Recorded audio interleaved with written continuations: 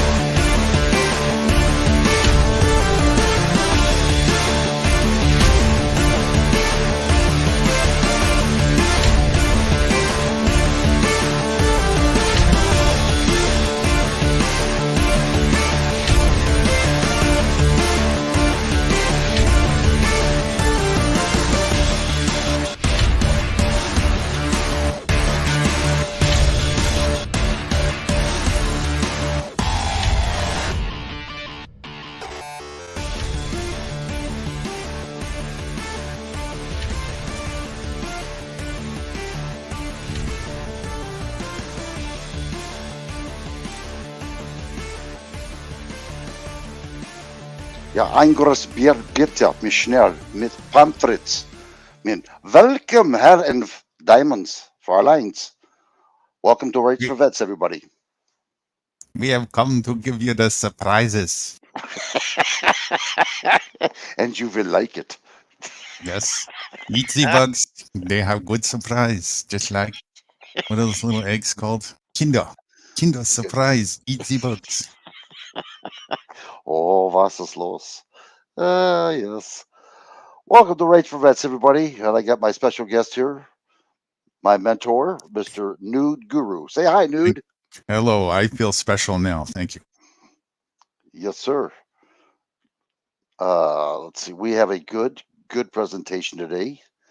Something that I swore up and down I wouldn't do, but I'm going to do it anyway. I happened to go through channels and I happened to see a Fox News channel. And what this guy had to say, his name is Mark Levin. I don't know if a lot of you know him or not, but he was right on the head. But there's a lot of stuff he didn't say.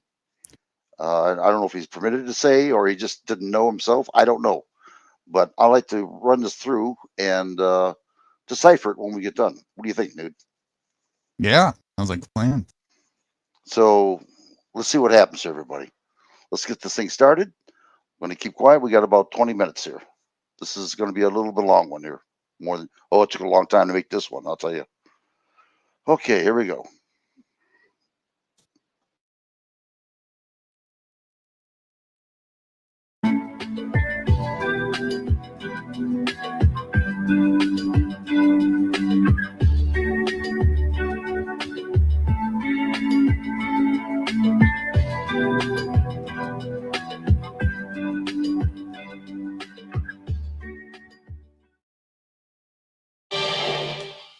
And welcome to the special edition of Hannity. And tonight, an important warning about the Democrat Party. Traditional liberals, moderates, they no longer have a place in the party that they once called their home.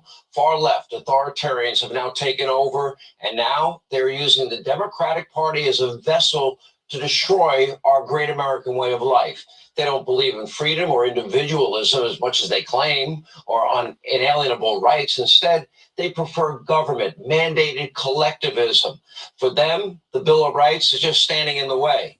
In the name of, quote, common good, they want to control where you live, how you travel, what you eat, what you wear, what you drive, and, of course, what you're allowed to think and what you're allowed to say. God forbid you say the wrong thing. And they want to force you or shame you to follow their healthcare demands. They want to eliminate self-defense, self-reliance, and force everyone to comply with mother government. And according to these Democrats, well, they're going to do all of this for your own good. Thank goodness they're in your life in order to achieve this left-wing utopia. They're using even our Department of Justice to enforce their radical vision, first by squashing any and all dissent. God forbid you speak out at a school board meeting. You know, another example, the political persecution of Donald Trump, far beyond anything this country has ever seen. It's never happened in history before. Now, first, they attempted to destroy his presidency over a real conspiracy theory hoax. Now he's facing hundreds of years behind bars because of a variety of far-fetched, overreaching indictments, all timed for maximum political impact in the lead up to a presidential election.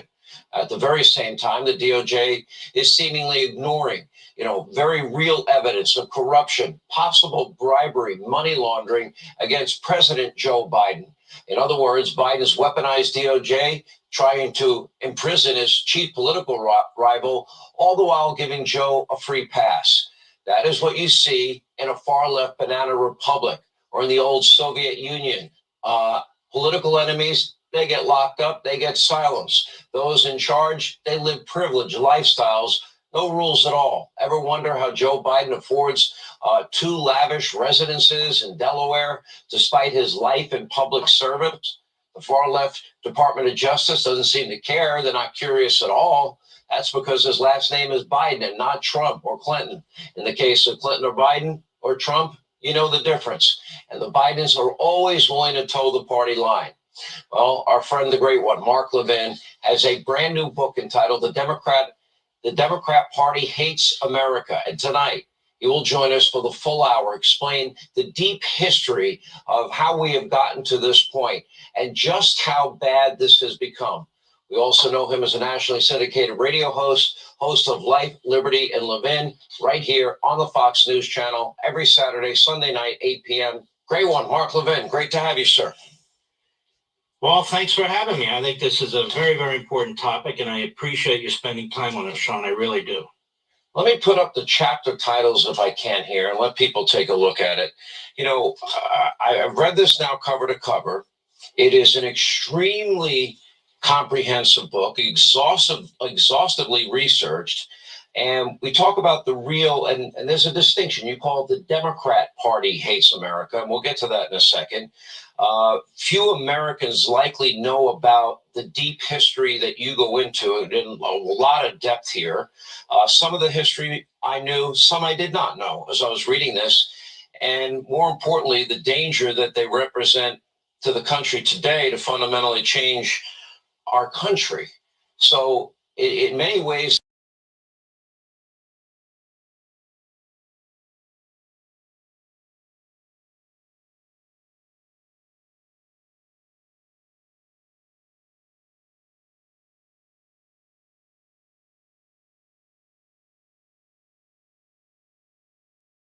Right, so if you're there, it looks like it's on pause.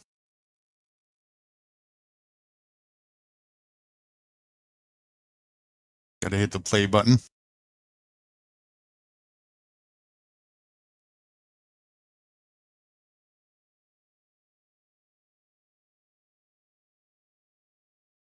the history is relevant to where we are today because, you know, most Americans I meet, they're extremely troubled about the direction of the country.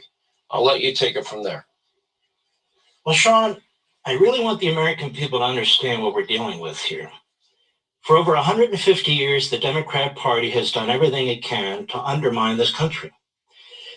The party of the Confederacy was the Democrat Party. The party of slavery was the Democrat Party. The party of the Klan, the party of lynching, the party of segregation, right up into the 60s, was the Democrat Party. The party that supported the internment of Japanese Americans was the Democrat Party. The party that was all hyped up in support of eugenics, which was also used against blacks, by the way, was the Democrat Party. I look at Woodrow Wilson, a Klansman, a racist, a segregationist, Franklin Roosevelt.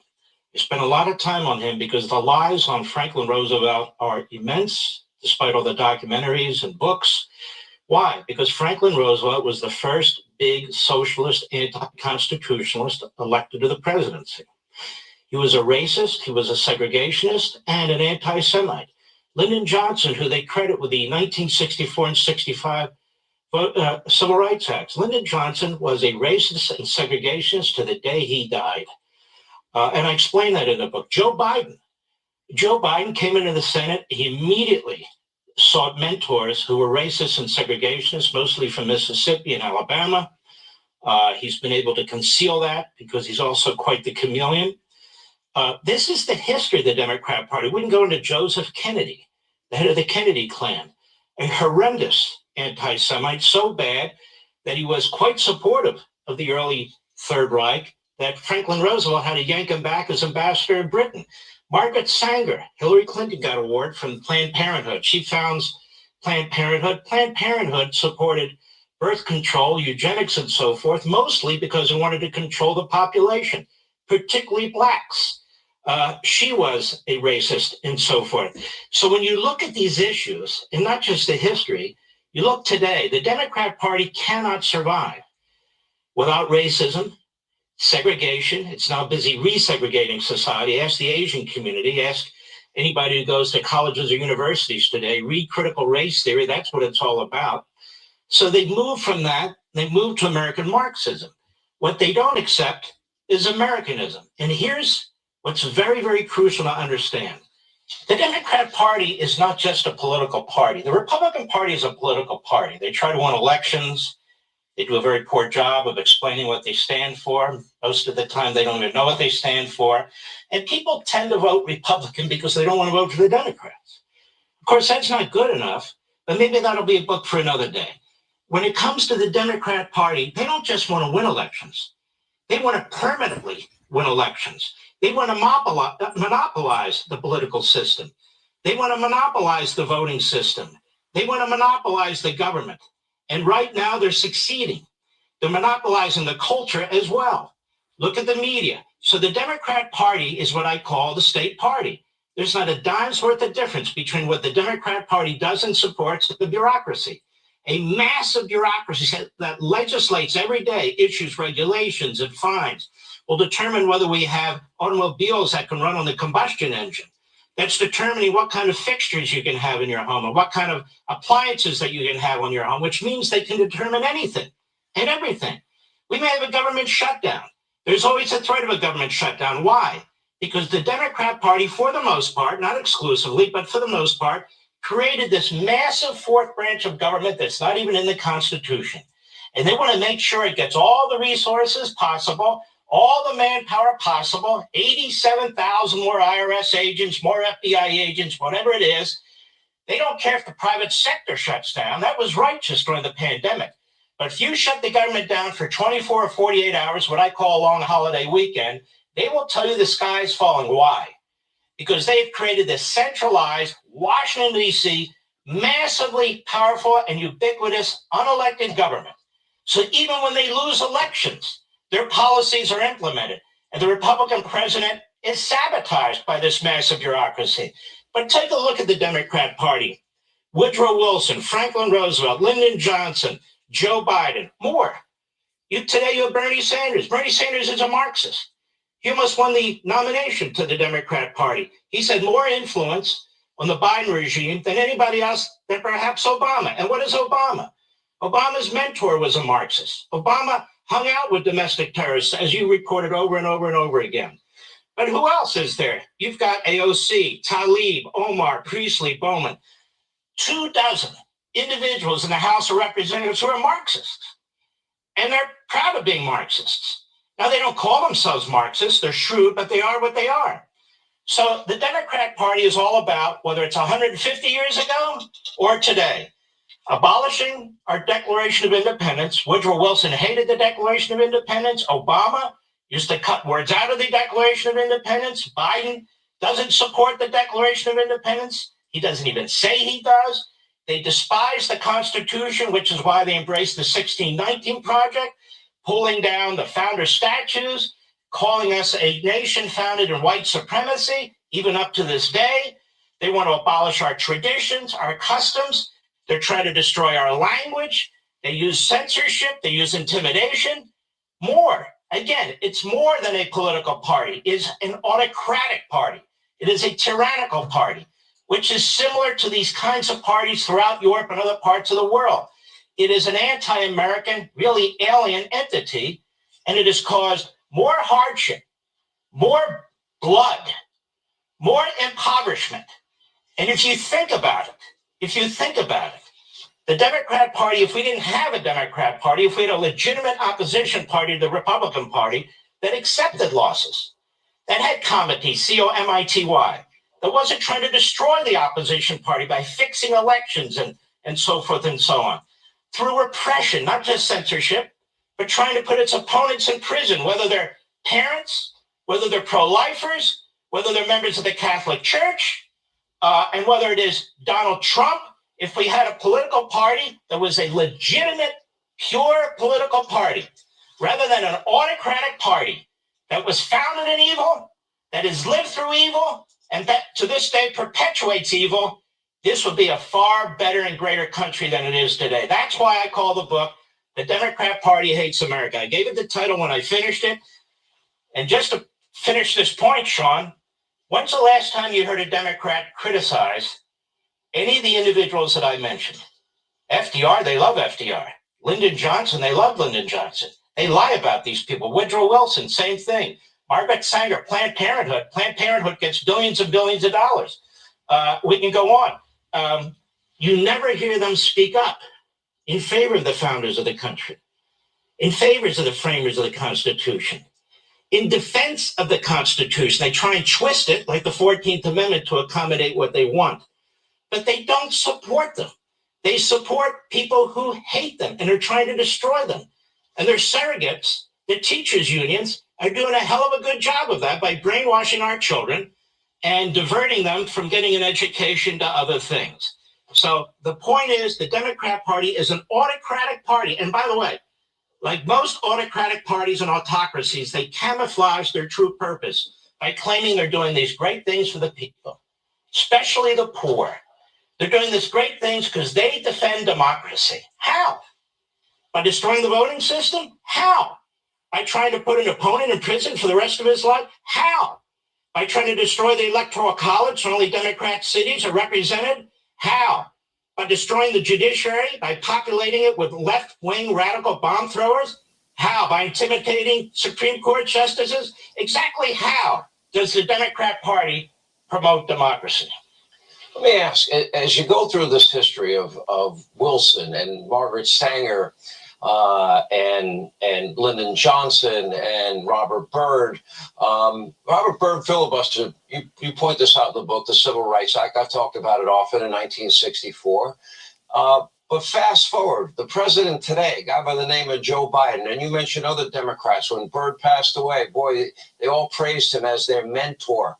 But Joe Biden took it even a step further, because he stood with Byrd in the 70s against the integration of public schools, because he didn't want public schools to become, in his words, racial jungles. And my question is, politically today, because you're right about Democrats, every 2-4 years, and it's almost basically now every day, they claim that Republicans are racist, that they're sexist, misogynist, homophobic, xenophobic, Islamophobic, transphobic. They want dirty air and water, and they want grandma and grandpa to be thrown over a cliff by a Republican, preferably. But they do this, and it's all based on a lie. They claim that they have a monopoly of compassion for the poor and people of color in this country. No, they don't. They don't care about minorities in this country.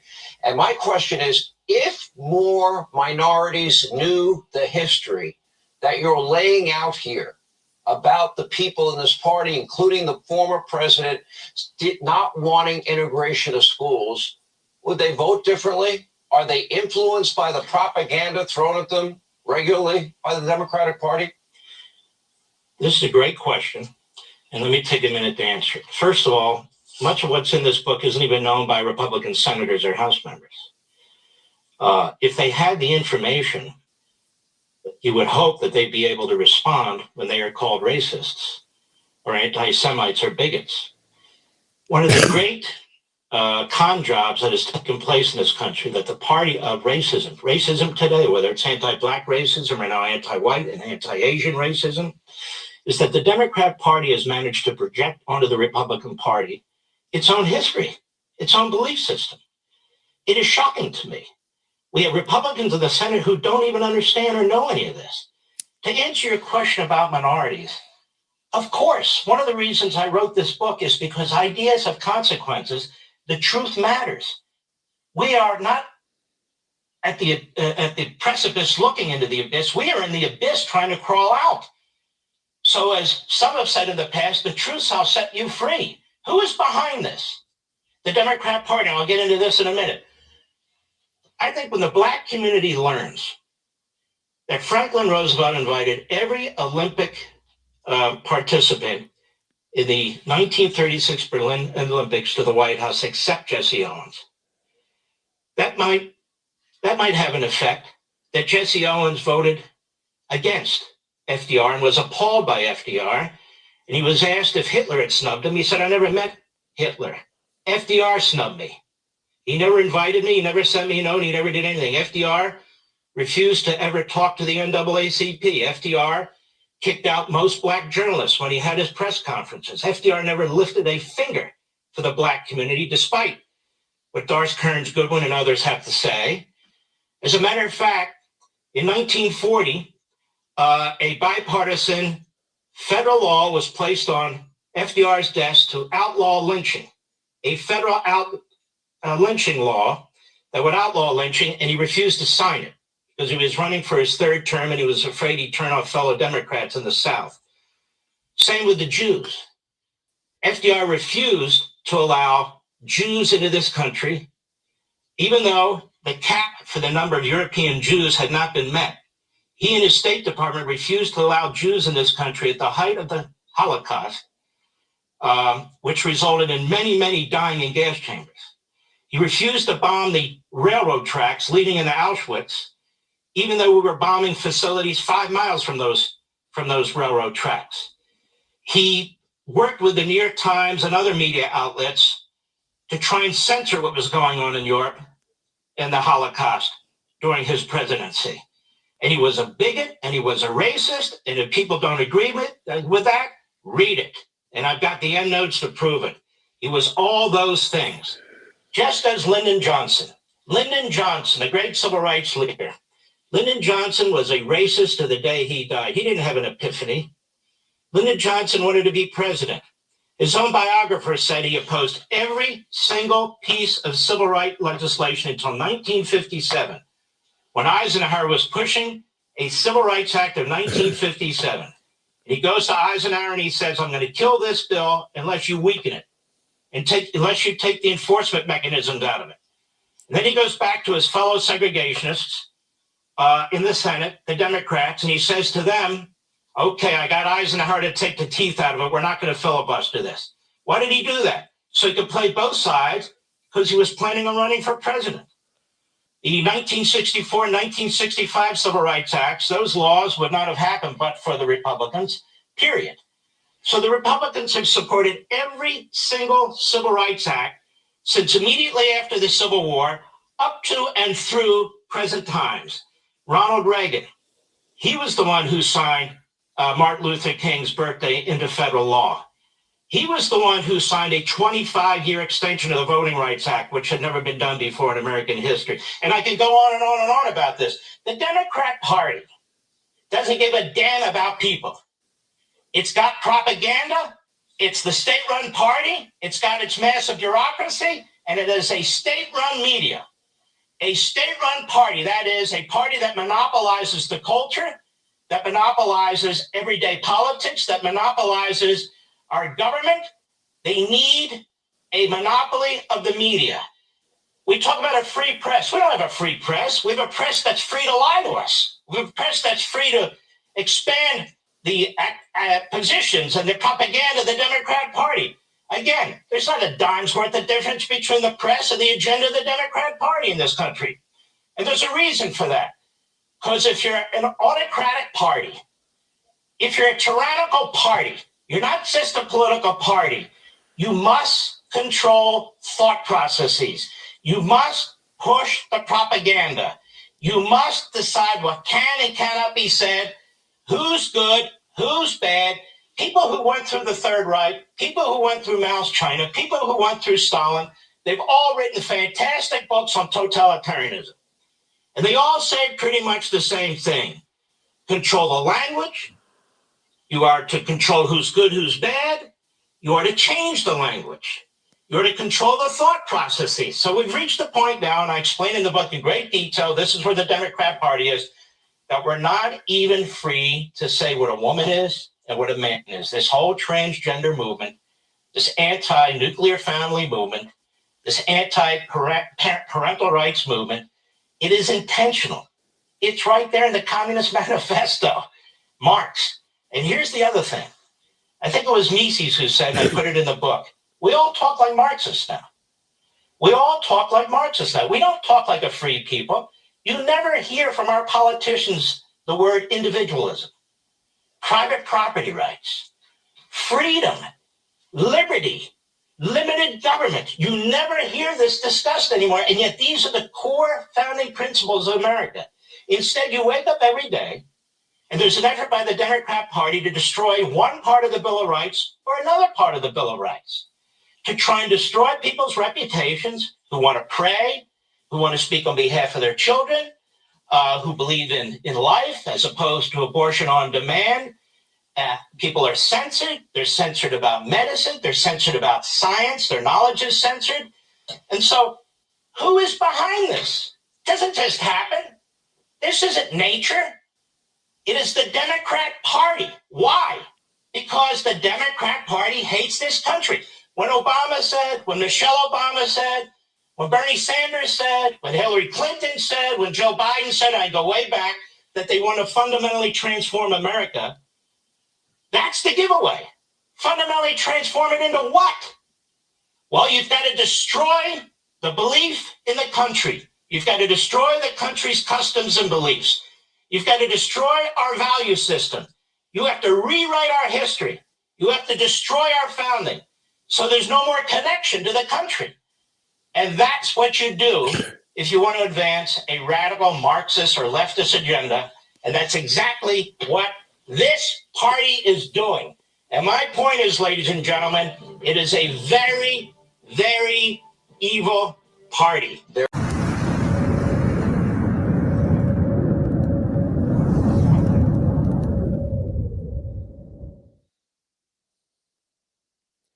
All right, one of y'all got to go first. Pretend I'm not here. Hey, everybody, we got a special guest here.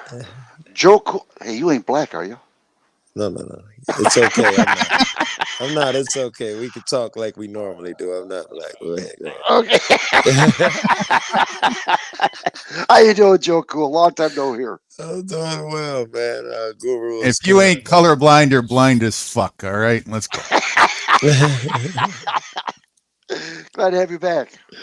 Yes, and my timing is great. I'm loving this shit. I gotta hear you guys' analysis because I gotta walk in. I gotta know what I walk in. I can't just give my opinion. I would really love to know what you guys would have said had I not walked in. How would the conversation continue after that vid went off? Same as it's going to continue already. No Very different. good. I'll be quiet. Go ahead. We had a big, You go ahead. I'm sorry. I just gonna say we had a big movie on the plantation. I don't know if you've seen it or not. Oh, this was a movie. Yeah, the other day. Not On not Rumble. tonight, but the other day. Yeah. So we're kind of sequeling to that. I don't know if you know who Larkin Rose is, but he's the author of about a 20-minute short clip called "The Plantation," and it was so. This is some years ago. It was so well received and something that resonates with me as well. So well, I brought it to Rice's attention about a year You might have ago. to give me a synopsis of what it's about before you continue. It's just the short clip is a short presentation, sort of a cartoonish type thing, that just hits the nail on the head about statism and the truth of what a country is. I gotta ask, and might Sure. interrupt your thought a little bit. You say this, whatever it is, hits the nail on the head. What about this video we just saw? Did it hit the nail on the head? No. That's what we're going to discuss it, decipher it, and tear it apart. Please do it now. Very much winger rhetoric, of course, because it's coming from MSM. Missing a lot of the big picture and hone too much in on the distractionary measures of what would you say, privilege rhetoric that typically comes to distract people and pointing the finger, the old magician's trick to the left and right hand, when the truth behind the foundation of the root problem is the man behind the curtain. Totally ignoring that altogether. But Rice, is that your assessment too, Rice? Oh yeah, definitely. Oh yeah. All right, we're all on the same page. Yeah, for sure. Rights is making progress with that leaps and bounds, especially lately. So, you weren't sure, but as he stated before he started that, there's a reason why he's not touching MSM for the most part anymore. No, it's Fox. It's as a Fox. Right. So this was a bit of an exception, and now I'm curious as to know why you made the exception on this one, right? So what is it that you saw in this particular thing that prompted you to make a record of it and showcase of it? Oh yeah, pick on me, why don't you? No, that's fair. That's fair. That's fine. Listen to Joe Cool, yeah. And no, it is. You It's an didn't think excellent I'm letting you question. off the you didn't think I'm letting you off the hook just because Joe's up here tonight, did you? He's You guys ruthless, did this right? perfectly to me, yeah. He's No, ruthless. the reason I did it, and I'll tell you the truth, because it's always one-sided party. You know, it's never the Republicans and whatever. They're both in the same damn scenario. You know, all Yeah, three parts of government, they were the shit. They all lie. The Republicans, since they've been in, they haven't done a damn thing other than trying to sound real good on TV. You know, we're going to do this. We're going to, you know, and the DOJ doesn't do nothing. Department of Justice don't do a damn thing, and it's just a big dog and pony show. And the Yes. real idea is that what's going down on us is CBDC, central bank digital currency. They're going to be taking our money away, I agree. and they don't give a damn. And when they start taking your money away, you're done. That's it. As Whoever far owns as you, the, on. the video, I thought it was a great representation. I didn't want to say anything, which is why I wanted you guys to go first. I didn't want to jump to conclusion that was either one of your mind pattern or whatever. And for what you said it was great. If you're wise enough, I could see some idiot falling for it. They wouldn't make it if idiots didn't fall for it. But if you're smart enough, it is a great representation. How to take a false argument. If I argue how really racist Democrats are, it somehow means Republicans are not. It was a fallacy to begin with, and he argued it well, and it was, and he used so much truth, right? If you're not too bright, hey, he did do that. Hey, he did do that. So, dude must be right in his argument that the Democrats are evil. Therefore, the Republicans must be good, non-racist. It was a great fucking so and so. As if the identification in quotes of this thing called Republican or Democrat is not racism on its own. That would be right. But any adult would come in saying the fact that he is playing on people who don't see it and playing so well to their hearts and emotion and logic. He is so insidious. That's what I was thinking. Right. And that's the bigger picture that a lot of people are missing, is that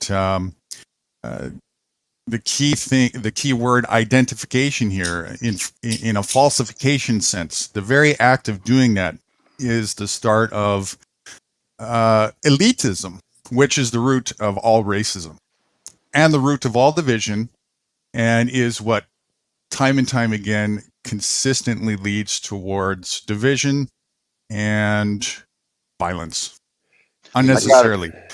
I got it for Joe Cool. I can do it. Hold on, Joe Cool. Keep going talking, guys. I'll get this thing set up. All right. Joe Cool, watch this. Elitism is the root of division. I think you even said all division. That's interesting. Yes. And there's to go deeper. There's the root cause of elitism is fear and insecurity. So it's really an individual thing when it comes down to that. But getting a little further from that, the thing that happens is to try and mitigate inferiority, insecurity. People try to do these superficial things, and it causes elitism, which causes people to be in conflict and turmoil with each other instead of cooperating, and hence you lead to disturbances that can go as far as the imagination can stretch. This is what we're basing this on right here. Well, it's only 10 minutes long, okay? And they made a movie on this. So you ready? All right, listen, you're controlling it. Hey, huh? right, you're controlling this vid, right? I want you to listen up if I say pause, man, because I got ADD. 10 minutes sounds like forever to me, and I may want to comment before that. Okay. All right, Get money? Since you think you're running the show, nigga, you got money. He's learning about freedom, Joe, and I'm teaching him well, you see? Yes, and you teaching them capitalism as well. That's right. Yeah, just tell me what, and I'll just whenever you guys ready. Here we go. Yeah. Don't mind the music because this is the kind of music I got to play on YouTube. I have my own style of music, but bear with me. Here we go. I like the music.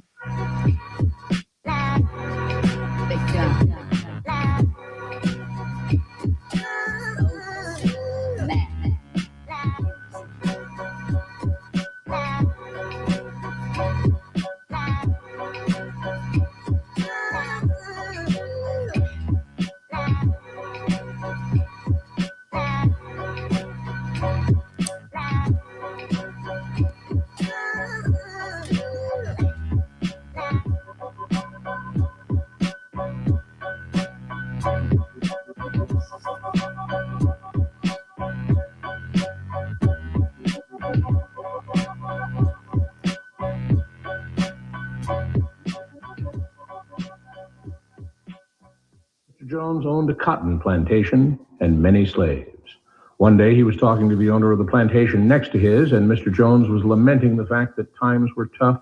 He was having to work his slaves harder than ever and was having trouble with some of them being disobedient or trying to run away. The other plantation owner said he knew someone who could help. Day 1. One day, Mr. Jones called his slaves together so a man named Mr. Smith could talk to them. Before beginning, Mr. Smith whispered to Mr. Jones, "Whatever I say, do not contradict me or interfere, and I promise you your slave troubles will end." "My name is Mr. Smith," he said to the slaves, "and this may be the happiest day of your lives. From today forward, you will no longer be slaves, but free men." Mr. Jones was so shocked he started to step forward, but Mr. Smith gestured for him to remain silent. He did, only because the other plantation owner had spoken so highly of Mr. Smith's skills. "You are no longer the property of Mr. Jones," Mr. Smith continued. "You are free. No more would you be forced to labor for the benefit of Mr. Jones. Now you can work for yourselves." Now the slaves were all murmuring and looking at each other. Many were smiling, many were looking puzzled. "In fact, you are now free to leave the plantation whenever you want," Mr. Smith said. "However, since we are surrounded by other plantations, if you leave, some other plantation owner will likely claim you as his own the moment you set foot on his property. So I urge you not to risk your newfound freedom by doing something so foolish. Instead, I suggest that you stay here, no longer as slaves, but as willing participants and part owners of this plantation. Yes, this is now your plantation." Mr. Jones bit his tongue to keep from objecting. "Might as well leave Mr. Jones in charge," said Mr. Smith, "since he is the only one with any experience at running a plantation, which is quite a complicated thing to manage. But he will no longer be your master, but just another worker on the plantation. In fact, he will now be using his organizational and management skills to serve you. Whatever problems you may have had with him before, you are now all equals, and you need each other to make this work. If we all cooperate and work together, we can all reap the benefits together. In honor of this happy occasion, I present you this new symbol of togetherness and cooperation, this flag, which shall be the emblem of the new free Jones plantation." He held up the new flag, but most of those listening were still too amazed to respond. "And this shall be our motto," Mr. Smith announced. "We work together as free men for our mutual benefit, pledging our allegiance to the Jones Plantation, which stands for prosperity, liberty, and justice for all. To celebrate, everyone has the rest of the day off. Enjoy your freedom, do as you please, and be back here tomorrow morning, bright and early, so that we may begin work on this great and noble new endeavor as equal free men." Finally convinced that Mr. Smith was serious, the former slaves applauded and cheered. Day 2. "We all want this plantation to do well," Mr. Smith said at the beginning of the next meeting, "so we can all share in the benefits. We all know that it takes a lot of effort to make a cotton plantation work.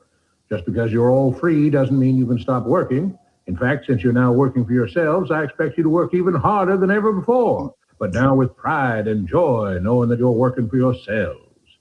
Of course, there still have to be rules. If everyone just does whatever he wants, the plantation won't produce anything. This experiment will fail, and we'll all starve. You should be thankful that Mr. Jones has agreed to stay on to lend his knowledge and skills to this endeavor, and I trust you will all do your own part to make this work. Several of you have been chosen to act as project supervisors to manage different aspects of the operation, to make sure everyone is doing his assigned job, to make sure that the rules are followed, and so on. The rest of you may head out to the fields to start your first day of work as free men." Day 3. The next morning, Mr. Smith had a grim expression on his face as the daily meeting began. "I have an unpleasant duty to do today," he said. "Yesterday, Charles was caught keeping some of the cotton he picked, presumably to sell for his own personal profit. That is against the rules. That is stealing. For that, Charles must be punished. 2 men tied Charles to the whipping post. I take no joy in this, Mr. Smith continued, but you must understand, if we do not maintain order, if we do not have rules that we all abide by, then the plantation will fail, and we will all suffer. The whip cracked against Charles' back. But if we all pitch in for the common good, then we can all prosper. Being free doesn't mean you should be selfish and greedy. We must each do our assigned duties and obey the rules, and then we can all benefit, and each of you will receive your appropriate share of the profits. A young man named Samuel stepped forward. But if you and Mr. Jones decide the rules and whip us if we disobey, how is that any different from what we had before? How can you say that? Mr. Smith asked. You were a slave before, and now you're free.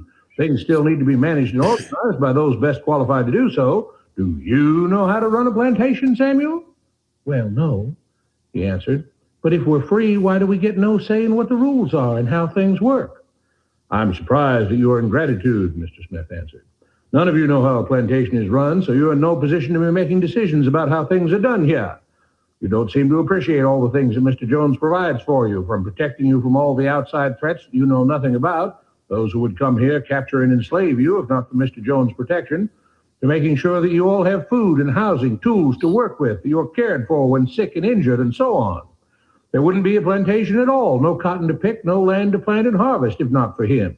You should be grateful that he's made possible the level of comfort you now have. Your lives would be far worse if not for him. Nevertheless, as free and equal participants in this endeavor, from now on at each meeting, any worker may have 2 minutes to ask questions or voice suggestions or complaints. With that, the workers all seemed satisfied and headed out again to the fields to pick the cotton. Day 4. I have a big announcement, Mr. Smith said as the daily meeting began. Mr. Jones' cousin is here, and not just to visit and see how our project is coming along. It has been decided that from now on, you will be deciding who will manage the plantation. Of course, this job can't be done by just anyone, but every 3 months we will have a special meeting at which all the workers will vote on whether we think Mr. Jones should run the plantation or whether we think his cousin, Mr. Johnson, should run the plantation. That means that ultimately you are in charge because you will be deciding which man you want running things on your behalf. If you don't like the way things are being managed, you now have the power to change it. Amazed and pleased, the workers headed out again to the fields to pick the cotton. Days passed, months passed, a year passed, and the plantation continued to operate as before. Sometimes Mr. Jones was in charge, sometimes Mr. Johnson was in charge, but the day-to-day routine stayed exactly the same. The workers worked hard, long hours every day and still had little to show for it. Every day the meeting would begin with them all reciting the Jones Plantation motto. We work together as free men for our mutual benefit, pledging our allegiance to the Jones Plantation, which stands for prosperity, liberty, and justice for all. One day, Mr. Smith announced, Samuel is asked to say a few words this morning, and whatever the rest of us may think of his ideas and opinions, we are all free here, and that means we are all allowed to speak our minds. So, Samuel, you have 2 minutes. Begin. Samuel stepped forward, looking scared. I was excited when all this started, he began, glancing nervously at Mr. Smith and Mr. Jones. But don't you all see what's happened here? Nothing's changed. We're all still slaves. There were grumbles of disagreement from the crowd. They tell us what to do and whip us if we don't. They still make all the rules and punish us if we disobey. They let us make suggestions and complain about things, but they never really change anything. They let us choose between Mr. Jones and Mr. Johnson, but what's the difference? The situation stays the same. We do all of the work and they take as much as they want and decide how much they'll let us keep. They live in luxury, made rich by the cotton we pick. We do all the work and have to build our own huts, grow our own food, and take care of ourselves. They leave us just enough that we don't revolt or run away. This is not freedom. We're all still slaves. They've only changed the words they use, but nothing else has changed. They say we're all free and equal, but we're not. They command and we obey. That's not freedom. That's not equality. They say we're free to leave, but all that means is that we're free to be someone else's slave. Why should we work or obey the rules? We didn't agree to this. They made the system. They forced it on us. They control and rob us and call it freedom. They've deceived you into thinking that being able to choose which slave master you'll work for is the same as being free. It's not. Open your eyes. If you keep what you produce, they call it stealing. When they take what you produce, they call it sharing and fair distribution. Can't you see that this is all? Your time is up, Samuel, Mr. Smith announced calmly. At his gesture, two supervisors grabbed Samuel by the arms and led him to the whipping post. What? I'm sorry, Samuel, but you've broken the rules. There are rules against encouraging others not to work and encouraging others to break the rules. You're only hurting all of us with your discontentment and your complaining and your disobedience. The whip fell and Samuel let out a grunt. Without rules, without order, all would be lost. Without law, there would be chaos. We can't just behave as wild animals, each doing whatever he pleases. We must all follow the plan and all do our duty for the betterment of everyone. And those who do not must be punished. The whip fell again and blood flowed freely from Samuel's back.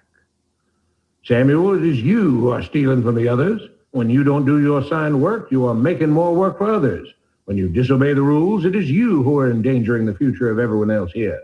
You are the thief. You are the criminal. You are the one trying to destroy the arrangement that keeps us all safe and prosperous.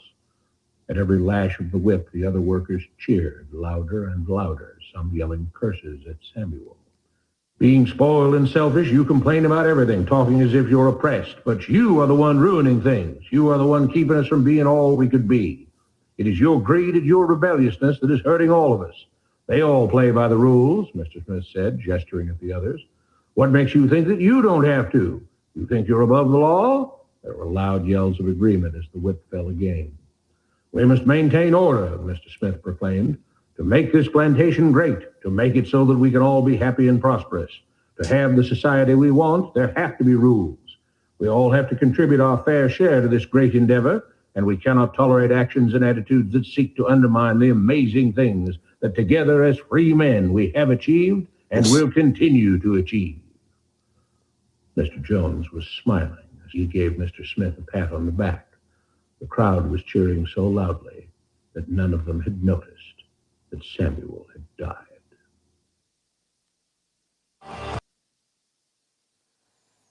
Yeah, I'd seen that before. I think it's great, man. Not one request deposit. I'm flabbergasted. Wow. There goes. I lost my money. I lost my money. Damn. Yeah, right. No, that was on point, right? Next time, learn capitalism better. Charge by the time, not by the request. You see? What are you teaching this guy? The meter's running. That's right. Do what I do to you, you know? I was trying to think along there. If you're given that 10-minute stretch, I think anyone could see where he's going with that. I was wondering if there's some way to shorten it, because you don't necessarily have 10 minutes uninterrupted to talk to a motherfucker. But I think that would be successful at getting through. I think you have been successful fucking with rights. I used to troll them endlessly. I mean, like thoroughly successful. So I know it's possible now. How come I failed so miserably? What are some words I could use? Oh, wow. What a profound question. And Wrights asked me this quite a lot as well. There's a few foundational things that are important to understand when it comes to that. The first is you can't fix stupid. The second is, let me respond to what you said just a second ago, and it should cover this. You said, if you can shorten it, maybe you'll have a better chance of somebody listening to it and getting across. Well, here's my response to that. If you have to shorten what's already a short 20-minute presentation, that person is not fucking ready to listen to the message yet. I'm assuming I'm on the street talking to someone and I don't have 10 minutes in a row uninterrupted, which happens all the time when I'm out there talking, whether it be the person on the street, the guy in the car, blah, you get these short fucking spurts, and I be thinking I can do it. And with the cops, I can't just seem to fucking change their mind. You'll never get 10 minutes uninterrupted. You'll never get that type of time. Yeah, well, again, waking up isn't something that you can do to a person. They have to do it to themselves. They have to want to do it to themselves. Bullshit. You did that for rights. No, I didn't. He did it himself. All I did was continuously told the truth. But we're talking, how long have I been with rights talking the truth now at this point? 2 years. Far from 10 minutes. I bet you if I'm there talking to him for 2 years, he is not the cat he is now. All right. So there's more to it than that, of course. There's understanding the psychology behind what's going on. There's also making sure you have yourself straight. There's a reason why people will listen to me a little bit deeper, perhaps. And that's because I'm coming from a place of practice, not theoretical. Right. So they'll tend to listen to and ask questions. You know, they're going to direct a question towards somebody who can give an answer from experience more than they're going to just give an opinionated answer. You know, and it'll have more weight, right? Sure. So it's a work in progress for all of us, you know. But learn those things. There's also other things in business that give me a bit of an advantage when it comes to this. That I learned sales, you know, so I have a deep psychology understanding in the art of language, the art of hypnosis. What the fuck y'all been doing over here? Yeah, straight up. You know, people are people. The reason why they struggle with a conversation that is alive and awake is because they're in a psychosis trance. They're in hypnosis. How? What do you mean? From being indoctrinated, and domesticated. Okay. Yeah, right. And you know, from all the rhetoric that starts when you're young in the plantation. Right, from school, from the people around you, from the frequencies of the television and the infomercial that runs 24/7, and so on and so forth. People you admire, right? Your school teachers, like you said, your parents, whoever you admire. The people you have in your mind predetermined as those are the people who are supposed to know better than you and you can trust. Right. So if you got this false attachment to something in your mind, it's absolute truth, such as these are the mainstream medium would never lie to us, which a lot of people still, after all this bullshit, still think. All of my relatives have that belief. You know, you can't talk them out of it. Right. Until a person wants to question that, the conversation was over before it started. Yeah. So he had to kick in, right? It had to be there to begin with, is what you're saying. That's correct. So the first thing in strategy when it comes to conversing with people about this subject, and any subject when it comes to truth, is qualify for interest. Just like in sales, you have to qualify the person to see if they are genuine and open enough to have a conversation. Yes.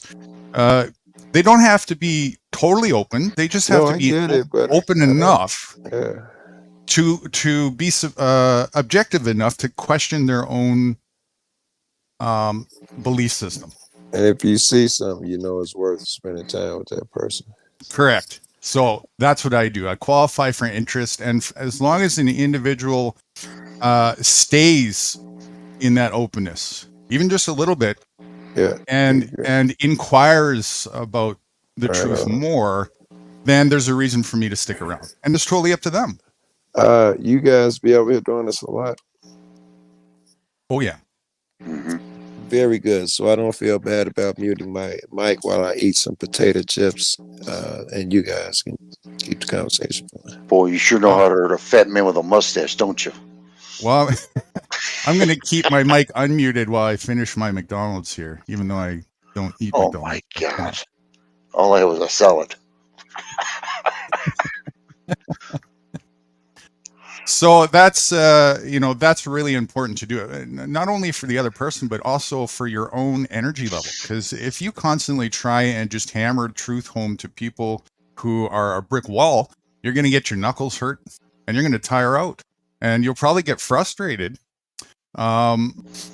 because you're not getting anywhere with your endeavors. And so, qualify for interest, and having the right expectations is the next part of it. You can't expect somebody to just, take a 4-year-old and put them in a university. They're not going to make it very far. You have to really come down to basics with people. And there's rights as an example. We didn't get to this conversation that we're having right now and tonight in 5, 10, 15, 20 minutes. It's a progressive thing. Very, very important to understand that. And you have to take it in steps with the individual as they're ready. And everybody's unique when it comes to that. Very unique. And there's no rush. I see. Yeah, patience plays a role. I was going to say that. Absolutely. It's very important, because you don't want to overdo it and either phase them out because they get scared or they're just tired out or whatever. And they're also struggling enough with coming to terms with these. These are really hardcore look in the mirror type of question everything you thought you know, and you gotta basically kick your ego in the ass types of stuff here, And a lot of people, that's a big pill to swallow, because not only do you have to do it with those individual topics, but when you come to terms with realizing that those things were lies that you believed in, it sets the stage to start realizing that, well, what else is a lie? What else do I not know that I thought I know? And that's heavy, so people can only handle so much and they got to go at their own pace. All right, now I feel bad because the turnaround was right and it was very impressive. You're right, and he did it. It takes an incredible person to do it. I took credit from him and gave it to you. I might have been wrong there. Well, and it doesn't mean that you have to, sugarcoat truth or anything like that. It just means to have the right expectations, which means that people are at where they're at in their own learning curve in life. And, they're going at their own pace. And that's the way that it should be. That being said, when there's a fucking tsunami 2 feet away from the beach and somebody's standing on the shore, you got basically a short amount of time to yell out, "Hey, get your head up and get yourself up on the hill to safekeeping." And then it's up to them to do that in a short amount of time or not. If they want to be ignorant, right? And I've used this analogy many, many times, and just say, fuck you. I'm not now. I'm playing my game. Blah, blah, blah. We got a score to keep, all the excuses. Your job is done. You did what you could. And any continuation after that point is probably going to be at your own peril, and you might be the one that gets your ass handed to you by that tsunami. If you don't watch out, you got to take care of yourself. And don't forget, while these folks here are, being ignorant, there's also other folks that are looking for that support that could really use you at that time. So you got to take care of yourself first. That's number one, because if you're not strong and capable, what can you do for anybody else, And then at that point, offer and reach an extending hand out to those that are genuinely interested when it's within your means, and enjoy the process of doing that. Mm-hmm. All right. I don't want to keep bringing this back to cops, but if you could give me some advice over in that direction, I'd appreciate it. Picture yourself out there. You've seen a million of those fucking vids. What could I lay on that those cops could hear in a short amount of time that I have? Yeah. So your field of activism is interestingly unique. Now, of course, you're never going to solve the cancer by endeavoring in Band-Aidism. And I reckon that your form of activism is in that category of Band-Aidism. However, you've asked me many times before, should I just stop doing it? And I said, no. Why? Because even though it's not going to solve the cancer, it's definitely an effective form of mitigating violence. And I think that is a very, very important thing to do in life. All of us should do that. And also exposing that for other people to see. So put together what I just said a bit ago, and you have to qualify for interest. If you got a fuckhead blue collar worker who is just, going to be a tyrant, well, they're going to be a tyrant. They're close-minded. And most likely they're probably in that field because they are the most indoctrinated to begin with. What about is there a chance that there's some young dude who's opening up that he can hear my words, and what should those words be? Perhaps, and not even just young, but anywhere along those lines. I don't think any of them are really that stupid. Where maybe when they got into it, some of them might have had good intentions or whatever. But if you really look at it, most of them got into it out of fear, or they got pulled out of the jails in the military, and they want to join the gang. They want to join the gang club because they're afraid in life. It comes back to it's an elitism thing, right? I So agree. what you're doing is you're calling them on their thing. You're exposing them, even if you're not intending to. And you say, hey, listen, you joined a cult, you joined a gang, and it's violent and this and that. Well, you're asking them to admit that. And say, yeah, you're right. And, some of them will be, yeah, I enjoy the fuck out of doing that. They're so blatantly arrogant that they'll tell you straight out. And I don't give a flying fuck about you. That's what I'm getting paid for, And so again, you got to qualify for interest, and interest can change from a moment to moment thing. Just because somebody is thinking one way 1 minute doesn't mean it's going to be the same. So that's why you can take solace in continuing to just tell the truth and not be deflated about that if you have the right expectations, which What's pretty you much is guys? to have no expectations and just let whatever is going to happen. What's your guys' opinion on the governor who made it illegal for people to walk around with guns, even though the state laws and federal laws say they could? She got rid of open carry. Legalities are for sheep. Who gives a fuck? If you believe you have a ruler, then you do, and you deserve to have one. That's dope. And that very thing is perhaps, and I'm being soft with the word perhaps, the very reason why weapons, especially guns, were invented for to begin with.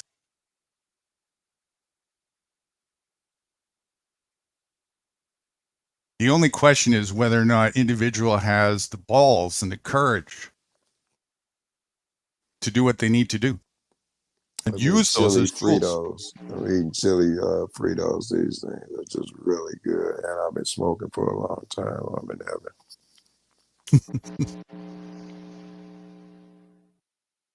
I don't want to hog the stage here. Well, I don't want to lie. Yes, I do. Go ahead. What's your I don't answer questions. I don't answer questions. No, I just the only thing that I agree with the First Amendment auditors. I do. I mean, they're great. I watch that one guy called Long Island Audit. He's good. And I just the only thing I would suggest, Joe Cool, is get yourself ready for what's coming in your way. You know what I mean? Do your auditing, but be prepared. Start prepping. You mean like court? No, I think he means that that short clip that you gave me by phone there that I responded to the other day. I think he means that. It's the one of what's going on in China. Still don't. I do a lot of this. I don't remember. About a week or two ago, and it was a short clip of Joe Rogan. No way! I would have had hundreds. Be specific. Yeah, go ahead. It was an interview, Joe Rogan thing, and I don't know who else it was, but they were talking about what's going on in China right now, and the whole, social credit score, and some people are being cut off from their funds. Was the bank shit where they had the trucks out there at the bank? Yeah. Well, if you hang on, let me put my screen share on, right? Yeah. Mm-hmm. That's $5, please. I'll give you my accounts receivable in just a minute. Wait a minute, it says 0. What the hell is going on here? There you go. Okay. Let me go to my text now.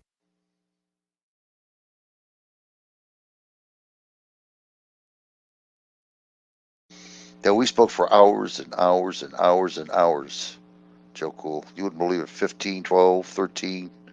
Sometimes 24 hours almost. I've seen this guy go with Cat. I know he can go. It's incredible. Yeah. But no, I'm just saying. No, go on. Go ahead. I I'll just just call saying that. Chris. Tell Joe Cool, I just get yourself prepared because when this shit hits the fan, you're going to be screwed. You won't know what to do. You know what I mean? What happens when you have nothing at all?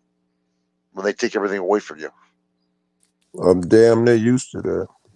And you call Guru, but he's just going to say you should have called me 10 years ago. But anyways, sound check on this. This is the one here. I don't know if I can play this or not. Can I? Yeah. It's just a 15-second clip. Don't worry about it. Did you hear the sound? No. No. No sound? Mm-mm. No Okay, whatsoever. hold on. Let me redo it.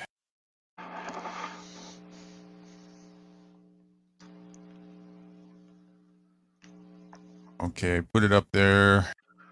Try it Okay, again. you got it. Yeah. Because they just took all Sound? the money. They have Yeah, barely can hear it, but yeah. Turn it up Barely more. can hear it? Okay, I'll turn it up. It's almost cranked to my end. So hold on. And I guess I have to. Can you hear it, Joe Cool? China. Yeah, and I'm turning mine up too. So once y'all start, try not to talk over because I'm gonna be full blast on my end. Same Okay, here. 10 seconds. Here we go. 10 seconds.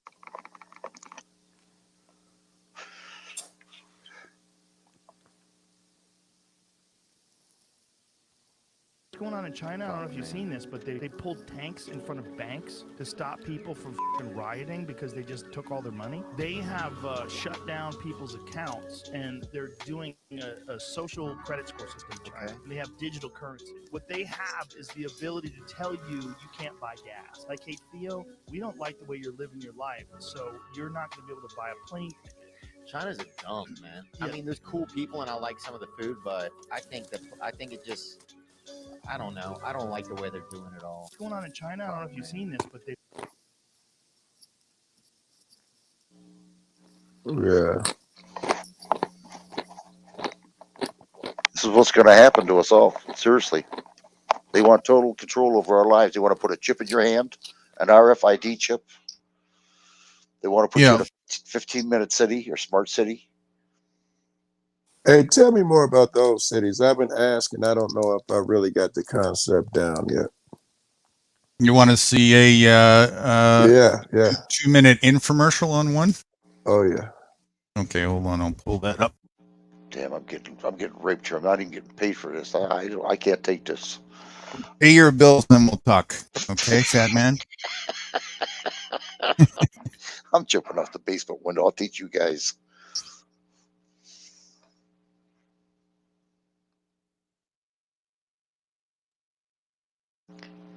Yeah, this is some serious shit that's coming on us. And people have no idea. Oh, we'll take care of it. Yeah, all right, you're going to take care. Oh, something else too, Joe Cool. They want to kill, eliminate, murder 6 to 7 billion people. Oh, that population reduction shit. Yep, that's the whole bottom line. There's 8 billion people in this world right now. They want to eliminate 6 to 7 billion people. And I got a documentation on that too.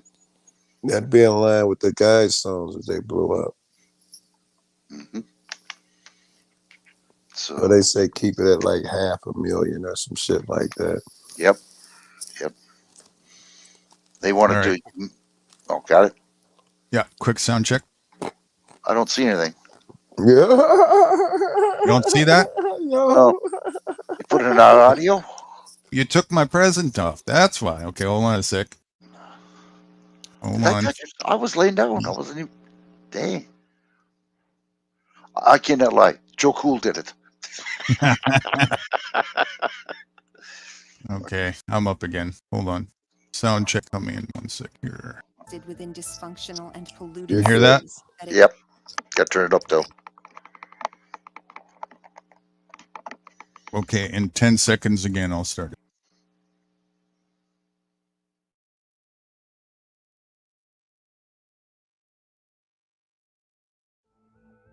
For too long, humanity has existed within dysfunctional and polluted cities that ignore nature. Now, A revolution in civilization is taking place. Imagine a traditional city and consolidating its footprint, designing to protect and enhance nature. The line will be home to 9 million residents and will be built with a footprint of just 34 square kilometers. And we are designing it to provide a healthier, more sustainable quality of life. The line's communities are organized in 3 dimensions. Residents have access to all their daily needs within 5-minute walk neighborhoods. And the line's infrastructure makes it possible to travel end to end in 20 minutes with no need for cars, resulting in 0 carbon emissions. By leveraging AI technology, services are autonomous, saving you time and effort. Designed by world-leading architects, the line is 500 meters tall, 200 meters wide, 170 kilometers long, and housed within an elegant mirror glass facade. Intelligent solutions create efficiency and year-round temperate microclimate with natural ventilation. Energy and water supplies are 100% renewable. The line is designed as a series of unique communities, offering a wealth of amenities, providing equitable views and immediate access to the surrounding nature. With 40% of the world accessible within 6 hours, at the heart of the globe's key trade routes, a place for commerce and communities to thrive like nothing on Earth seen before. The line, the city that delivers new wonders for the world. All right. Now, as Now I Guru would say, if you call it a concentration camp, would you go? wait. I'm sorry to say that. That's on the road. I've seen that one before. And I assume the reason everybody focused on it was because it's exceptional, right? Everybody, it's going to be in a straight line.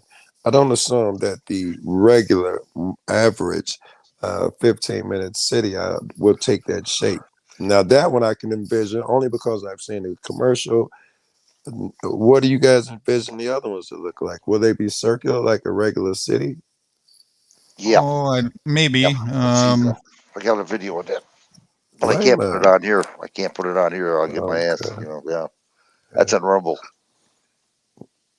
The term city, actually, we went over this the other day. If you root it down into, it's a bit of a reach, but if you find the rudimentary definition, you'll see that it actually it just means concentration. So a city already is a concentration camp. These 15-minute cities are just more concentrated. And if you understand why and you see the agenda for what it is, it just makes it much more easy to manage and implement your genocide target, which is very important to do in a state of genocide war. Especially when you spread out like we are here in the U.S. Yes, especially when you got vast lands, right? North America is 2 big countries, and so yeah, it's a state is a country too. So all of that is just districtization, and they're just further honing in on the district. That's why I call it a beehive, because that's exactly what it is. You just center all the lemming monkeys into one little honeypot, and then it's very easy to just disperse an arrow, and that's it. But don't come out to outside, folks. Don't listen to this part. There's nothing for you out in the boonies. Trust me, it's terrible out here. You got cougars, foxes. Oh You man, know, I just killed.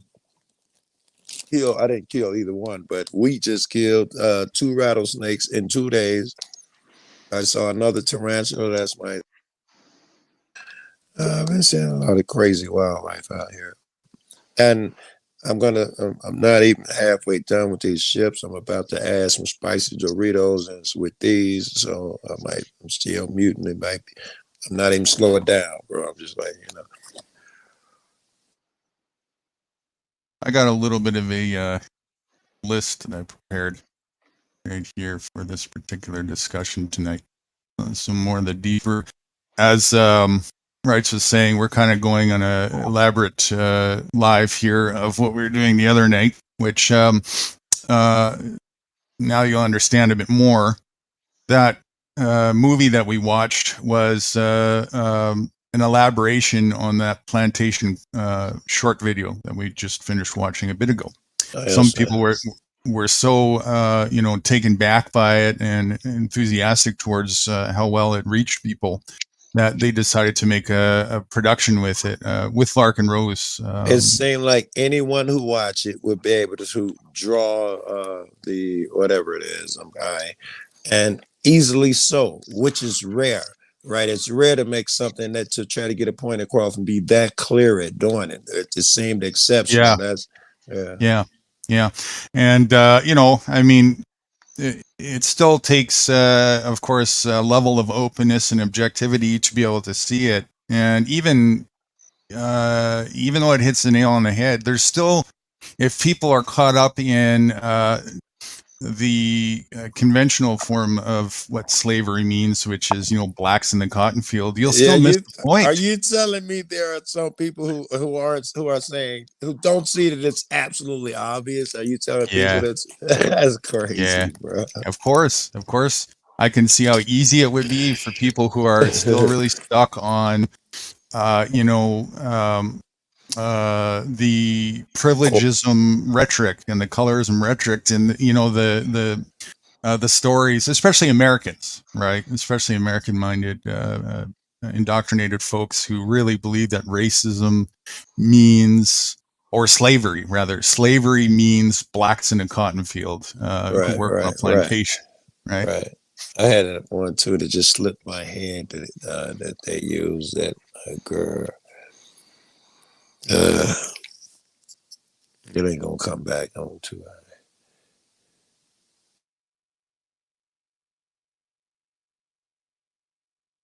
Did we lose me? No, Yeah, it's for you. Okay. You were trying to remember something, Joe? That's the last I heard. Yeah, and I didn't even come close to it, but it was something you said about that, the way it shit. Let me keep trying.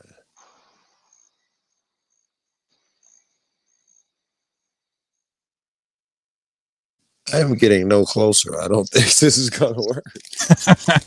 It's okay. Maybe something else will jog you again for that.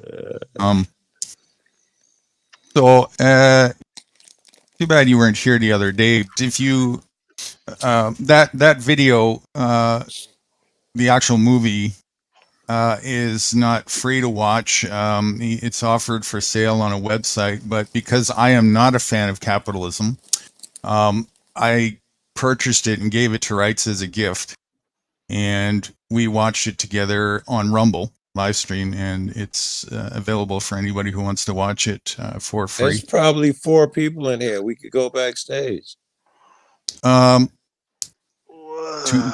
Yeah, maybe, but there's some more points that I want to cover live first. These ones here. I am so sorry. That might have been a little rotten. You guys got plans. I'm like, dump that so I can go backstage and watch it.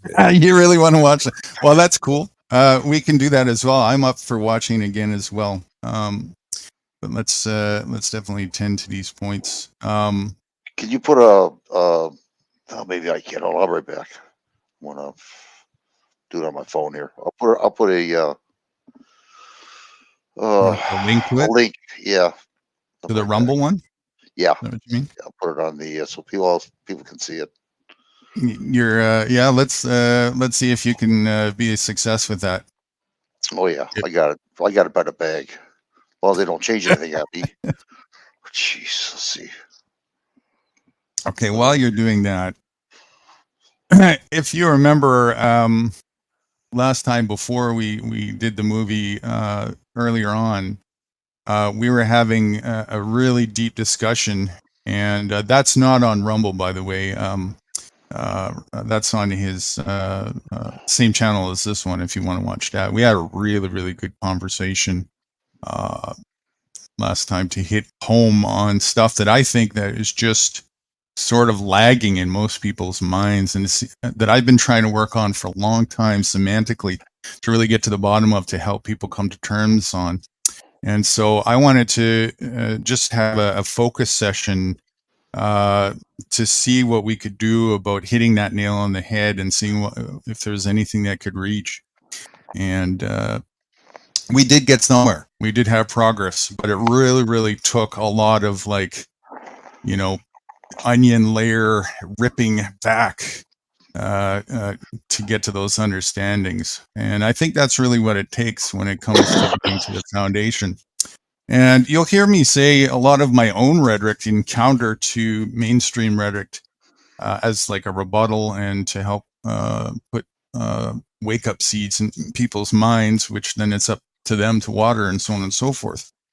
One of them that you hear is you'll always hear me say that there's no such thing as a free country, and that this thing called a country itself is not even something that's real. It's just a fiction that exists in the mind. And it's an indoctrinative thing that keeps people in shackles and chains in the most sensitive area where you can be shackled and chained, which is in your mind, your brain.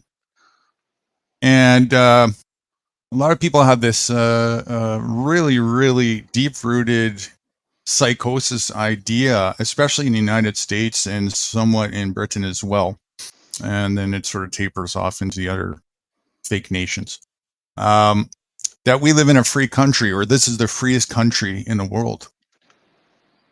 Well, if you understood what a country really is, in its imaginary form in reality, Or all freedom is. Or what freedom is, yeah, for sure. You know, all you're really saying is, I live in a free plantation.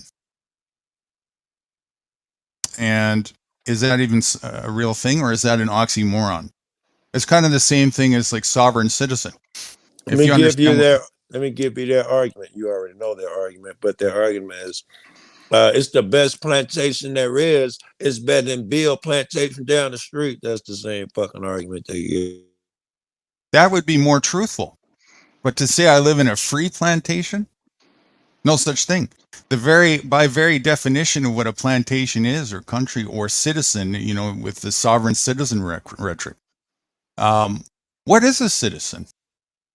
If you look at what it is fundamentally, not what the elaborated psychosis definition makes you want to think it is, a proud member of society or whatever. No, what it truly is property of the state. That's what that means. So if you go around chanting, say, I'm a proud citizen, or I'm a citizen of this, you don't know what you're saying. You're saying you're proud property of the state. Congratulations. And you consent to that. I'm a free citizen, really. So I'm a free slave. I thought it was just you saying I signed a willing contract with you guys to follow your rules. I didn't know the property part came into play. I guess I do know it. Not directly. Right. Well, if you look at it, if you're signing yourself to follow somebody else's rules, you're agreeing to be their property, are you not? Looks like it. That's what I'm talking about. If you just look at it in its raw, basic form, right? You're agreeing to have a ruler. Rules, key word. And by your consent. So, okay, I'm a free citizen. Well, you're free to be one or not. But if you're going to choose to be one, you decided to sacrifice your freedom. There's no such thing as a free citizen.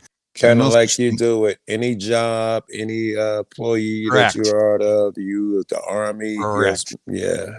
You go on a job, can you just go sit down whenever you feel like, eat lunch whenever you feel like, go to the bathroom whenever, well, depending on the job, I guess it'd be pretty crude for them to not even let you go to the bathroom when you need to, but probably some that are like that. But you can't just, sit down and say, have a break whenever you feel like, or decide to go home, I mean, you got to really push the envelope to have any of those things, but you're there by your agreement to operate under certain terms, perhaps wear a uniform, speak in a certain mannerism, so that you impress the customers and so on and so forth. Absolutely, this is a great example of where you have chosen to give up your liberty for some sort of thing in return. Same thing with a citizen. And while you are operating as an employee in a job, for that time that you agree to do so, you are property of your employer rather. They get to tell you the parameters. Now you can negotiate those if you want, and make something that is dope, but the fact will not change, right? right. The fact will not change, and that's also something that people don't realize in the corporate world and the political statism world. They totally give up their ability to negotiate on their terms. So, well, I'm a citizen based on the terms that my ruler decides to lay out for me, and I'm just going to accept that and bend over and take it up the ass. Exactly. No questions asked. And we specialize in learning their terms and playing by their rules. We pride ourselves in it. Yeah. Oh, your law number 17, so and so says that.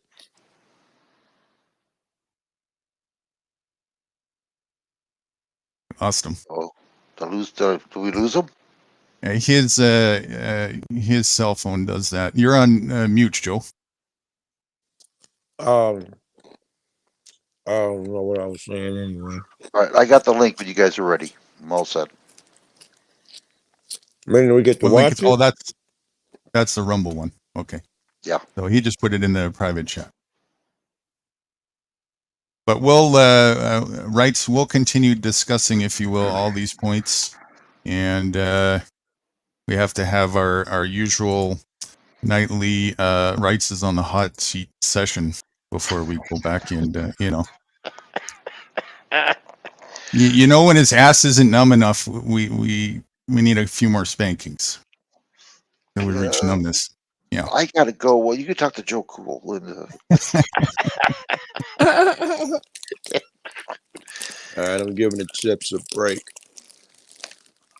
Okay, so yeah, to sum it up on that one, very important to understand, a country is just a synonym for plantation. And a plantation, broken into two words, is a planned nation. That's all that is. Oh my goodness. Wow. Right? Why'd you have to do that, bro? Did I pierce your pride?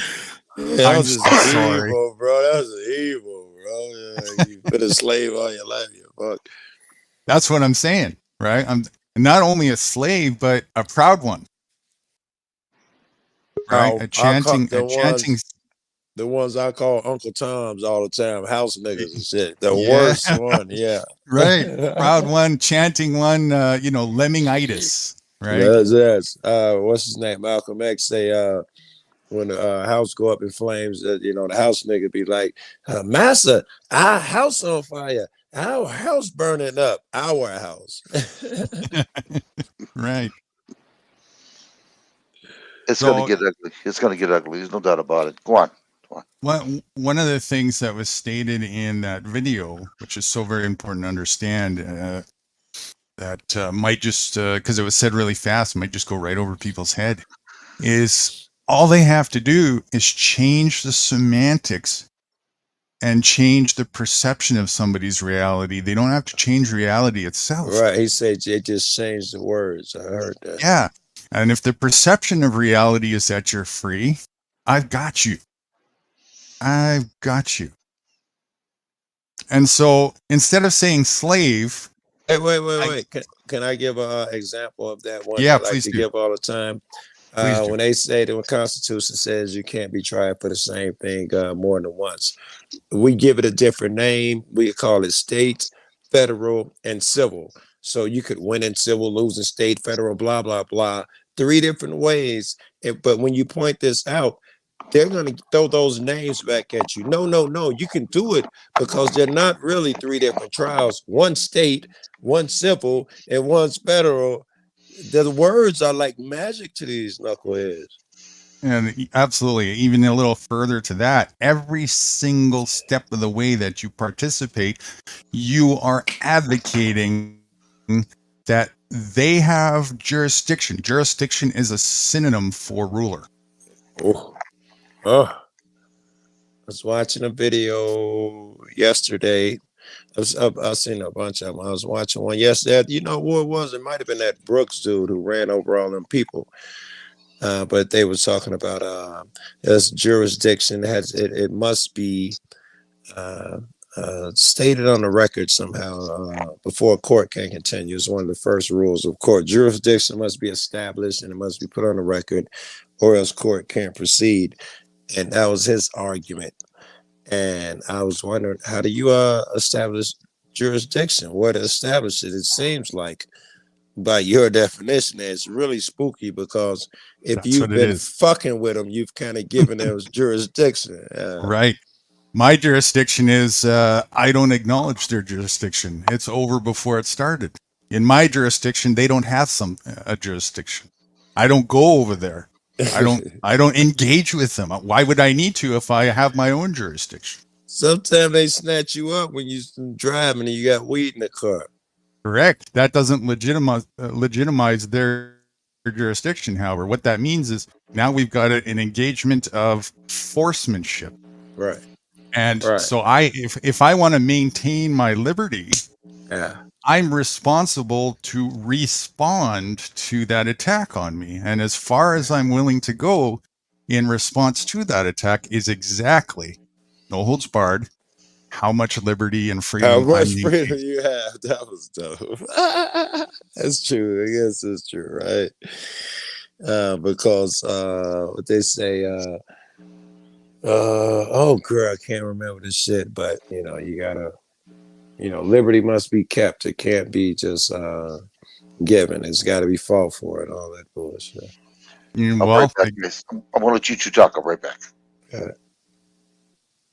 Yeah.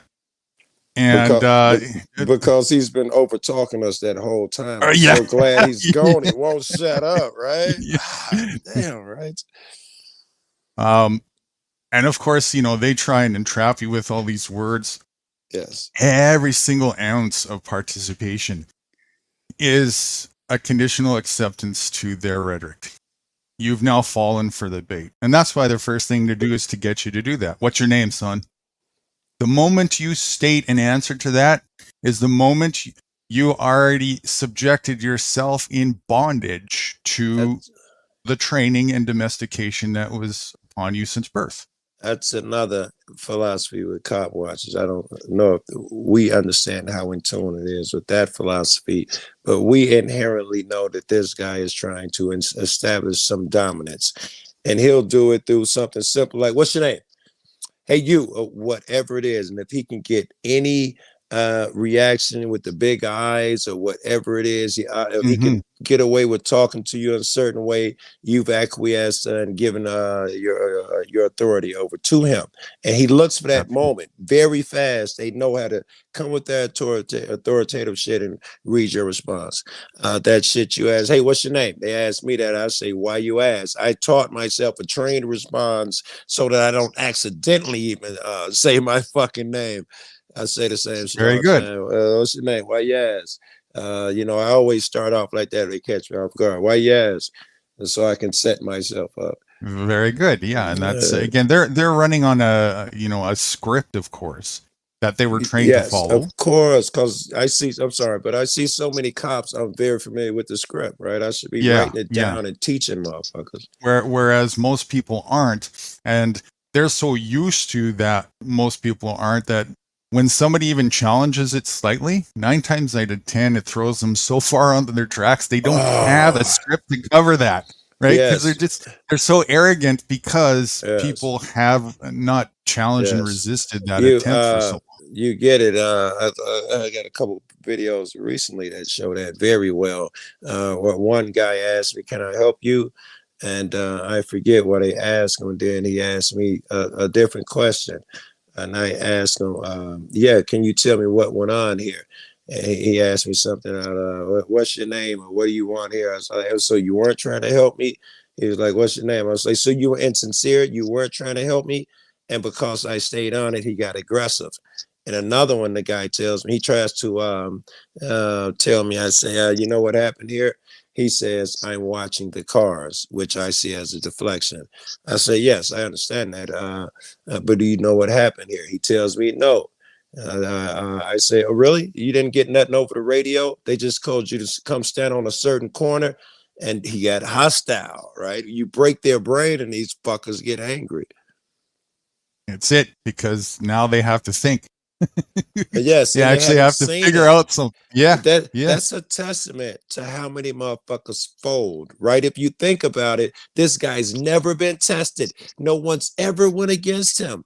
His shit has worked so long that you can break his brain by some simple logic. It shows that they have not been tested like they should, bro. They should be tested every day, all day. Well, it won't matter anyways. What it really shows is that their foundation is weak. And the reason why They're it's very weak, good, very good. the reason why it's weak is because its legs standing on something that's superficial. That's why it's weak. It's an imaginary construct that they have to go to great lengths to personify and portray. Are they aware of that, and to what degree? The average cop.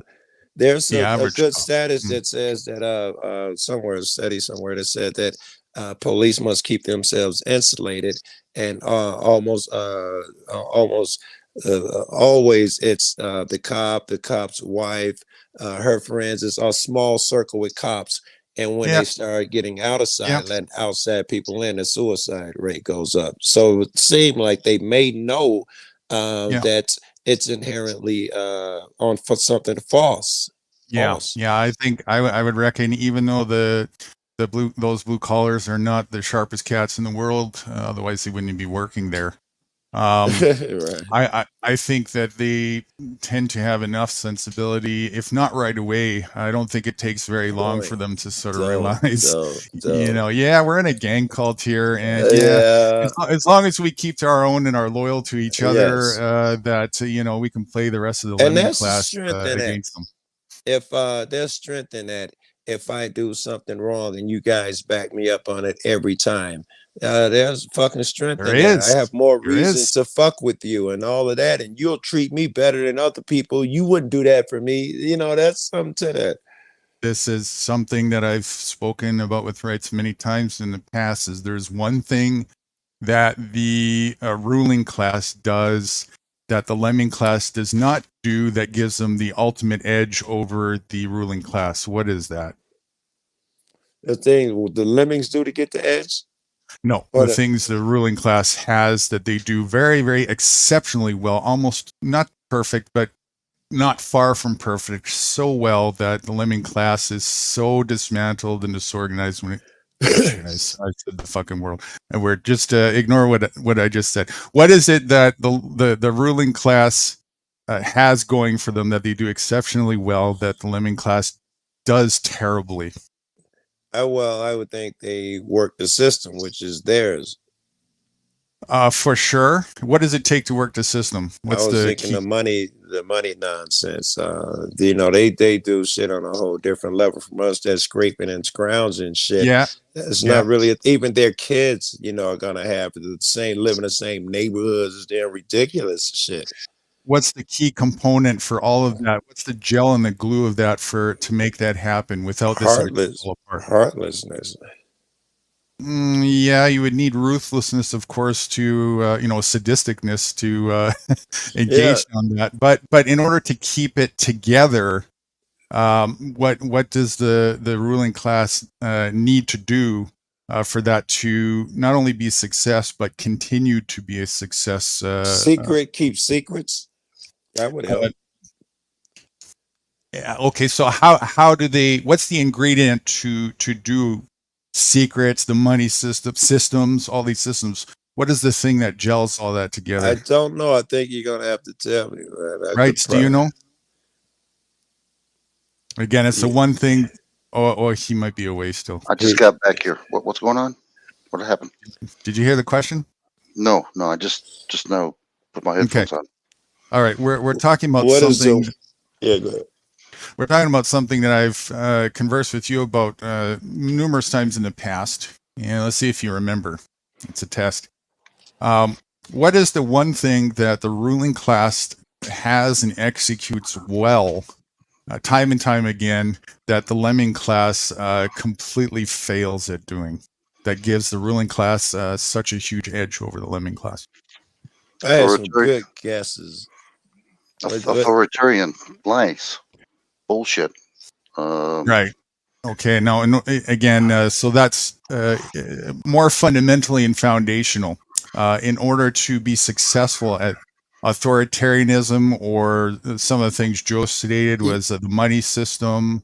Yeah, you have to be merciless. That would help. Yeah, Ruthlessness, sadistic. Yeah. And in order to be successful at all that, especially for the amount of time that they have, there's one key ingredient that the ruling class has going for them that is what oversees and supersedes the lemming class. Rulers. Foundationally and fundamentally. Really? Even more foundational than rulership. What is the key ingredient for rulership to be successful? You got to believe that nonsense. Domination. What's the key ingredient for domination to be successful? I'm an idiot. Firepower. In order for that to be successful, you even more fundamentally, you need this. Okay, let me give you a hint. Laws. In order for laws to be implemented successfully, what do you need the key ingredient for this? All you need is that hammer, right? I would have thought all you need is that hammer and a psychopath or a narcissist, and you're on the way.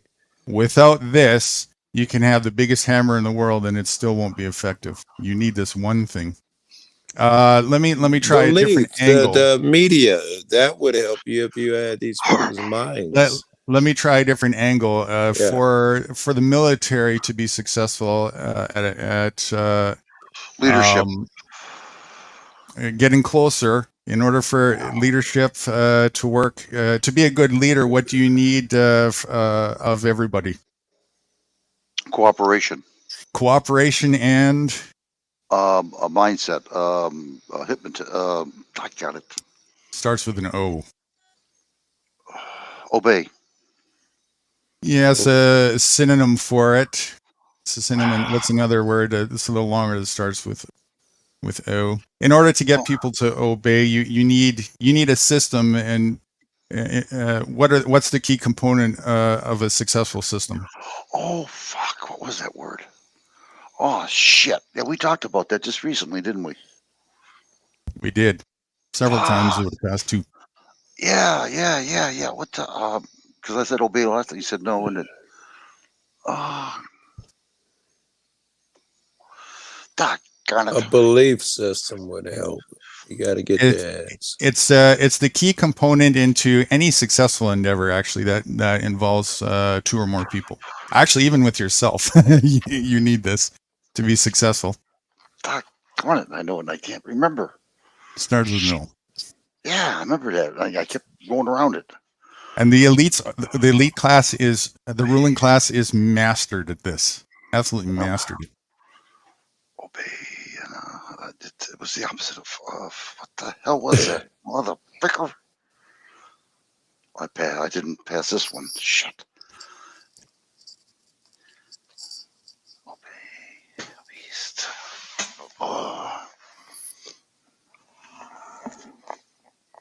Abide.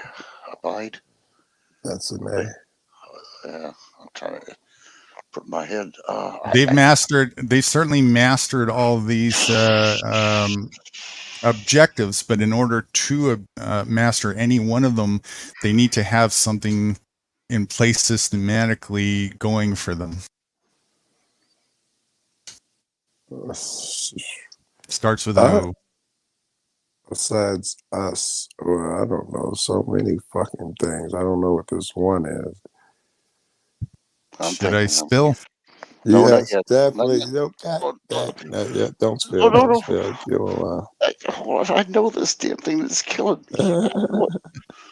Damn it! Yeah, because you're kidding me. I just. You had half of it, the cooperation, and it's very much in parallel with cooperation. Obedience? Well, he No. said obey. Yeah, he said obey. Right. Without this, cooperation will fail. Damn. All right, I give up. I can't think of it. I'm trying my best. I'm gonna kick myself in the ass. Organization. Okay. Oh yeah. Simple. They're absolutely, almost flawlessly masters at organization. The lemming class. How organized is a lemming class? Well, I just left a panel which would show them what I did. Right. Oh, say that again, Joe. I just left the panel say we were not that organized. Yeah.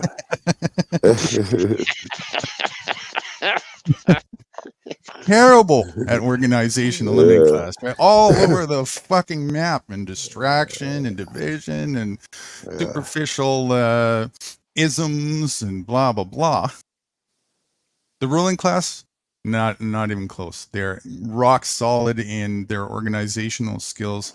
That they just blow the lemming class out of the water. That's where the rubber meets the road, time and time again. You know what amazes me? I mean, seriously, what amazes me, like when Joe Pye gets out there, he's got everybody watching him. I got something to tell people. You got something to tell people the truth that's going to come up, and they don't even listen. You know what I mean? These messages, though, it doesn't surprise me. These messages have been crafted because in a certain way because those ways are effective. It's so this. if you go ahead. Pop culture. That's what this is. What you're talking about right now. Oh, I'm zooming in and see what you got here. That's why it's so effective. Oh, okay. Free country, disobedience. Hold on. This that I highlighted right here. Am I on the I screen? see it now. I'm on Charles reading the rest of it. Matter of fact, I was a sentence after that. Come live on my plantation versus come work. Oh, am I reading ahead? Should I not be reading? All of these are the points that we're going to go over that I made. All right, I'm gonna stop. Okay, this pop one culture. This one highlighted. That's what you're addressing right now. Yes, which I forgot when it's something like I don't know the message we're getting. I don't forget what I was going on. That's what pop culture really stands for. And culture, it's important to understand what culture is. The first four letters of the word culture is cult. And that's what this whole plantation life really is. You're living on a cult. And when you have all this right wing, left wing rhetoric and so on and so forth, just like, in music and all the other themes that go along with culture, pop just stands for popular. And so people are hypnotized in this trance state to shout and cheer and chant for this culture, right? Which is exactly what you're talking about right now. Winger rhetoric. Winger rhetoric. Right. Right wing, left wing. Yeah. Who wants to be a fucking winger? Also, I was thinking of this shit.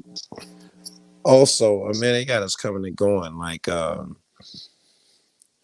mean, everything. I can name off a bunch of shit, but you start with the music you listen to, and I'm speaking of generalities. Of course, there may be something you can argue.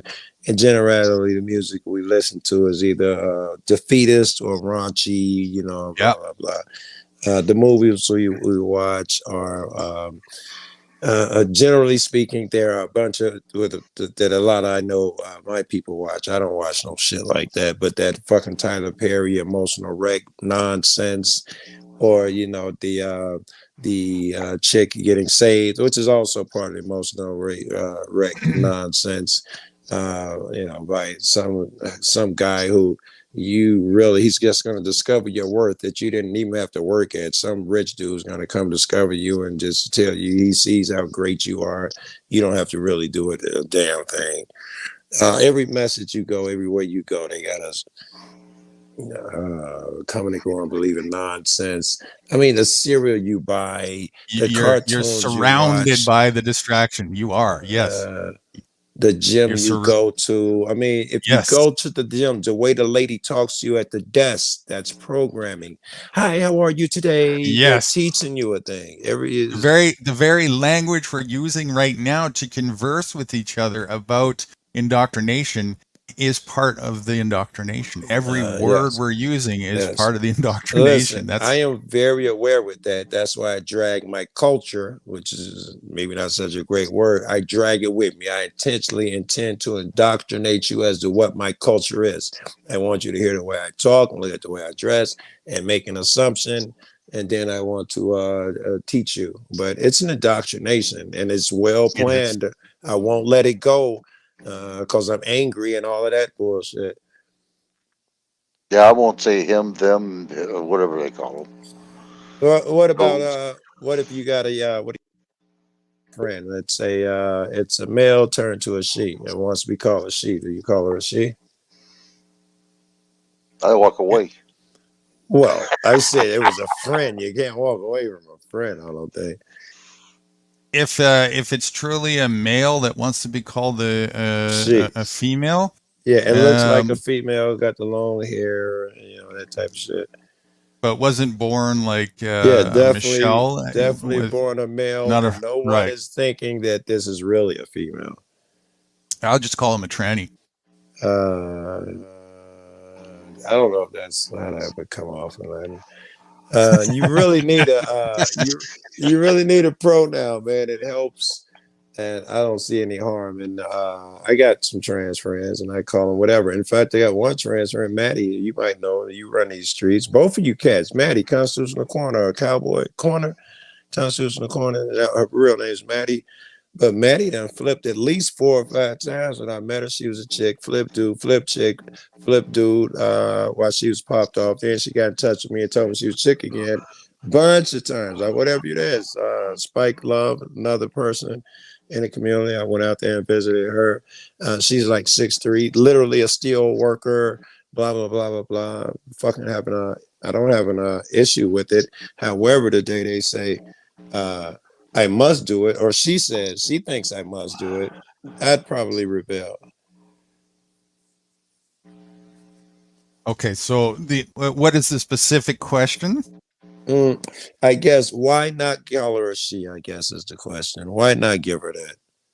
I think I'll answer it by pointing to these other notes at the end here, which kind of covers that.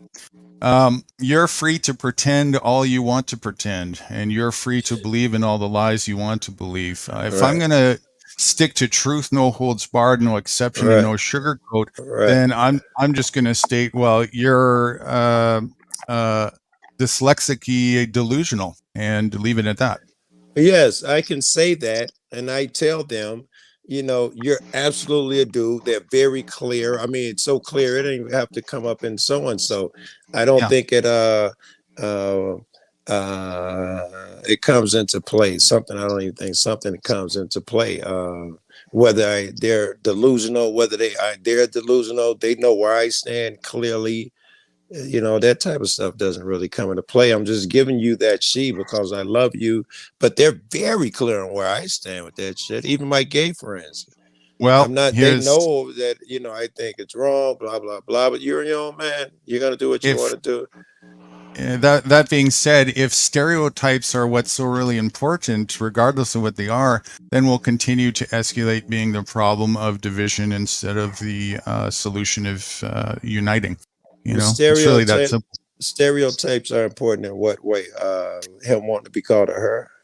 Yeah, exactly. Right. If it's so important that somebody's insecure and needs to, be adamant, that's all wokeism, right? That's all just, a different degree of wokeism. Yeah, which is foundationed on stereotypism, which this is exactly what elitism is foundationed on, which again, it always leads to division and violence in the end. I don't know that that's the case, right? Like if I see a couple guys and I tell I'm with you or most of my friends, they're adult enough, where I can say, it's the white dude so and so, and it's just a descriptor. And then it's the other guy who and his hurtness, like you say, wokeism that leads into all the bullshit that why he had to be white or why can't you call him a different name? I shouldn't have to. I gave it a script. You know, the object was to communicate. Calm your goofy ass down. It worked. You knew exactly what I was talking about. That's all that you need. Here's how much it matters. Go tell that to a cat. To a cat. It only matters as much as the distracted makes it matter. Yeah, it's the cat on the other side that you're talking to. Yeah. That's it. It doesn't matter for anything except if you want to be a subject to division and elitism, then it matters a lot. And at some point, when you keep running into the arms of the domesticated views, you're not a victim anymore. I would disagree with that. It was still in the trans instance. They know that I'm not giving consent, and even better, it becomes amplified that you're not giving consent to the philosophy. Every day I'm around that person, no one thinks that I believe that this is really a chick. And it's gonna amplify that. As she's alone, she don't get that shit. If I'm there, other people see that this nigga don't buy into that philosophy. You don't have to either. No dispute, absolutely. And when I said you, I was speaking you as in everybody in general. Absolutely. Yeah, and that was on me too. In my head, I hadn't totally left that. So pretty much what you said might have led back there. It might not have been your fault, really. Yeah, but no, that's absolutely correct. And again, it's all just a distractionary pop culture. Wokeism is pop culture, All right, let me give. I know we're doing the point by points, but let me give a thing here. I might need some help, some advice. Right, I'm willing to take some from you too. I'm really getting at that point where I'm starting to scare myself. I'm starting to assume everybody's either dumb or evil. Right? I'm like, you can't fall for CNN no more. You're too old. It's not really a thing. Either you're evil or dumb. And you're I starting feel to come bad. to reality terms, and it's freaking you out. Welcome to the club, Joe. You're getting there. I feel evil as fuck with that thought, bro. I mean, like, this guy, he's definitely an evil dude. Otherwise, no one's that dumb. No one who could tie his own tie, is so stupid as to believe this shit that you're saying and not see the slant that you're putting on there. Wait till you start getting a little further and start realizing that those nightmares you had as a kid watching those zombie movies were that's the reality, actually. With all of my friends and shit, yeah. Proud of you, Joe. Friends, your family, everybody around you, they're all vampires and zombies. More literally than metaphoric. Does that hold to different extents, right? Because I could see how people could put some really good criticisms, especially a cat like you, or maybe even Paul or somebody. I still got the debit card, and I still pay all my car notes and blah blah blah, and all that nonsense. Someone could say I'm a zombie, and they'd have an argument. Okay, elaborate on why they would say that then. Well, I thought The Walking Dead, I'm part of the system like the rest of these motherfuckers. I claim I know the shit that come out of my mouth sounds good, but motherfucker, you still in the system. The first step to being awake is to know you're asleep. Right. So therefore, I can't be a zombie if I'm running my mouth like this, is what you're saying. As much of a zombie at the very least. The second step to being awake is when you start to take steps to remove yourself to those things that you were attached to while you were zombie. Yeah. Well, I've been you weren't aware. Yeah, I've been at that shit for a long time. In fact, I've had this debit card for a while, and it crushed me. I went for a long time riding around and shit without it. And I was always finding myself in some state late nights, and the hotels, most of them only took a credit card, debit card. They wouldn't even take cash. It's amazing how many hotels, how hard it was. I was getting very lucky just to find one after searching a whole bunch of them. And I gave in and was like, my life would be so much easier. You'd had 2 more hours of sleep that night had you just had a fucking credit card. It kills me. I got one. I Yeah. feel like I'm the double. That's the start of CBDC. That's the start of it right there. Agreed. Listen carefully to what I'm about to say. It's very important to understand this. Projectionism is one of the most, if not the most, powerful religions. Projectionism. Yes. Could you explain a little more? Yeah, go deeper. When you're asleep and in a trance, first problem with the conundrum of it is you don't know you are. That's the conundrum of hypnosis. How do you know you're in a hypnotic state when you're not, when you are, and you can't see? Right. And one of the most predominant forms of staying in that state of trance and hypnosis is to be trained and conditioned to project outwards that which is the state that you're currently in without your awareness. Can you give me an example? Let's say without my awareness, my thoughts are filled with nonsense about fucking the Bulls or whatever. Is that what it is? Those sure. A good example is those people that say, I believe and trust in science, but not religion. Well, the very act of believing and trusting is religion, not science. Okay. So you're projecting that outwards. And so those people that you were saying earlier that you would engage with that would give you a disgruntled time with the rhetoric and wouldn't see that to when I said that the first step towards being awake is when you realize that you're asleep. They would give you those that give you that resistance because they are projecting themselves onto you. Okay. All right. The only proper rational response with projectionism is reflectionism. What? Give them the same energy or show them themselves? What? Stand in truth. Yes. Tell them, hey, you're a projection queen. Congratulations. Right? You just hold a mirror. Better yet, say, here's the mirror, look at yourself and walk away. That's what I do. Because until they want to look at themselves and realize, oh shit, I'm not being honest and truthful, the conversation again was over before it started. I specialize in that shit, maybe not as direct as you, which I'm really good at direct. You know, most people say I'm over direct.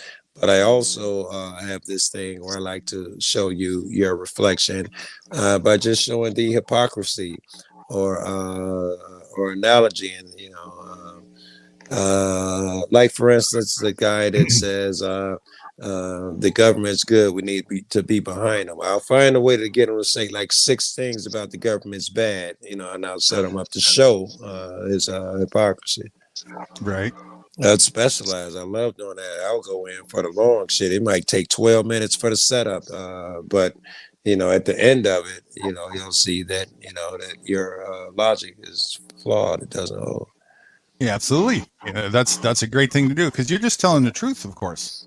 And then it's up to the individual to they're either objective and can take a look at that and put themselves into that place objectively and saying, I resonate with this, yes, or I just thought insecure. I'm doing exactly what the little short movie that we saw there did. They gave an analogy to make a point. That's exactly what I'm saying I do, and I said I specialize in. I give a long ass story and go a long about way to try to show the hypocrisy or whatever, like the story just did. Hey guys, I think I'm abandoning you, man. I'm getting sleepy up here. Getting sleepy? All right. All right. It was nice rap with you guys. I'm glad you came up. Thank you. Oh yeah, of course, man. Guru texted me, and whenever you catch, you should text me, man. Whenever you catch her over here. For sure. When you have a rest, I would recommend that you catch the next portion that we'll talk about because we're Right, going right, into some more further deep stuff. right. And All right. Headphones in. I'm gonna bail off, but I'll keep the headphones in. I'll be hearing it till I pass out anyway. for Oh, sure. damn, we can't And talk bad about him. if you want to make speak for yourself, right? So, Um,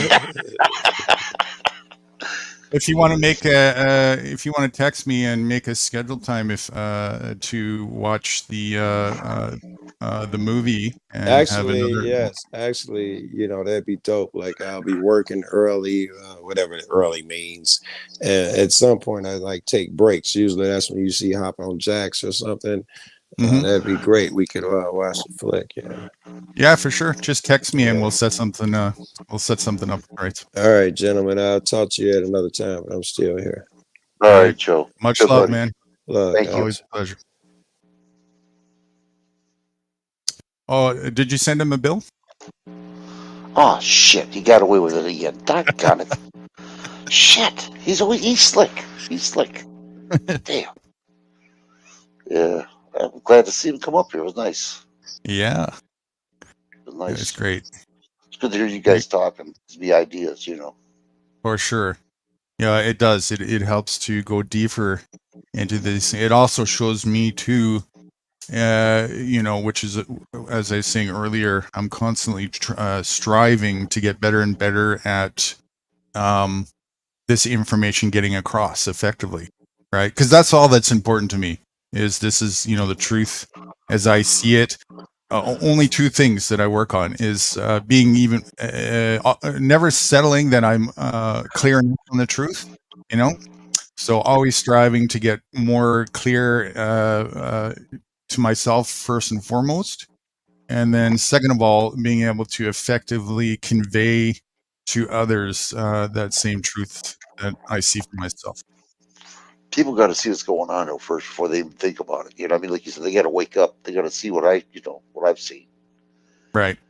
I knew something was wrong, like I said before, but you're the one who woke me up on it. I knew it. I just couldn't figure it out. And when you woke me up, I Correction. went, wow. Correction. You woke you up. I just tapped you on the shoulder and said, "Hey, if you want to wake up here." I just presented the information, but really it's important to understand that, right? You did the legwork.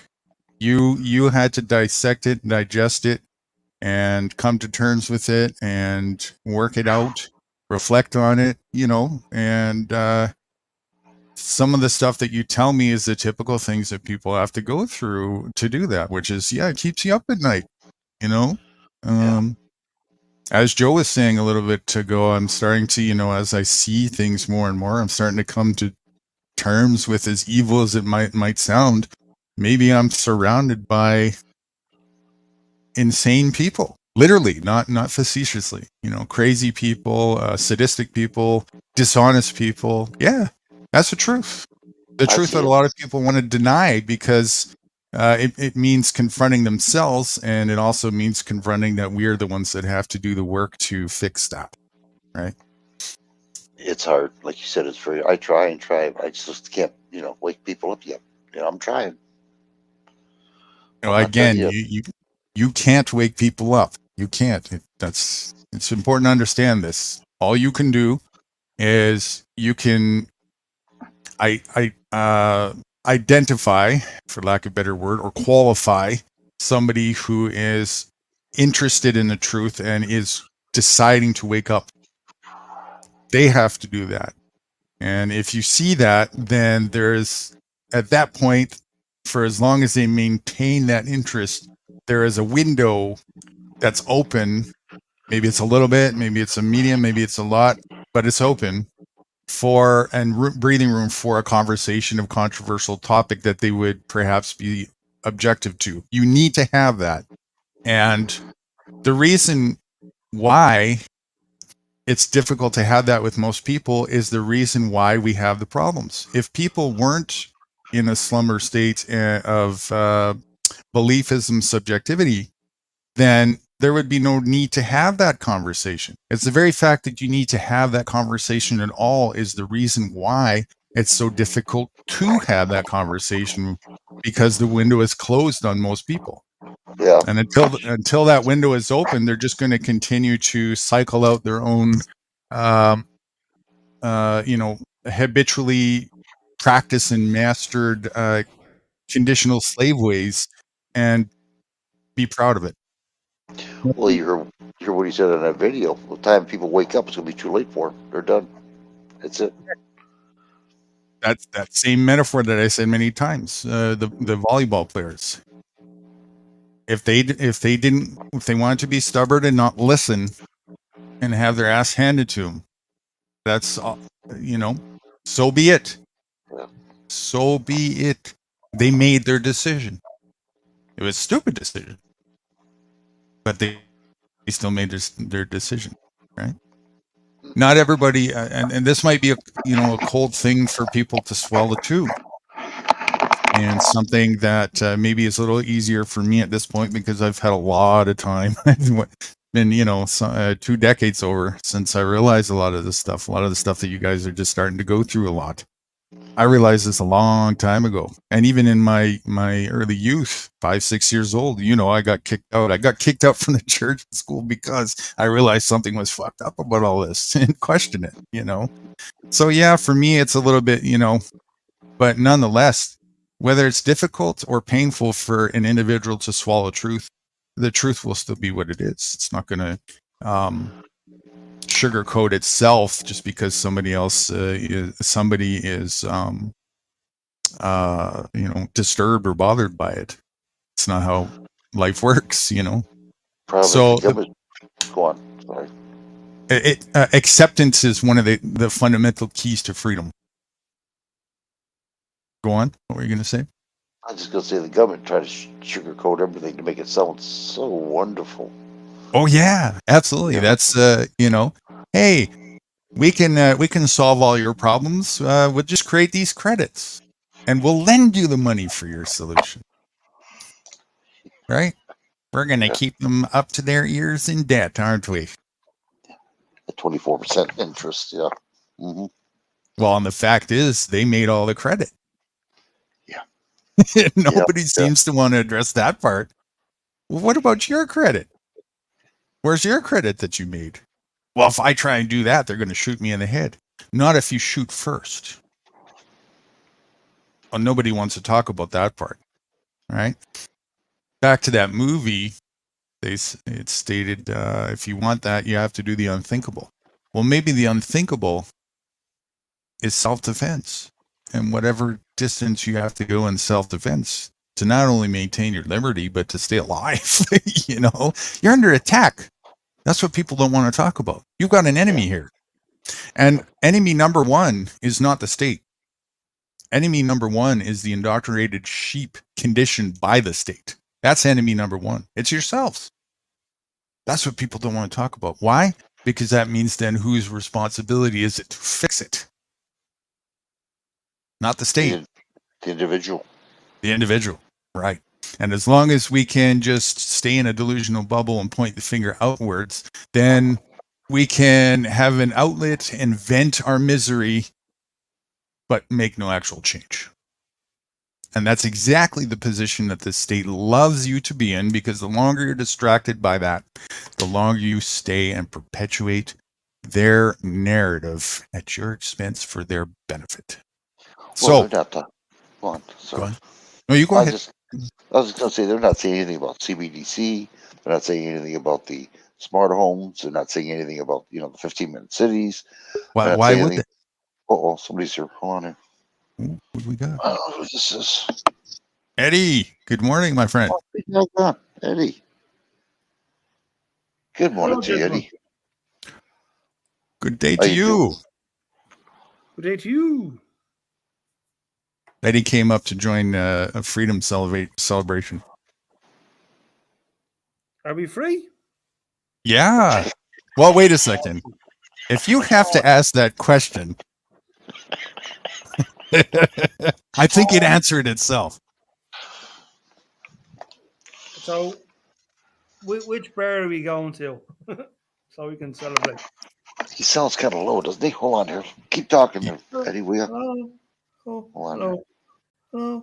Hello. Where's it at Hello. here? Hello. Hello. Whoa! Holy shit! That was loud. Yeah. I didn't say you're afraid to blow my eardrums out. Well, you are, I guess. But, you know. Okay, that's better. I think it's fixed.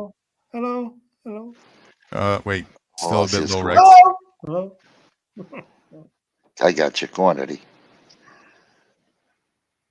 What's happening, Eddie? I'll take a quick pause, catch my breath while we have a greetings. Greetings and salutations. Yeah. As loud as I can get it. Yep. There we go. And now back to our scheduled program.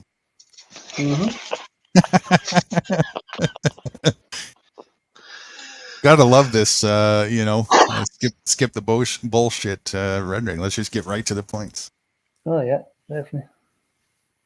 Okay, so what we were just talking about last, right, is the perfect prelude to the next point on my list here, which is something that really came to light very extremely clearly after reflecting the next morning on the Plantation movie. If I were to ask you, what is the blood of slavery, or what is the blood of, no, let me put it this way. Many people have this idea of what the root of all evil is. If normally, what do you hear when people say or are asked, what is the root of all evil? What do they usually say? The devil. That's what they usually say? Yeah, the devil. Yeah. Root of all evil. Yeah, money. Yeah, he's going down to Georgia. And money. What? Money. There we go. Money. Money is the root of all evil, right? Money. Or the love of money is the root of all evil. And the reason why they typically say that, of course, is because, you know, they can see that it gets people to do these crazy things to each other and superficial things and so on and so forth. And while that's totally correct, there's levels further foundationally behind that. That's why people do those things, because it's foundationed on slavery and so on and so forth. If you understand how the capitalism monetary system works, then you would certainly realize very quickly that that would be a more root of evil in itself, because it's so distractionary. But even further than all that, I reckon that there is something far more powerful than money as a tool being the root of all evil.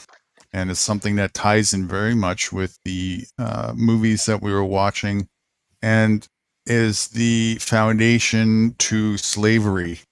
Without this, there is no slavery. What would it be? AI.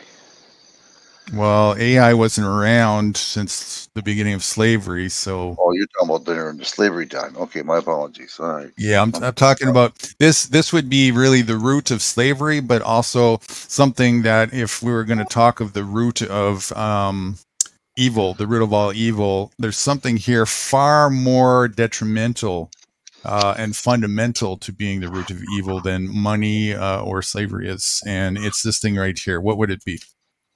Greed.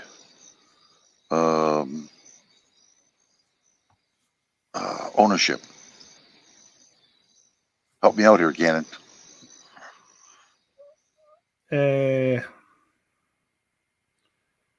What are we talking about again? Good morning, Eddie. Welcome. Glad to have you with us. It's 10 past 7 in the morning. I just woke up. Sorry, guys. He's like half waking up. He's still got the covers over him. Yeah. He's been listening to this freedom talk too long.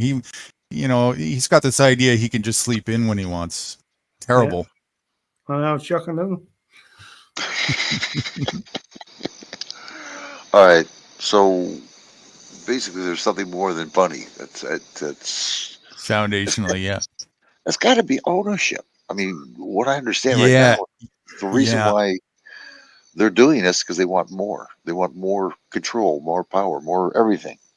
You are getting closer, but you're going to have to go deeper than this. And without this ingredient, ownership would not be a thing. What is it?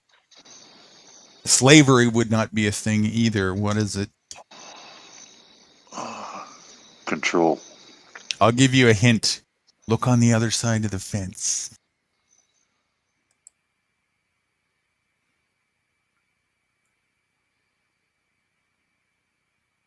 Did we lose you? Yeah, you did. I'm actually looking on the other side of the fence. Trying to look at you again. Doggies? He went to his window. Yeah. Is it the doggies? The what? The doggies? The doggies. No, the doggies are not the root of ownership and slavery. Although, actually, what the doggies do is very much a part of what I'm getting at here. So what do the doggies do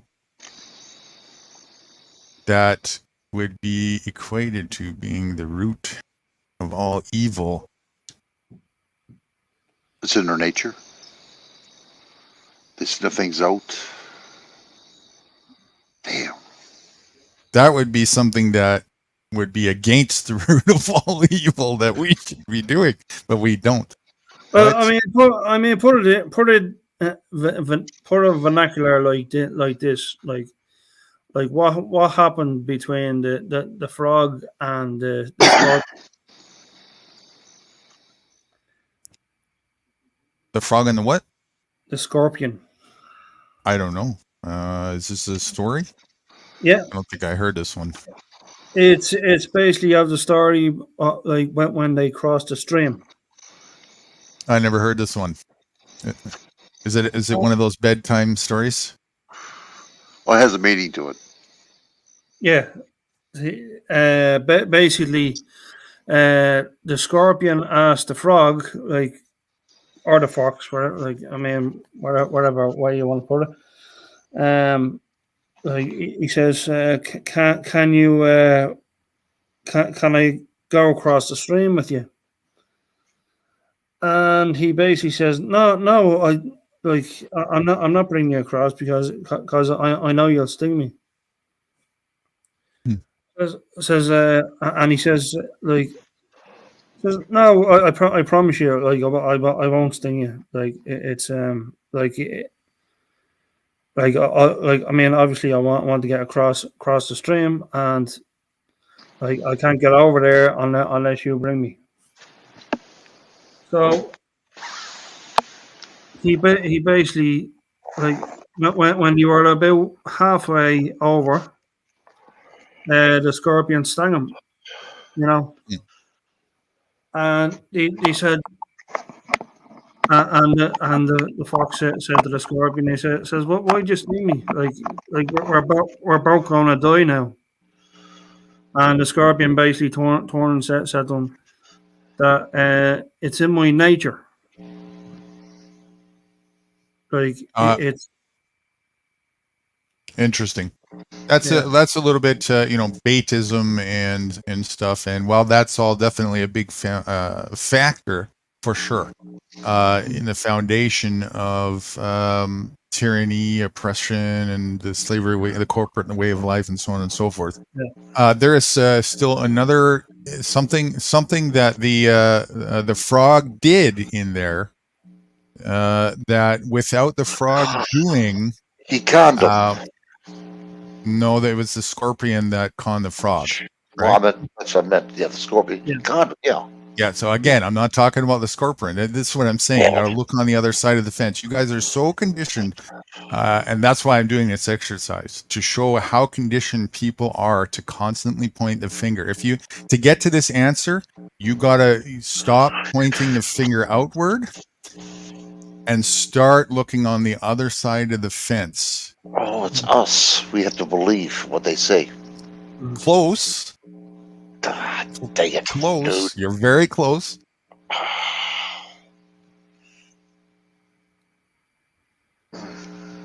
We're hypnotized. We are obedient. Obedient. The root of all evil is obedience.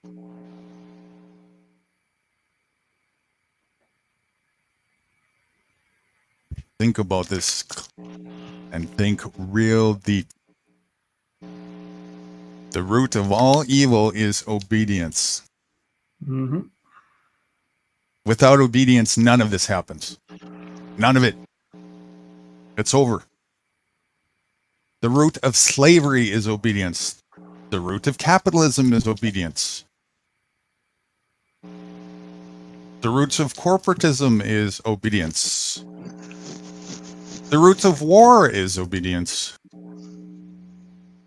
The roots of tyranny is obedience. The roots of oppression is obedience. The roots of violence is obedience.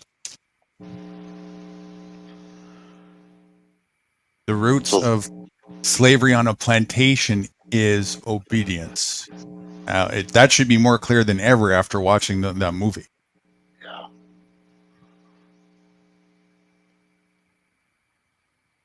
So that's exactly what's going on with the people around the world today. They're obedient to their masters. Correct. And obedient to all the distractionary narrative that is given to the lemming class right from birth. When you go to school, you learn how to be a good obedient slave without question. And to continue to make that happen without question, they agree and obey to the distractionary measures. Oh, well, my plantation is more free than that one over there. And so to keep our minuscule amount of better freedom, we're going to make sure we protect and defend that and obey our rulers and go to war with that one over there to make sure that they don't come over here and trample on our privileges.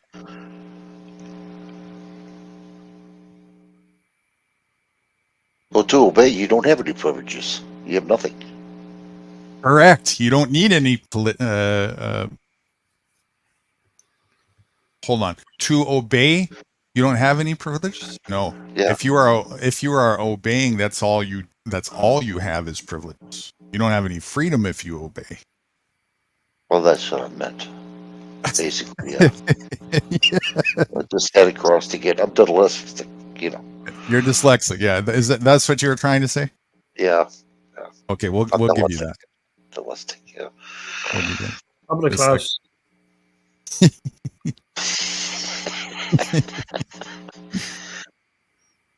So cool comes back or takes off, and now I got to get it. I'm getting on me. I don't know. I can't win.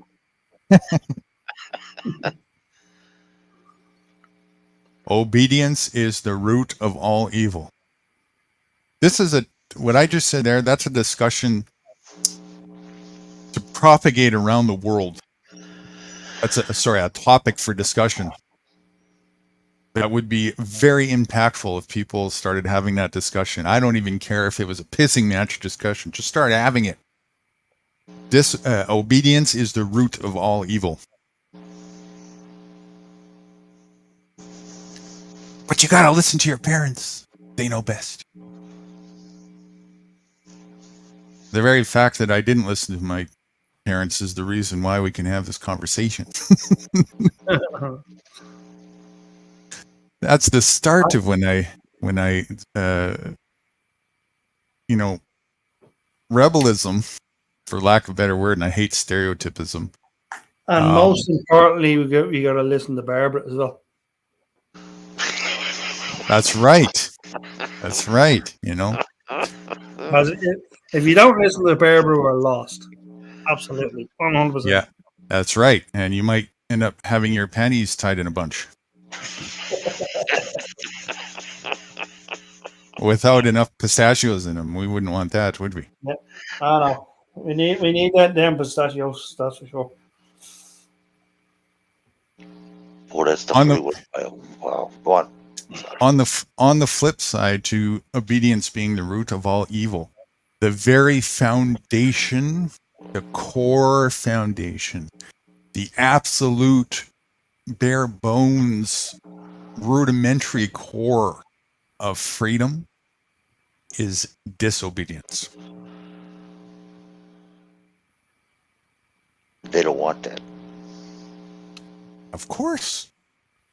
That's what they're scared shitless of. That's why I said this is a topic of discussion that is worth reckoning to propagate around the world and fast. Can you explain people how they can be disobedient and get away from government? Stop being afraid to do so. The only thing that keeps people in obedient peril is what? What is the reason why people are obedient? Fear. Fear. You have two parts of your nature in life. Two parts. Everybody has the same. Fear and courage. Whatever you practice in life, you will get very good at. Choose what you practice wisely.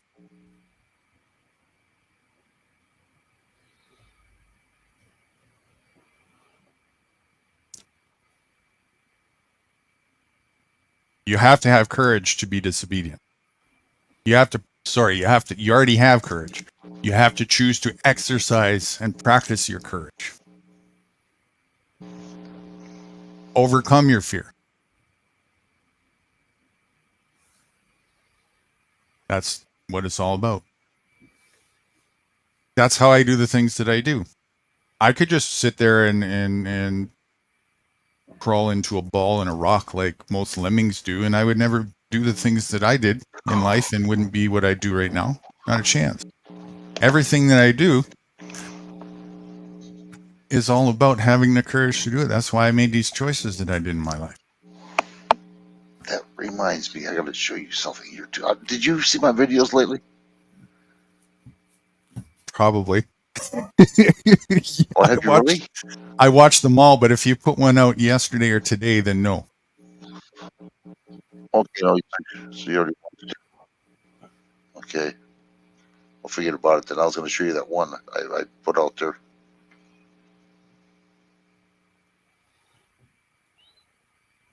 That question you just asked is probably the most fundamental question that you can ask, that anybody can ask, to start the ball rolling into making a change and coming out of slavery. It's all about courage. It's the very reason why people, and you'll hear it all the time when I talk about things. Oh, we could never do that. Look what's going to happen. They're going to throw me in a cage. Fear, fear, fear, fear, fear, fear, fear, fear, fear, fear, fear. What about this? What about that? What about this? What about that? Fear, fear, fear, fear, fear, fear. Yeah, but what about this? What if this happens? Courage. Courage. But if you just sit there and you have this know-it-all attitude, well, they're just going to do this, then everything's going to stay the same, isn't it? Well, here's the thing, right? I'm gonna put this question to you. What is your greatest fear?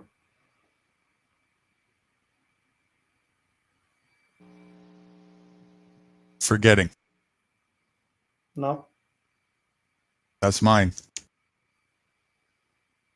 Forgetting that I can choose between fear and courage. Forgetting that I have a choice. I wouldn't call it a fear. That would be my biggest concern. I will go to whatever lengths I need to make sure that don't happen.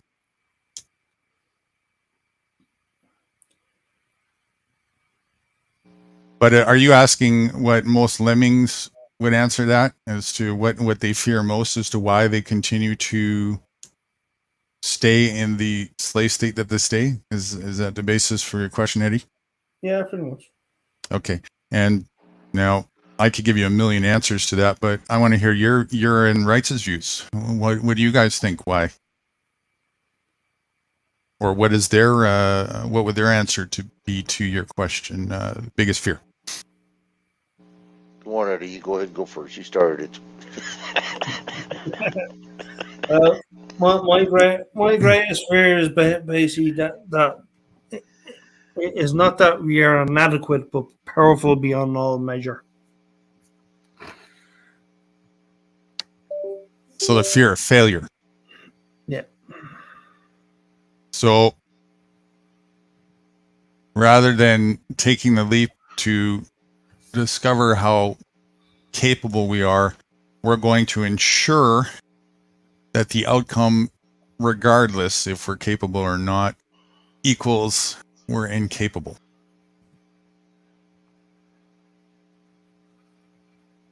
We become incapable because we choose to stay stagnant in case we might not be capable, in case we're a failure. That correct me if I'm wrong, and I reckon I concur, Eddie. That's definitely the mindset of most lemming class. Absolutely, for sure. Now, correct me if I'm wrong. Is that not failure itself?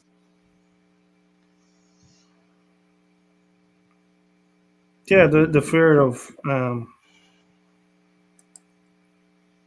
feeling inadequate. More so, allowing the fear to make your decision to freeze and not make any emotions because of that. Because courage is the opposite. Courage is not the absence of fear. Courage is the state to overcome the fear and realize the potential and move forward in spite of the fear. That's what courage is. And I reckon that regardless of the outcome, that's success.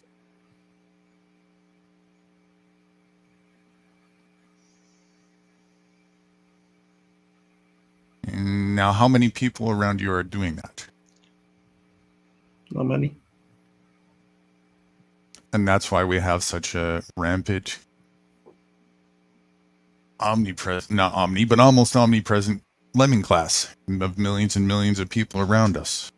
Complacency, obedience, because of that fear. Because of the fear of failure, the fear of rejection, the fear of what will my peers think of me if I tell the truth. I don't want them to think bad about me. Why? Because you're dependent on them. You're not taking an independent mindset and being self-reliant. You're dependent on a lemming class. That's terrible. That's what the elites are. The ruling class, they're in the most vulnerable situation. I would never want to be in their position. They're dependent on a lemming class for their thrival, for their well-being. How much of a sensitive, ice cracking foundation can you have in life to make your foundation based on a lemming class that is only held together by the level of fear you can propagate to them to avoid their disobedience. All it's going to take is one little crack. That's what I'm here to say. I'm here to shed light and encourage. And I agree 100%. It is our light, not our darkness that most frightens us. You're playing small does not serve the world. The which? Sorry, does not serve the world. You're playing small does not serve the world. Playing small. Can you elaborate on that? What does that mean? As in small little things, you know. Can you give an example? What's an example of playing small? Let's say, you know, the most meaningless. I mean, like the meaningless, the most meaningless task that you could possibly have, you know. Well, yeah, right. In other words, being engaged in frivolous, superficial, distractionary endeavors. Is that what you mean? Yeah.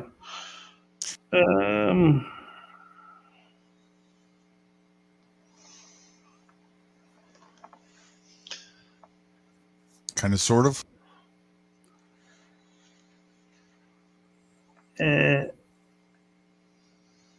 Well, I mean, the entire quote would be like, our deepest fear is not that we are inadequate, our deepest fear is that we are powerful beyond measure. It is our light, not our darkness, that most frightens us. We ask ourselves, who am I to be brilliant, gorgeous, handsome, talented, and fabulous? Oh, I see.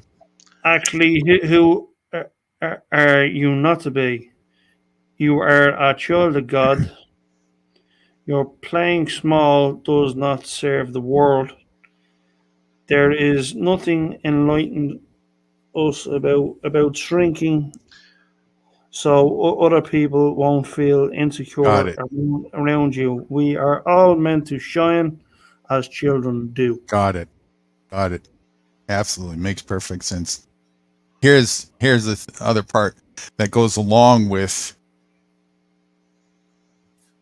being a light beacon or having courage. There is a very heavy consequence that goes along with that.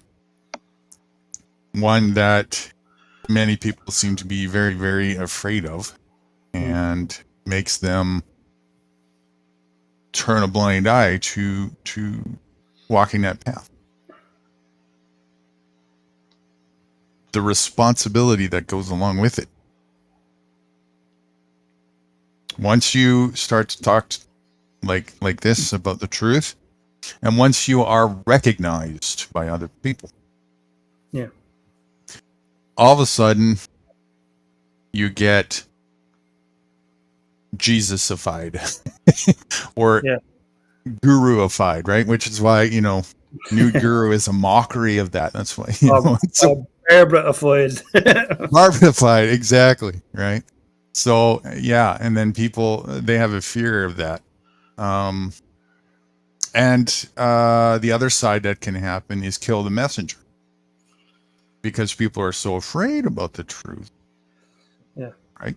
Just like in that movie that we watched, right? So what happened to what's his name for telling the truth?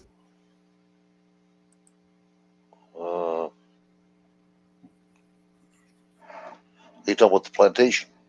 Yes. Yeah. The Yeah. movie. Well, yeah. What happened? Yeah, it did. I want to show you guys something here, just for a minute, please. I want you to see. Wait. I'm not letting you off the hot seat. That was a question. What Oh, was it? happened to? Yeah. What happened to? Yeah, I right. forget the character. You have to answer this as well. Where do you fucking think I'm going? I forget the name of the character, but the one that was basically the most rebellious. What happened to him when he was speaking as a messenger about the truth? What did they do to him? Well, he said that he'd rather lose his body than his soul. Right. Tell the truth. And he went and told the truth to everybody. Right. And then the master won. What did they do to him? They killed him. They killed him. Yep. Kill the messenger is real. Mm-hmm. And so a lot of people realize that, and they become afraid of this happening to them. And now, I'm not afraid of this, but I'm also not in denial about it. And that's the primary reason why Nude Guru can take all the clout for this information, pay no attention to the man behind the curtain. You have to be intelligent and wise if you're going to tell the truth like this. That's what that was talking about. It's a metaphoric for this scenario in real life here. That's another aspect of things. Well, I'm not going to say, I'm going to let you see this picture, then I'll explain this, or this video here, so other people can see it, and I'll explain this to them. This has a lot to do with me, trust me. When I seen this, I went, wow. And I got a lot of messages They said, that sounds like me too. I'm like, what the hell? So let me start this thing up and you tell me what you think, okay? All right. I got a lot of messages on this. Let's see. That also concluded my points. So thank you very much for letting me get those all in and documented. I had a itch to scratch ever since last one to do that. So I feel very accomplished in doing so. So I'm going to take myself off screen share. Well, I'm going to tell. Thank you, Eddie. No problem.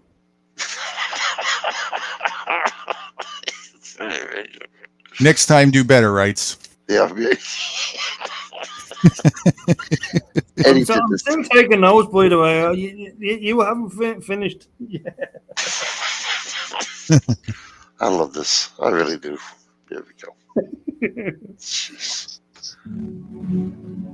Or if you come in with a pan, quick. When the higher power chooses you, it doesn't hand you a manual. It gives you clues, signs, and whispers. Don't dismiss signs as mere coincidences. Acknowledge them, delve into their depths, and you might discover their arrows pointing you toward your destiny. Here are the signs you are a chosen one. You're not fake. You're the kind of person who can't pretend to be something you're not. If something doesn't feel right to you, you'd rather leave the situation than fake your way through it. Being dishonest just isn't in your nature. It feels wrong to you. You also don't get along well with people who aren't genuine, whether they're focused only on material things, love to gossip, or are bullies. You just can't connect with them. You also have a kind of fake radar, a special sense for detecting when someone is being fake. This ability to spot insincerity from a distance is like a natural gift you have. It's one of the things that sets you apart as a chosen one. You're not just true to yourself, but you also have a knack for recognizing when others are, or aren't, being true as well. You thirst for more. You're not the kind of person who's happy just going through the motions of everyday life. While some people find comfort in regular routines, you always feel like there's something more, something bigger out there for you. The idea of just fitting in and doing what everyone else does feels like a trap you don't want to fall into. You understand that there's more to life than just a regular job and following society's rules. You're not held back by the limitations that seem to keep others stuck in one place. You know there's a big, amazing world out there to discover. A world that's far beyond just being average. Like the poet Robert Frost said, you're choosing to take the road less traveled. You're opting for a path that's different from what most people choose, and you know that this choice will shape your life in ways that are truly special. You're going through so much. Many are called, but only a few are chosen. The ones that are chosen are the strongest. They are tough and face the hardest battles. As a chosen one, your life is meant to be filled with challenges right from the beginning. These difficulties serve a purpose. They make you stronger and wiser. When you navigate through dark and hard times, you gain the skills and understanding to guide others who are going through their own struggles. Your experiences equip you to be a beacon for those who are lost or in pain. In a way, the hardships you endure can prevent many others from having to experience the same pain and heartache. By confronting and overcoming your challenges, you make the path easier for those who come after you. Each difficult moment in your life, every pain, every struggle, every test, and every challenge has a reason behind it. Nothing is wasted. These experiences are there to help you grow spiritually and to give you the wisdom you need to make the world a better place. Even when you're going through your own tough times, you somehow find the strength to help others with their struggles. You may not always realize it, but you're acting as a savior and healer for them. You're not just taking care of yourself, you're also a servant and a helper, making life better for the people around you. You quest for truth. Ever since you were young, you've been someone who really wants to know the truth. You're not afraid to question the way things are or challenge what everyone else believes. While other people might just go along with what they're told, You'd rather listen to your own heart and make your own way. You're always asking questions and looking for deeper meaning in life. You're driven by this deep curiosity to explore and understand the mysteries of existence. And you know that the real answers aren't always out there in the world. Often, they're inside you. Like the philosopher Socrates said, an unexamined life is not worth living. You really believe that. So you're on a quest, a journey to explore yourself and understand who you are. You're not just living life, you're really digging deep to understand it and yourself. You're a black sheep. Being the black sheep in your family is another clue that you're a chosen one. You've always felt different, like you don't really belong. You might even have wondered if you were adopted because of how unlike your family you are. When they all go one way, you go the other. Maybe your political beliefs are different, or you just see the world in a unique way that they don't understand. Feeling so different can sometimes make you feel lonely or cut off from your family. It's like you're marching to the beat of a different drum, and no one else hears the music you're playing. It can be hard, feeling like you're in a world of your own, while surrounded by people who should feel like home. But it's also a sign that you're meant for something different, something bigger than just fitting in with everyone else. You're a good person. Despite having been treated badly or taken advantage of in the past, you still choose to be kind and do good things for other people. That's because you have a really pure heart, and it's a big reason why you're a chosen one. You're the type who naturally wants to make people happy, sometimes even letting them take more from you than they should. It's not because you're weak, it's because you genuinely love to help. Helping others is just part of who you are. It's in your DNA. Some people might think they're taking advantage of you, but you allow it to happen because you're a natural giver. You feel most alive and most yourself when you're giving to others, even if you don't get much back in return. This giving nature of yours is a clear sign that you're someone special, someone chosen for a bigger purpose. You have an inner knowing. You can try to ignore it all you want, but deep down, you know you're chosen. It's like a gut feeling you can't shake, a fire in your soul that keeps telling you you're here for something big. You just know you're meant to make a difference in the world. You feel like an old soul, like you've been around longer than your years. The way things work on Earth, people bossing each other around, all the hate and fighting, it just doesn't make sense to you. Sometimes you even feel like you belong to a different place, somewhere far from here, and you find yourself missing that unknown home. The feeling is strong. You're not like everyone else, and you're not here just to go along with the flow. You're here to change things, to make the world better, and no matter how much you might try to deny it, that calling won't go away. People dislike you. Sometimes people just don't like you, even though you haven't done anything wrong.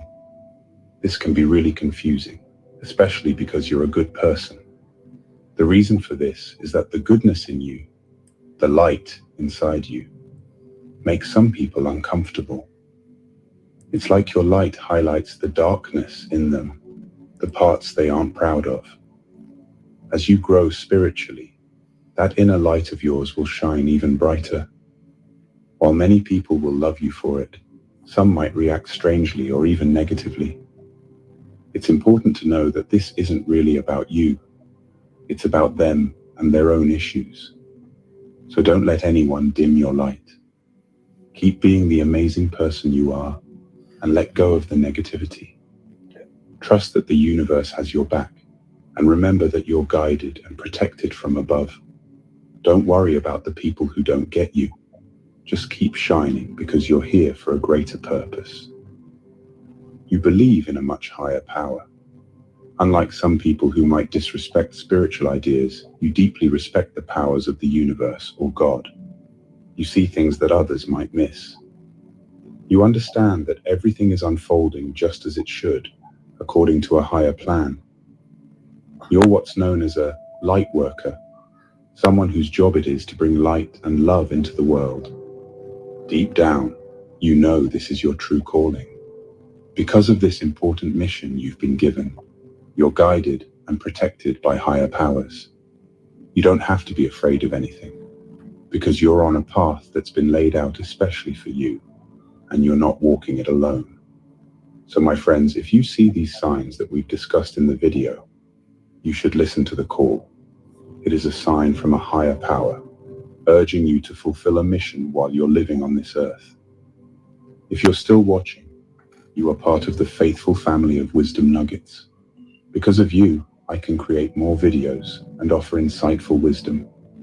Thank you for being a part of this family. I wish you a prosperous life. May you receive wonderful blessings today.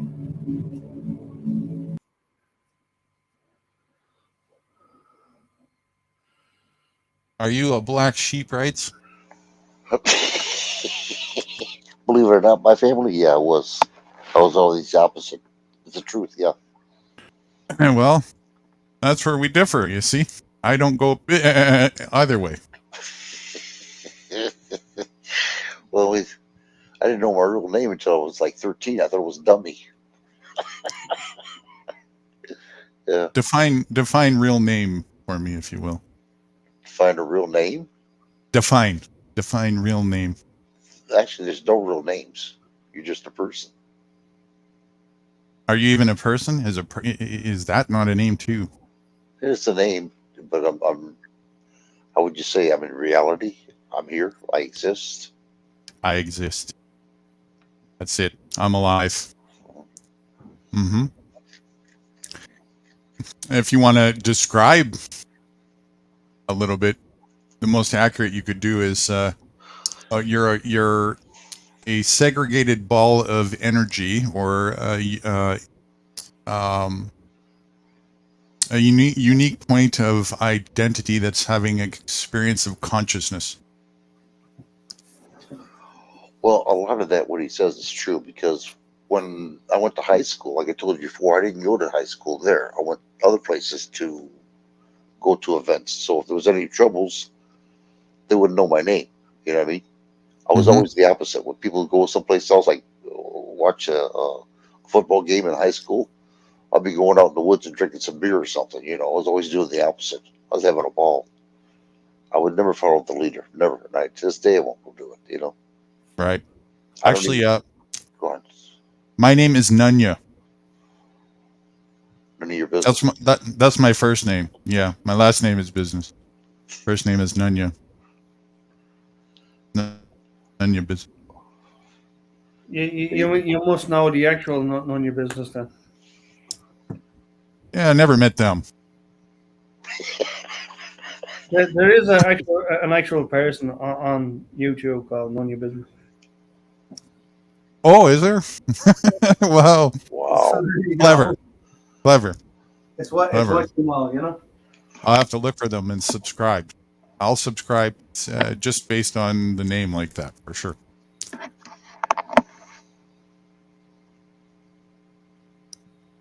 Brilliant. I got so many names. It's endless. Nameless. Go fuck yourself. I can't own one of those. Also right here. I got so many, I put myself on the spot. Can't even remember them all. There's another name called Not Sure as well. Not sure. Yeah. If you ask my parents, stupid head, my sister, retard, lots of names. Your sister, stupid head. Yeah. Nonconformist. I got called that a lot. Go figure. Mr. Unconformity. Oh, I feel so insulted. Yeah. If they only knew what you do, you know, where you're at, they would shit. They would love to have what you have right now. Excuse me for conforming to slavery. Not conforming to slavery, you know? Excuse me, forgive me for not choosing to be a slave. For fear, my fear is not to accomplish my mission, and that's to get the hell out of the government. That's my mission. That's my fear. I want to get out of this. Because I know the end result if I don't. You know what I mean? The primary place that happens is in the mind. Yeah. That's we were talking about that the other day. Yeah, we That's were. what it's all about. But you see what I had to go through just to get this far. Oh my God, I went through a lot of shit. Mm-hmm. Well, you know, again, as my reputation, I'll live up to there's no sugarcoating truth. The raw to bones layers of indoctrinative conditioning are the most thick and the hardest ones to peel. The ones closest to the actual truth are the ones where the most gel and glue is the most thick and caked.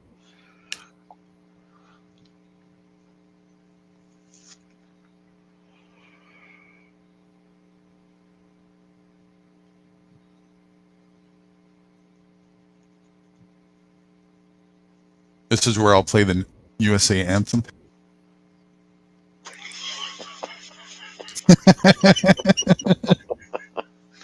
I'm sorry. I was just thinking I don't get any of this too right now. No, that's good. You know, I normally like silence doesn't feel awkward to me. That's a projection of meaningful contemplation. So normally I don't interrupt that, but sorry, I couldn't resist myself. Oh, no problem. I'm just thinking that's all. You know. I like to try and be funny some. Well, that's good. You know, that's the best way to do it. Yeah, that's the best way to do it. I just, yeah, that's my fear. I want to get the hell out. I want to, if I can, help little Eddie out here too a little bit later on. Well, again, if you know, we're getting to that point with all this where it's connecting the dots and start putting things together where the, you know, the solutions narrative, which is what I'm all about, starts to make sense and people can start to actually take some steps. And we talked about today the two most crucial elements why people will hold themselves back from taking steps. Number one is fear, right? Not choosing the path of courage, but choosing the path of fear. And number two, and this is after they come to terms with, like, never mind. This is if you get over the foundation parts of being truthful and not with yourself and realizing that things are fucked up and you got to do something about it. That's the first thing. Assuming that is, we've gotten at least that far, then there's two things remaining that really hold a person back. Foundationally, there's more than two, but the biggest ones is staying in fear of the consequences of moving forward, and the other one is being unorganized, being disorganized. So flip the script on that. Practicing courage and practicing the skill of organization to the tune of whatever it takes starts to lay the foundation for meaningful change.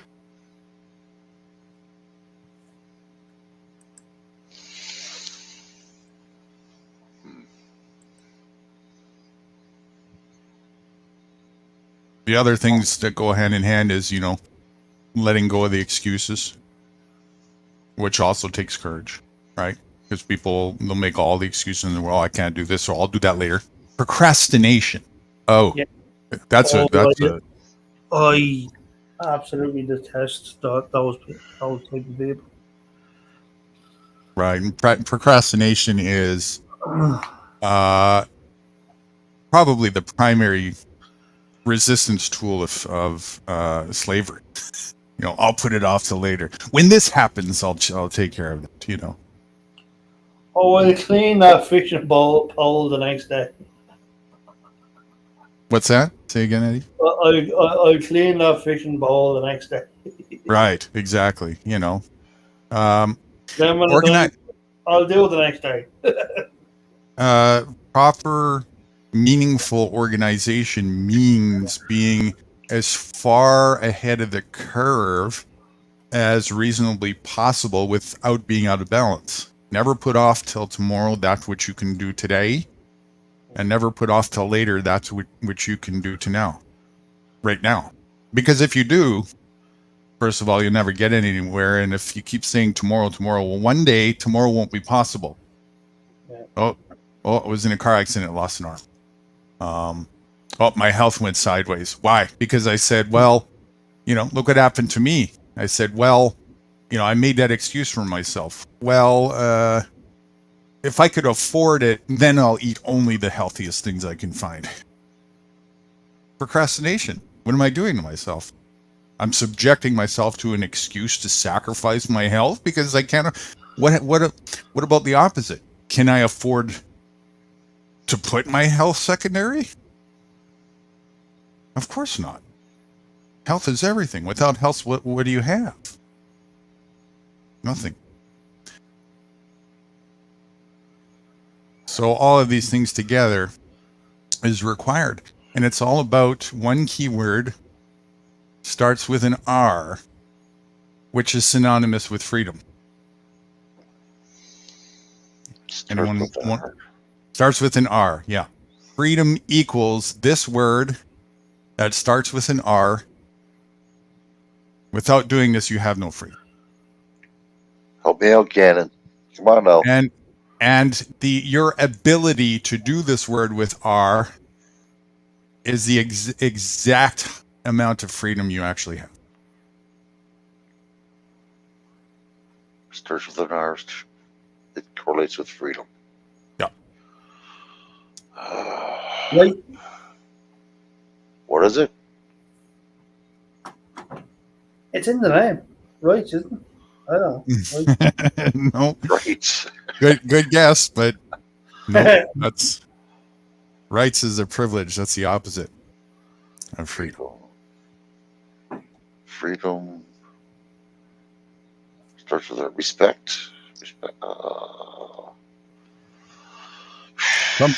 Something that a lot of people are afraid to do, and something that a lot of people procrastinate and make excuses for. Reform. Starts with an R.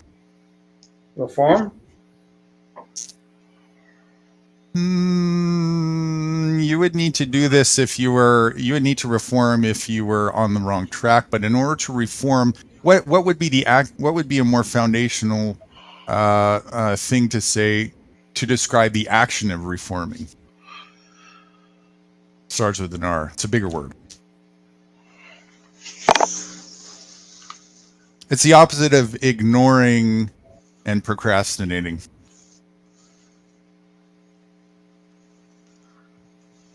Wow. Respect. What are you if you're not a procrastinator? A non-procrastinator. Starts with an R. Clever. You gotta give credit on that one. Yeah, No, I can't say he's incorrect. He's definitely correct. I got you there. It's the opposite of procrastinator. Starts with an R. Aggressive? No, it's an R. Aggressive. Shit. It's two words rolled into one. It starts with R. Repetitious. Nope. Dang it. That I added to. Reability. Getting closer.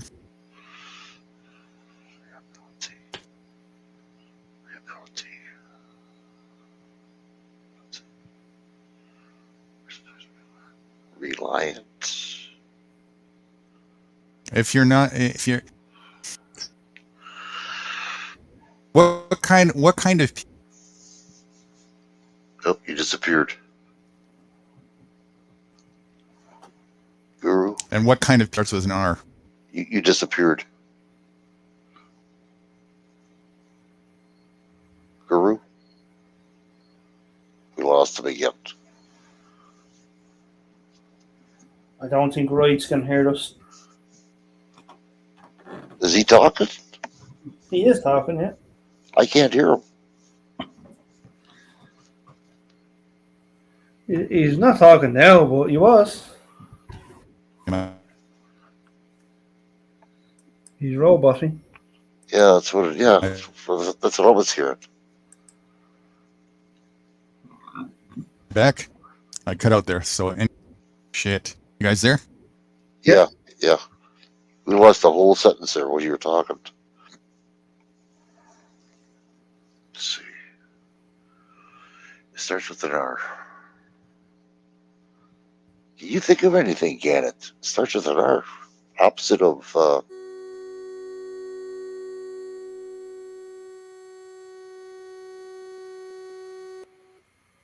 I think I'm back. Am I back? Yeah, we hear you now. Back. Okay, finally. So I didn't hear any other answers you guys said. Oh, we got the answer. You just disappeared on us. You didn't hear us. If you think you're going to make me go back, rewind, and listen to them, that's going to be a crazy expense that I don't think you can afford. Yeah. No, we're still trying to figure out the word. I mean, we're trying to figure out R. We're trying to figure out. What do people that choose not to procrastinate? What would you call people who choose not to procrastinate or make excuses? They're motivated. Starts with an R. Procrastinate means you want to keep doing, but you don't want to do. That would be. And on the flip side, people who make excuses and procrastinate, there's a prefix to this word that starts with an I. Realize? No.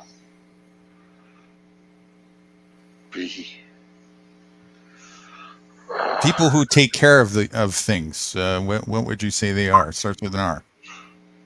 Reluctance. That would be people who procrastinate from taking care of things, but people who take care of things and do things they need to in life and whatnot. Starts with an R.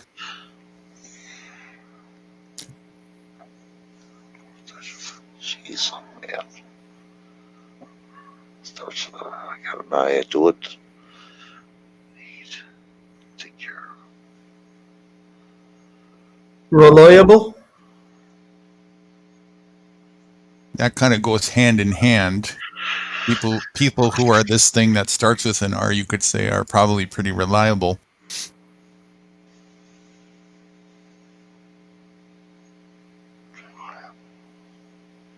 And this again it equates to freedom. Without this, you don't have any freedom. You just don't.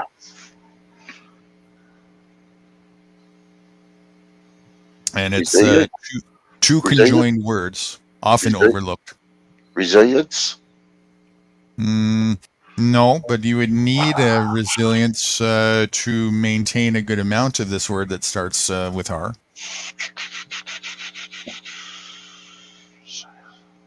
Well, this is hard. That's what she said. That is what she said. Resilience, that's the opposite of. Oh, can't be that either. Remember, it's two words formulated into one. Rehabilitation. I don't know. That's what people do when they are this word that starts with an R. Conform. You already said it. Conform. So you start with an R. I tried to think of everything. I don't know. I know this is hard. This is really, it's probably an easy word too. I'll probably kick myself in the ass for it. It is, but again, this is why people struggle with having freedom, because they don't understand and they've never put much thought into what it is. So that's why we're doing this exercise. We're getting to the real crux here of the foundation of freedom, what it's all about. Very important to understand this. It's something that a lot of people neglect to be in so many ways.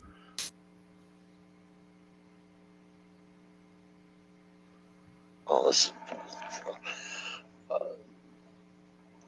Can you think about it? Get it? He's not offering to pay you, Eddie. Just make that clear. Yeah, I know that. Yeah, rebuild. I don't know.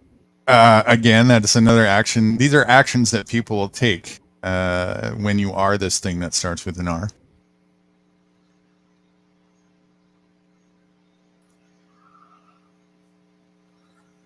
If you are not this thing, you won't do that. If you're not this thing that starts with an R, you won't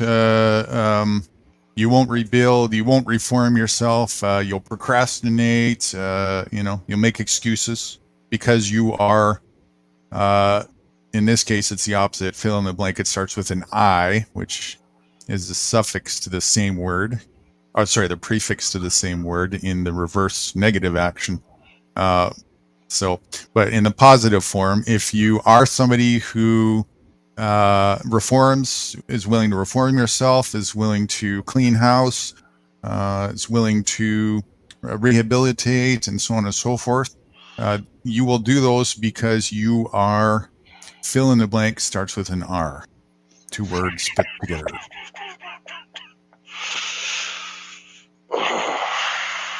I'm thinking. Damn, this is not easy. This is the second most fundamental thing that the lemming class fails at because they are. What is the number one again? Do you remember from earlier? What's the number one thing that the lemming class sucks at that the ruling class is excellent at? You remember? Procrastinators. No. Money. No. What's the number one thing that the ruling class has that they do exceptionally well? We just talked about this an hour ago. Right, when you write this down, fuck's sake. Obedience. You should be good at this word association. No, we're talking about the ruling class. What does the ruling class do exceptionally well, or what do they perform? Obey. And still fear. The ruling class, not the lemming class. The lemming class sucks at this. And fear. Starts with an O. Obedience. No, the ruling class does not. The ruling class does not obey. The ruling class is good at this. Very, very good at this. It starts with an O. The lemming class absolutely sucks at this. It starts with an O. What is it? Damn it. Help us out here, Gannon.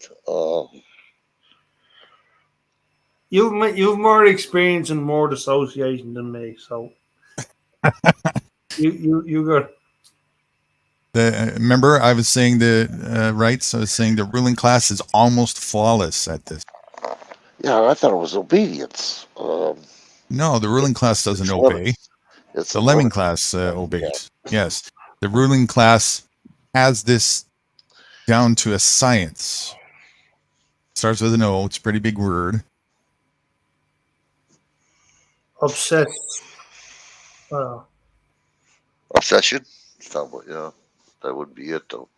No. It's why they are so successful at being a ruling class. Because they perform this one thing exceptionally well. And we just talked about it. Yes. I don't know if I can remember the doggone thing. And they're very consistent at being fill in the blank starts with new. In fact, I said it myself. And it's too early in the morning for it to be thinking like this. Oh, we do this all the time, believe me, Eddie. Even in the morning time. Starts with an O. There's obedience, obsession, obey. Yeah, you come back over to the other side of the fence again. Yeah. The ruling class side of the fence, not the lemming class. What does the ruling class do and perform exceptionally well. Son of a gun, I said it too, and I can't remember the mother pumper. Don't feel too bad. Even Joe Cool struggled with the answer. What'd you say, Eddie? Yeah, but in order to obliterate successfully, you have to have something going for you to do that. What is it? Let me try a different approach. At least I got a half a point. I mean, you know. What makes a mafia successful? Order. Obedience. Order. What makes a mafia successful at keeping order and obedience, especially with longevity? Doggone, I just had it in my head. Mother fricker. People.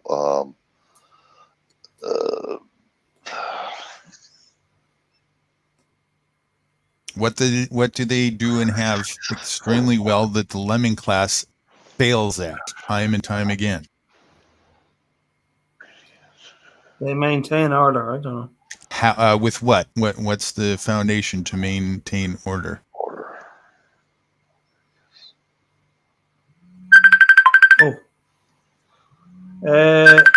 Wrong. Saved by the Bell.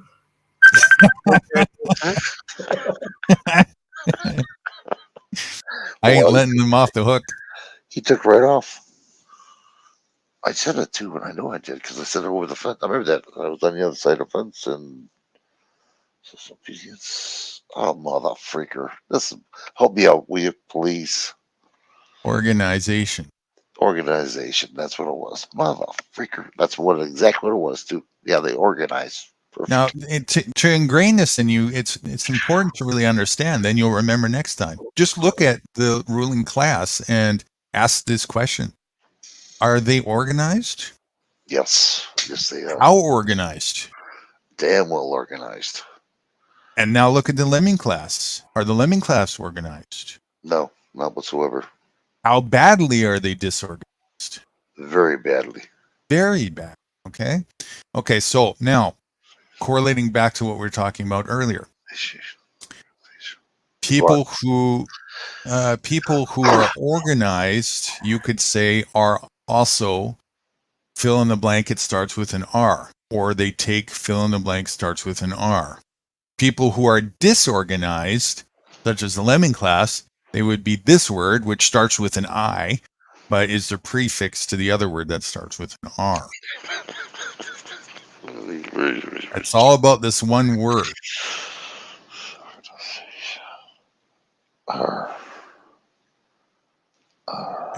If you are organized, if you don't procrastinate, if you do these things that you need to do, what are you? It starts with an R.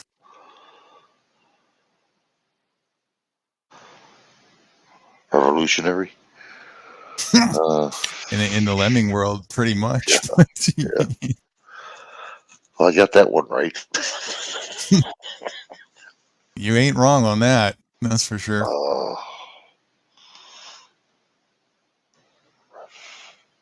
Just the opposite of organization. Organization. What would? Starts with an R. Organization. Resources. If you are organized, you are what? It's not resources. Okay. If you are organized, if you don't procrastinate, if you are ahead of the curve, if you do things that you need to do to take care of yourself, you are fill in the blank. Starts with an R.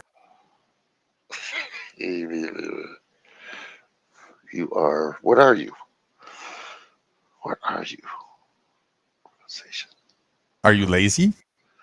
No, you're not lazy. Let's get rid of what you're not. You're not lazy. Well, if you're not lazy, are you I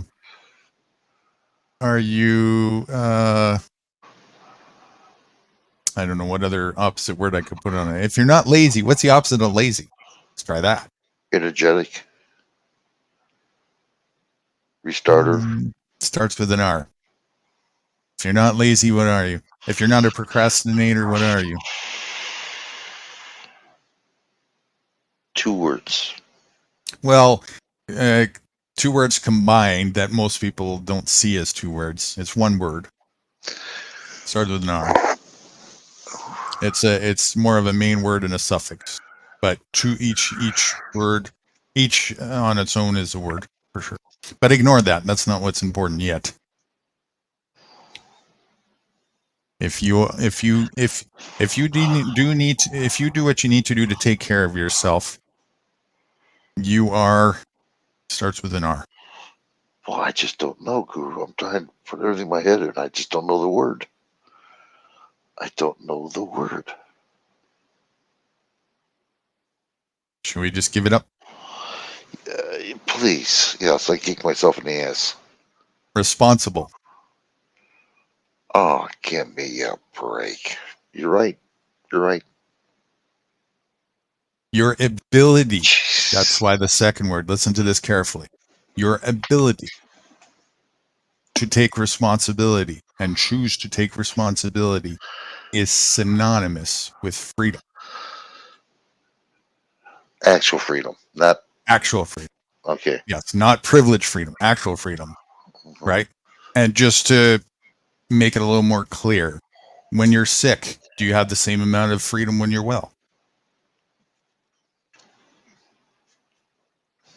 When you're sick, do you have the same amount of freedom when you're well? Yeah. When you're sick and tired, run down, do you have the same amount of freedom as when you're not sick and tired and run down? Yeah, I would say yes. Really? Well, yeah. I mean, there's no one bothering you. I mean, you're just. I mean, you can't move around. I mean, you're sicker than a dog. But If you can't move around, are you less free or more oh, I free see what or you're the talking same about. free? Okay, all right, I got you now. All right, Yes. All right, I got you. Ability equals freedom. I got you now. Without ability or limited ability, however much ability you have is how much freedom you have. And the more ability you have to take responsibility, in other words, the more ability you have to respond. Respond to what? Respond to requirements in your life, to maintain your health, to maintain your liberty, everything. That's how much freedom you have. Potential freedom. The actual amount of freedom you will keep, though, is the amount of responsibility you choose to proactively conduct. Away from government, or fake government. And anything that decides to come in your path to pose a threat and actually hinder your said liberty. Yeah. Oh, remind me. So, excuse me. Remind me to get that name so I can order that stuff. Name, sorry. Okay. Remind me what to remind you of. All right, now, what's the opposite of plant? To pick. In the ground. You're planting something in the ground. To start. The opposite of planting something in the ground? No. What harvest? Would be, well, okay. Talking about seeds? Yeah, there you go. Oh, right. Yeah, I was researching for you, and my thumb drive is still buried somewhere. I gotta find it, and it might actually be in storage. Okay. So anyway, I got to get to the bottom of that. It's in pursuit, and I'm also waiting for Fruity to give me the apps. She right. had to remove some apps from her phone to make some space. Mm-hmm. But she had the foraging one saved in her other phone, so she's on. I forgot about where you're at right now. Yeah, you're right. You wouldn't have it right now. That's right. My apologies. Yep. You're right. Anyway, I'm going to give you all of that when I have it together in one email, so you have them and easy to find. Mm-hmm. Yeah, it sounds good. I'm going to order it before they stop. They're going to stop everything. You know that, don't you? Mm-hmm. They're going to stop every freaking transaction. Even doing that, they're going to stop it. They don't want you to do it. They're going to hinder ability. Mm-hmm. Remember, ability equals freedom. But they can't hinder your raw ability. They can only hinder your privileged ability. If you're dependent on their system, then you're not responsible. You are irresponsible. That's why your ability and your freedom is limited. You see how it equates there? That's why the answer, of course, is to become separate from that system, which is the conundrum. And that's why you're in a panic, because you realize it and you're going, well, shit, I got to get out there and as fast as I can, because I know they're closing the door. Right. Yeah. Yeah. That's And exactly while what you it is. right. And while you understand that, I'm pointing this out for any current listeners and potential listeners that might watch this later. Well, I'm also telling one. Go on. How important it is not to procrastinate, how important it is to be 10, 20, 30 steps ahead of the curve on everything in life. I'm also telling what I'm talking about then. I'm going to give myself some organic seeds, vegetables, fruits, stuff like that when I can, and start planting it. Actually, we're going much further than organic, much further. Good. We're even going further than heirloom.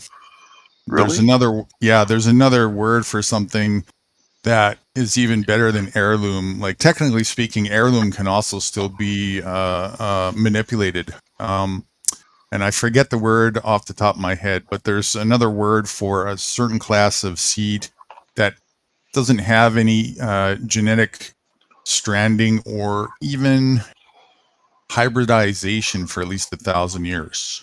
I've never heard of that. Wow, I didn't know this. I forget what it. I use it so infrequently. I think it starts with a P. And yeah, it's rare to even hear about it in the corporate world, but out in nature, it's everywhere.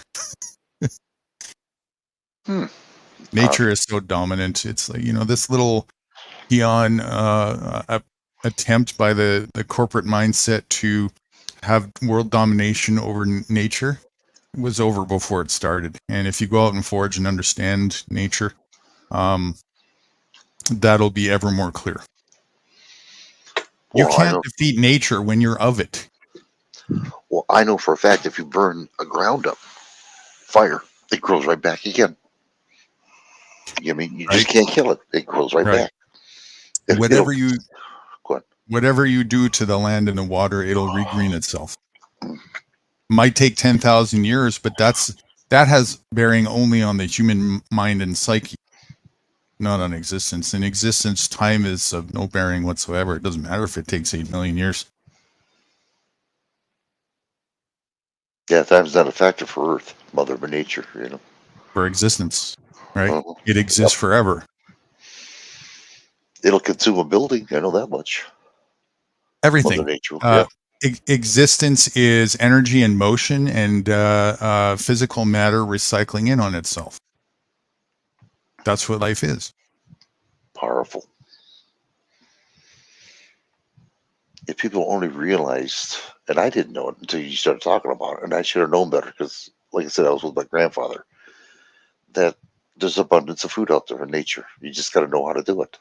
Retrain yourself, Your daughter is seeing that firsthand, and you are too now, right? That's what you're saying the other way. I was thinking about this like this morning or yesterday when you were telling me that she's already getting to this point where there's excess and we don't know what to do with it. Welcome to the reality of abundance. Well, you see the side of that cucumber I showed you, right? Yeah. It's taken me 4 freaking days, and I still got a part of that cucumber. That's enough for 4 people. Yeah. No, I just take one cucumber and cut it, and that's it. Not this one. Right. And it's not like we consume and then it's gone into an air and there's scarcity. That's an illusion, right? Oh, yeah. Here's what the indoctrinated, the corporate world also wants to indoctrinate people out of realizing there is such a thing as perpetual motion. Life itself. Life itself is perpetual motion. The constant change of energy in on itself. There's no such thing as true consumerism. There's no such thing as wastefulness.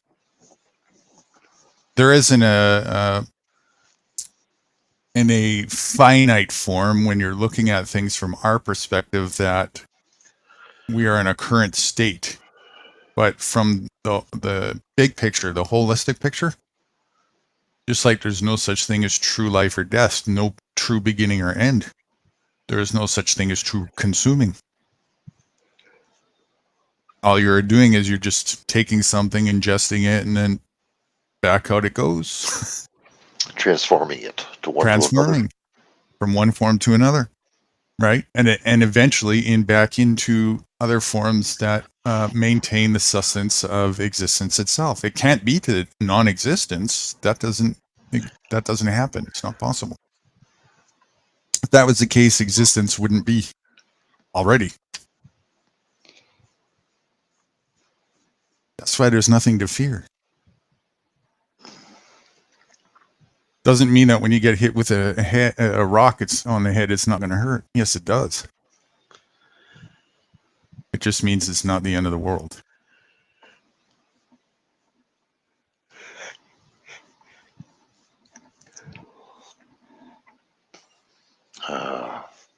Like I said, it's amazing that if I cause chaos on here, if I go someplace, go after a cop, man, you wouldn't believe the amount of people who watch it.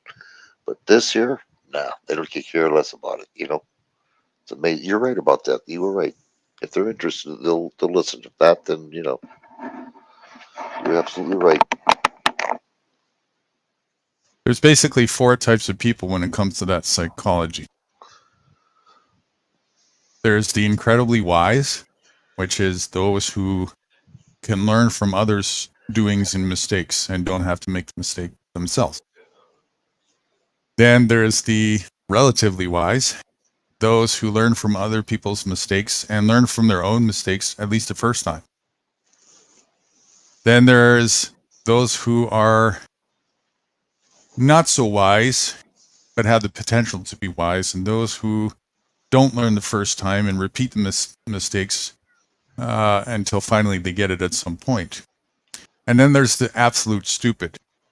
Those are the people who don't learn at all because they're not interested in doing so.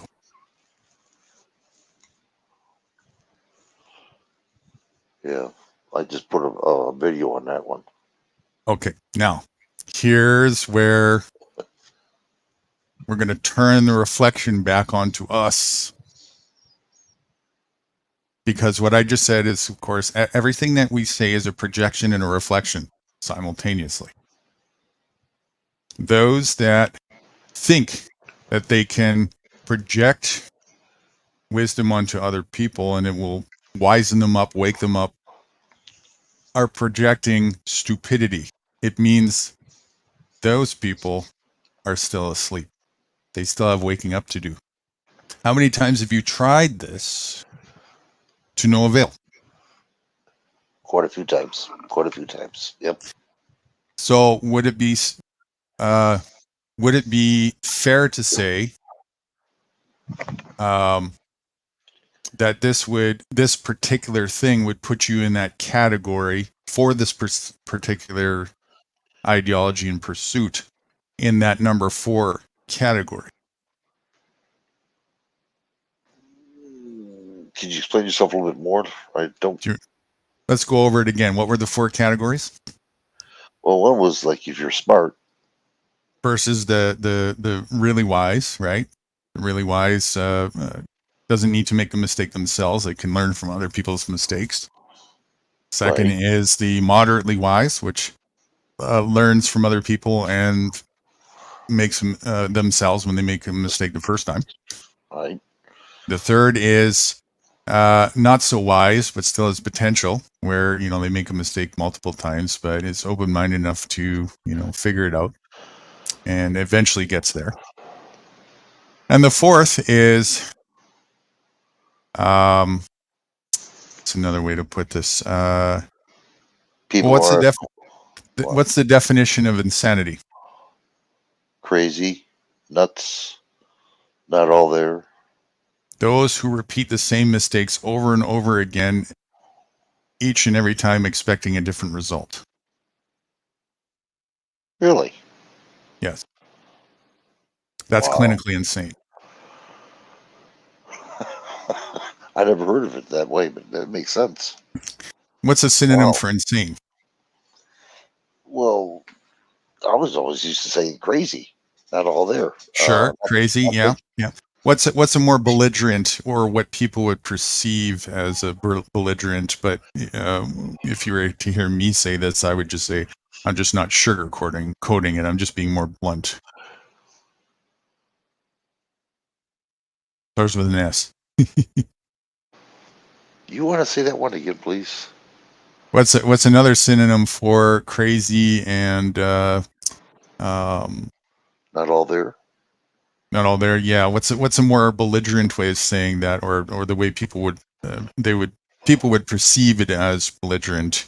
Another synonym that starts with S. Sane. Opposite of sane. Insane. Insane, rather. Insane. Yeah. A synonym for crazy, insane.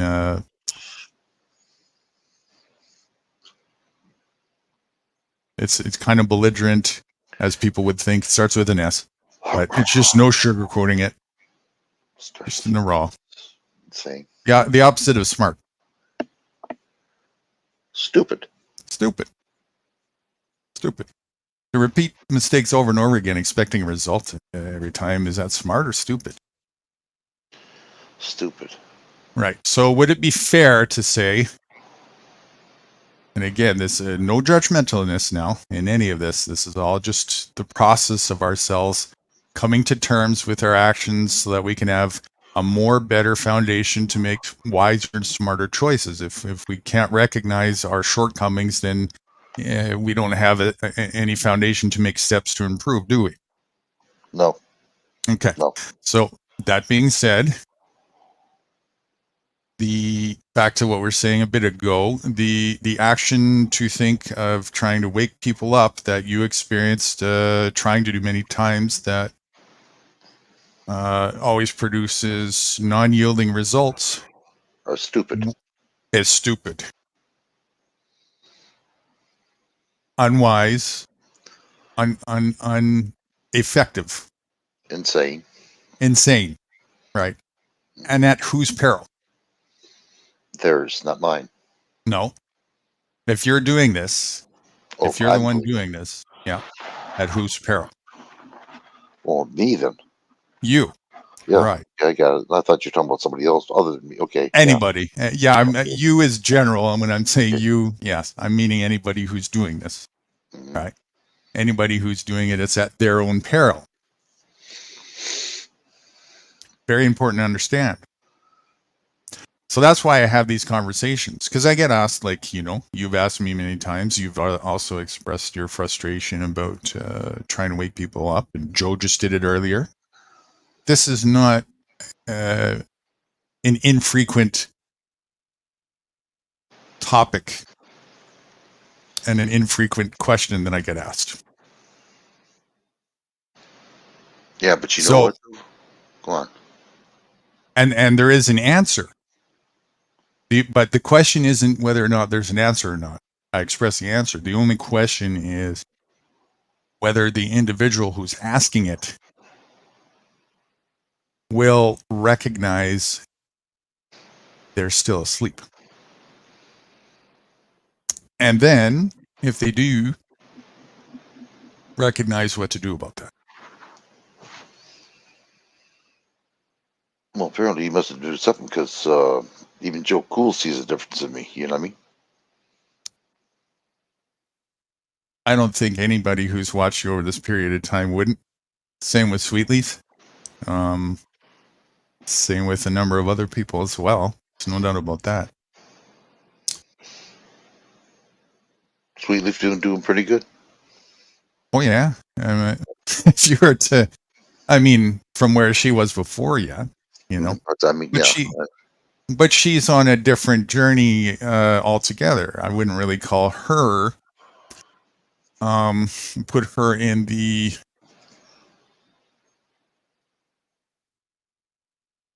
government activism class. She's more a spiritual activist. Okay, I got you. That I can relate to. Well, it just amazes me. I mean, we first started. I mean, we had our hassles. There's no doubt about it. I had to verify what you said was true and everything Yeah. else. Yeah. But then when I started really realizing what was going on, reading and just getting into, well, I did too. I mean, I went into everything, and there's not a damn thing you said that was wrong. And then what really threw me off was when they're going to kill 6 to 7 billion people. I went, oh shit, that Right. really woke me up. And they can do it. People don't wake up, but I mean, I thank God Yes. because I'm getting the hell out of here. There's no doubt Ye- about it.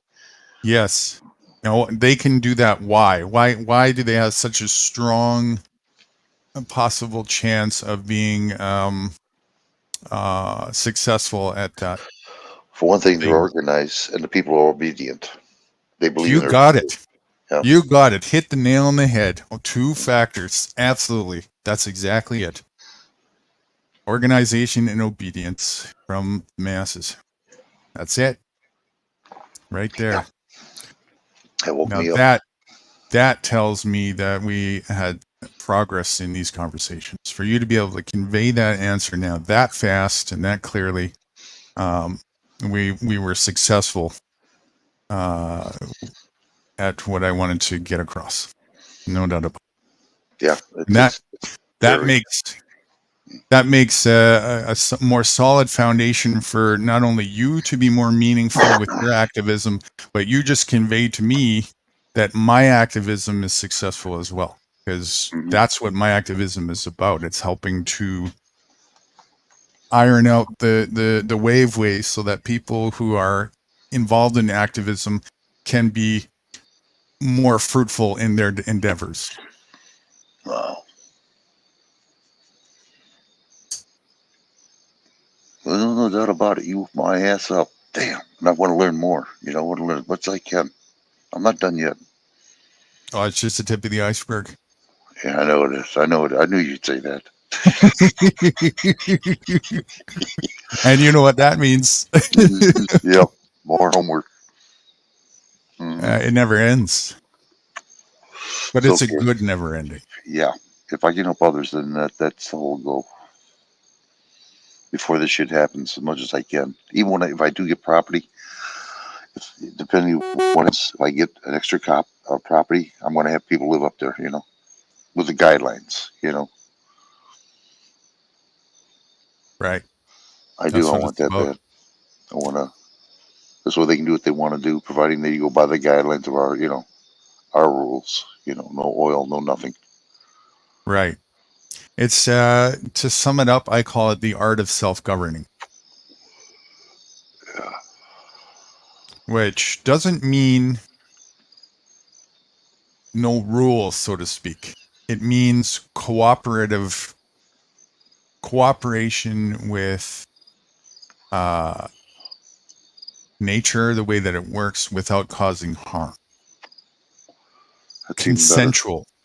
Consensual, right? Which means, it's fluid. So maybe tomorrow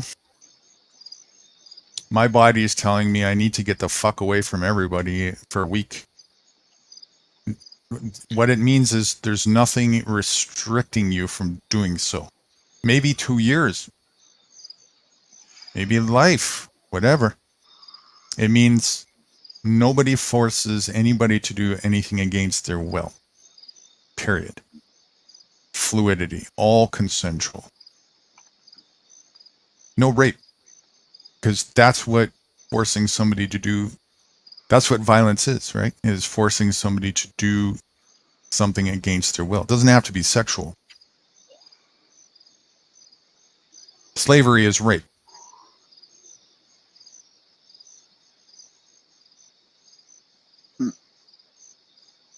Again, I never thought about it that way. You're raping my ability to move. You're hindering me. You're raping me. Right? Mm-hmm.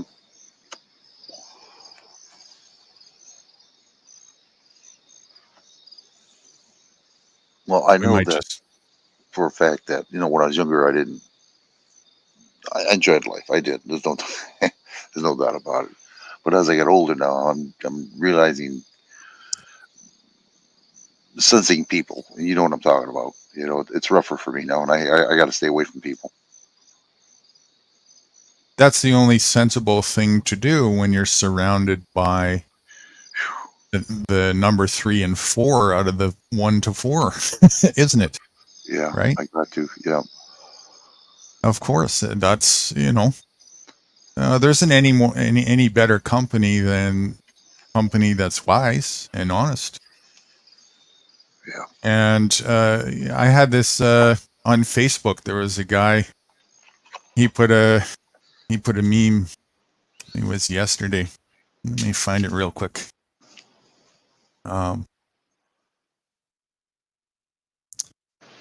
Facebook here. I not have a. Oh, I'm in Chrome. Hold on. While I'm doing this, looks like we got another visitor. Fitness After 60. Hello. Good morning to you. Welcome. Oh, really? I didn't see that. Every time I go have a cigarette, come back and bang. You know, someone shows up. Hello there. How you doing? There you go. I got to see who it is. It's because of my ability. You know what I'm talking about. It's extra hassle for me. You know what I mean? Because I can sense things more than other people can. And it just, wow, fitness. Hello there. That's kidnapping, not violence. That's kidnapping, not violence. He's right. Violence is smashing someone's head and not allowing them to move freely is kidnapping. Screen. I'll address the chat with you.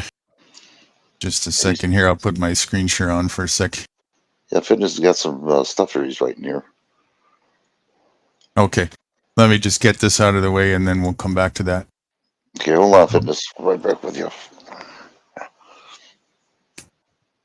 I still have moderator you gave me earlier, so every time I even go to request to put it up, it just automatically puts my screen on. You see? You can see already. Oh, I'm jealous.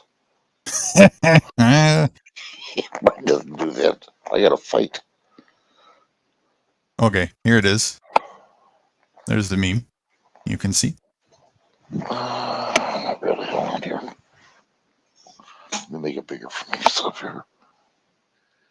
Oh, wondering how to. Well, I got to get this thing bigger. I got to get better glasses. Okay, wondering how we got to the point where people who lie are not punished, but people who tell the truth are. That's the truth too. That's right. That's right. Who put that on there? What's that? Who put that on there? Good Citizen. Wow. He's a government activist. He's kind of like Joe in a way. I like that. They know each other. So what would your position be on that? What's your response? My response is absolutely correct.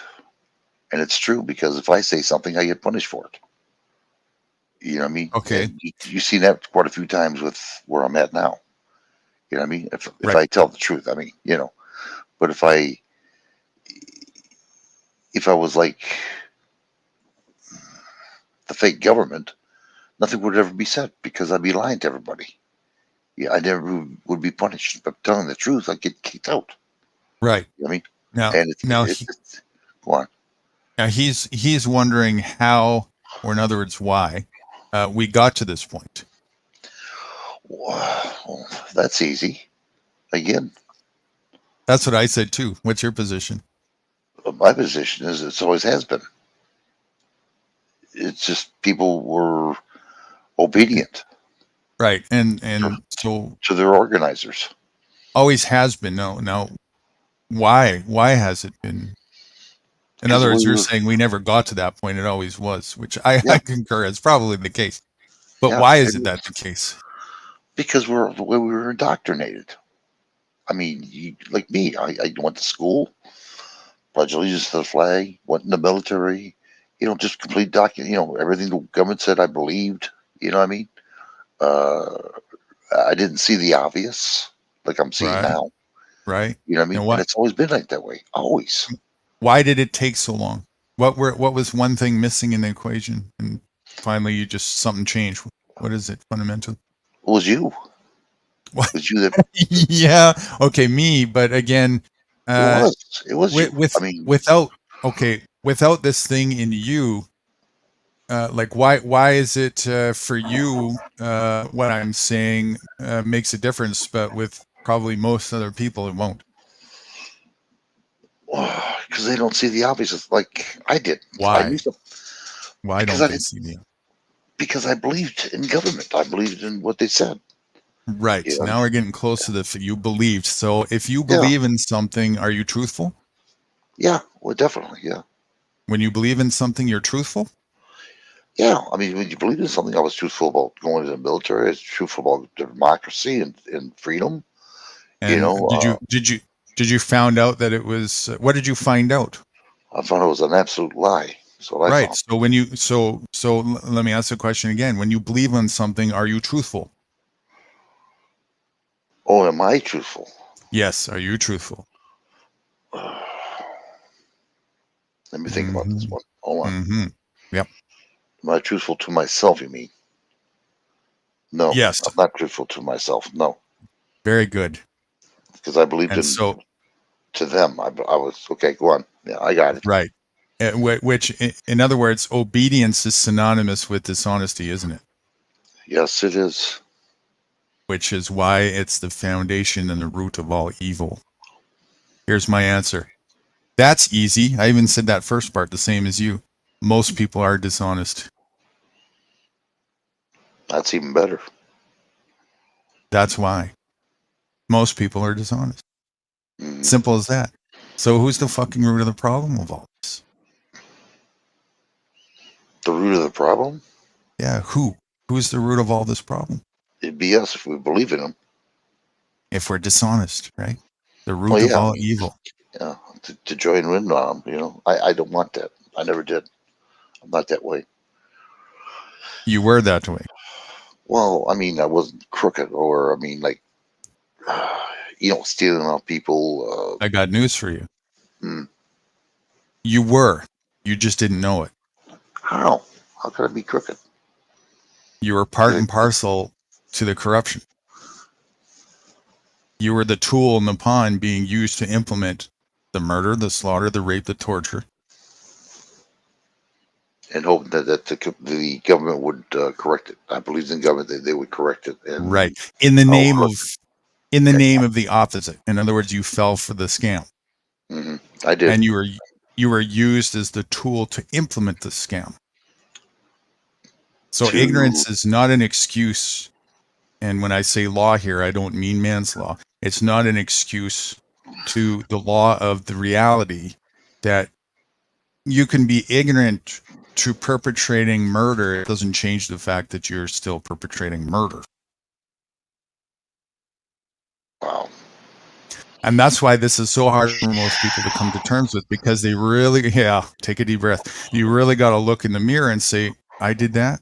Yeah, that's what that means. And then you got to accept that you got to forgive yourself.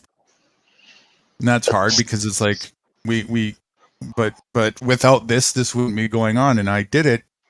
And how are we going to stop that? Because all these other people are doing that and they don't know it. And I know what that's like because that's where I was. Yep. That's exactly it. That's a slap in the face. Whoa, that was.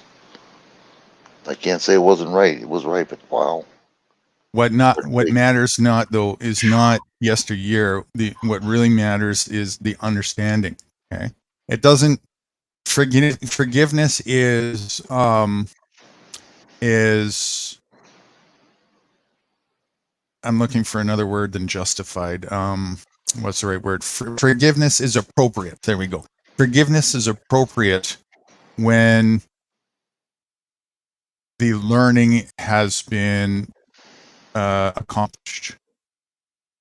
Mm-hmm. Which I'm trying to do now. Right. That's when it's appropriate, because when you learned, you are no longer part of the corruption anymore. There's no reason to hang on to anything then. After that, you realize, you understand, you reckon. Now you can be a part of the solution, part of the light, part of the positivity. So therefore, if you're going to choose to do so and make those steps. Hanging on to anything from the past at that point will just be perpetuating the darkness and the negativity and holding you back from being what you would rather want to be, that's going to bring joy and to yourself and everybody else. So there's no reason to do that. You have accomplished what you needed to, even though you made these actions from the past and whatnot. And I'm not talking about you. We're always using you because we're the two of us here. And of course, you get to be a prime example. But I'm really doing this to address everybody in mass, especially those who went down the patriotic route and the nationalism route, and especially the blue collar or green collar in your case, right? The military worker that really wholeheartedly believed in these things and didn't see the obvious. There's so many people that do this, and this is for everybody who might have a little thing on their neck, a little weighing gnaw there. There's something that just ain't right about this. Well, I'll say one thing. Being in the military, that's what started making me think. To see how corrupt they are, how demented they are, the killers they are, without even a whim, not even a smirk, nothing, just stone cold hearted bastards. Right. How long did it take you to realize that? It took me 6 months when I was in the military. How long were you in the military? 2 years. So here's a hard knocks question. Are you ready for it? Mm-hmm. If it took you 6 months and you realized that you're working for corruption, why did you continue for another year and a half? I didn't know how to get out of it. Oh, you mean because I was in a contract? There's no way you're getting out, not in wartime. There's no way you're getting out of it unless you want to go to the brig. What about morality? That wouldn't pay off either. You go to the brig, or What's they the would brig? jail, or they would give you an Article 14, Article 15. I'm sorry, Article 15, which would they take your money away from you. So to avoid the hassle, I just So went right. through it, got an honorable discharge, got my medals, and left. And I threw all my shit in the garbage. I did too. And here again, this is not to be judgmental, but just to put truth on it for anybody who's listening. And of course, this is a reflection back on you. You're the only one here we can do this to. So, at the expense of everybody else that the corruption was geared towards. That was your choice. Right. Oh yeah, it was. Because I thought I was doing it for democracy and freedom. That's what I was taught. But you realized it was corrupt at that point. Well, when I went in there, yeah. Then I realized I started looking around and because I'm not stupid. I got the sense. You know what I mean? Right. I can sense people. And I think most people are, who go into it for that reason, and I've said that many times before, and not just the military, but the blue collar as well, the blue line, right? There are some people who go into it that have the idea that it's righteous, right, and moral, and they find out that, you don't have to have too much brains to realize pretty quick that you're part of a gang. Oh yeah, that's what it was. You're going to find out pretty quick. And it's at that point where the rubber meets the road as to whether or not you're going to be a man or a pussy. Mm. A coward who just continues, right? Or you're going to be a man and you're going to walk away from corruption and not be a part of it. Well, there's a lot of people that did leave. Either they got their fingers blown off or broke their wrists or their ankle. Yeah. Oh yeah. Like what they do to that character in the movie. They chastise them, right? Mm-hmm. To make an example for other people. That's what happens if you're what? Disobedient. Mm-hmm. That's what one guy got his ass kicked behind the barracks. Come back all black and eye. Yeah. Now, remember, let's go back to the two things that I said that you repeated correctly that you seem to realize now. What are the two ingredients to the success for the elites? Organizational obedience. Right. So some people decided to be disobedient, and that ended up getting in them peril. And now, why did that still end up giving them peril? Because they weren't obedient. Yes, but what is the other ingredient again? Organization. Organized. So if the elite, if the ruling class wasn't organized, would the disobedience be so problematic? No. No. So now, if we were to flip the coin, if the lemming class were more organized, would the disobedience be so much in peril?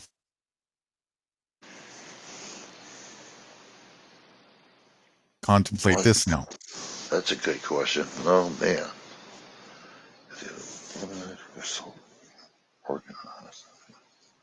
If the lemming class were more organized, like the ruling class is, would the consequence for disobedience be like it is? I think it'd be less because there's too many of us. At least less, right? Yeah. At least. Well, I'm gonna help and just put the seed out there further for contemplation that not only would it be less, it would be over. They wouldn't know what to do. They'd shit their pants. They don't have the resources to tend to it. We are the resources. Mm-hmm. They need us, right? Because even when they do the consequence, who are they getting to perform the act of consequence to the lemmings? Us. It's just like in that movie. It was those two designated people, right? Those two black individuals, and they gave them that blue band to wear, right? Mm-hmm. Do you remember? And when it was time to whip the character, I always forget his name, starts with an S, I think. I forget too. I don't know, Samuel or Sam or Samuel, I think is right. Yeah. Was it Mr. Smith or Mr. Jones that was grabbing him and putting him? No. Who was it? Was it Taskmaster hitters? Right. And what part of the class are the taskmasters in? How would you say it? Arm of the sergeants of arms. Still the lemming class. Oh They're not the ruling class. They're the minions of the ruling class. But they're selected from the lemming class, are they not? They are. They're in between. They are. Right, yeah. None of the ruling class are the minions, and the reason is because what happens if you get some resistance from the lemming class to the minions?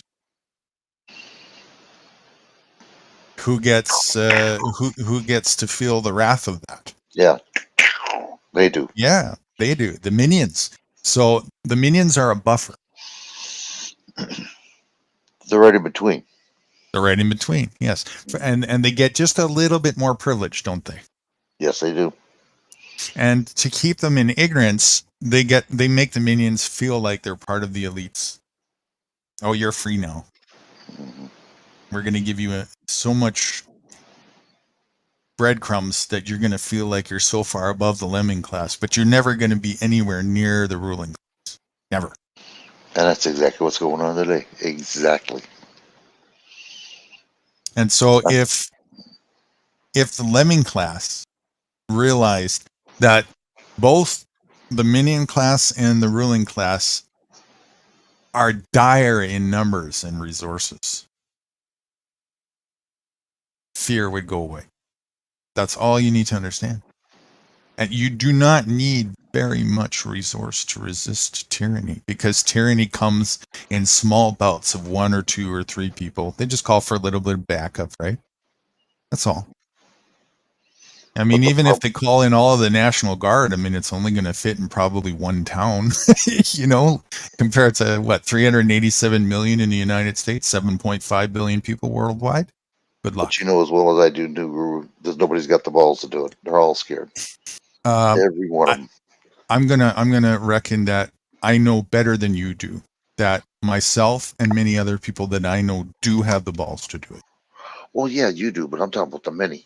We're just a few right now. That's where the rubber meets the road. We're not just a few. We're a few. If you look at the amount of lemming class, they're irrelevant. That's not the part of the math that is relevant in the equation. We are not few in the face of tyranny. Not even close. I'm not talking Really? about the lemming class in the whole. I'm talking about just the amount that are awake enough and courage enough to put a resistance to violence and tyranny. Not even close to I was being not aware of that. Exactly. And the ruling class will do everything they can to keep you unaware of that, because if you realize that you're not alone, you might just start to grow out of your blue balls. And that's what they fear the most. They fear you getting the courage to stop being obedient. And that's why I'm saying what I'm saying, and that's why New Guru has the cover. Because I want to show people that, hey, not only are you not alone, you never were. Oh, excuse me for a minute to change the subject. You want to read the comments that this gentleman put on? Yes, let's do that. So I finish with this. Let me take myself off screen share. Let's do that. Let's address. Holy, we got to go way back up there. All right. Are you going to read? No, you go ahead. All right. Well, let me go down one by one. I can even put them up here. I When I prepare. get new glasses, I'll start reading good. Go on. Well, Okay, I'll put them up and read them at the same time. I prepare people physically for the rigors of living off grid. Oh, fantastic. Oh, I'd like to connect with you then, because that's what I do. I live off grid as well. Fitness after 60. Nice to meet you. Don't think, unless if you have other accounts, I don't think I've ever come across you before. I'll definitely make a point to go and subscribe to you after this. The truth shall set you free. It certainly does. There is no such thing as alternate truths like some in government claim. Very much so. That's a false. Did I skip some? Yes, I did. Sorry. I'm going to go back up even higher. Hello. Starting again. Take two. Hello. I help people improve their level of fitness utilizing body weight exercise. Nice. So he sounds like a fitness coach. Something along those lines. That's kidnapping, not violence. Interesting. I would reckon that violence is more of a holistic stereotype, and I would say it's all violent. You're going to kidnap me. You're taking me against my will. You're impeding my ability to move. That's violating me. Violence is bashing someone in the head. Now that would be physical violence, more physical, abusive, harm-causing violence. Holding them and not allowing them to move freely is kidnapping. Yeah, so different forms of violence. That's how I would classify that. But of course, all words are subjective, so see it as you will. I prepare people. Okay, now we're at where we left off. The truth shall set you free. There's no such thing. I believe nothing I hear and half of what I see. You believe more of what you see than I do. You got work to do. But he's on the right track, or she. He or she. Can I come up on panel and lend some insight? Oh, they're asking for. Yeah, no problem. I'll get it for you. I just gotta. I just gotta see who it is first. Okay, hold on here. All right, hold on here. I think they're still with us. They put the last comment only like 3 minutes ago. So okay, let me do it here. While you're doing that, I'll just do the last few messages they put. There are blue, white, and gray collar workers. Rules were made to be broken. Fellas, it's Mad. Oh, it's Mad Dog. Mad Dog. Started a new channel. If you have no fear, you can be courageous, because courage is being AFRSID, but doing it. Yeah, afraid. Courage is being afraid, but doing it anyway. Yep, here we go. There we are. I'll let you two talk for a minute. There you go. I'm going to do something right back. Okay. Hey, what's happening, fellas? It's been a while. I see the name that it came up under is handstand push-ups guy. That might ring a bell. If it doesn't, I've actually spoken with you guys. It's been a while. I think the last time I was on here, came in as Mad Dog. I remember Mad Dog. Okay. Well, I remember you. You're something guru, right? My pseudonym, Nude Guru. Nude Guru. That's it. Okay. Yes. Yeah, I changed. Actually, I started a new channel. Okay. You know, being that I'm a personal trainer and I specialize in body weight exercise, I decided to start a channel and, not solely prepare people for the rigors, for life off grid, but that's where I'm heading. You know what I'm saying?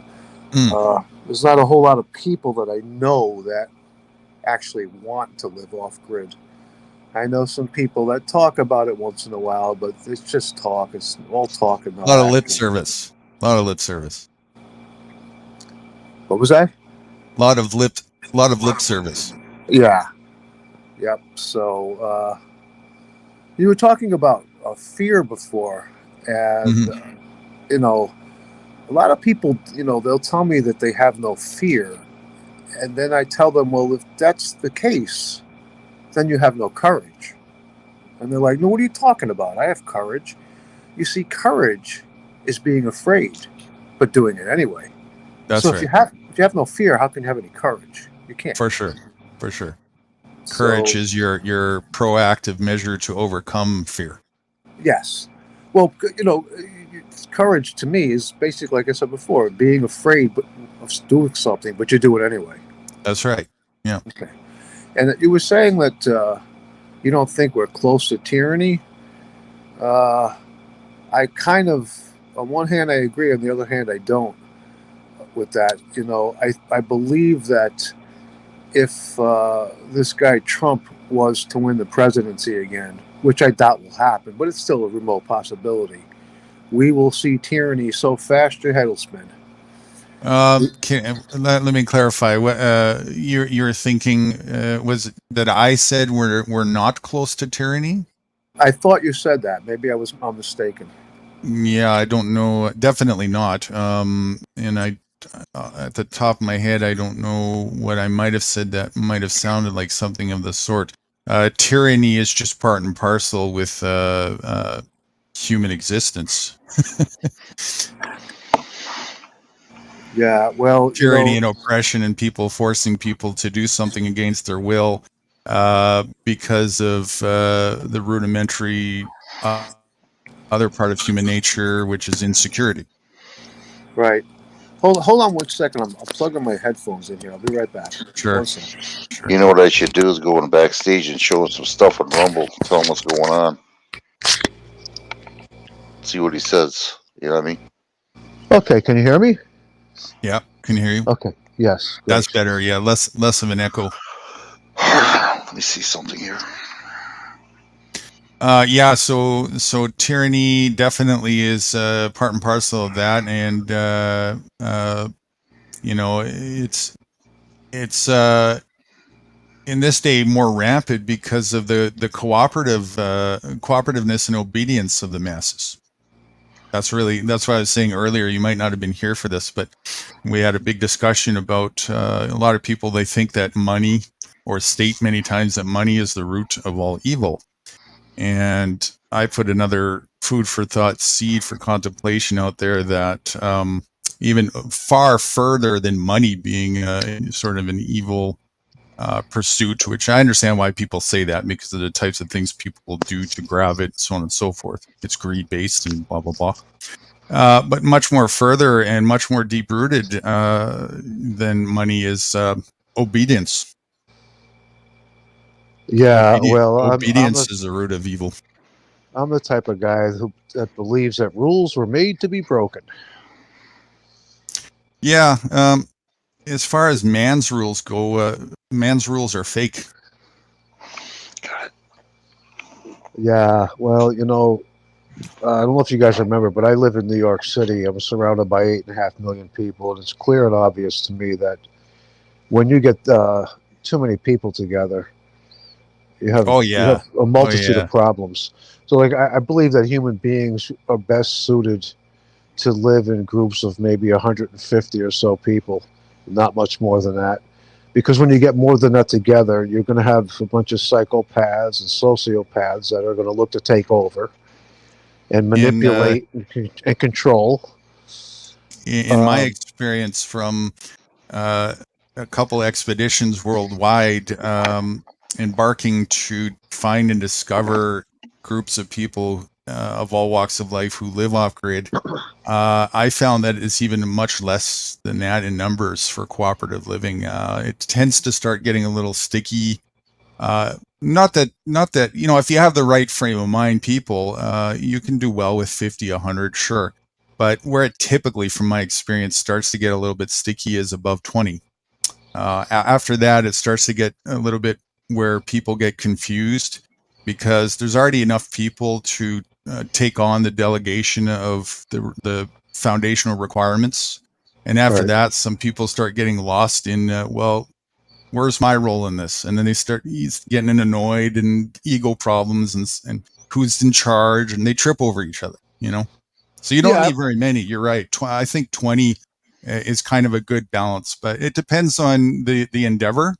And I reckon that fluidity is the important factor when it comes to that. And people should realize that when you're off grid or not, allow yourself the breathing room to go in and out of groups and places as needed. That's very important.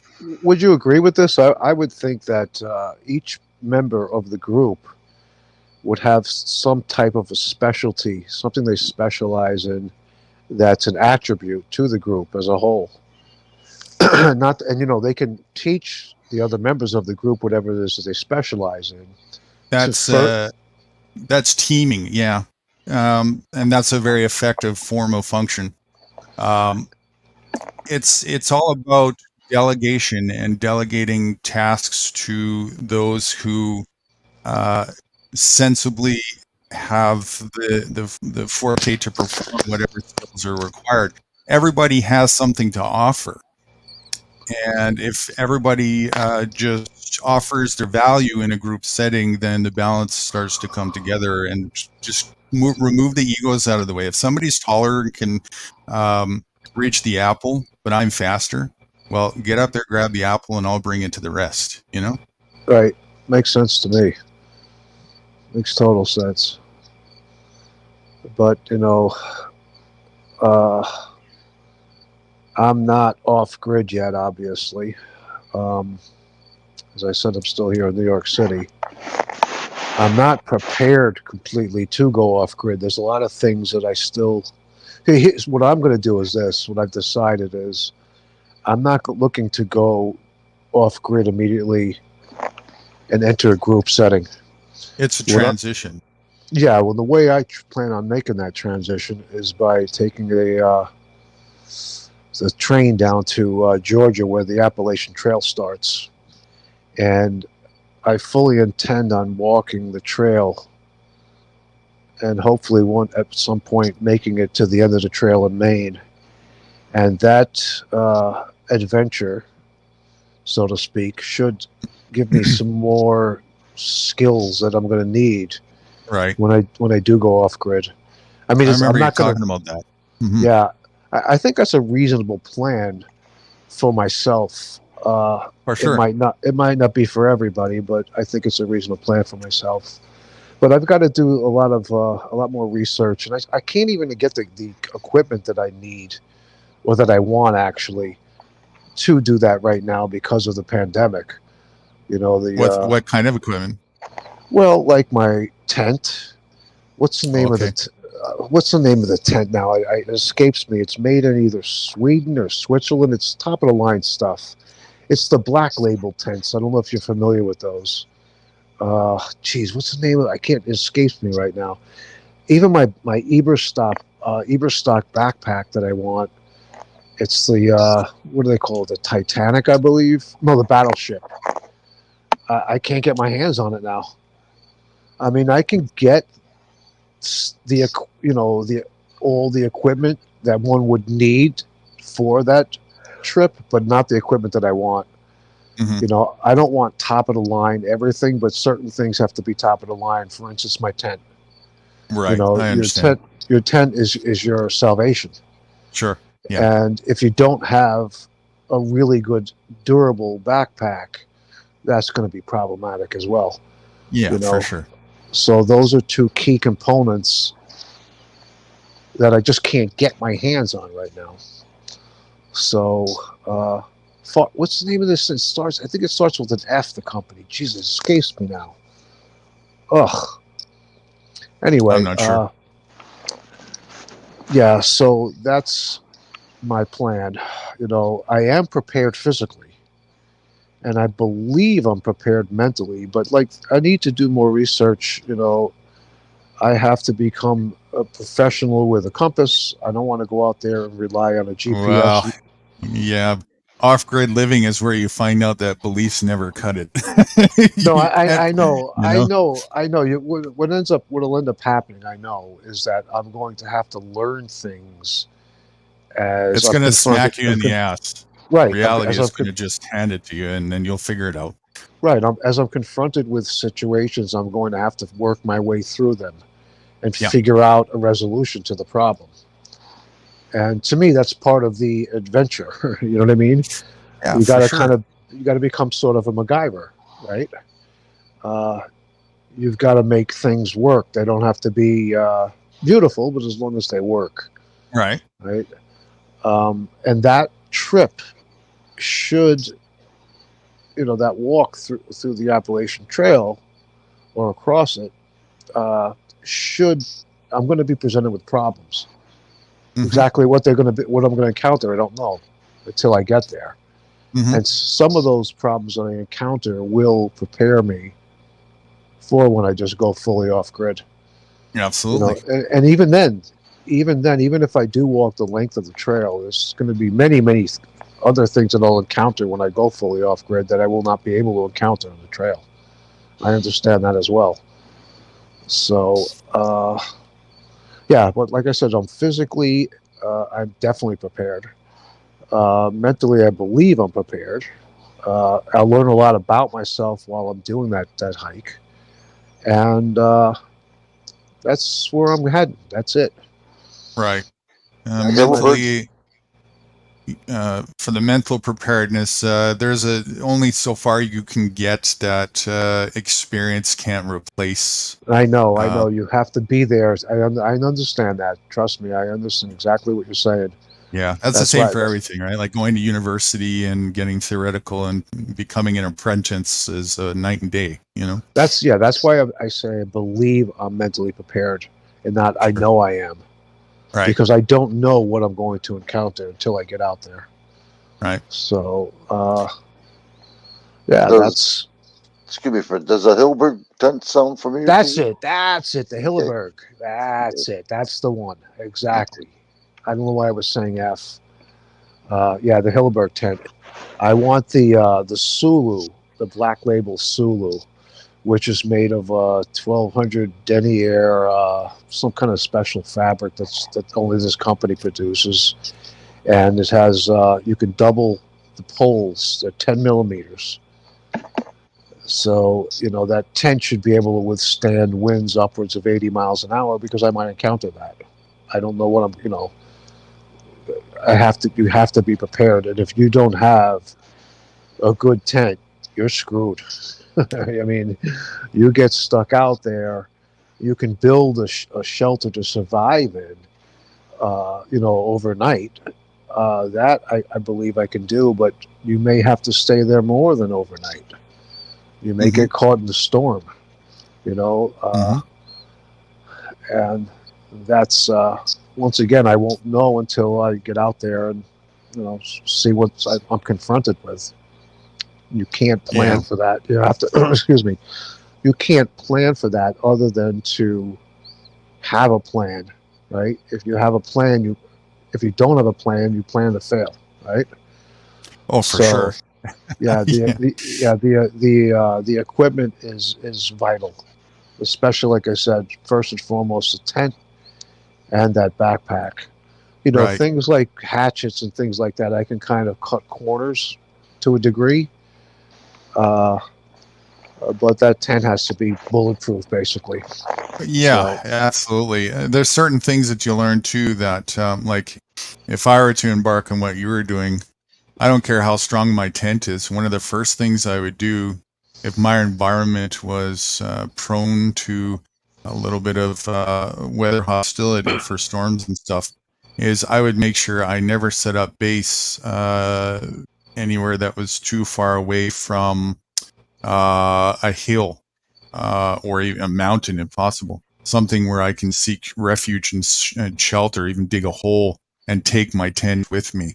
Because if there's strong enough wind that comes or strong enough waters that come, I don't care how robust it is. If it gets washed away, you're done, right? No, I know. Well, I know there's some common sense things, basically. Like when you set up your tent, the first thing I'm looking for is overhead. Are there any tree limbs that are going to fall? The second thing I'm looking for is a rise, a little bit of a rise to set my tent on in the event that there is, thunderstorms or melting snow. And you don't want to be down in a gully, obviously. Yeah. Yeah, and to be quite frank with you, when you do that trail, right, you're going to have to come out of the woods from time to time to, you go to a hostel, they'll have washing machines, dryers, you can wash your clothes and dry them, and then respray them with what's it called, perma something or other to keep the ticks away. That's my biggest concern is the ticks. Most people don't know that ticks are active at 40 degrees and above. I plan on starting the trip down in Georgia early in February, which is a little bit earlier than most people that start the trail. Mm-hmm. I want to try to kind of avoid the people as much as possible. But I will come out at certain points and stay in a hostel. And if there's a storm, I'll stay an extra day or two if need be. I don't think there's any reason for me to subject myself to severe weather if I don't have to. Right. Not especially for doing that walk, because when you're trying to walk 15, 20 miles a day, it's definitely a plus to be able to stay at a hostel or a motel even for a day or two. And I'll have my 0 days as well, where I just won't move at all. Like you said, I totally understand. I won't know what's going to impact me negatively until I get out there. Right. And you're really in the flow of the fluidity of nature, which is very much a moment if you're not mentally, and this is how you know you're really prepared, you have to mentally not be in yesterday or tomorrow. You have to be totally in the moment and totally ready and understand how to mitigate risk when you're out there.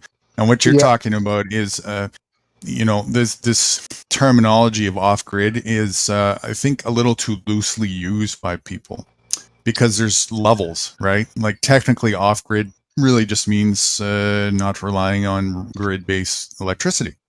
And from a technical standpoint, I live a fairly cushy comfort off-grid lifestyle, currently in an RV roaming around nomadically, but I'm still using battery-powered electricity right now and so on and so forth. Now, I know how to do what you're doing. I've gone to the extreme, and if we were to have to do labels, which I try to avoid, I would call that more like bushcraft survival basics 101. And if you know how to do that, knowing how to do just knowing how to do thrival life self-sufficiently is a cakewalk. Like what I do with technology still is okay. I don't have a problem with technology. as long as it's not what you're dependent on again for your livelihood. If you don't know how to do these things, if you don't know how to survive and function well without that stuff, you're still very much not off the grid. You're very Yeah. much still dependent, you know. Yeah, well, I look back on an experience I had back in like 1987 or 88. Me and a buddy of mine, we were bicycle messengers here in Manhattan, and we decided to go to a camping supply store. We bought a tent, a Kelty dome tent, and smartly we demanded that we were able to set the tent up in the store to make sure that it had all the parts and we knew what we were doing when we got out there. But long story short, we went to about 55 miles north of New York City to, I think it was like Tuxedo, New York, somewhere in that area. We picked up the Appalachian Trail, and our intent wasn't to walk it. It was to just camp out, find us a good spot and camp out for a week or so, which we did. And what we were doing basically is we were probably 4 miles, 5 miles maybe away from basically it was called the Big Apple Rest. It was a restaurant, like a cafeteria type restaurant. And what we would do is every day at about 4 o'clock, we would hike down the mountain to the restaurant, eat a meal, hang out for a couple of hours, eat another meal, buy some sandwiches, and then walk back up the mountain in the dark to our tent. So we did this for 8 days, and 6 out of the 8 days it rained. But one day in particular, it was freaking pouring. So we left the tent and all our belongings right every night, every day when we went down the mountain. We just left our tent and belongings there. There was nobody around. We didn't see anybody in that section of the woods the whole time we were there. But anyway, long story short, one night or one evening when we're walking down, it's pouring rain.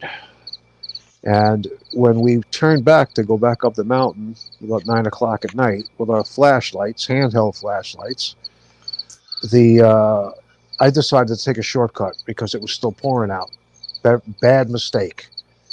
I decided to not take the trail, and I figured I could find our way to the tent. Well, I had visual, like landmarks registered in my head, but they were gone because we were fighting, walking our way through fog. It was like you could see 10 feet ahead of you. And there were like little rivers or streams basically from the rain coming down the mountain that weren't there before. So I lost my bearing. We got lost. And I'm not going to do that when I did the hike on the Appalachian Trail. So luckily we happened upon a bunch of these like little cabins. It looked like it was probably for like some kind of a summer camp. So, it was probably 45 degrees out and we were drenched. This was like in very early May, so we kicked the door in and stayed in a cabin overnight. I felt bad about doing it, but we were in survival mode. We had to try to get in somewhere out of the wind, and we made it through the night. Next morning, the sun came up, and lo and behold, we were maybe, I don't know, a couple of 1,000 feet away from our tent. Once the sun came up, I was able to get my bearings again. We made our way back to our tent. Can't let that happen when I'm walking the Appalachian Trail. Right. That could be, that's, so I've been in a situation where I, try to be Billy Badass, excuse me, and that doesn't work out too well. Yes. Nature out there, it'll be the place that either humbles you or kills you, one of the two, real quick. Well, yeah. Right? The thing is, it only makes sense to me that, when even just walking the trail, obviously not only do you have to respect Mother Nature, but Mother Nature will dictate when you can and cannot move. You don't have a choice. You don't have a choice. Exactly. Yeah. So here in the outside world, Mother Nature doesn't dictate anywhere near as much as it does. The corporate world provides a synthetic buffer. It gives you more synthetic breathing room to be lackadaisical and lazy. Well, even like things like if it's pouring rain out in New York City, even if you don't have an umbrella, there's always a building or a store that you can go into to get out of the rain. You're not going to have that out there. You know what I mean? You might have to, even if you find a hill, you still got to dig. before Right. you have hypothermia. you Right. know? And the So, other things, the other thing, I lived on a dairy farm when I was a kid, way up north of New York State. So I did learn not off-grid life there, although the farm was established in 1870 and they did everything the old way. mhm, I learned things like, in the winter or when it's cold out, you don't want to be at the top of the mountain and you don't want to be at the bottom of the mountain. The top of the mountain is going to be windier, and the bottom of the mountain in the valley, that's where the cold settles. So you want to be kind of in the middle, about halfway up, right. right? A lot, things like that are vital. That's knowledge that's extremely important because, you know, This this is a good example of what I was saying earlier, why it's important for many reasons, and this is one of them, to never stagnate yourself into one situation or one place. Nature is fluid and you need to be in that flow and you need to go with what makes sense. And nature will dictate what does make sense. And as long as you're in the flow of that, right, which means you need to be very much centered and conscious today. And as long as you are, you'll be fine. But if you get careless and lackadaisical or arrogant, you're done. yeah, well, the common sense is also a big factor. I'll give an example. When I went camping with my friend, I was talking about a couple minutes ago. So we laid down a ground sheet, a tarp, and then we pinched our tent. And I was like, well, Nick, we got to push the tarp underneath the tent. And he goes, what do you mean? I said, well, if we leave the tarp outside of the width of the tent, of the floor, when it rains, the rain will go onto the tarp and then underneath the tent. So we've got to tuck that tarp in, several inches underneath the tent so that when it rains, the tarp won't collect the rain. It's under the tent. You know what I'm saying? I was like, yeah, because he didn't understand that. This guy was like, he never camped before. I was like, all right, no, we need to get wood. And when you think you got enough, we need 5 times that much to start collecting wood. Right. He's bringing back wet wood. I'm like, dude, break the branch. If it snaps, it's good. If it doesn't snap, you don't hear a snap, leave it. It's no good. You know what I mean?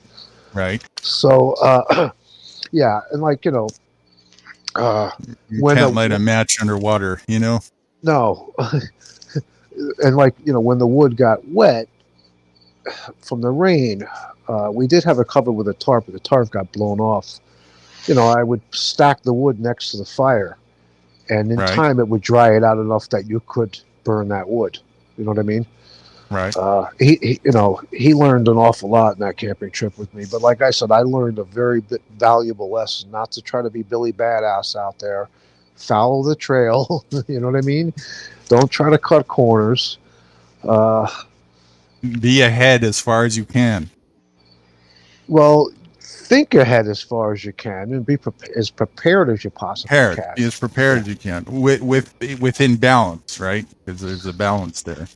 It's important. Well, the thing is you have to try to be prepared for the unknown because you don't know exactly what you'll encounter. So you have to kind of be prepared for anything. I don't know how you do that. I don't think you really can feasibly do that. You just have to put yourself out there, get in the mix, and figure your way out of situations, or if you need to create something, you just have to create it. The foundation to that preparedness that you're talking about is more a mental thing than anything else, because the moment you start thinking, okay, I've been out here, I've got experience, I've got it covered, I've seen it all, is the moment you're over. Yeah. So what prepared really means is never to forget to be ready for anything, in the sense of nature will come at you with surprises that you didn't think of, Well, let me ask you this: do you think it would be a wise move to carry a weapon with me or not? Absolutely. To walk that trail. Yeah. Absolutely. What would you advise? What kind of weapon would you, if you were going to do that hike, what kind of weapon would you equip yourself with? I would carry mace, a handgun, and a knife.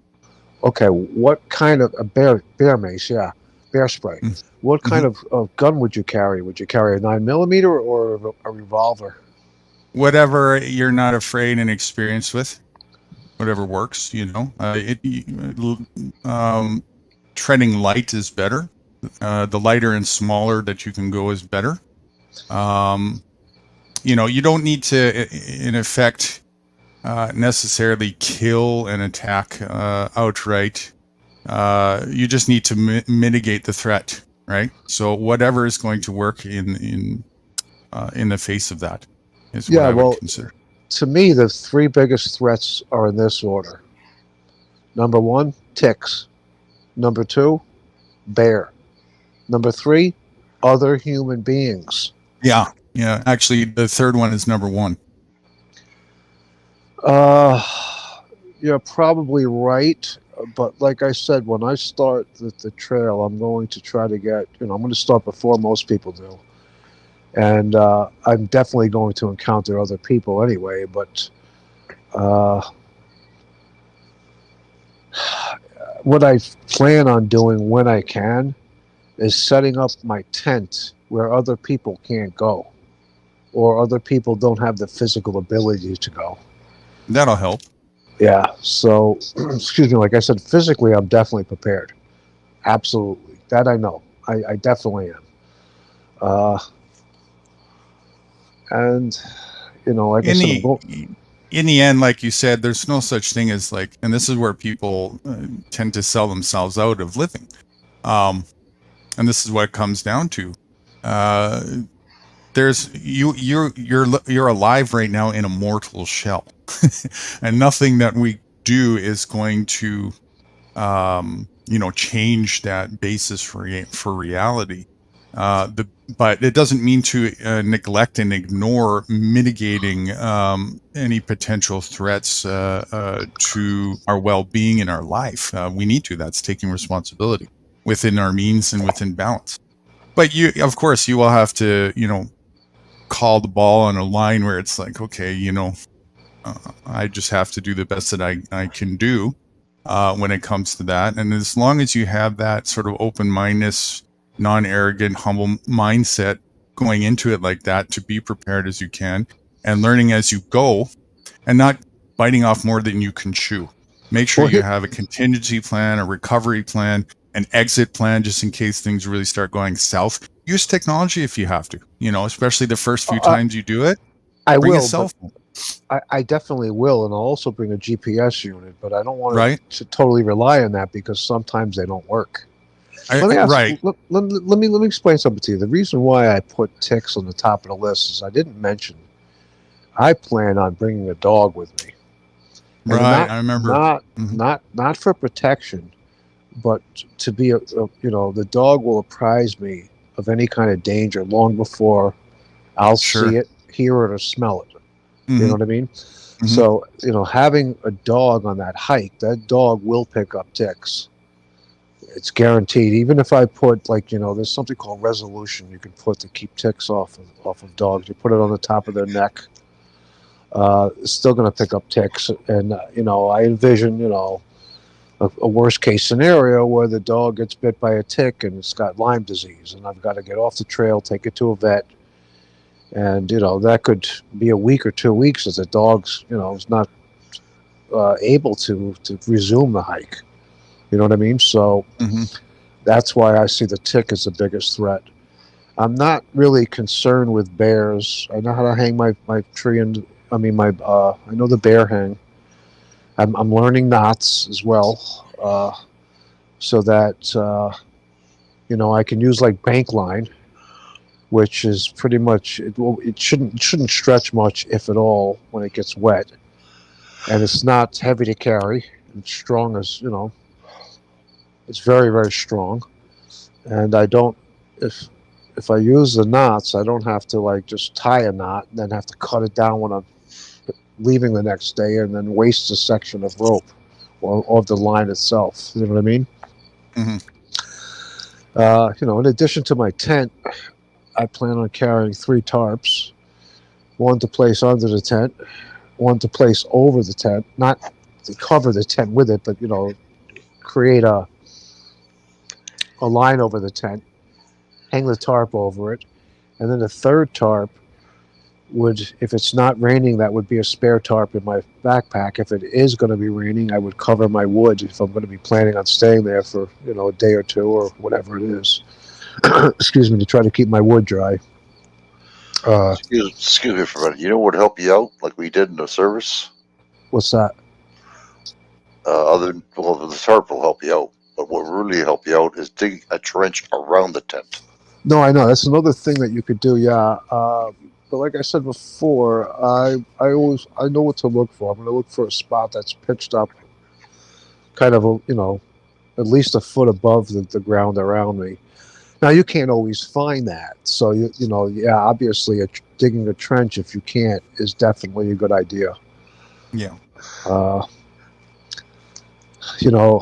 Once again, I don't know what I'm going to encounter till I get out there. I'm not going to be camping in any of the shelters on the trail. I don't want any part of that. When I pitch my tent, if at all possible, I want to be as far away from any other people as possible. While I'm hiking, no big deal. But while overnight, I want to be away from people as much as possible. Sure. And even that's not always going to be possible because there may be an approaching storm, and I may end up having to, just pitch my tent wherever I'm at. So I would. Yeah, go ahead. Sorry. There's a lake. No, you finish, please. I don't want to cut you off. If I have to pitch my tent wherever I'm at and it's surrounded by people, well, so be it. You know what I mean? But as soon as the rain stops, I'll get out of that spot and continue onward. Something that I did that I recommend everybody do that is just very basic logic and common sense for anything in life is to expose yourself in the beginning in stages and steps.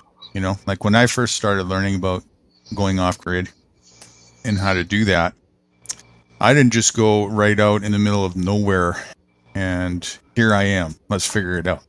I really took steps. I went into a hybrid situation where the first thing I did is I found a little piece of property that a friend of my business partner was renting on the outskirts of the city of Austin that wasn't connected to the electric grid. It was about, I think, 1/8 of an acre, just enough to put a fifth wheel on, and a good simulation of a rural environment to get started with. And now, while that was going on, I had a neighbor across the street that had full-fledged electricity. I had a 7-Eleven literally 15 minutes up the back road. I had a corporate grocery store about 3 minutes away from that. I had a tool store, a hardware store, 4 minutes on the opposite direction side. So, I wasn't within arm's reach of the things that I was still currently used to and dependent on for my ability to function. And once it gave me enough breathing room to start the ball rolling and get a feel for what it's kind of like to be in that environment and condition myself to get used to it, and then make more steps further and further away until I get to the point where I can completely know how to function without any dependency whatsoever. But it took those steps to do that, Well, that's impossible to do here in New York City, but, my plan is once I get my tent, the first thing I want to do is pitch it in a heavy rainstorm. In addition to that, to make sure it's not leaking. In addition to that, I'll whack it with a garden hose real good to make sure that it's doesn't leak. Yeah, things like that, right? Yeah. And the other thing is initially I'll load my backpack up, and initially I'll walk around, on the sidewalk, which isn't simulating, walking in the woods, but getting used to carrying the load on my back. I'm already doing step ups on a chair with a backpack on, and I put weight plates in it because just try to simulate walking over fallen trees with a backpack on. Then once I establish that my tent is not watertight, for lack of it's waterproof, I will actually take the bus up to Harriman State Park. That's where we went camping. It was Harriman State Park. And I'll hike with the backpack on. You know, they'll go for a day hike, come back. You know, when you hike the trail every 10, 15, 20 miles, you'll be able to come out of the woods if need be to resupply or stay at a motel or a hostel every night. Although there's one spot, I can't remember if it's in Vermont, New Hampshire, or Maine, where when you go in, it's 100 miles before you can find anything. You literally have to go 100 miles on, you have to supply yourself to make those 100 miles. You're not going to be able to get off the trail and find a store. It's just not a road, and to get to a store, it's just not available. But that's going to be later on in the trip, thankfully. That's later on. Grid. That's What was really that? off. That is really off grid. Yes. Yeah. Well, hopefully I think the trail is like 2,109 miles or somewhere around there long. That's going to be probably 1,800 miles into the trail. So I'll gained a lot of experience in that 1,800 or so miles before I hit that point. And at that point, it might be a plus to kind of buddy up with another solo hiker. I'm contemplating that. I may or may not do that. If I feel I might need that or it'll be a benefit, I'll look to do that. But if I don't, I'll just go it alone. Sure. You know what I mean? Mm-hmm. It's an exciting thing, and it really is. I'm an adventurous guy. I'm very physical, and I love being outdoors. The one thing that I don't do well in is the heat. But if I leave early February, I should pretty much escape the heat for the most part anyway. The other thing I wanted to say is that I'm in no rush when I do the Appalachian Trail. It's not like I'm intending or trying to do it in 4 months. Quite frankly, if it took me a year, that's fine. I may find spots where I want to just chill out there for a week or so, in the woods. That's what I'm going to do. Right. You know what I mean? The longer that I spend on the trail, the more experience I'll gain, is the way I look at it. And the longer I spend on the trail, I know for sure the less I'm going to want to come back out into society. And the sooner I'll just look to just get the hell out of here once and for all. Right. I see kind of a cloud of impending doom hanging over my head out here. And so it's over all of our heads, really. Most people don't see it. They're blind to it or they're asleep. But it's there, and it's about ready to burst. It's called attrition. Yeah, well... And it's a part of nature. Like it or not, people? Tenacity can beat attrition sometimes. Not always, but if you're tenacious... I look at it this way. Attrition is fine as long as you're on the right side of attrition. Yeah, well, you can't always be on the right side of it. Well, of course, you're inevitably, like I said a while ago, not immortal. You're mortal, right? But right. That being said, there's a part of attrition that is not inevitable for each individual on their own. For example, if there's a fire, well, those who subject themselves from being too close to it for too long are going to get burnt. Right. So what's the solution? Go around it. Move away from it. You got idiots that go camping that they'll pitch their tent. Maybe they find a good spot. There's no tree limbs above them, and they're on an elevated piece of ground. And then they'll go do something stupid, like they'll set up the rocks, ring of rocks for their campfire, and they'll cook on the campfire next to the tent. It's like, what are you fucking doing? You don't do that. Why? Because the bears will smell even the tiniest trace of food, you got to build a campfire near your tent, and then a second campfire a couple 100 feet away. You know what I'm saying? And you've got to know which way the wind is blowing, because, you know, the bears will smell wherever you were cooking.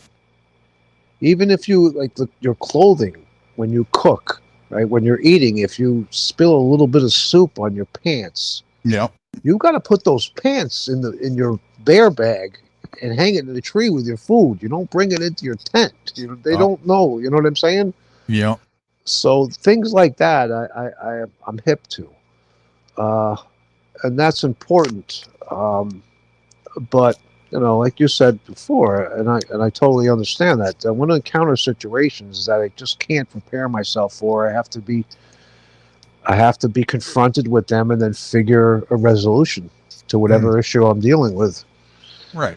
And this is the difference between the two mindsets. Is you're talking about being aware to the possibilities and realizing that this is a part of something that you need to be aware of.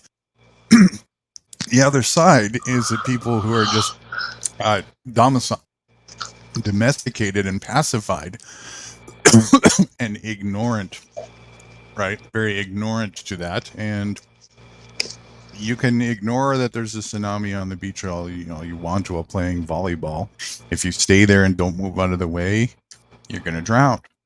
That doesn't have to happen.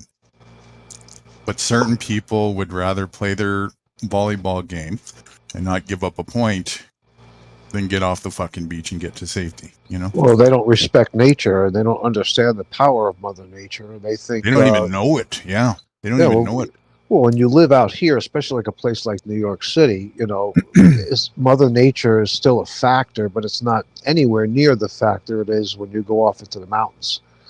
Right. That's what they don't get. Right. You know, the idiots in New York City would say, well, I'll bring an umbrella. Well, you better not bring a regular umbrella, because if there's a lightning storm, you're going to be a lightning rod. You know what I mean? Right. It's amazing how little people know about actually, you know, going out, even on a camping trip for the weekend. It's like they're so ill prepared. It's just unreal. It's really, and I think in our society today, people are have such a low level of fitness that when they get out there to go even just a weekend camping trip, maybe they're going to hike, you know, 5 miles to get to their spot. They can't even walk 5 miles with a backpack on. You know what I'm saying? Right. Mm-hmm. And then it starts to rain, and it's like, you know, there's mud and everywhere, and they're slipping and sliding. They fall down, they twist their ankle, and that's the end of the trip. You talk to the most of the domesticated, indoctrinated minds, and the idea of that will be like, ew, I'll get my hands and my navel's dirty. I'm not doing that. Yeah. Right? You know, even things like, you know, like I could explain to somebody what I just explained to you, right? Well, I didn't explain. You know all of this, obviously. You know, hanging your food in a bag, in a bear bag, in a tree, or a bear barrel, whatever. I'm not going to use the barrel. I'm going to use the bag. And you know not to obviously put your clothing, once, you know, you spill food on your clothing, not to wear it or put it in your tent. But, you know, I can explain that to somebody, and then I'll find them in their tent with their toothpaste. And I'm like, dude, you don't fucking get it. You got to put the fucking toothpaste in the fucking bear bag. They'll smell it. To them, it could be food. They don't know it's toothpaste. Yeah, and they don't know that their sense of smell is 200 times of a dog. You know? Exactly. And yeah, so, well, like I said, I'm not really concerned so much about the bears. It's, you know, black bears. Most of the time, they're not interested. You know? Right. And mostly what they're interested in is your food. So if they're hungry enough, or if there's next of kin around and they sense that you might be a threat. Those are the two things, right? It also depends on the time of year. So when I start my adventure in early February, the bears are still hibernating. You know, I don't know what kind of population of bears they have in Georgia. I would imagine there's probably a pretty healthy population of them. But even in Georgia in February, they would still be hibernating. So let's say by February, March, April, let's say even by April, I make it to, I don't know, North Carolina. The bear should still be in hibernation then, depending on the weather. I mean, it all depends on the temperature. So now you know when they wake up, that's the most dangerous time. That and when right before they go into hibernation. When they wake up, they're hungry. But during the summer itself, there shouldn't be as much of a threat because there's vegetation that they eat that's now growing. You know what I'm saying? Right. If there's a lot. Yeah. So I'm not. It's not that I'm not afraid of bears, but I don't really see them as the biggest problem or the biggest potential problem. Yeah. As long as you have common sense. Like, let's say there's a gigantic boulder, and the trail goes around that boulder. As you approach it, make some noise because there could be a bear right around the corner there, and if you surprise it, now you got a problem. Yeah, but if you make a little noise, 99 times out of 100, they're going to run the other direction. They hear you coming. They know you're there. That's right. They would rather. They're not interested in conflict. No. And again, unless there's next of kin around, and this is true for most animals, not all, but most wild animals. Occupation of territory is mostly for nesting. So that's when you got to be on your guard. But I can think of other animals that are far more concerned. Like I was just saying, right? So there's a cougar out where I was a couple weeks ago, and I couldn't tell if I was in its territory or if he thought he was, or she thought he was in mine. But he knew I was there, and he just was passively gracious up in the tree, and I didn't feel any threat to hostility. He could have had me in 2 seconds if he wanted to. Yeah, a cougar is something that would definitely, that's much more dangerous than a bear. I mean, with a bear, what you really want to do is if you run into a bear and it's just standing there looking at you, do not fucking turn your back. Excuse my language. And if it's, just continues to stare at you, you can either back away from it, but don't turn your back to it.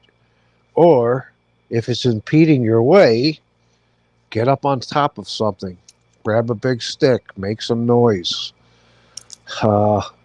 If you do have to run from the bear, if you find yourself in that situation, do not run uphill. Bears will fly up a hill. Run downhill. Bears are top heavy. They can't run downhill anywhere near as fast as they can run up a hill. Don't run up a tree either. No, I know. That's not going to help. I know. They'll climb that tree a lot quicker than you will. That's for sure. And they'll come after you if they want you. But I envision the possibility of that happening, encountering an aggressive bear, but I know what to do and what not to do. So doesn't guarantee that I'm going to get through that situation, but it increases the odds big time. Now, of course, the bear spray. Yeah, right, that's my first default if that bear starts approaching me. And then the second would be to start shooting at it. You know what I mean? I don't think that would happen, but I mean, how many black bear attacks are there in the United States every year? I don't think it's that common. Yeah, and ones that are successful is even way fewer and far between. Right. But the thing is, though, when you're on the Appalachian Trail, you've got to imagine that, well, okay, the bears that live in close proximity to that trail, they use it at different times during the year for food. Yeah, they know there's human beings there. At odds. Right. So that's one of the other reasons why when I camp, I'm going to get as far off the trail as possible and try to get myself situated in a spot where most other human beings either can't go or just don't have the energy, to go. They're kind of lazy. They want to stay over where the campsite is. You know, I'm not interested in that. I don't want anything to do with that stuff. Or Right. the shelters. I want to stay clear of the shelters as well. And one of the reasons for that, quite frankly, is that, you know, if you stay in a shelter, you're opening yourself up to catching a cold from somebody else. You know, and that doesn't. The cold's not going to take me off the trail, but it can slow me down. You know what I'm saying? Mm-hmm. Of course, if you're going to stay in a hostel, the same. You know, once again, you're exposing yourself to being in close proximity to human beings, and you can get sick. You can catch. You know, that was a big issue during the pandemic. You know, especially the beginning of the pandemic. You know, there were a lot of people that were trying to walk that trail, and they were petrified to get off of it and go stay in a hostel because they didn't want to catch the C word. I don't want to say it because I don't think it's good for your channel still. But anyway, thankfully, that's not anywhere near the issue now today that it was when it first reared its ugly head. You know, that tends to, each new variant of it tends to be a little weaker than the previous variant. So, anyway, you know what I mean? Sure. So, you know, the other thing that's just amazing to me, how many freaking idiots there are that think wearing, you know, when the mask mandates were out, that wearing the mask helps to prevent you from catching it. No, it doesn't. It helps you prevent you from spreading it. And it's like, you know, you talk to these people and you're like, why does a doctor wear a hospital mask when they're doing the surgery? To keep themselves from catching an infection from the patient that they just opened up? No, dummy. It's to keep them from infecting the patient they just opened up with the scalpel. What's wrong with you? You know what I'm saying? It's just, anyway.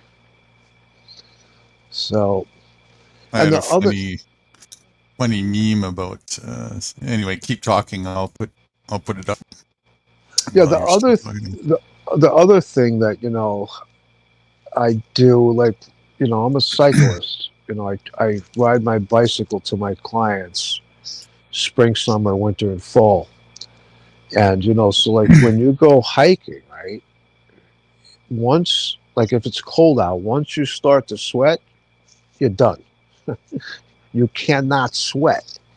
You've got to learn to dress correctly. So like when I go out in the winter on my bike, I wear less clothing than I actually need when I first get on the bike. Why? Because 20 minutes after cycling, whatever the temperature is, it's going to feel about 20 degrees warmer. So for that first 20 minutes, I'm a little chilly. You got idiots out there that'll go hiking. Like, let's say once again, it's a weekend camping trip in the winter, and they'll overdress and they'll start to sweat. And you've got to prevent that. You cannot get your clothes all sweated up. Once you do, that sweat is like, you know, your clothing is wet, and it amplifies the cold by, I don't know, 30 times or whatever it is. So when you leave in the morning, if it's cold, I'll do the same thing. When I'm hiking, I'll put on a little less clothing than I actually need for that first 20 minutes. And if I start to sweat, immediately I'll stop and start peeling layers off. You know what I mean? Right. Do you know that the body actually, when you sense temperature and even pain, it's an exaggerated level of it, quite largely, right? Yes, that's the body's self-preservation mechanism. Because we're too stupid to be within the means of the actual, you know, levels. If we were, so it gives us quite a buffering cushion. And if you know that, you know, then you can make interesting decisions that you wouldn't be able to do otherwise, working within those parameters. But you got to be careful. you'll still get burnt if you go too far, type thing. But we can withstand to go in a cold for a good 30 minutes before it actually really has any impact, even without a jacket on. Well, it depends on what temperature you're talking about. I mean, if you're talking about 25 below zero, you're not going to spend 30 Yeah, minutes, no. You know what I mean? Are you talking Celsius or Fahrenheit? Fahrenheit. Oh yeah. Oh no. Yeah. But Yeah, once again, when you start the trail in Georgia, even in early February, the lowest temperature you could possibly experience would be 0 degrees, and that's extremely unlikely. Sure. You might see 10 degrees. You could do fine for at least 20 minutes, 30 minutes without a jacket in that. No problem. 25, that's about 20 C. At about 25 C, 30 C, you'll start to get frostbite if you're too exposed at about 5 minutes or more. So you got to be careful about that. Anything after that, 35 C, 40 C, you'll start to get frostbite after 30 seconds if you're exposed, if there's a wind factor. So The wind chill, right. Wind chill, yeah. Yeah. Well, but mostly we're not in. If we're in those climates, then the question is, why are we? That's not fit for humans' habitat, No, I should, like I said, when I start the trail in Georgia in early February, it would be extremely unlikely, but the lowest temperature that I would experience there in the beginning would be 0 degrees, and even that's extremely unlikely. So I'll have what I'm going to do is I'm going to get a 2-bag system. So the bags fit inside of each other. One bag is 30 degrees, and the other bag is a 0 degree bag. So that when you combine the two, it'll take you down to 20 below zero. In addition to that, I'll add a sleeping bag liner, which gives you another 10 degrees. So now you're good to 30 below zero. I'm not going to experience those kind of temperatures. That's just not going to happen. As I proceed northward, let's say I go really fast and I hit North Carolina by early March. Sure, I'm going to experience colder temperatures there in March than I experienced in February in Georgia, but they're not going to be that much colder. What I would encounter in that situation is maybe heavy snowfall. You know what I mean? But once again, if there's a huge storm and I'm near, the road and I can get to a hostel, I'll probably just take that route if I feel it's warranted. You know what I mean? Right. Excuse me. But I would much prefer to stay out in the woods if at all possible. So right. So are you with us, Mr. Wrights? I don't see him on the screen here. I heard him a minute ago. He's on mute. Well, listen, Guru, let me Yeah, I'm right here. Okay, cool. Let me Don't talk too much, right? Don't interrupt us too much. I gotta run to the kitchen for a second to grab a couple of slices of cheese. I'm a little bit hungry, so I'll be back. I'll be back in like 2 minutes. All right? Yeah. By all means, go ahead. What I'm gonna do is I'm gonna phone in because let me see where my battery's at. I'm at 35%. In the meantime, Wrights, back to what I was saying. I had a meme for the mask thing, and I put it up. Mr. Big Thumbs there. Have a read of this one. For all those people who wore a mask while driving alone, the new outdoor seatbelt is now available. What the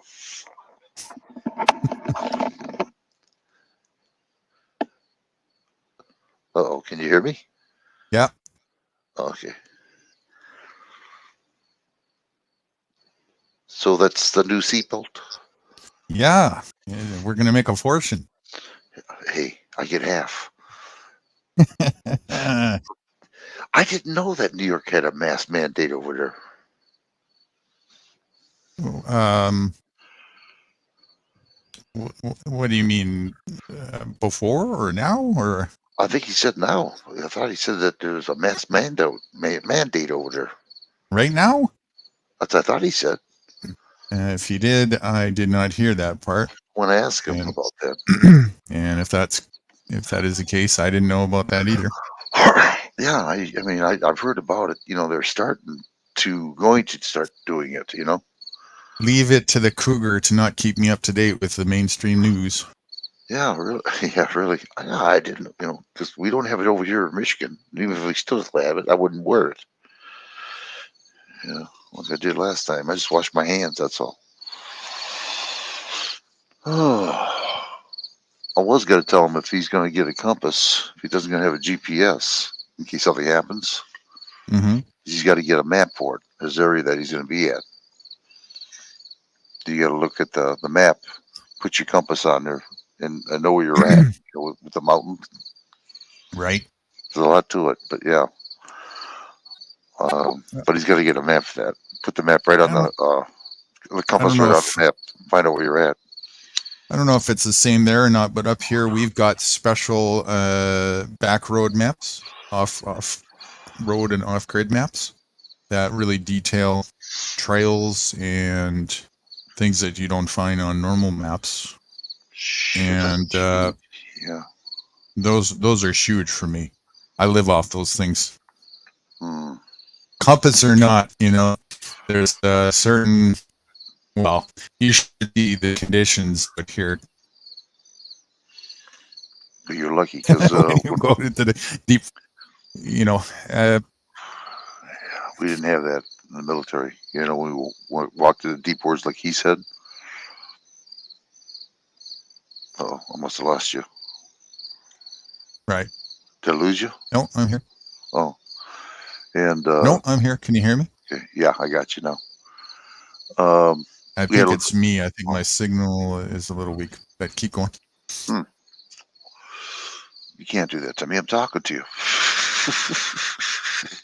Pay your fucking bills. I'm telling you. So I can afford some better internet. Oh my God. Anyway, it's just, you know, you got to learn how to do it. I was like about a quarter of a mile. I missed my mark when I came out of the woods. But I knew which way to go, though, you know, which direction. I made a right instead of a left. Then I met my area that I had to go to, you know. Yeah, that's another thing. Knowing your left and right is crucial for bushcraft survival. I don't know that on computers. There's a trick for this.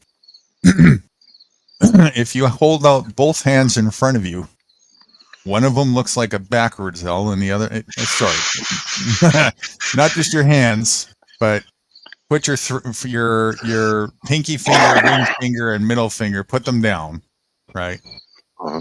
And then you've got your first finger and thumbs of both hands, hold them out in front of you. Okay, now one hand will have a forward L and the other one will have a backwards L. That makes sense. The one that has the forward L is the left. That's all you got to remember. I got it by memory. Let me tell you, I'll have a test on this tomorrow. I'll pass it. I won't hedge my bets, but I'll give you the test. Hey, are either of you gentlemen Trump supporters? No. Good. Okay. I'm not a statist, so I don't support anybody, any statism at all. You want to hear something funny? If you really want to see it, you go over to my channel and look at the video.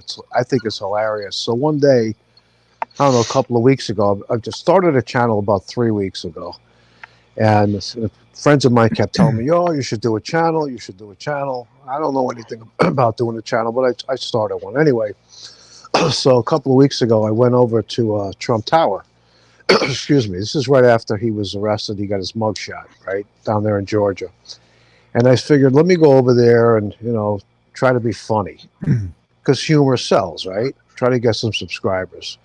So I figured I'd go over there and do a short, you know, in front of, you know, across the street from his Trump Tower on 5th Avenue. and say something like, "Oh, I'm disappointed. I thought there'd be a billboard up on the building with his mugshot on it, right?" Well, I roll up there on my bicycle, and what do I see? There's a guy, a performer, who's dressed just like Trump.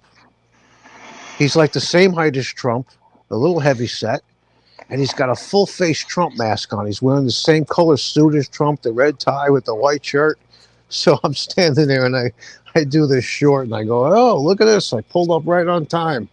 There's Mr. Trump." And the guy's out in the street on Fifth Avenue directing traffic. It was hilarious, right? Trump must be pissed. Anyway, so I said something like, "Oh, I'm right on time. This is great. I got a poster-sized picture with his mugshot on it. I want to get his autograph." And I scream out, "Hey, Mr. Trump." Well, the video I picked up like, I don't know, 7 subscribers on that short. But I ended up losing like 10 people because they were Trump supporters. I didn't know, and they got offended. You know what I mean? But that was like, I hadn't at that point decided that I'm going to do, an exercise channel. I was kind of like feeling You it out. you didn't actually lose anything. You gained. Yeah, you're right. Technically, you're right. Yeah. I got to look at it from that perspective. You know that both parties want to kill 6 to 7 billion people. You know that, right? Yeah. Oh, yeah. I know that. Or are at the least very involved in an agenda to perpetrate that knowingly or unknowingly. Yeah, growing up, I always sided with the Democrats, but the way I see it, both parties have failed us. Yep. Democracy. Yeah, democracy. That's a good name. I heard democracy. More appropriate. Democracy. That's a more accurate way of saying it, isn't it? Democracy is just not only a scam, but just a synonym for slavery. That's all. Yeah, but in my mind or my eyes, it's still better than what the Republican Party is looking to do. They're looking to have an authoritarian. Democracy is an authoritarian. Yeah, but that's what I'm saying. It's still better than what they're looking to do. I mean, cares? you get I don't this want guy, any authoritarian environment. Neither do I. But if you get a guy like Trump winning the election again, you're going to see a change so rapid, so fast. A change only for those who are caught up in the entanglement of pop culture authoritarianism and believe that they have a ruler and believe that they have to have a ruler. Which will be about 40% of America or Americans. About 97% of the population worldwide. Let me tell you something. Both of them, all 3 branches, break bread together and eat the same dinner table. They talk among themselves. It's a wrestling show. Yeah. The 3 co-equal branches of government. Once again, that's not working out for us either. By design, it's not designed to work out for anybody but the people who are usurping from that. They're very few at the top. Right, and that will never change. That's why all this rhetoric about, we need to change this system. Well, vote harder, as long as we'll get a better president next time. Oh, vote harder, It doesn't matter. It's not the people in it. It's the system itself, the advocation for it, and the participation in it, and the belief in it that breathes any life into it, and which brings the ball and chain tied, mostly in the mind, if anything else, slavery bondage that goes along with it. Yeah, the other thing that I see, is that we always seem to get a president that was born with a silver spoon. Yep. Somebody born with a silver spoon cannot relate to the average American. They just cannot. It's impossible. The guy who I really wanted in 2016 was Bernie Sanders. And the reason why is because for a period of my childhood, I lived literally around the corner from where he was raised.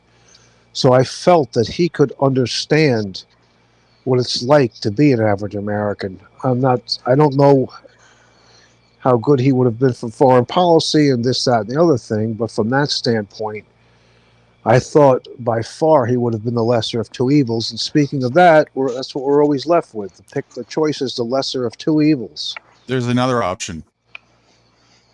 Neither. Yeah, well,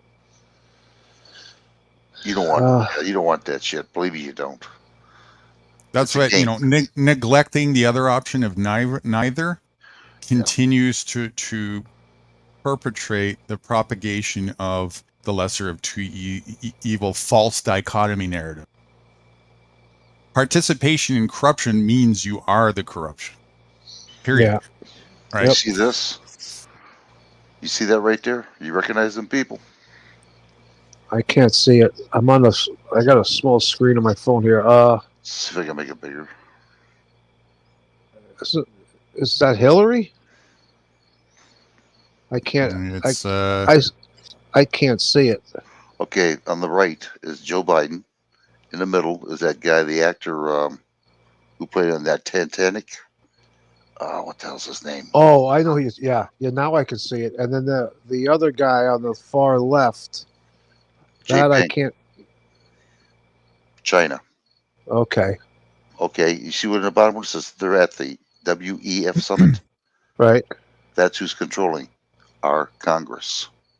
This is where the CBDC is coming from. Just fucking crazy. Yeah. Oh yeah. And I get. I'm fully aware of the fact that more than half the population of the world is living either under a dictator or authoritarian rule. And that's one of the same, isn't it? Yes, exactly, and that's where this country is rapidly heading. I would say you were very mathematically incorrect with 50%. 98. Is it that high? Mm-hmm. I said more than 50%. Correct. Would you look? Okay, so China has what, 1.5 or 6 billion. So does India, somewhere in the same, around 1.5, 1.6. So that's, let's say, 3 billion people. There's what, 6.8 billion on the planet. Then you've got Russia. That's about 77 million. You've got the Philippines, which is, I don't know what the population is there, but you want to know how many people we have on the planet? We got 8 billion. Is it 8 billion? Yeah, 8 billion people. That I do. So I would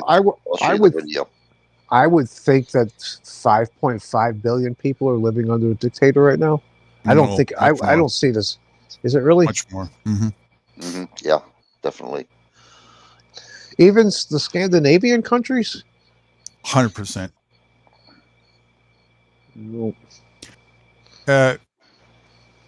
Country, by very fundamental design, is authoritarian. Understand that. It's very important, because what you have is you have ruling class and lemming class in all democracies. That's the very foundation of every country. No. That's all authoritarianism. I don't want any part of it any longer. For a long time now, I haven't wanted any part of it. Excuse me, but it's not like, once again, hold on. Sorry about that. It's not like you can just step off into the wilderness. You've got to, you have to unravel. You have to unravel, yes, and that's a work in progress. But that's what it takes, is a recognition of that, and then removing the barriers, which 90% of them are in your mind, of course. Most of them are excuses. We're just the big discussion we were having earlier was all about this. I would, if you weren't there, go back and listen to the beginning of this when you weren't here. We had a great discussion on all of this stuff. And that's really what it's all about. It's about each individual coming to terms with being totally honest and removing all forms of superficial fakeism that are in the way of taking the responsibility that we need to take for ourselves, and stop delegating that away to others, other fictional entities as well, especially, and thinking that somebody else is supposed to have our best interest at heart. Yeah, I think for a lot of people, it's fear of the unknown, and also fear of losing their kind of creature comforts. You know, like what will I do without having a couch to lay down on, and what am I going to do without Wi-Fi, and what am I going to do without this? How am I going to live without that? Well, you really don't need all of those things. People didn't need them, but when they didn't have them, people were absolutely fine without them. They got along just fine. Well, you hit that home. You sure did. So anyway, actually, I also while I'm on the trail, I'll kind of try to shift. I may start a second channel. I plan on filming a lot while I'm on the trail. Kind of as a record. Nude. Oh. Kind of as a record for myself, and also I don't know. Anyway, you got the right idea, though. You do. You have the right idea. You get the hell out of Dodge, and that's damn good. Yeah, well, here in New York City, I don't think there's a whole lot of people that are even thinking along those lines. I think people in more rural environments are much more likely to do that, or even the suburbs. People in the big cities are just reliant, so reliant on the government, and they think that the government has its best interest in them or their interest in mind, and that's the furthest thing from the truth.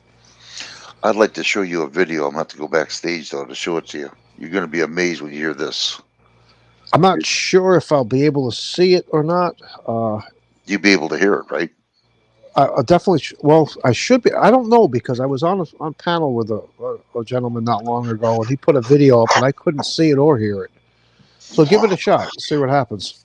Okay. Oh, I don't know where Nude's at. Well, he's got my address, I believe. Yeah, he's got my address. We'll see what goes on here. All right, hold on here. I got to go to Rumble here for a minute and get it. Hold on here. You know what? I'll just leave it right there for now. I'll leave it live until Which platform do you prefer, YouTube or Rumble? Rumble. Oh my God, yes.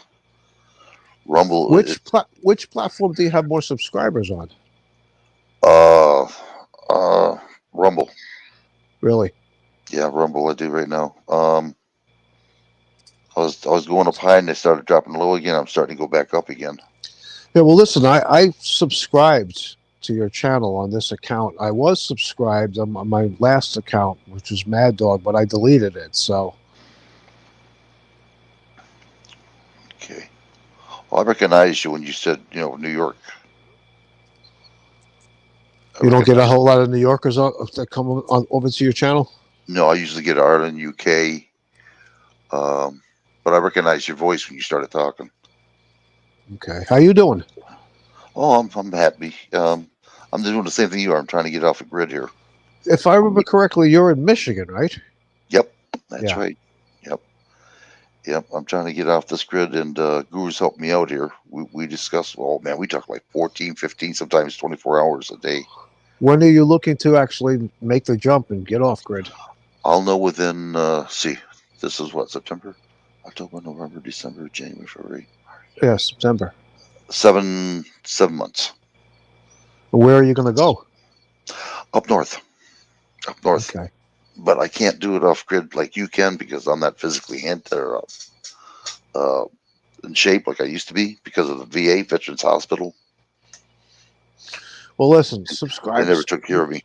Subscribe to my channel. Right now, the videos I'm posting won't be beneficial to you, because what I'm trying to do is I'm trying to attract subscribers. So I'm posting shorts that of advanced exercises. But once I get a decent amount of subscribers, I'm going to go through every bodyweight exercise for the easiest progression to the hardest progression.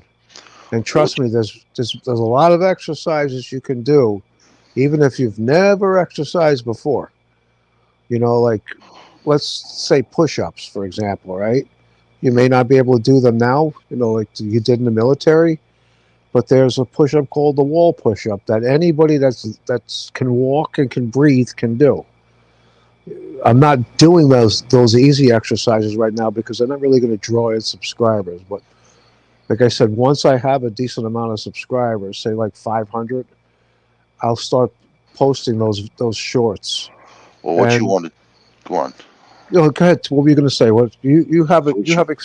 Go ahead. I'm sorry. Just put your link on my. I can't put my link unless I have a wrench. Can I? Yeah. Oh, I can. Can I drop it in your chat? I think you can. If you can, I'll give you a Okay. wrench. How's that? Hold on. No, you don't. No, that's If I okay. can't, you might be right. don't- You might be right about that. Hold on here. Let me see how this thing works here. Bear with me. You know what I'm going to do? I'm going to do it this way. I don't mind jamming over because I know you before. You know. Oh, shoot. Let me do it this way. I got to get back to that. Hold on. Yeah, I think you're right about that. I remember somebody mentioned about that before. You're right. I'm wrong. Yeah, This I'm not one of. I'm not Go one of ahead. these. I'm not one of these. Coming. They use this terminology in this other genre that I go to here on YouTube. They call it a wrench whore. People they feel like if they have a wrench, it's like a status symbol, and they get all upset if they lose their wrench. I'm not into that. You know what I'm saying? Yeah. The only reason for me, honestly, the only reason why I would want to have a wrench is I've been on channels where, I'm in the chat room and it's mostly wrenches. Like, there'll be 100 people in the chat, and there's always somebody in there that'll get insulted by something I say. They take it personal, and then they want to block you. Yeah. So if you have a wrench, you can't be blocked. That's the only reason why I see for having a wrench.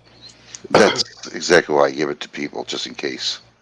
We had a young lady here that, well, to make it a long story, you got mad at me because I wouldn't allow her to talk to somebody else. She started kicking all the subscribers who didn't have a wrench. So I kicked Yeah, her out. that's some nastiness. Yeah. So. But you run into here on YouTube and on the internet, you run into a lot of really weird, wacky people. Kind of. Especially the genre that I was started off in. It's not really officially a genre. It's called MobTube. I think I might have spoke about this when I was up here last.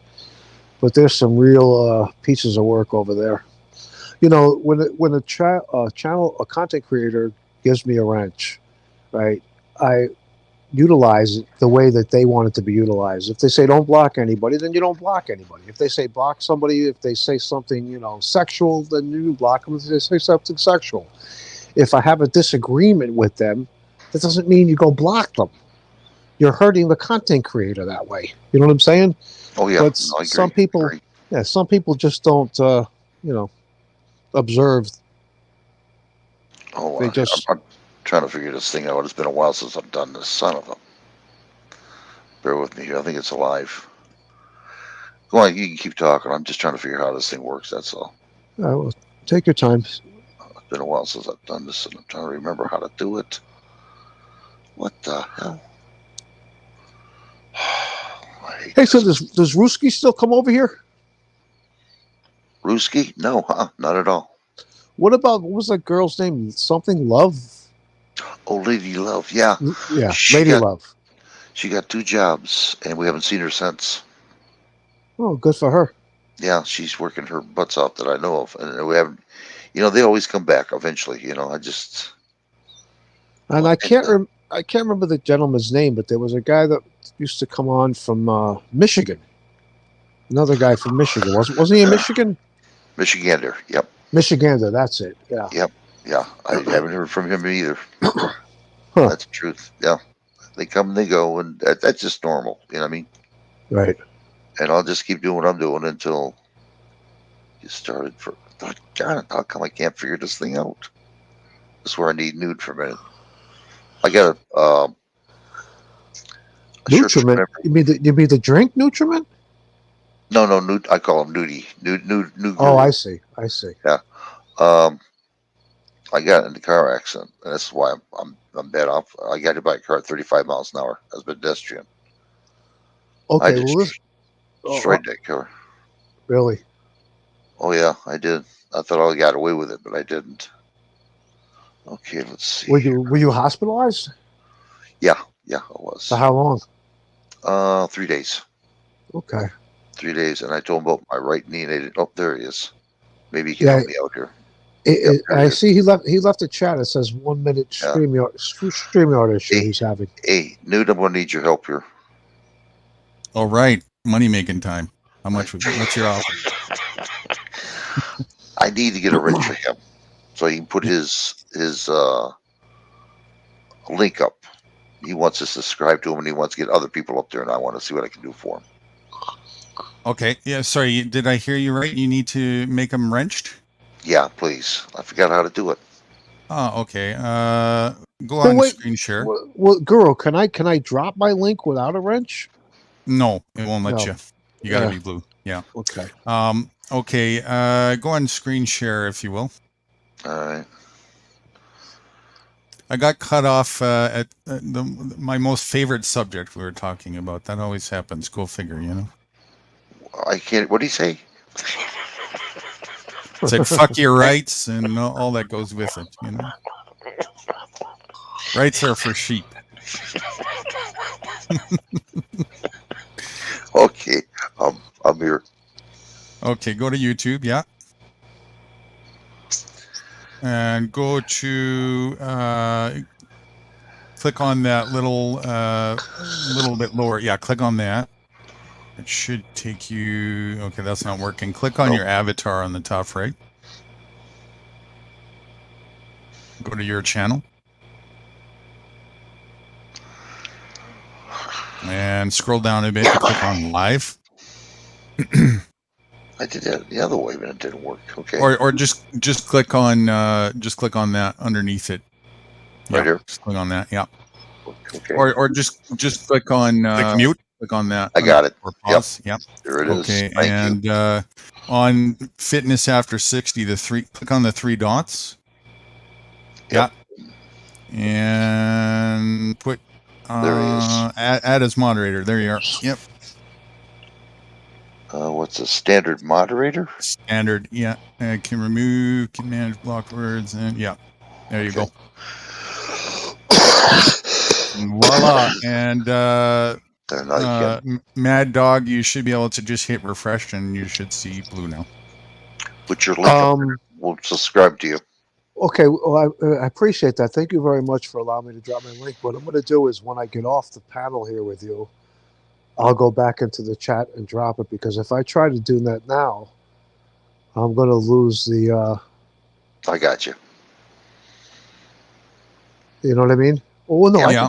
I could also put it in a private chat. Yeah. You could do that, or and then I could copy and paste it and put it in the... Oh, we lost him. He can probably still hear. Oh, no, he's right out. Okay. Well, we'll wait till he did it comes right. back. You know that, don't you? Yeah, I do. Yes, it's all too familiar. No matter who does it now, it's always you followed rights for vets. I see it all over the place. It's a real pandemic. Such a tragedy. You know what I should do? Since people are watching, I got 4 people out there watching. If they want, I'll put a link on that 6 to 7 billion people they want to kill. The government does. Yeah. Just to show people that I'm not lying. And what's going to happen to them in just a little longer time. No wonder. Yeah, there was a good Jeff Burke video about that, and he said this many times. You know, the chances of, and even said it about himself too. And he's making preparations to live now self-reliance with a farm in Mexico, and which is good to see. But you know, he's been way outside the rhetoric of what's been going on for a long time. The only thing that he's still lagging with is still being an advocation of capitalism. You know, and that's what he's all about too. He teaches people how to survive in the capitalist world still, which is whatever. But he said, you know, very clearly that the chances of anybody surviving the next 2 to 4 years, 2 to 5 years, is really slim. You know, Ain't that something? That's a shame. Yeah, I mean, a genocide is not a toy. You know, and I chuckle about it, but there's nothing funny about it. You know, because it's for real. We're talking about literally an oppressive attack of life here, right? It's a war. Murdering We're in a people. war. Yep. Yeah. Mm-hmm. It's not a joke. No. People think, as I say, they're talking about everything else but the real situation, Oh, that didn't work. How come that didn't work? How come that didn't work? What are you trying to do now? I'm trying to get I got to go back. Maybe I put in the other. I'm trying to get the link from the. From that thing. Yeah, so I can put it on here, and if people want to come down and grab it before they take off or whatever, they can do it. Okay, let's go to a new tab. Oh, you want to go that way? Okay, I'll do it on the phone. Okay. No, you can do it up there. Yeah, go to YouTube. Okay. I know. Okay, new tab. We'll do it this way then, just to see how well I can do here. Okay. Rumble. Oh, I just heard him come up. There he is. Hey guys, sorry about that. I booted myself off panel by accident. You made it. I know you did one of my numbers. I always do that to Guru. Yeah, well, I've done that countless times. Oh, so listen, before I came back up on panel, I did drop my link. Yeah. So it's sitting there in your chat. Okay, I'll put it up there then. Am I echoing at all? Nope, you're good. No, you sound good. Good. I got my phone plugged back in. So I'm just trying to find the. I got to get myself over to Apple because my phone has not been working properly. My son-in-law and my daughter had an Apple, and they're still having a hard time with their Apple. I don't know what it is. Well, I got to tell you, I had good luck with that company. I had a couple of phones that I had problems with, and they were like, "No problem, we'll just give you a new one." And so it's still an issue. I got to go into the city, and I've got to go to the store, and wait online and all that crap, or whatever.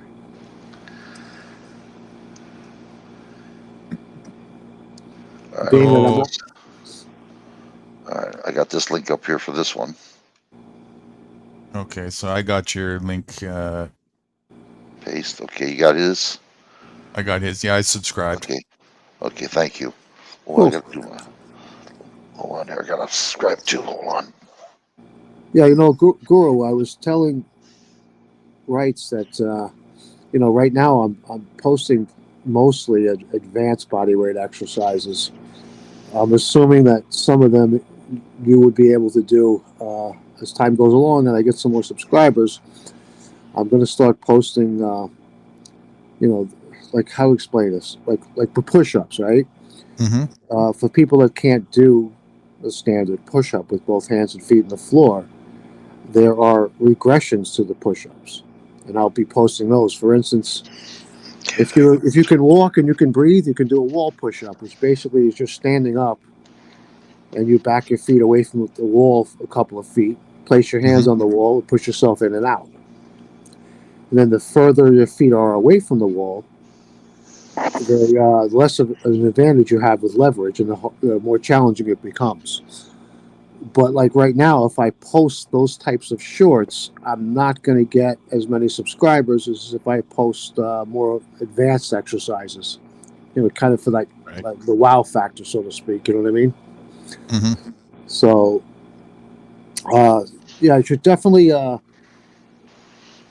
if you're interested in learning some bodyweight exercises that maybe you didn't know about, definitely take a look. And if you have any questions, feel free to ask me. I'm more than happy to answer them for you. I just subscribed to you. I just now subscribed. Cool. Yeah, I have 32 years as a personal trainer, and back in 2016, I became certified with advanced calisthenics. And unfortunately, I wasn't smart enough to listen to my friends when the pandemic started and all the gyms closed. They kept telling me, start a channel, start a channel, start a channel. I was like, no. Well, I guess it's better late than never. Because what ended up happening when the gyms closed, people went online and went to, whatever stores were still open, and they bought up the dumbbells and the weightlifting equipment. And that went fast. and they couldn't get it anymore. So, they didn't believe in body weight exercise and calisthenics. These weightlifters, they think the only way to get in shape is to lift weights and roids. Yeah, and roids, exactly. I don't even take protein powder. I eat whole foods and then drink clean drinking water. But anyway, it's the only way to go. The ones that were smart enough to start doing calisthenics quickly realized that, wow, you don't need a gym. All you need is your body weight and the knowledge of what to do with it. That's right. You know what I mean? So I look at the calisthenics as sort of like being off grid. I don't have to rely on a gym. It's an ancient wisdom. Them. Yeah, I don't have to pay them. I don't have to work out, when they're open, by their hours and their rules. I can work out anywhere. You know what I mean? Yeah. Well, I'll tell you what I'll do for you, because YouTube's nothing to me really, but I'm willing to help people who want to grow. But if you want to bring some of your videos over here, you want to play them, that's fine and dandy. You know what I mean? Show people. No, that's I'll tell you what. That's up to you. If you want to play it in my videos, feel free. Well, I gotta have authorization from you to do that. I don't know how to do it. Yeah. Guru knows how to do it, but I don't. Well, I'll tell you what. If let me see if I can get you guys to laugh. Why don't you go over to my channel and play the one I was telling you about before with Trump in front of Trump Tower? What's the name of the video? I think it's Trump in front of Trump Tower or something like that is the title of it. It's not a video actually. It's like a 15-second short. It's a short. Okay. Yeah. Okay. Let me. You know what to do, right? You're already on screen share. I'm having a cigarette right now. Hold on. I just lit up. Hold on. That's okay. We're charging by the minute. I think anybody that doesn't like Trump would get some kind of a kick out of that short. I get a kick out of mocking any kind of political bullshit. It doesn't bother me. Yeah. No matter what it is, it's all facade. It's all fake. Yep. Yeah, it wasn't until about 10 days ago where I decided to just focus on the fitness, the body weight exercises. Prior to that, I think I opened the channel like 3 weeks ago. I was kind of like just feeling around, see what worked. You know what I mean? Right. Doing different things, trying to get a feel for it. The thing is, I commend you on that form of exercise. That's the only way to do it. Really, what it is it's mimicking what our body is meant to do in nature, right? The way we would move for survival, to climb and get things and so on and so forth. That's what yoga is all about, right? Yeah, but it goes a little deeper than that. The way I look at it, Guru, is that, okay, when you do body weight exercise, let's say you're doing a pull-up, right? That's a body weight exercise. Mm-hmm. The focal points are really your lat muscles, your back muscles. But when done correctly, all your muscles are working together. Okay? Right. So when we're not exercising, when we're just moving our bodies through space, all the muscles are working together. When you lift weights, let's say you're doing like bicep curls, you're trying to isolate your bicep muscles. That's not how we move when we're not exercising. You know what I'm saying? Mm-hmm. So, and body weight exercise, when done correctly, any of the exercises demands that you use all of your muscles in unison. Okay, once again, that develops functional fitness or functional strength, because when you're not exercising, we move and utilize all of our muscles ideally together, right? Excuse me, just for a minute. It's called Queen Size. No, the title of that short is I can't find Trump, Mr. Trump in front of Trump Tower or something like this. Like you'll see a picture of a taxi cab. Yep, I got it. Okay, go on. I'm sorry. Again, do what you got to do. You work your magic there. I think it was somewhat funny. Let's see what you guys think. There we go. I gotta go get it. I'm getting it now. And listen, rights. If I'm not here and you want to use any of my shorts, feel free. Have at it, man. Do whatever you want with it. Well, I like to do it when people are here, so this way they YouTube don't like me. I don't. Who do they like? Yeah, really, yeah, really.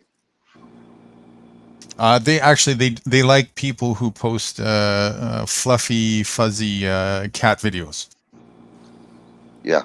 Well, from what I understand, I thought that videos like pranks do really well on YouTube, and funny videos do well. Drama, yeah. And what they're Pop looking culture stuff. and what they're really looking for is engagement, isn't it?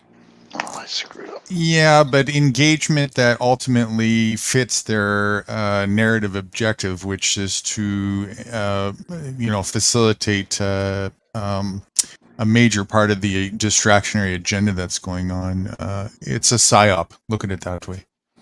Yeah. Well, it's weird because shorts that I film that I think should do well don't do well, and ones that I don't think will do well do well. The algorithm is kind of strange. Yeah, I don't even think the YouTube gods understand it. It's very much half intentional and half life on its own. What the fuck? The way the algorithm works, and it's a bit hit and miss. It's a bit, calculated. You need consistency, but you also need consistency that fits whatever their current trend is, and it's mostly guesswork. You got to kind of get lucky a little bit, right? Yeah. There he is, Mr. Trump. And boy, am I. Hold on, I'm still playing around with this damn thing. I'm getting it though. What happened? You had it. Yes, I did. Where did it go? I wasn't watching the screen. Oh, was it on? Yeah, it was. I heard it. That's why I'm saying you had it. Oh, Where did it go? Oh, okay. I'll do it this way then. I didn't know that. Okay. Oh, wait a minute. That's the wrong one. Shit. Go back to YouTube. You gotta go to YouTube. No, you closed it. That's what happened. You gotta It's in here. It wasn't here. What happened? It's in there. Why would it be in there? You're trying to find his channel and the video on that, right? So you gotta go to YouTube. Son of a gun. I just had, okay. All right. You're in email. Yeah.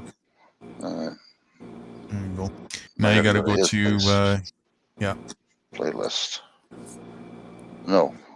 If you click playlist, it might go to the last video you played. I don't know. Good. Scroll down.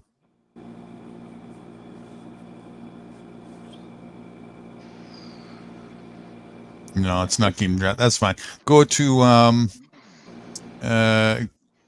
you in the right one? Yeah. Click on the your subscribers. No, click on home. Home, really? Okay. And click on underneath on the video that we're on. Right here? Yeah. Okay. Okay, and click on his link. Right here? Yeah. Okay. Okay, and click on his. There. This is it right here. Yep. Yeah, you gotta click on his link.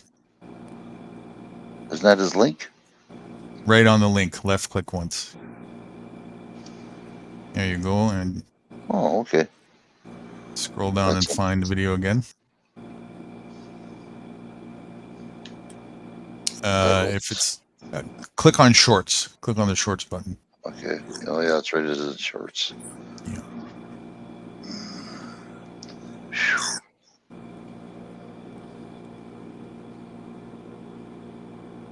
There's a taxi cab. There's a taxi cab. There you go, on the left. That's it. There he is, Mr. Trump. And boy, am I right on time. I got a picture, actually a poster of his mugshot. I got to go over there and get him to sign it for me. I want his autograph. Hey, Mr. Trump! There he is, Mr. Trump. And boy, am I right on time. I got a picture, actually a poster of his mugshot. I got to go over there and get him to sign it for me. I want his autograph. Hey, Mr. Trump! Mr. Trump. And boy, am I right on time. I got a picture, actually a poster It does look like of you. his mugshot. I got to go over there and get him a I would sign. have made a sign that said, "I'm offering haircuts for donations." Good. You got a kick out of that. Good. You know what I'm going to do? I'm going to go back over there one day. This guy is a performer. He's there, I guess, pretty much every day, Monday through Friday. And I'm going to throw him $20. I'm going to say, do me a favor. I'm going to sing YMCA, and I want you to do, you know how Trump dances when he's at his rallies? I want you to do that for me. YMCA, and I want you to do, you know how Trump dances? There we go.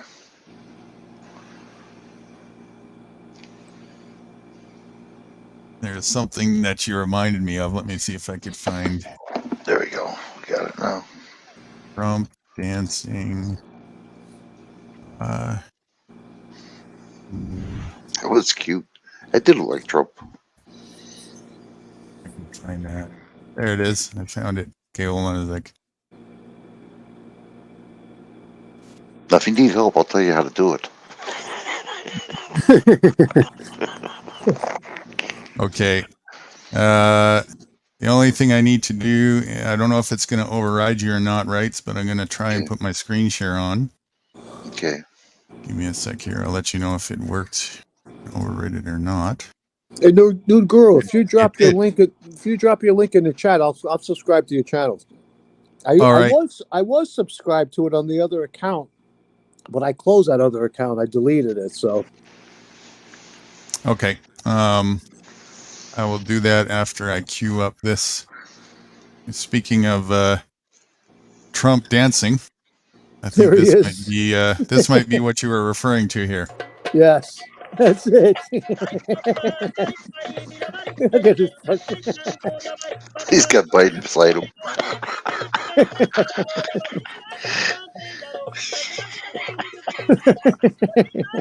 The cat's over there jamming away.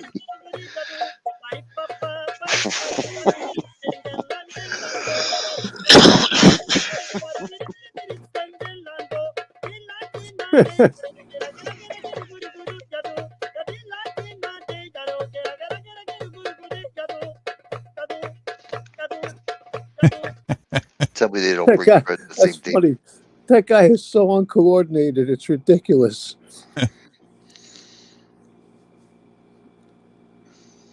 All right, I will get my link for you there.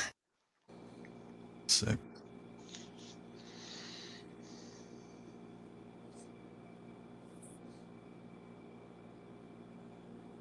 Now watch yourself there, handstand. You got to pay $5 just to get into his link. What was that? Fridays. What I'll do is when I go off panel, I'll jump back into the chat. Yeah, but it's $5 to get into his link. Yeah. Watch him. That's $10 for you, buddy. $10? No, for me, not you. Yeah. Yeah, what you see is he's got a set up. Wow. There's a building somewhere it's on 47th Street in Times Square with like a giant flat screen TV on the side of it, and 24 hours a day, 7 days a week, the screen just shows all the different charges Trump is being charged with. I'm going to go for and take a short of that too. This way I can weed out the Trump supporters. You know what I'm saying? Get rid of them. You just got to remember, though, they're all the same. They really are. You just wouldn't believe it. I'm going to show you in backstage when we about that 6 to 7 billion people they want to kill. You know, I encounter those people in another genre.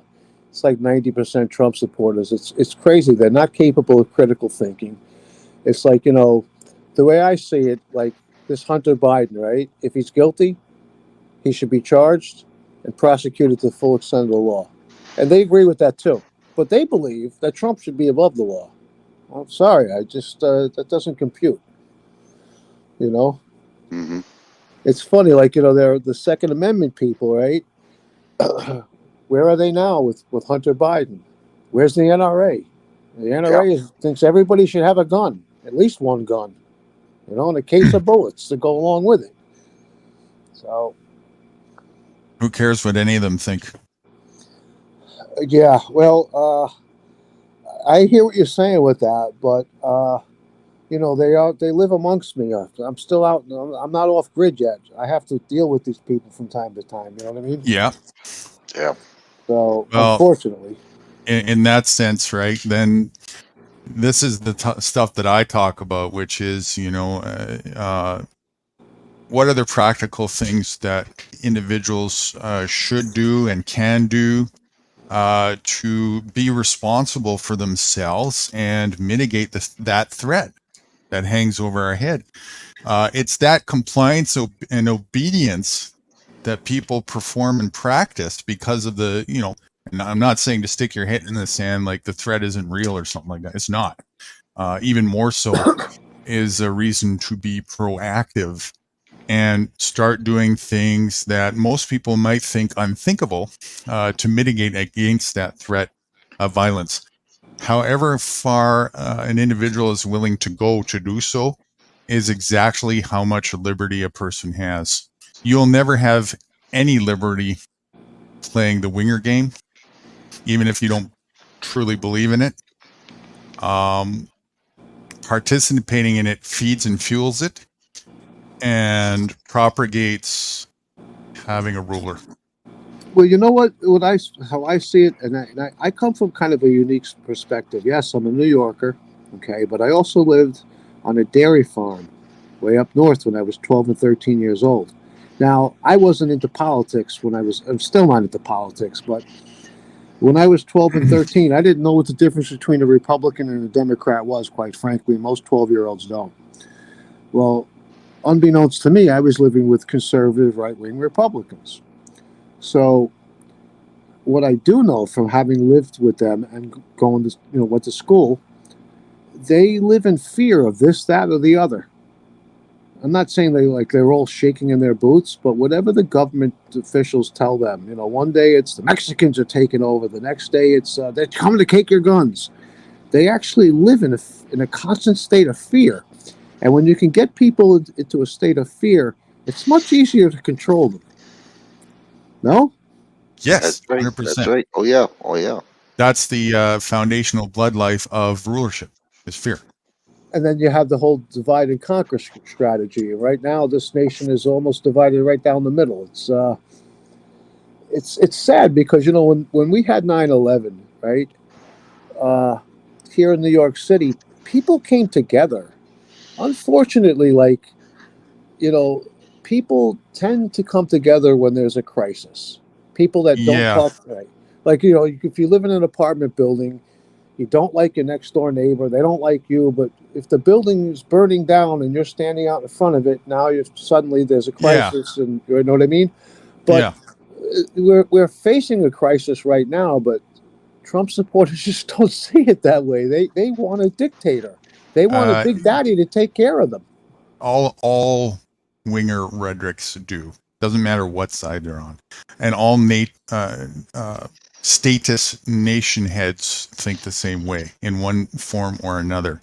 When you said a minute ago, this country is divided, you're actually telling me there's a bigger picture even that you're still not acknowledging.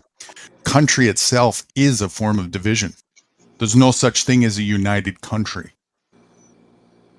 A country is a divide. It's a divide of humanism.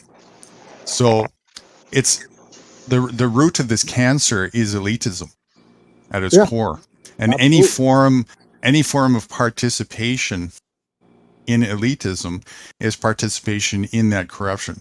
So to have any sort of when you say, if you identify yourself as like an American, first of all, you're lying to yourself because that's a falsity.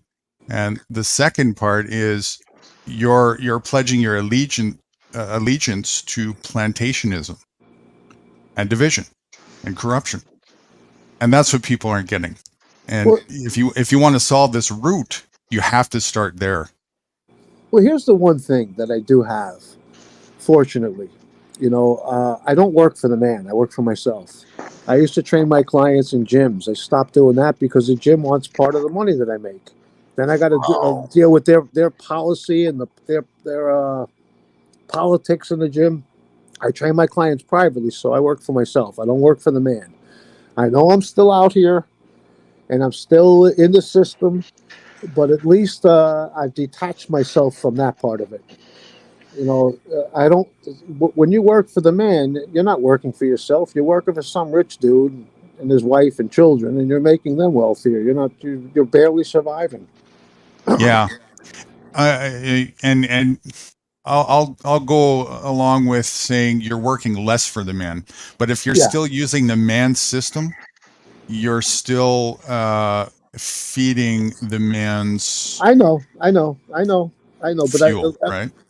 it's not like I'm working for I don't know. Let's say J.P. Morgan and Chase. You know what I'm saying? You are you're using if you're using their Federal Reserve notes. You're still using their the blood of their system, right?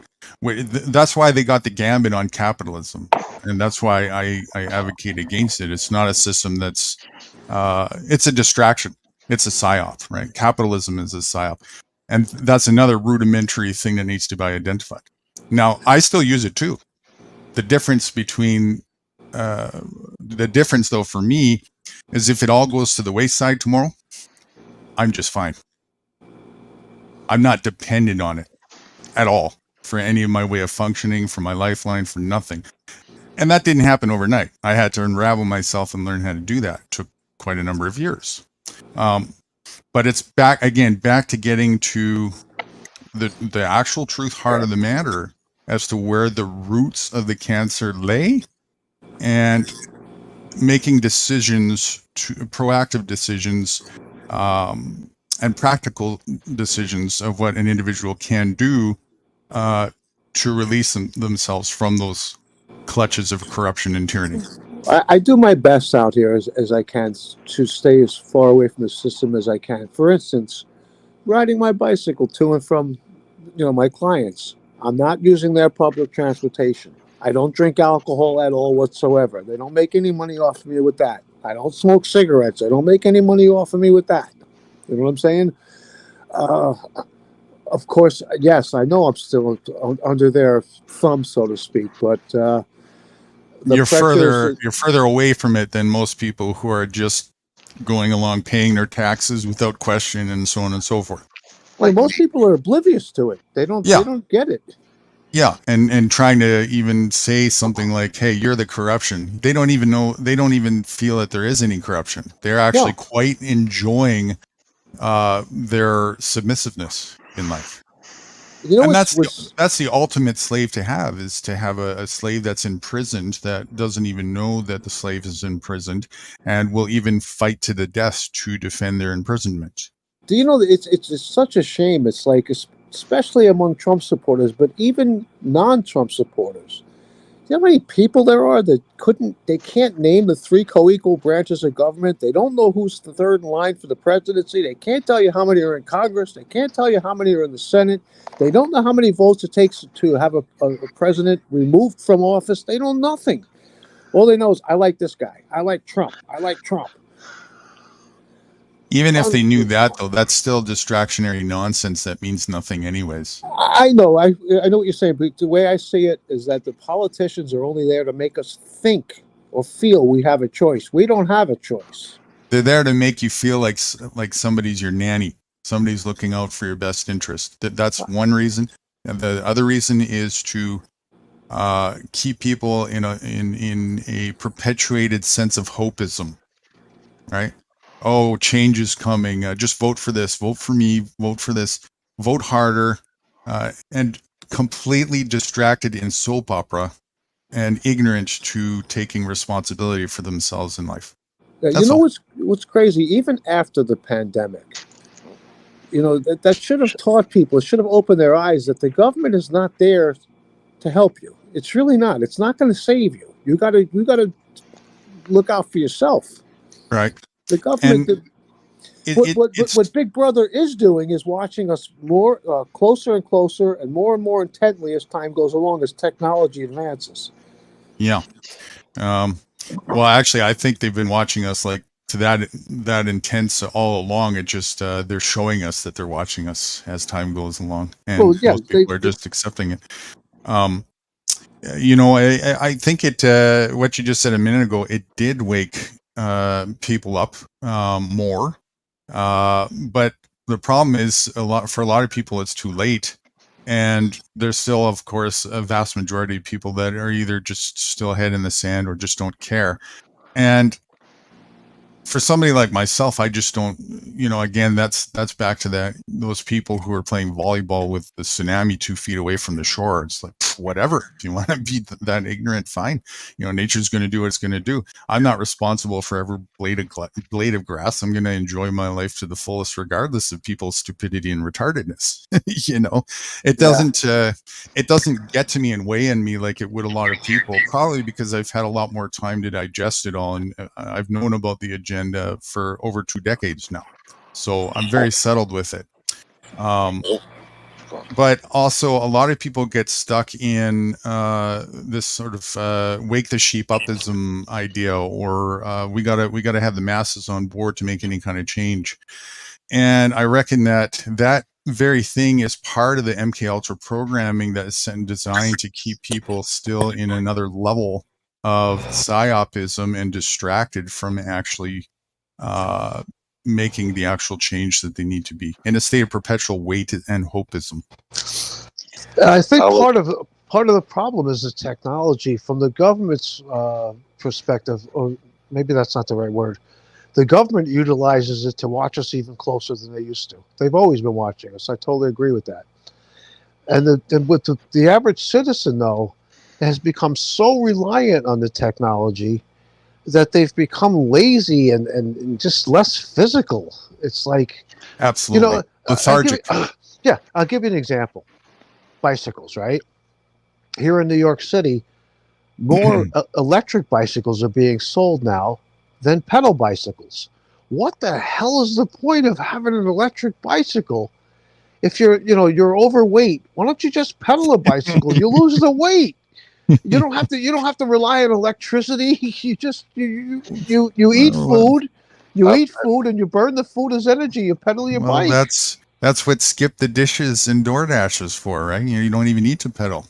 It's unbelievable. Push a few buttons and you got dinner at your door in 2 minutes. Yeah, I'm 63 years old, right? So when I grew up in the 70s, as a teenager, people were so much more physically active than they are now, and they were thinner, and to walk a couple of miles wasn't a big deal. The average New Yorker, I don't think they can walk 2 miles without having to sit down for 20 minutes at some point. Right, it's, and that's all. It's really, that's all the plan by design. Sorry, Wrights wants to get in here. Yeah, I was going to say I'm going to give you guys a test and see how well you do against these brainiacs here. Bear with us, okay? Get ready for the test. All right. Ready? Yep. Let's see if you can answer these questions.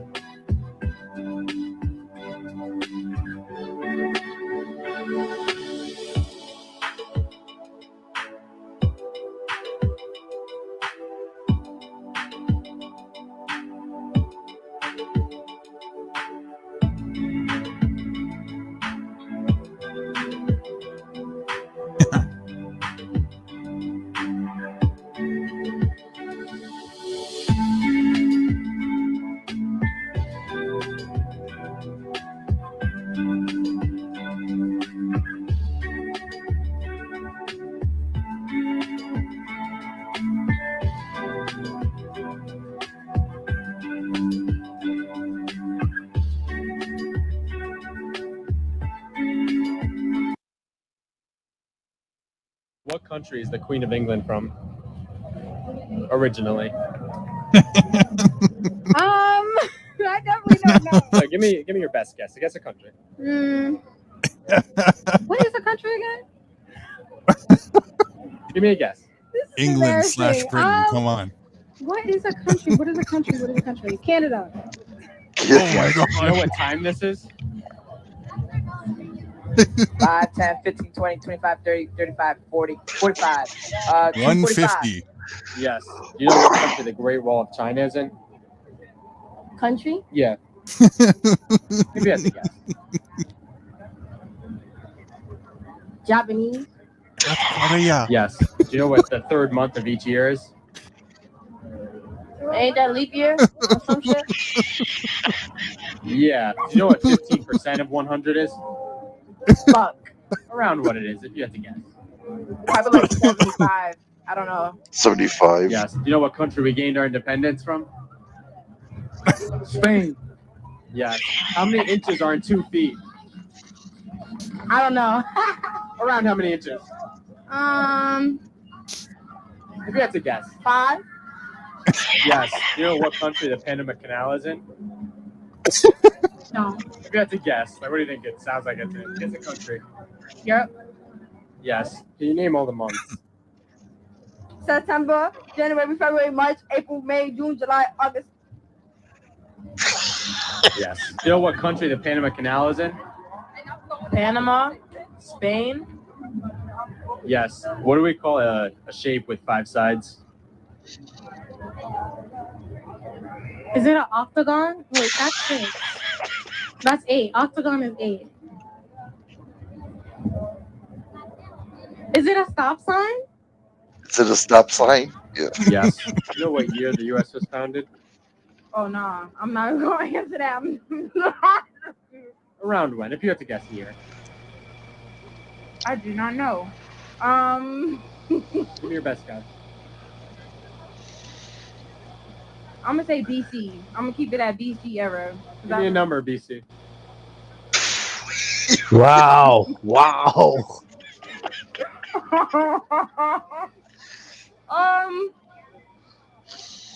18 something 1800. BC? Yeah. Yes. How many weeks in a year? Nah.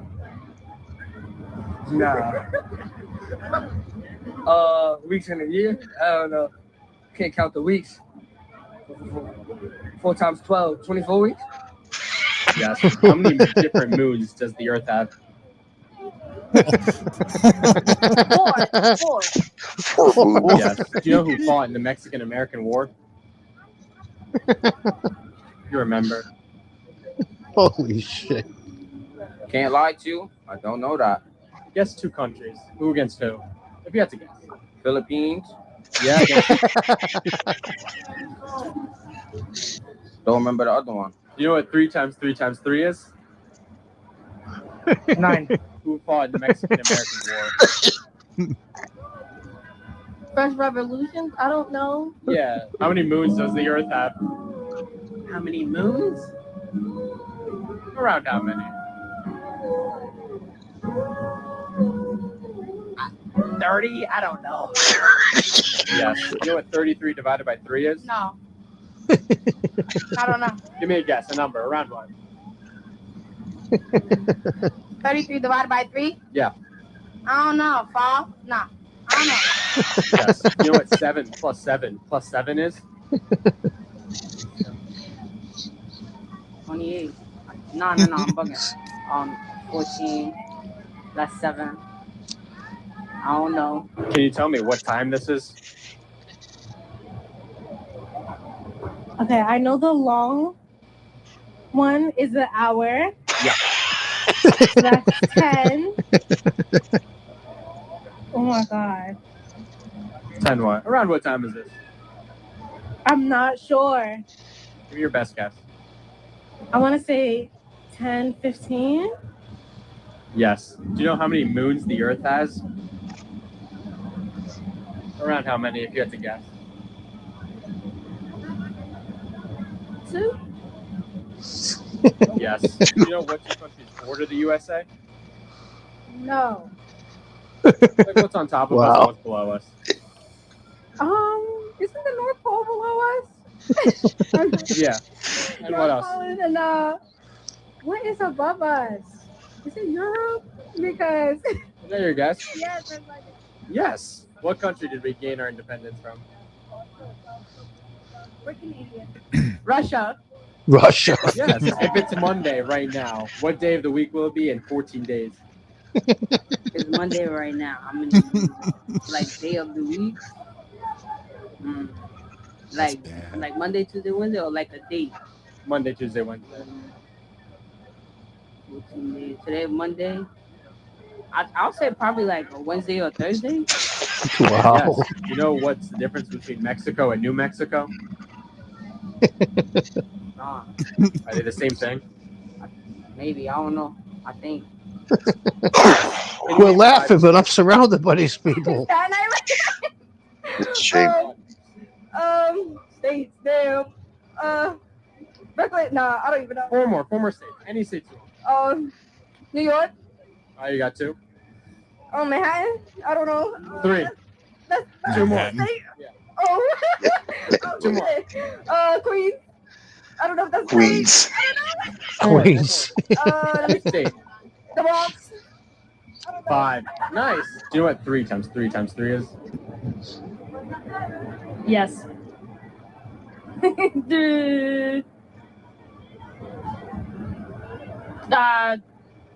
What? 2021. Yes. Oh. Do you know how many states are in the USA? Around how many?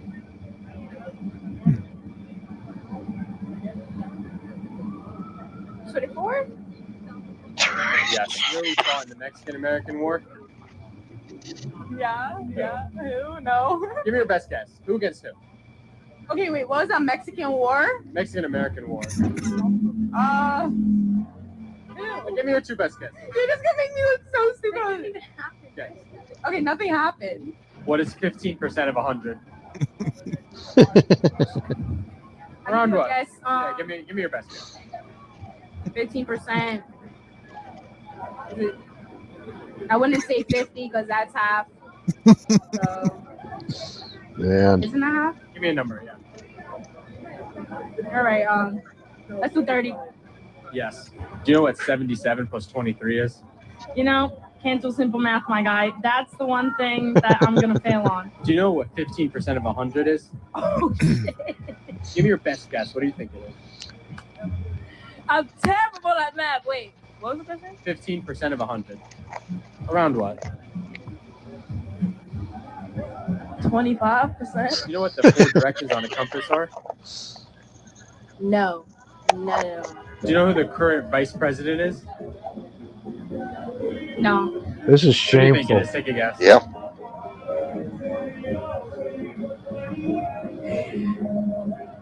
I don't know. I'm just waiting for Barack Obama to come back. Do you know what continents we're on? You got me feeling dumb. No. Don't be dumb. Just know. We on You know Arctica. this. Nah. How many people are on Earth? Around how many, if you had to guess?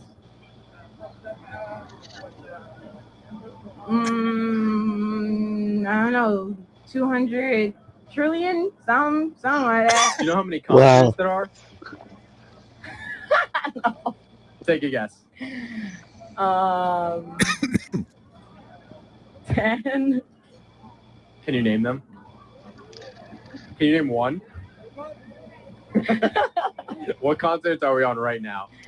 Oh, come on. United States. Fucking Yes. idiots. If you were born 10 years ago, how old would you be today? Well, shit. I'd be 12. I'm 22, right? I'd be 12. Yeah. So if you were born in 2012, how old would you be today? Oh, sorry. I heard you wrong. If I was born in 2012, I believe I'll be 12. Wait, no. 2012 to now? Yeah.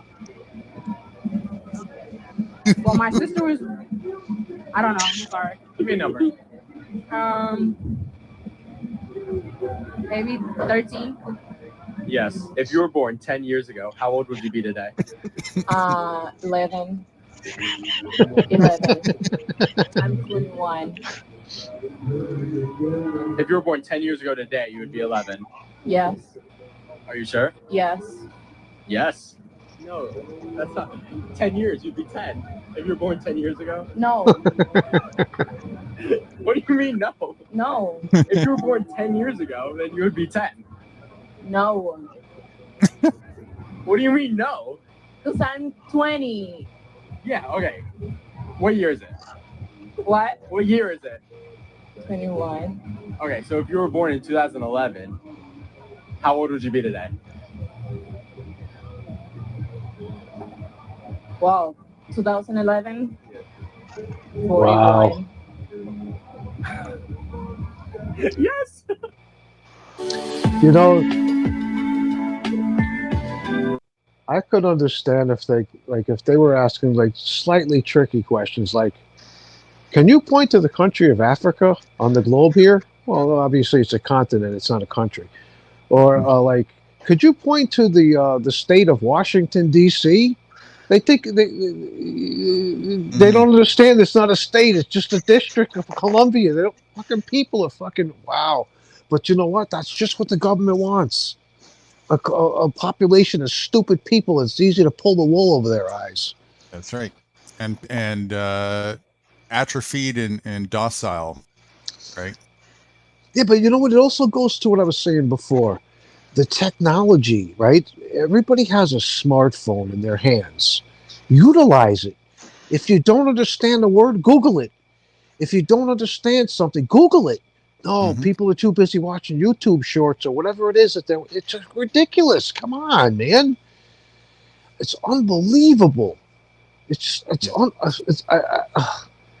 You know, and how do you have who wants to educate yourself when you got booty slapping and TikTok videos you can watch all day long? You know what's frustrating for me? Like, listen, I'm not an intellectual, okay, and I don't have a high level of education, but I was academically inclined, and I got a high school diploma. You know what I'm saying? It's frustrating to me to talk to somebody who, when I talk to them, I have to like use little words, or I have to like explain the word that I just said because they have a puzzled look on their face. It's sad. It really is. It's really sad. And I don't know if you guys experience this. I would imagine you have. If you have like subscribers from the UK or any other country that you interact with, they tend to know more about what's going on in America than most Americans. Most of the world does. Right. Yep. And part of that reason is that the media, right, doesn't tell us really what's going on in the rest of the world. But still, once again, you have a computer or at least a smartphone. Utilize it. Expand your mind a little bit. Americanized indoctrination is deepest of all my experience. Just terrible. In the hands of a smartphone, in the hands of the average American, is really like a dumb phone. It dummies them down. They can't even read a freaking roadmap anymore. That's right. Yeah. It's sad. It's like, and it's funny on one hand, it's sad on the other, and then the reality though is that it's not. That's really bad. Really bad. Change. They can't even make change. No, I went down to listen, it's funny you mentioned this. So I went to Georgia, I don't know, like 30 years ago, on a motorcycle ride. Make a long story short, I walk into a store, like a deli type store, right? And I think it was like $9.33 is what I owed. So I gave the girl at the register, the lady, she had to be 60 years old or so. I gave her $10.33, so I don't have to have change in my pocket, the motorcycle. She was like, started scratching her head. She didn't know what to give me back. I said, give me back $1. Then she thought I was ripping her off. It's like, come on, man. Wow. Holy Jesus Christ. It's one thing when you don't have common sense, right? Like you'll like, I rarely take the trains, but when I do, you'll have some dingbat that'll be like blocking the entrance to get on the train, or sitting on the bottoms of the stairs, or it's another thing when you can't even add. You don't know what 15% of $1 is. I mean, what? and and most of these people that they're interviewing, I can guarantee you, most of them probably have a high school diploma, and that speaks of how poorly how poor our education system is. And once Let again, me correct that semantic because it's very important. That's not an education system. That's a school system, and those are opposites. As when you go to school, you don't learn education there. You learn obedience. That's all. yeah, I know, you're right. I hear you. It's. But once again, that's government by the government design. They want a population of dummy down people that's easy to manipulate. Obedient. Yeah, They want a population of dumbed down obedience, and what- that's exactly what they have through schooling. And the responsibility of that happening rests on the individual families and the parents for sending what you're responsible for, especially with your children. Why are you sending your children to the state to become educated? Yeah, it goes like back to Trump supporters for a second, right? I hear so many of them say, I'll say, well, Trump doesn't have any experience. Like when he was running in 2015, he doesn't have any experience in government. Oh, that's okay. Don't worry. He's a smart guy. He's a billionaire. He's got a lot of money. He knows what to do. It's like, what? It's like, man. Well, when you understand what a country is, you would actually concur that that's a smart choice. And in capitalism, because a country is a synonym for a corporation. It's all about business. But from a freedom perspective, none of that is interesting. None of that makes sense. I got none of that has anything. A corporation, actually, to get more semantically accurate than that, is also just like a country. A country and a corporation are synonyms for a plantation. Yeah, well, I thankfully I live in New York City. I mean, there are Trump supporters here, but they're far and few between. The people I associate with would be able to answer those questions. They'd be looking at you like, "What the hell are you asking me such stupid questions for?" You know what I mean? Yeah. Don't here, as I've said to Wrights and many other people, talk to the willing, ignore the ignorant, and cooperate with the cooperative. Makes sense. The rest is just a waste of time. And it's up to each individual to choose where they delegate their own time. And you'll get good at whatever you practice. So practice wisely. If you practice, delegating your time into unfruitful areas, you'll get very good at doing that. And on the flip side, counter to that, you'll get good at qualifying for interest. Quality over quantity, right?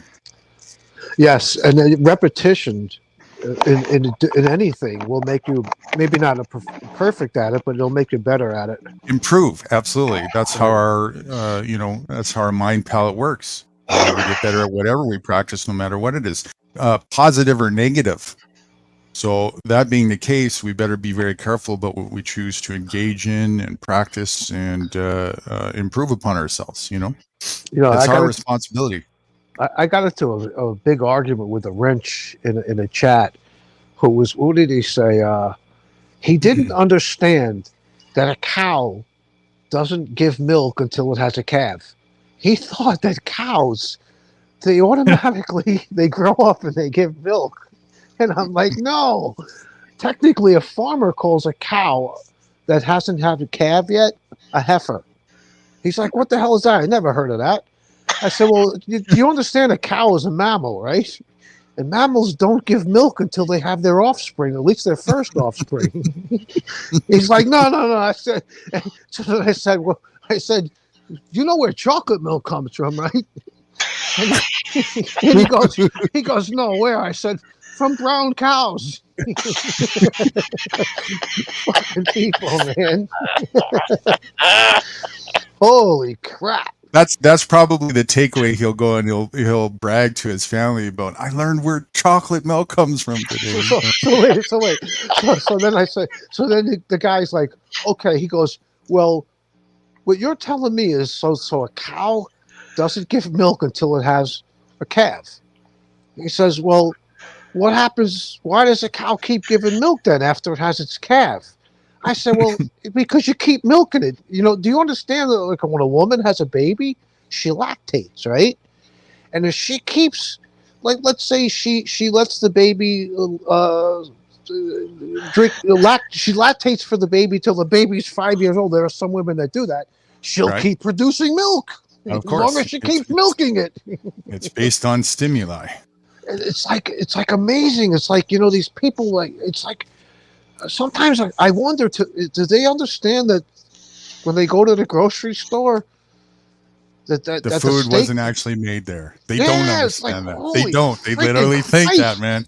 They think it's do. produced at the grocery store. They do. Man. It's They like, do. wow, No, man. not facetiously being exaggerated. I've had conversations like that, and it's like, yeah, I know that they make all that food in the back there. That's what they hire them employees for. Holy fuck, man. Yeah. Wow. They got a cow factory in the back. They got a cow factory. They got orange trees, apple trees, you name it. It's all growing in the back.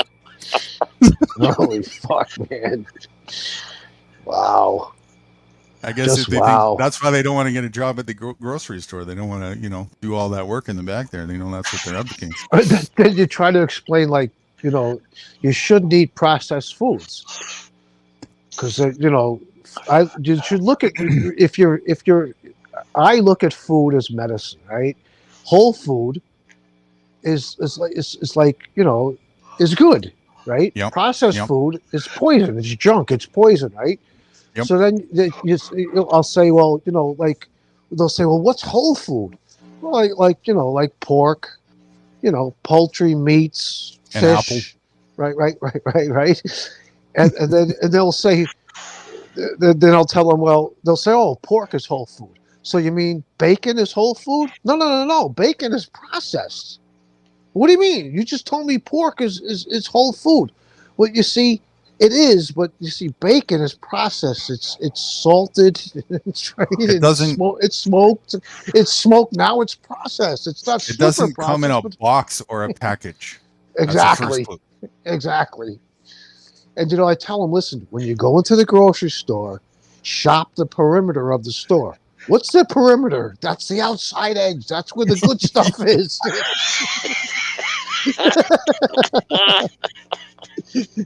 Ask them how many feet are in a mile.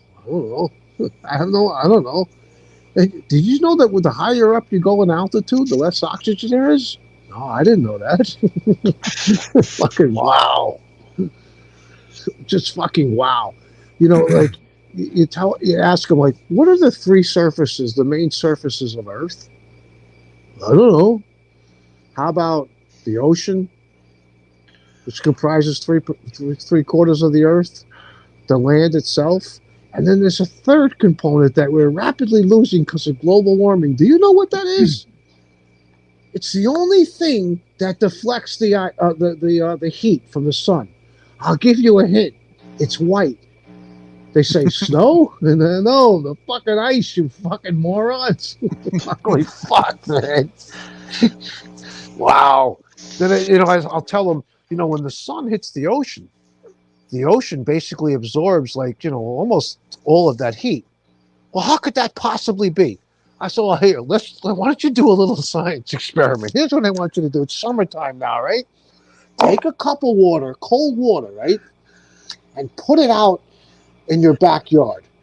And come back an hour later and tell me if it's a little bit warmer now. If it's been sitting out in the sun for an hour on a 100-degree day. That's the same thing as the ocean. The water is water. Then you'll tell them, say something like this, like, do you know you can't destroy water? Well, yes, you can. No, you can't. Well, sure you can. Well, do you understand, like, when you boil this water, I boil a pot of water. If I leave it on too long, the water disappears. Well, it didn't really disappear. It went up into the sky, and eventually it'll come back down. They're like, what? Wow. I thought water was made in the back of the grocery store. So that's what I say. So I'm like, I'm like, so you put a pot of water on, and you forgot it was on. You left it on for a half hour. And when you came back, it was only halfway full. So the water disappeared. Well, where did it go? It had to go somewhere. Where do you think it went? I don't know. It just disappeared. Holy Christ, man. Wow. Just wow. Just wow. Well, you'll say to them, they'll say, like, I get these people who believe in diets, right? You see, I don't believe in diets because a diet is unsustainable. Eventually, you're going to go off of it.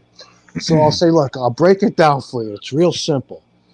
1 gram of protein has 4 calories. 1 gram of carbohydrates has 4 calories.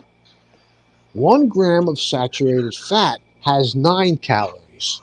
So which of the 3 do you think you should slow down on if you're looking to lose weight? 9 times out of 10, they'll say, it's the carbohydrates. You got to get rid of those. No! Yeah. Which one is higher in calories per gram? Freaking saturated fat. What's wrong with you? Because, well, I heard it's the carbohydrates. Well, listen, if you eat too many carbohydrates, yeah, there's a problem. Because although protein and carbohydrates have the same amount of calories per gram, protein is more filling. It's more satiating, right? They're like, what? Yeah. It's like, wait, then it also depends on the source of the carbs. That's very important. Right, if it's simple or complex. So then I try to explain to them, listen, if you want to lose a pound of weight, right, every week, what you want to do is figure out how many calories a day your body needs to sustain itself, right? And then you want to cut the calories by 500 a day. After 7 days, 7 days, 7 times 500 is 3,500. So if you eat 3,500 less calories over the course of 7 days, you'll lose 1 pound. Then I'll say the exact opposite is true as well. If you eat a surplus of 500 calories a day, after 7 days, you have a surplus of 3,500 calories, you'll gain 1 pound. And they're like, that can't be. It's impossible. I'm fucking explaining it to you. They're like, it never ceases to amaze me that, the student seems to know more when the student is the fat one who's talking, right? Unbelievable, man. It's just unbelievable. It's like, then I'll get I try to explain to people, when you go on the Atkins diet, right, which is no carbs, there's a problem. There's a lot of problems. But one of the Very big dangerous. problems, yes, one of the big problems is it varies from one person to another, but you're going to become lethargic because your body, yes, it will go into ketosis and it will eat its fat, use the fat for energy, but then it'll start burning your muscles. It'll burn the protein for energy. That's a woke diet. It's unfucking believable. And what is this with woke? To me, the definition of woke is somebody who's aware of the social injustices and maybe to some Woke degree. is the new sleep. Yeah, that's it. You're fucking asleep, man. That's what I tell them. All it is. Yeah. Wow. Just freaking wow. Just wow. And No, then you're on would- to the right diet with whole, raw, balanced foods, close to source as possible. Right, yeah, and you know what? It depends on your lifestyle. Like somebody like myself who does a lot of cycling, I need complex carbohydrates. For sure. Health is a holistic thing. Wow. What was I just going to say? I lost my train of thought, but You're cycling. You said you're cycling because your lifestyle. So like there's this guy who comes on, he's got a YouTube channel, right? And he just, all he eats is meat. He swears off vegetables, they're no good for you. He has no carbohydrates. So I'm in the chat room and I'm like, dude, you're gonna have no energy. You would never be able to jog a mile if you had to on your diet. He's arguing with me. I don't want no carbs. They're bad for you. 10 minutes later, he's like, man, I'm so exhausted. I'm tired. I've been doing this video for a half hour. I'm exhausted. Well, what do you want? What do you expect, for crying out loud? Wow. So like with my diet in the summer, I'm doing more cycling than I am in the winter. Because in addition to my cycling I do go to and from my clients, it's warm out, so I'll go on a bike ride sometimes on the weekend. So I adjust my carbohydrate intake. In the winter, I'm basically 50% carbs, 30% protein, 20% fats. But in the summer, I boost it up to like 60% carbohydrates. It's like people are just, I don't know. It's just, man. Indoctrination. It's effective. Yeah, and like marketing, the marketing industry, like people really believe, because of the marketing industry, that the only way to get in shape, there's only one way. You've got to join the gym. You got to use their machines and their weights. You got to pay them that monthly fee. That's the only way to go about. No, you're wrong. You don't need a gym. Your body is your own gym. You know what I'm saying? Yep. The thing about the difference between weights, though, and learning like body weight exercise is weights is a lot more intuitive. Like, for instance, if you go and you learn how to do the bench press, at that point, it's just a matter of raising or lowering the amount of weight you put on the bar. Mm-hmm. But with calisthenics, let's say you wanted to learn how to do a one-arm push-up. Well, there's 9 exercises that you would need to get strong at before that. The one-arm push-up is basically like the master step. It's step 10. So that's not it's not intuitive. You need to learn that. You know what I'm saying? So the gym is really easier for many people because they don't understand exercise, and they can just go in the gym and sit down on the machine and just place the pin in whatever weight they want it on. You know what I'm saying? It's like, come on, man. People as well in their indoctrinated hindsight very much attribute health as a physical appearance. They don't understand it's nothing to do with it. Right. They see the aesthetics. In my world, in my mind, if you can't sit down and stand up from a chair. Yeah, it don't matter what you look like. No, without using your arms. Okay. Yeah. That's a problem. Now, if you can't, if you grunt or anything. Right. So if you can't, how do you get to the point that you can? You sit down in a chair that has arms on it, and you practice. You sit down, you stand up. You sit down, you stand up. Then you just use one arm on the arm of the chair. Eventually you'll be able to stand up without the use of your arms, and sit down without the use of your arms. Right. It's like one of the barometers that I'll use with somebody that thinks they have a high level of fitness. I'll say, really, I want you to sit down on the floor and then stand up without using your arms.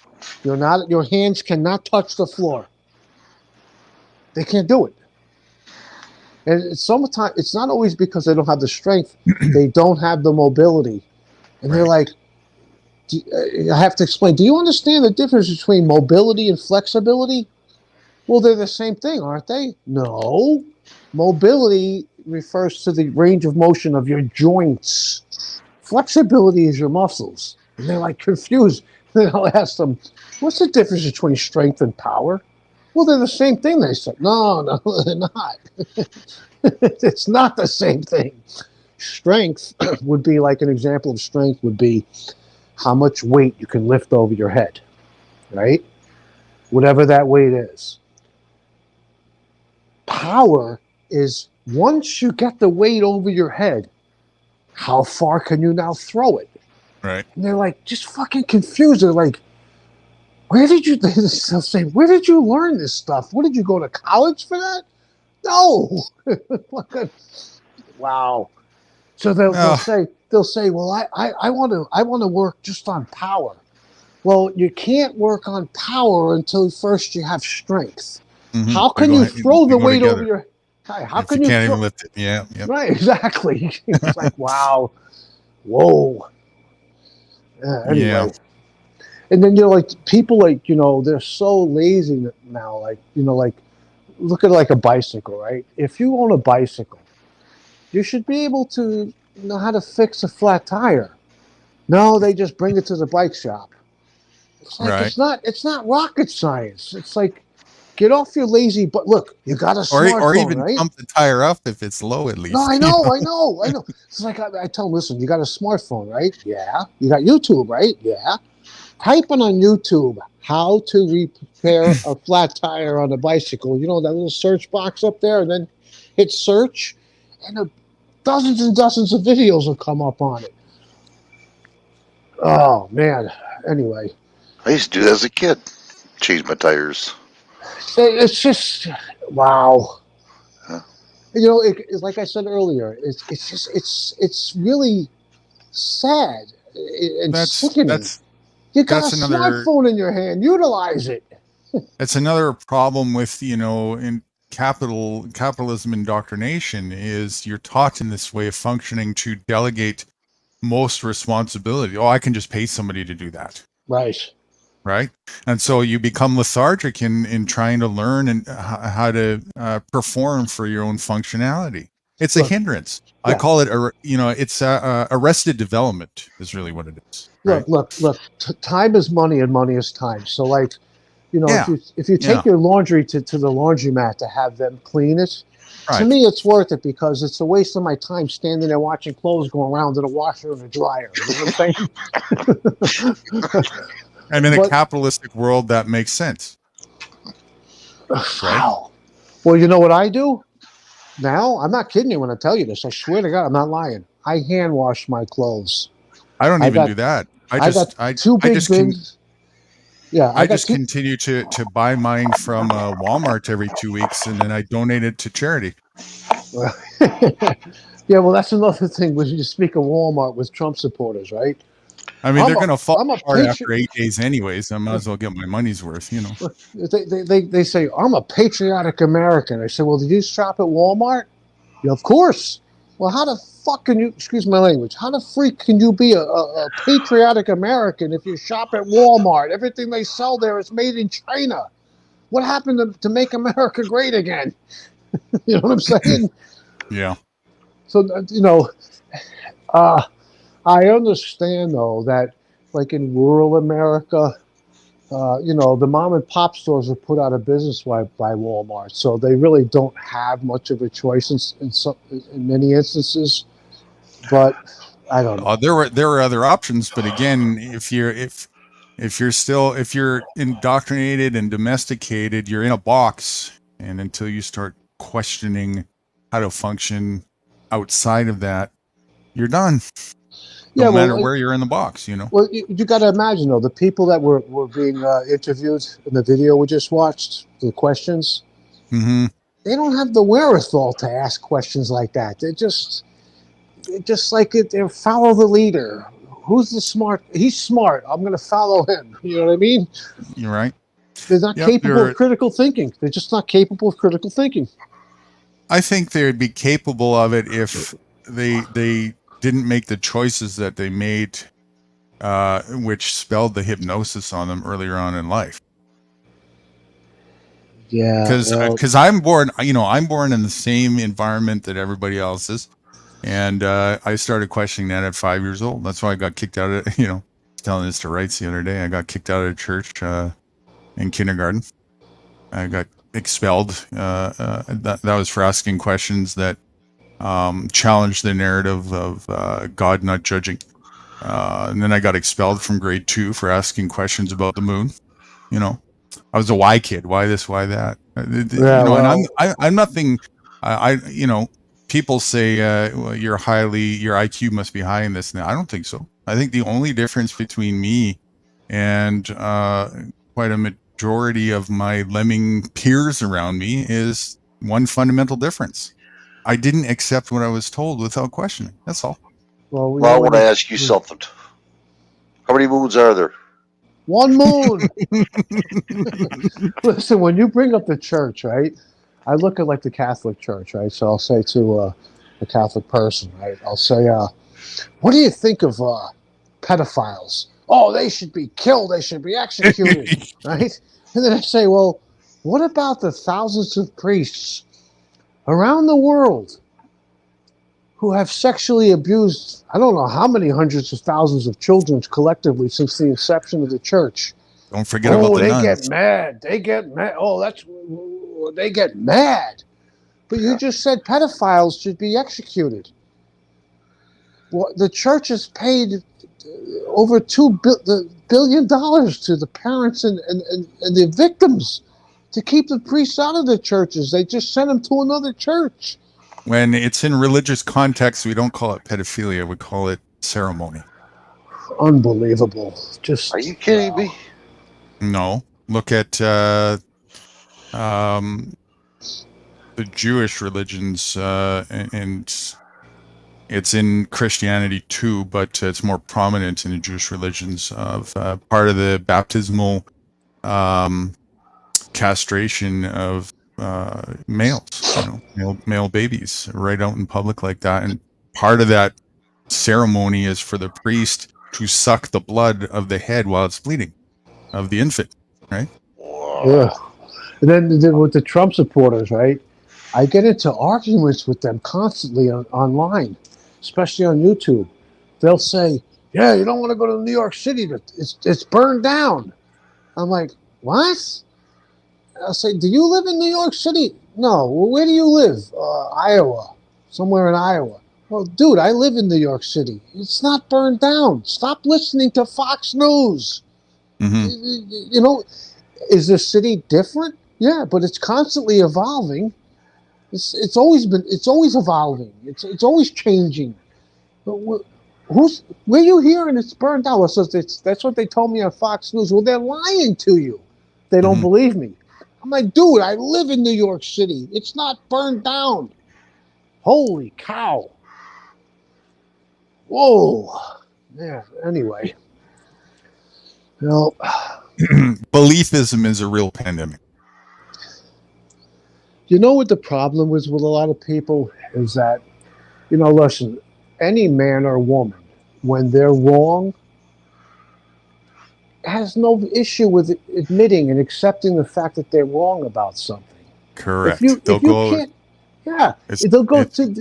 to extremes to justify. They'll go to their grave. It's more important to die for being right than it is to be factually correct and truthful. Right.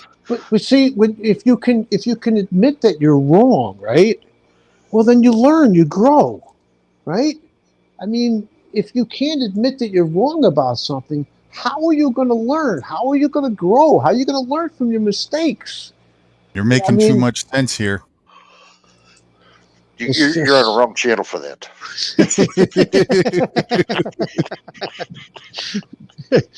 Yeah. Anyway, just amazing. But listen, fellas, I got to get off this phone. It's like almost 7 o'clock. I got to get myself dressed on my bike and into the city for my first client. All right. It was a pleasure talking with you guys. Same here. Yeah. Thank you. And how often do you do videos, right? Or lives?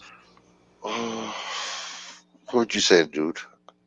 Well, we're kind of back at it after a bit of a break to do other endeavors in the summer. So I don't know. It'll get even more, I'm sure, as we get more into the fall and winter. But we've been going at least once or twice a week for the last month or so. What about you, News Guru? How often do you do lives? Well, right now I'm still in a pre-launch phase of my project, so I'm not actually doing any myself. This is all kind of just practice for when I go in that direction. So, and most of my attention is, if I'm going live, is with rights as we speak.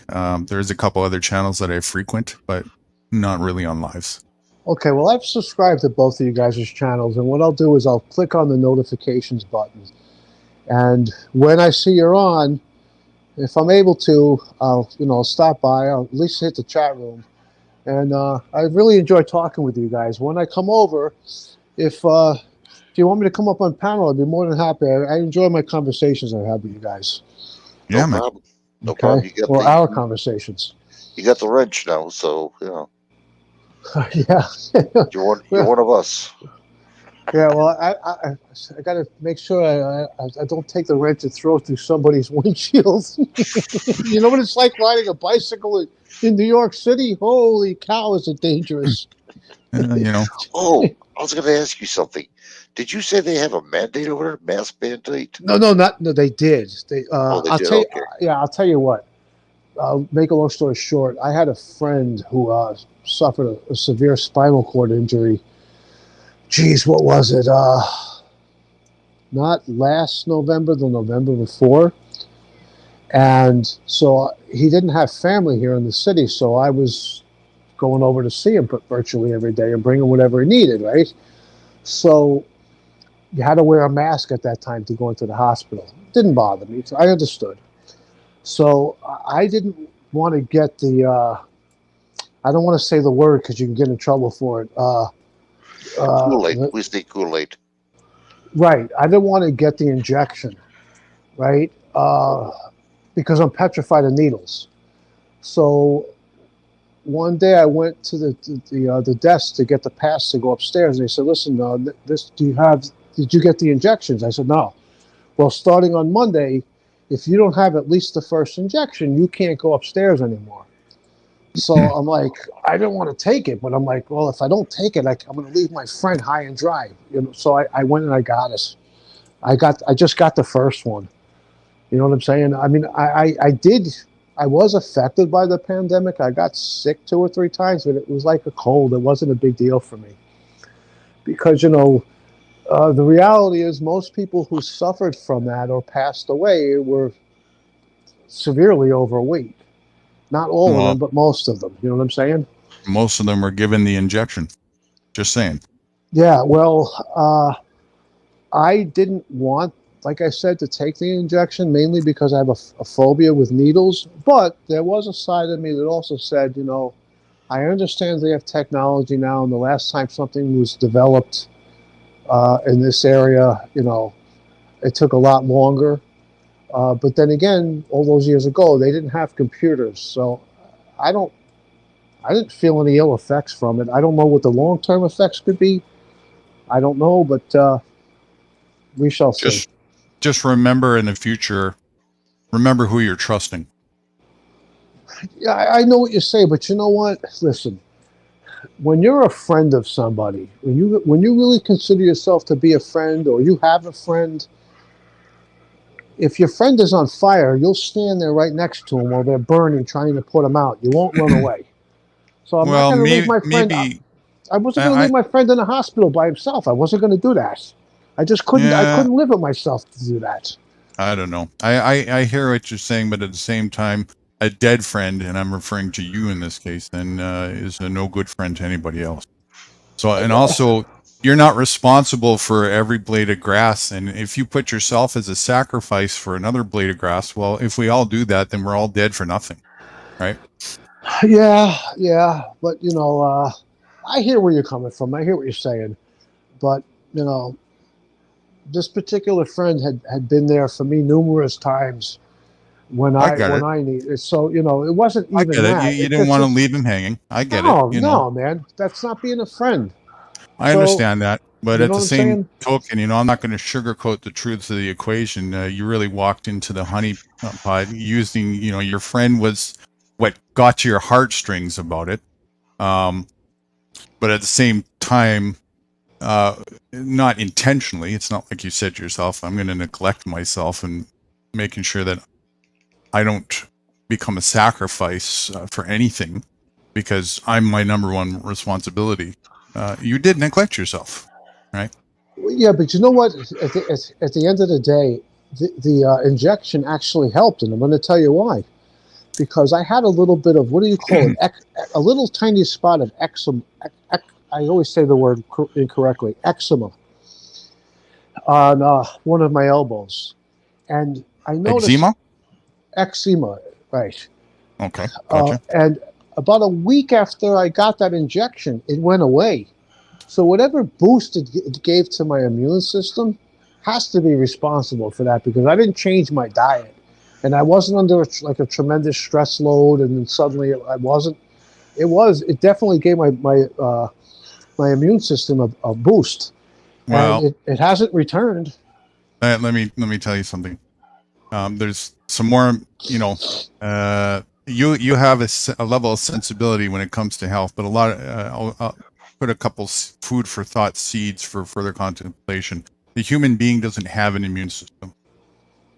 You have a filter system, and there might have been something in there that may have unclogged or dislodged something, but at what expense? Antibiotics, for example, they'll be effective at killing things, eradicating pathogens and whatnot, at the expense of clogging your own filter system and also eradicating the healthy bacteria that you need, right? So that's why the question mark is for the long-term effects. And you may have ended up getting a placebo as well. You never know, because there's deeper parts of the agenda that if you look into, they can't just it's committing a genocide is not of this scale, especially 8 billion people, whatever. That's a monumental task. You gotta, it's not like you just flip the switch and, everybody's under your thumb. You need a lot of cooperation, and you also need a lot of deflectionary narratives and things that move away from the reality check of what's actually going on. So, that's all I want to say with that is, realize that the very people that you're accepting that from, consenting that from, are the very people that want to eradicate you. Yeah, I know. I know that. I know that, and they're looking to, and they will be decreasing the population, mass worldwide population, not just here in the United States. Right, and Russian roulette is not a wise game to play, right? And that shot is Russian roulette to the finest. Yeah, but you know what? See, with my life, so I'm not going to get into it deep and make a long. I'm going to make a long story short, but I don't have a great relationship with my family, and I never did. That's why I lived on a dairy farm when I was 12 and 13. I didn't live there with my parents. I lived there with people I didn't even know. So throughout my life, my friends are basically my family. So, it's basically. Did Wrights fall asleep? I think so. Yeah. So my friends are my family. You know what I'm saying? And not all of my friends, but my closest friends are my family, and I'm just going to be there for them as if they're my family, man. I understand. And also, new girl, that when you're a good trainer, you want and make sure that you help people. You don't just take their money and say, do this, do that, do the other thing. You know what I'm saying? Right. A good trainer really puts their heart into it, wants to help people. Yeah. So I just could not let my friends lay there. I didn't even know if he was going to live or he's going to leave there in a wheelchair. I didn't know. Yeah. You know what I'm saying? So I was there for the guy, man, and that's that. Would you have made that decision again at this point? Do you if it was right now? Are you a bit more?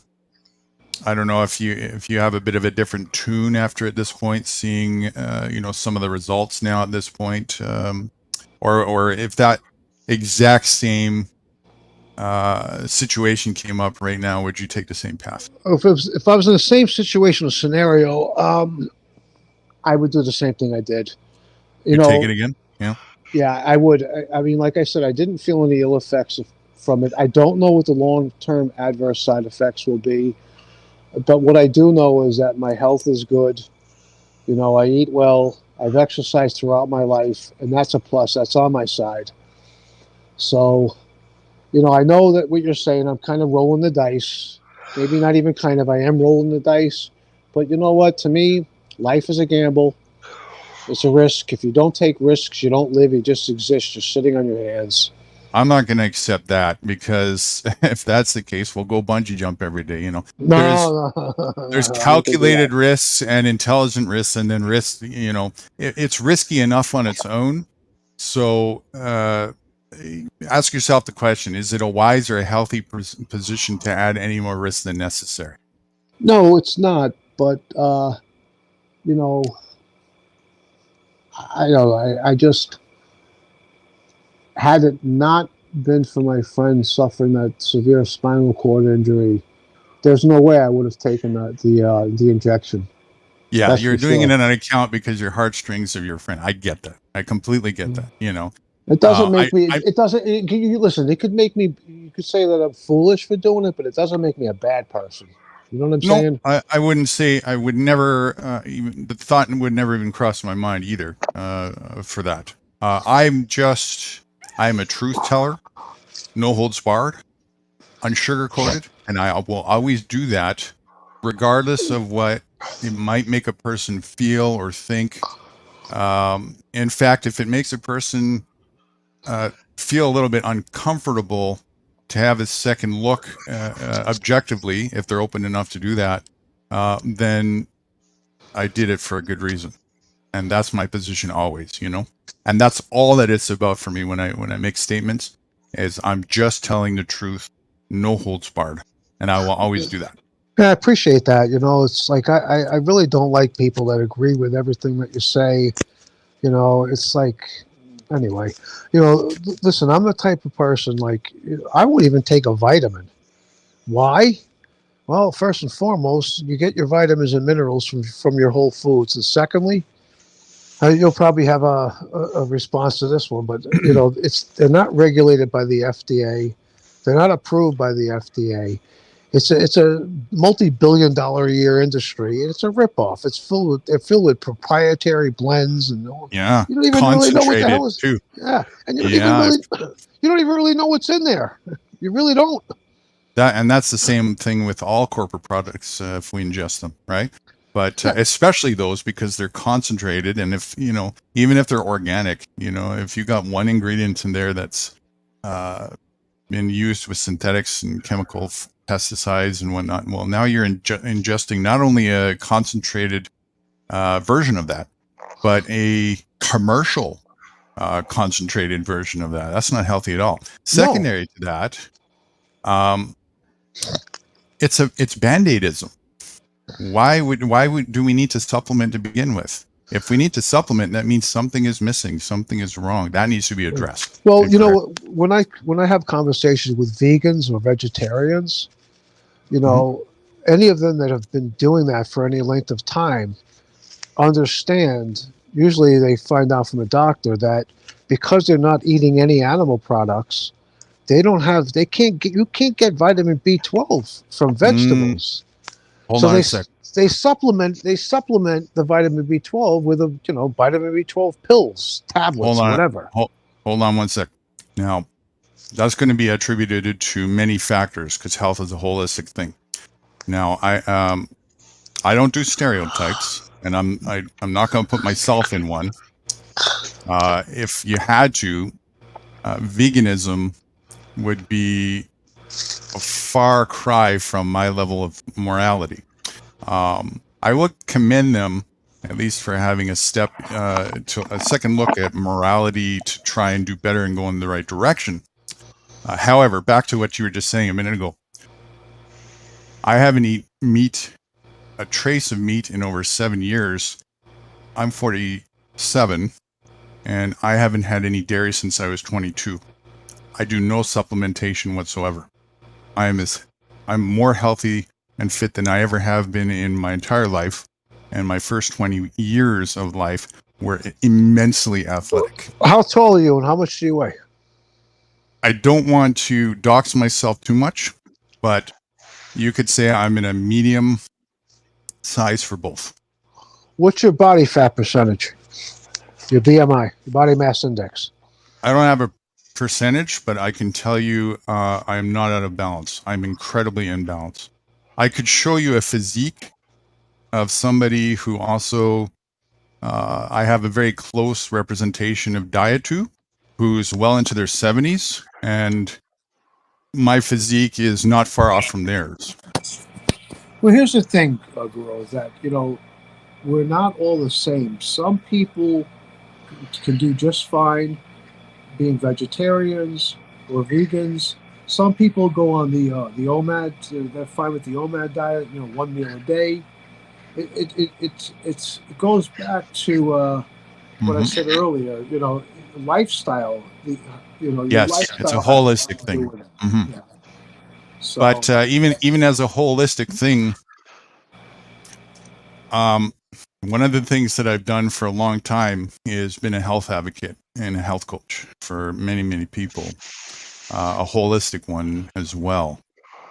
And at some point you see consistency where you're your own scientist, and I've seen enough now in the tunes of thousands where people who emulate a certain lifestyle formula within a close proximity of this lifestyle. Everybody who follows it close to the T as possible does exceptionally well health-wise. well, here's the other thing too. You have to, the other factor is the metabolism, how fast a person's Yes. metabolism is, right? Yes. And Yes.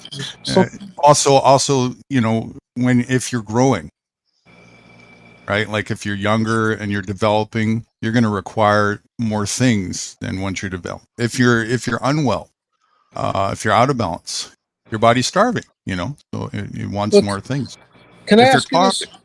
Mhm. It's if you don't want to answer, I understand completely. But do you or have you ever used marijuana? In my teens, yeah. Did you ever try any edibles? Yes. Oh, you Would mean you- edible cannabis or Yeah, like a cannabis a gummy. no, that wasn't around back then. Just cookies. Okay. But I gave that up when I was, I think, 18-ish, because now I was never into really the heavy vices. I experimented a little bit, but pot was something that I smoked quite frequently, almost every day for a couple of years there. And for me, it was more just a group gathering type thing. I was with my friends and also being a bit rebellious for my parents who were very over restricting.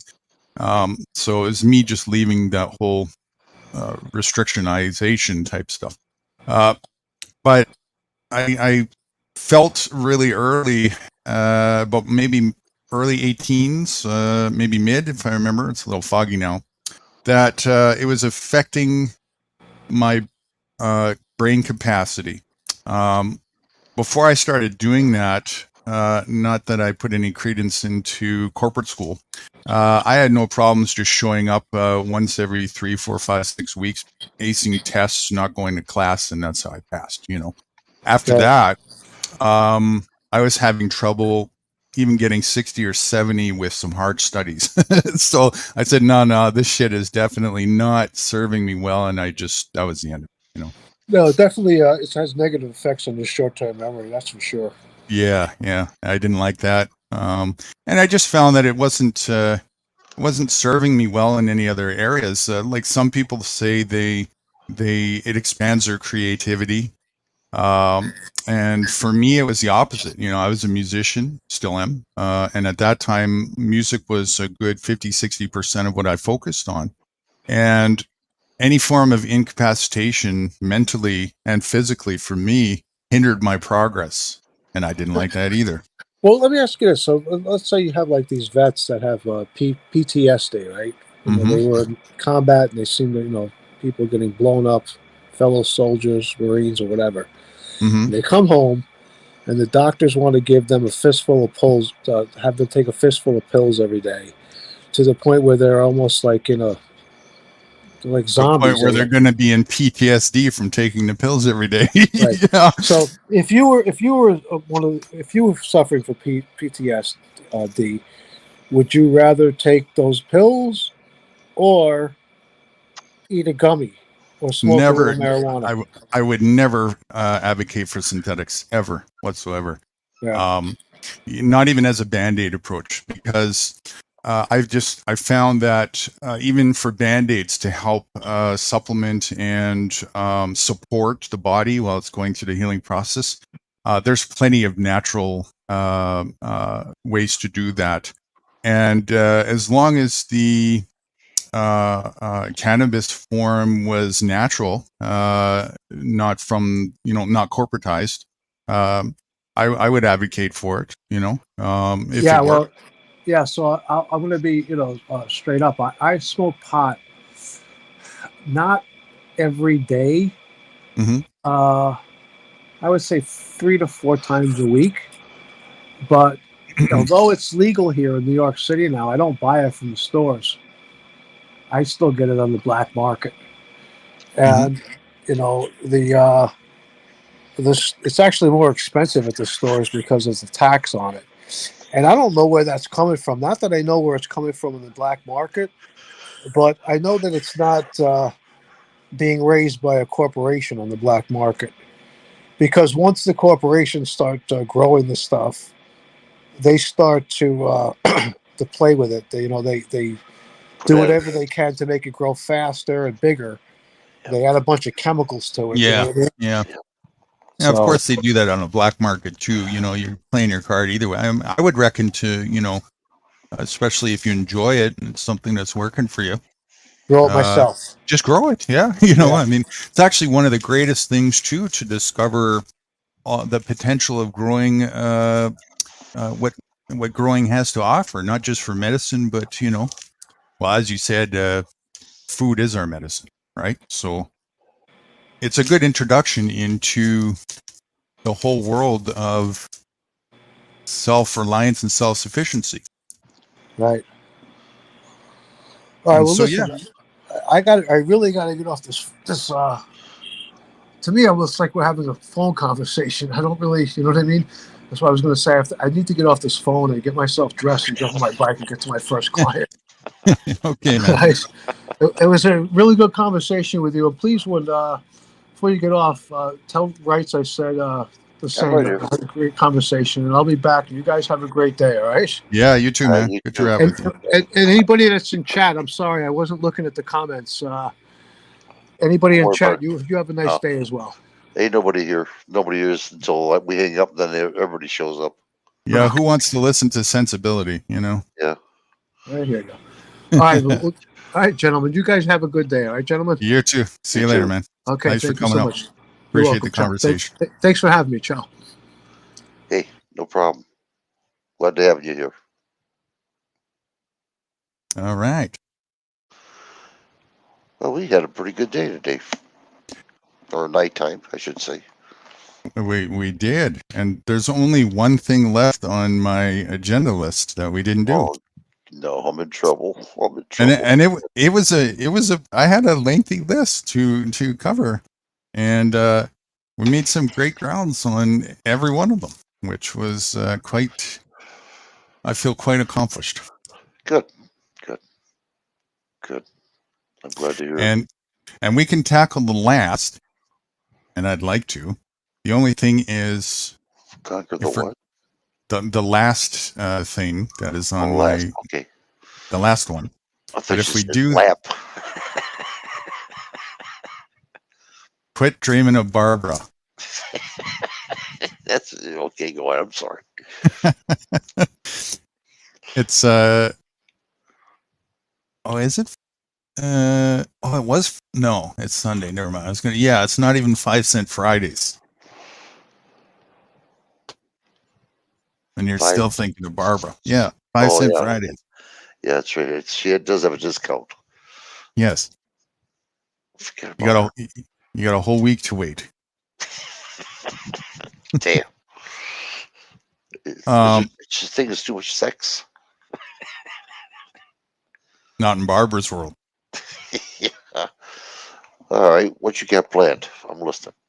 Okay, so the last thing on the list, and if we are going to do this, I reckon that before we do this, make yourself either a coffee or a matcha so that you can be awake enough to really absorb this time, is to replay that Stephen Moyer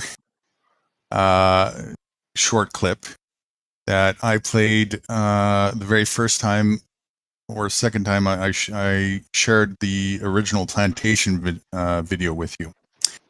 And the reason why I want to do this one again is because I feel that at this point now, there's enough realization that has happened where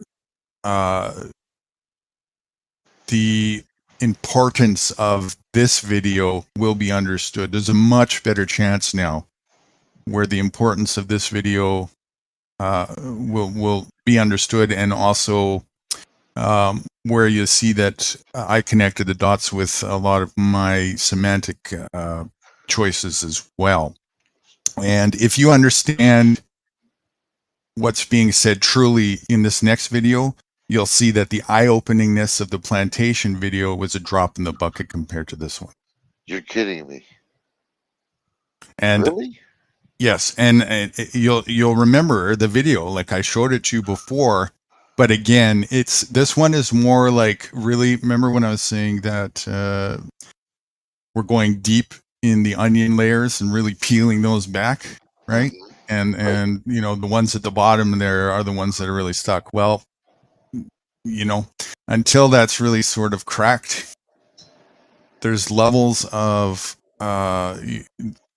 this type of stuff, truth telling, that will just fly over a person's head. You know, it won't be really heard, or, you know, it's too much for them to comprehend until they have more of a foundational understanding. Think I got enough education now? I think so. I think so. Okay. I mean, you know, even though it's not the first time you're going to see it, maybe you might have to watch it, you know, a numerous amount of times, which I reckon you do with all the stuff, you know, that we talk about and I bring to your attention. The more you watch or read something that I bring to your attention until it really sinks in and you fully understand it, the further and the quicker it brings you out of the remaining residues of the trance, you know. Okay. So, you know, I'm sure it's not going to be fully understood, but I think much more right now than it would have even the weeks past. I think it might have been about 4 or 5 months ago now when we did this, before the summer even.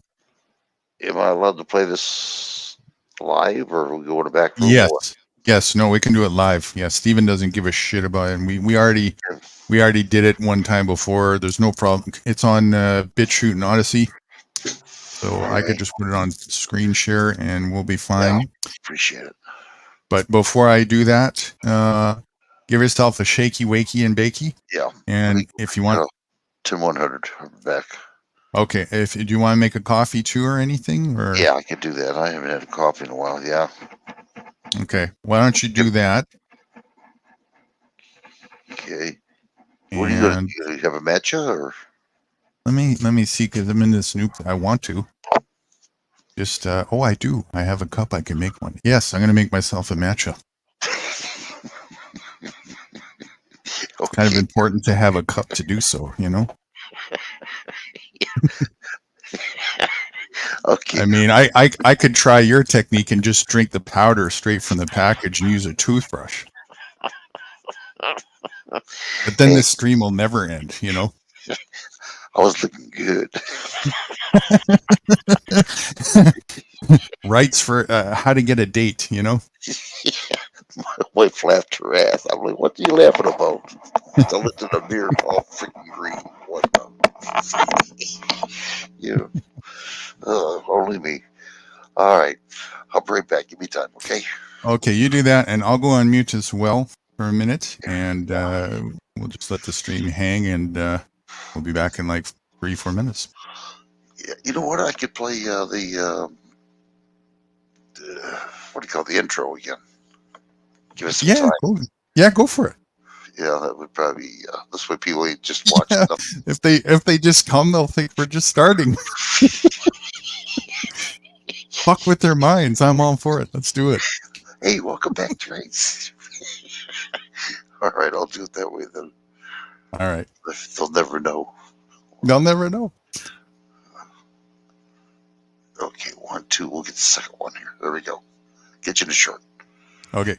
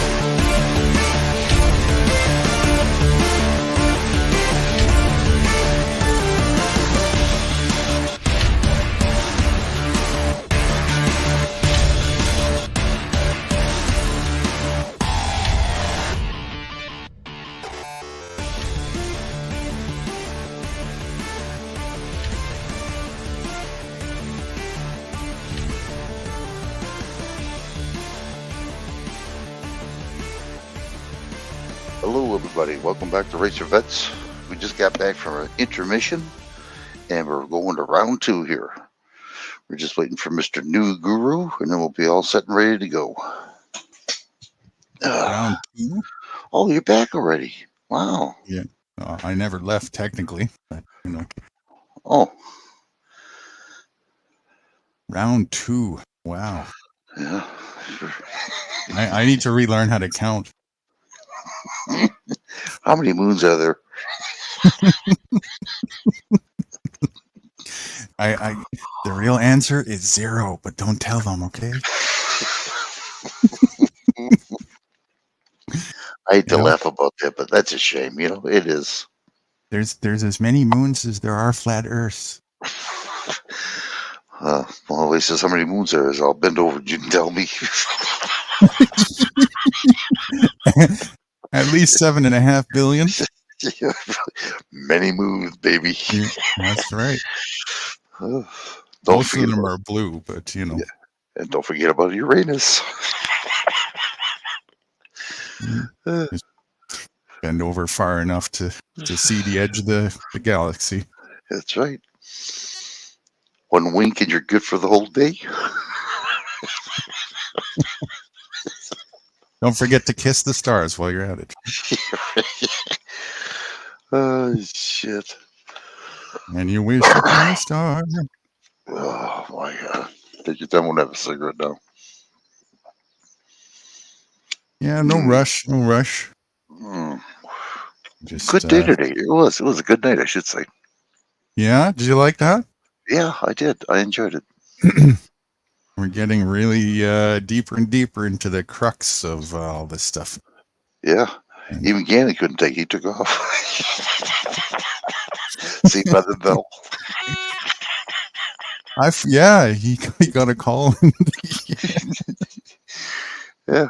That was it. Well, you know, it's high time we have a place on you know, this platform that doesn't stand for nothing but you know, if you don't want to talk about the truth, well, what do you want to talk about? Why are you here? Yeah. Yeah, eventually they're going to find out anyway, so just maybe not now, but they're going to find out. It's coming close, I'm telling you. The more I look at YouTube and reading everything, I'm like, damn. I don't know, rights for those people, if they don't see it already at this point, it really, you know, hindsight will be their demise, and their demise will happen before they knew it hit them at all, right? Yeah. And it's too bad for them, but it is what it is, right? Like, what can you do about that? And that, you know, you just got to accept that. Yeah, I'm accepting it. Trust me. Yeah, each and every day. And also in just gratitude that we're not caught up in that. We can actually see, and that gives us a chance to do something for at least us, right? Yeah. Yep. Because we could have easily made other decisions in our lives and be like them. No, I wasn't about to do that. I'm done with it.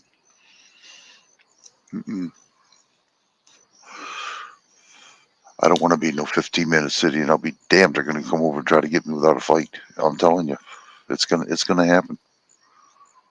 Live free or die. That's right. Yeah. Oh yeah, definitely. So I was put on this earth for, to live. Not done with their shit.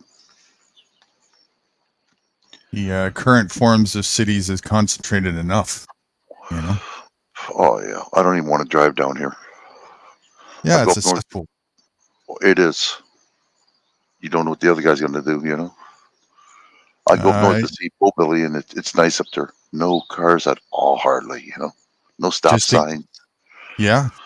Yeah, just to get the RV into a shop, I had to pass through a town that had, you know, a minor bout of, what do you call that? Rush hour, right? Oh. And nothing compared to Vancouver Metropolis. I mean, it's a joke compared to that. But just a reminder of it, just, you know, witnessing that again was just like, Talk about PTSD. Get me the hell out of here. Get me back to where's my roads where I don't see no coyotes around here. My God, they got kids here. Numbers on the houses. What's going on? Cement. Yeah.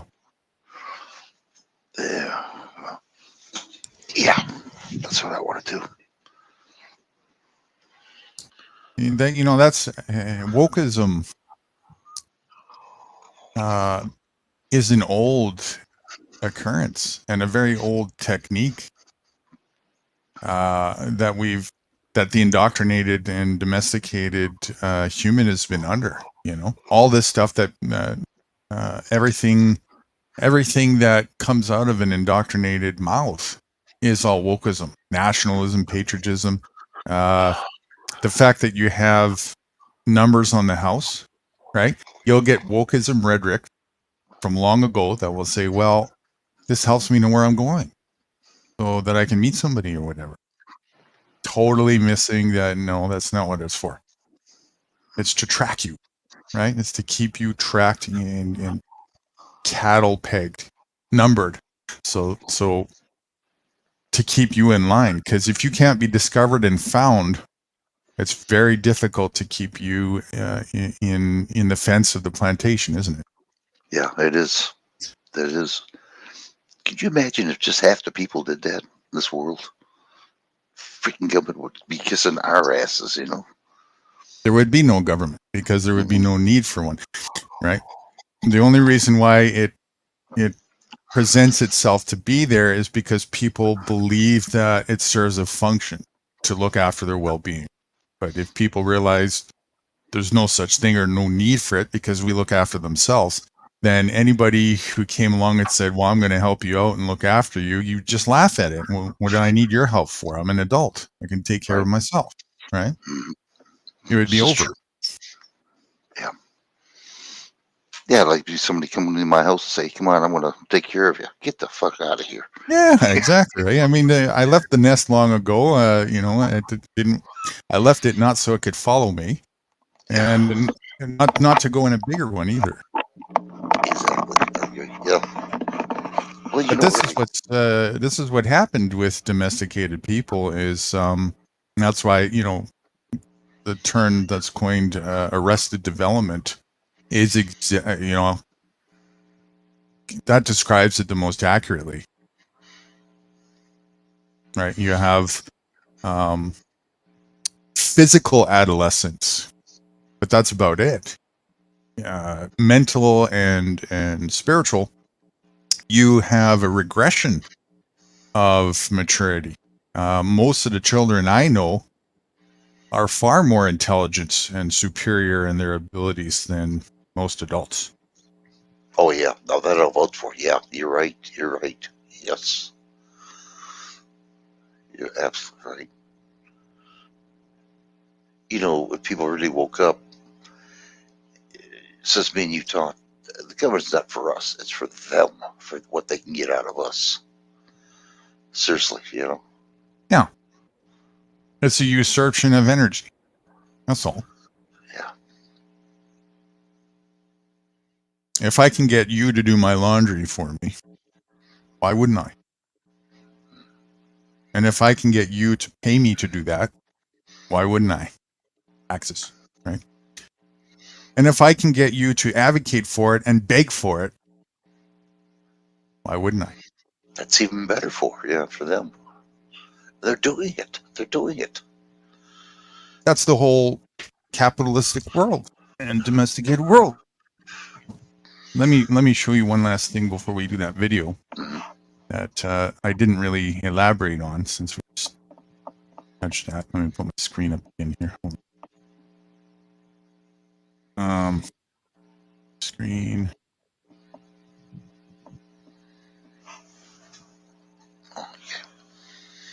Okay, in drafts.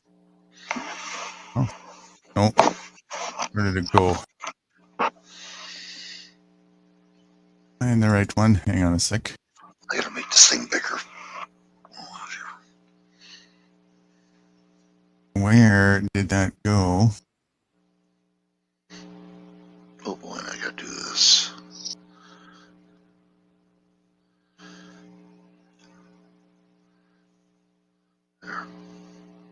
Hold on a sec. I gotta find out. It should be in this dress here. V Tom's V. Oh, Joe Cool's back. Joe's with us again? Yeah, You still love me?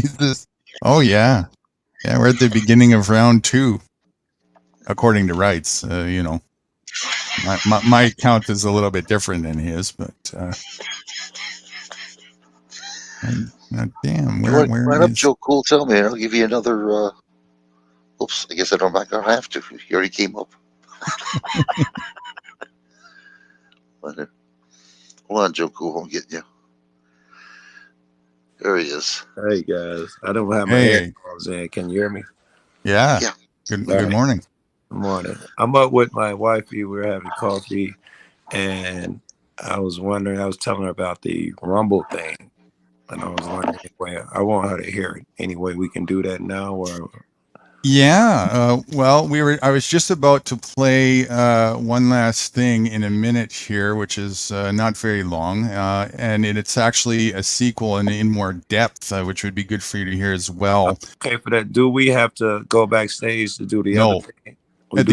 The other thing would be better, yes, because but for this thing, no.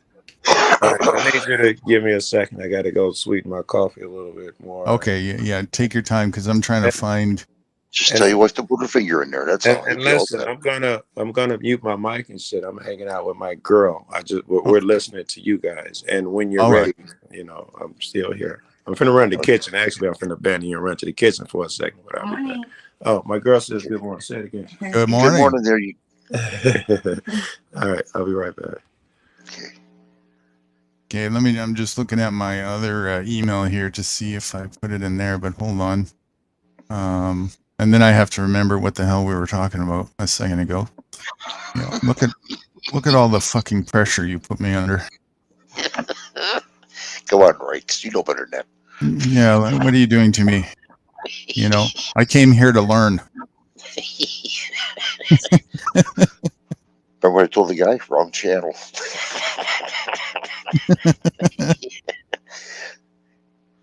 Too much Why do I common have sense. this? Oh, okay. I remember why I got that. Files.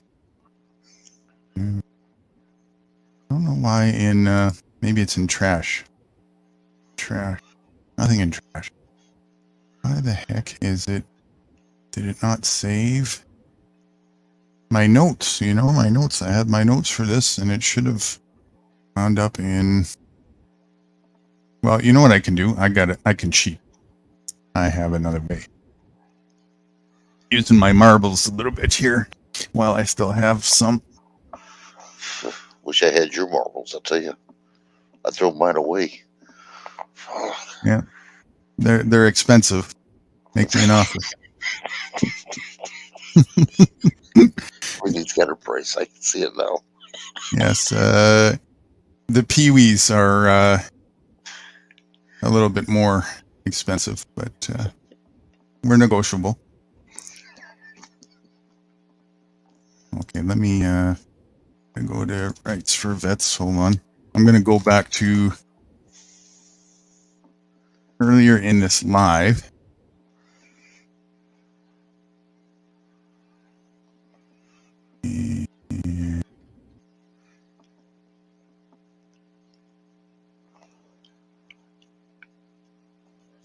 Watch when I had the screen up. I was talking to Joel. I can find it. Look at my own notes from the replay. There we go. There it is. Okay. Now, what were we just talking about a minute ago? Joe Cool is here. Before that, rewind before that. I don't know. You said you were going to see a movie, but you didn't say what it was. Further than that, you are being distracted with privilege, disobedience. Shit. I believe. Yeah, that's all you told me. You wanted to do something before. Oh, yes. I remember now. Okay. Excuse me. Did somebody else just pop up? I wonder for a minute. That was just Joe's thing. His thing okay. goes in and out like that. Yeah. Okay. Okay. I didn't realize my screen was still on, but it is, eh? Yeah. Oh, You yeah. see my screen? Okay, good. Good.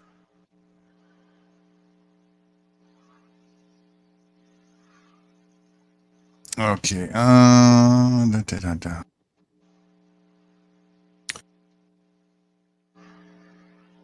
Okay, is that hard to see? Yeah, I can't These read words it here? at all. Yeah. Okay. Well, I'll just read it out then. The fourth one. It's the fourth? Fifth. Oh yeah, come live on my plantation versus come work for me on my farm. Right. Another thing to just show how tricky this whole thing is with wordology, and how easy it is to pull the wool over people's eyes by using words to change their perception. If I were to give you an offer and say, hey, Rights, I got a deal for you. Come and live on my plantation. Now, you're going to have to work the fields on my plantation. You're going to have to serve me. Come be my servant. You're going to have to serve me on my plantation. But you're going to have to work the fields, and it's hard work. It's going to be 8, 9, 10 hours a day, sometimes a little more, depending on the season and how well we're doing.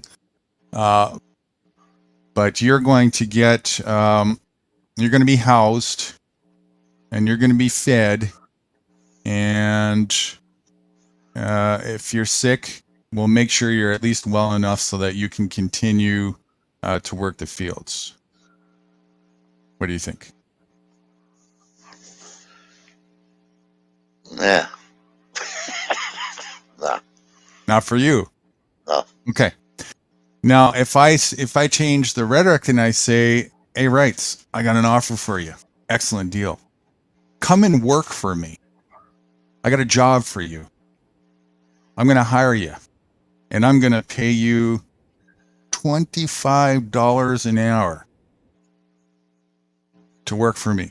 I've got a farm, and all you have to do is work in the field and follow my instructions to help produce the farm, make it profitable and productive. And in exchange, I'm going to give you $25 an hour and credits, which you can use to buy back some of the produce and whatever you want to spend on in life. And plus, you got free room and board. Yeah. Sounds like a great deal. Mm-hmm. If you look at it objectively from offer A and offer B, what was the difference? I got paid $25. Is that it?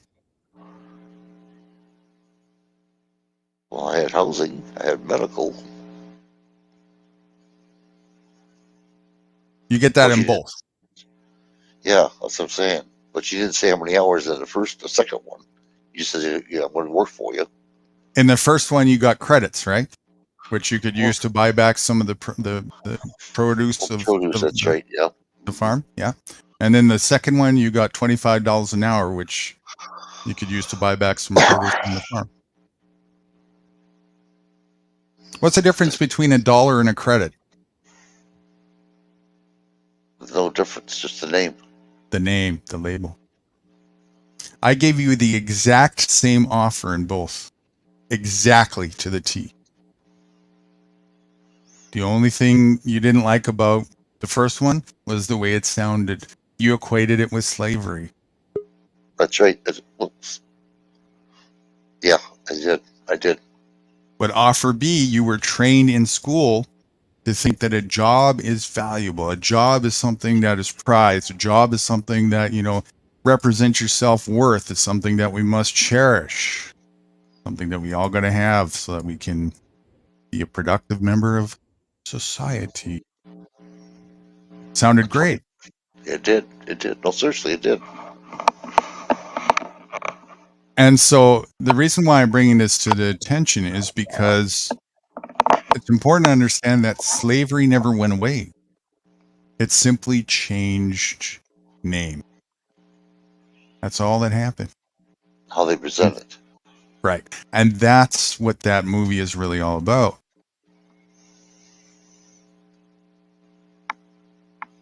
When you are operating in the corporate world and capitalism equals slavery. They just changed the word from slavery to capitalism, and everybody cheers and yells up and down, yeah, capitalism. What they're saying without knowing it, yeah, slavery. I can't wait to get a job. I can't wait to be a slave. I can't wait to go to work. I can't wait to serve my master. That makes sense. That makes a whole lot of sense. So semantics are very important. You're going to say something? No, I'm like, wow. I'm just, yeah, I got screwed. Yeah, yeah. And everybody in the corporate world is getting screwed. But except at least the slaves, probably from back in the day, weren't so embracing of their slavery.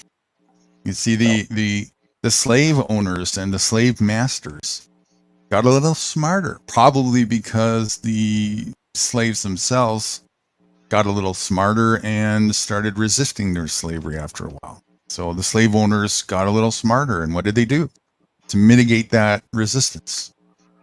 To make it sound better, change the names. Yeah, they figured out just like in that movie. Well, you are no longer a slave on this plantation. You are now a worker. You're a partner on the plantation, an equal. Well, an equal doesn't get told when and where and for how long they can work. They also don't get told how much pay they're going to have. An equal profit shares. An equal can go to work the same as anybody else. And if you're an equal, you probably want to go to work more because the more you work, the more beneficial it is for you and your partners at the same time. Everybody would do that equally. That would be an equal opportunity. That's not what you have in a corporate structure at all. In a corporate structure, you have 1, 2, 3 beneficiary shareholders, a CEO, a management staff, and a bunch of minion workers. That's a corporate structure. And 99% of that effort from CEO down to minions, CEO is a minion too, are throwing all the energy over to the shareholder direction. What do the shareholders do? What do they do? When's the last time you saw a shareholder and said, wow, that guy's really productive for his company? No, When's the last time you saw a shareholder at all and knew that was a shareholder? Can you list 3 shareholders of any top 100 major U.S. or international corporations? No, I couldn't. Go figure. I wouldn't even know. Go figure. That's not an accident. I'm back, and who was the shareholders? I was thinking Bill Gates. His shareholder. That would be one. Elon Musk. That would be another. And what's his name? The guy in Google. What's his name? Yeah, you're on the right track. That would be another. Yeah. Basically, that's just about it. Now, those are also the reason why you know them, though, is because they have a dualistic role. They're also CEOs. Mm-hmm. They're in the public eye, but 99% of shareholders you won't know. You don't even know they exist. I don't. No. And you, even if you tried to find out who they were, you'd have to go through a hierarchy of stacked fictional corporate paperwork to find the bottom of the barrel you would find that the owner of BlackRock is shareholder company, holding company 1237 in Belize, who is also a foundational entity of 7612 over in Australia. All right, I unmuted my mic to ask you, Guru, if you believe, like I do, that most of these people will be foreigners when you crack the shareholder shit. But it looked like you already went there, so I can mute back up. Foreigner would be understatement. I mean, foreigner to the extreme. So foreign that it only exists in the imagination and you'll never touch it with your finger. Absolutely. I mean, if you really want to get that deep into it, you can legally, actually, you can do this. You can legally buy a piece of property on the moon. Did you know that? I've known people who said they have it and all of that nonsense. Yes, and not only that, people in different countries are selling property on shit on the moon. Right. Good luck And with so you can be sure, you can bet sure as hell that you can also incorporate a company on that property on the moon because it's not a real property.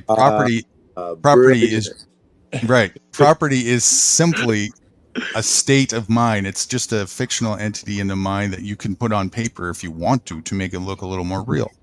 Don't let me throw you, Guru, but you made me think like this.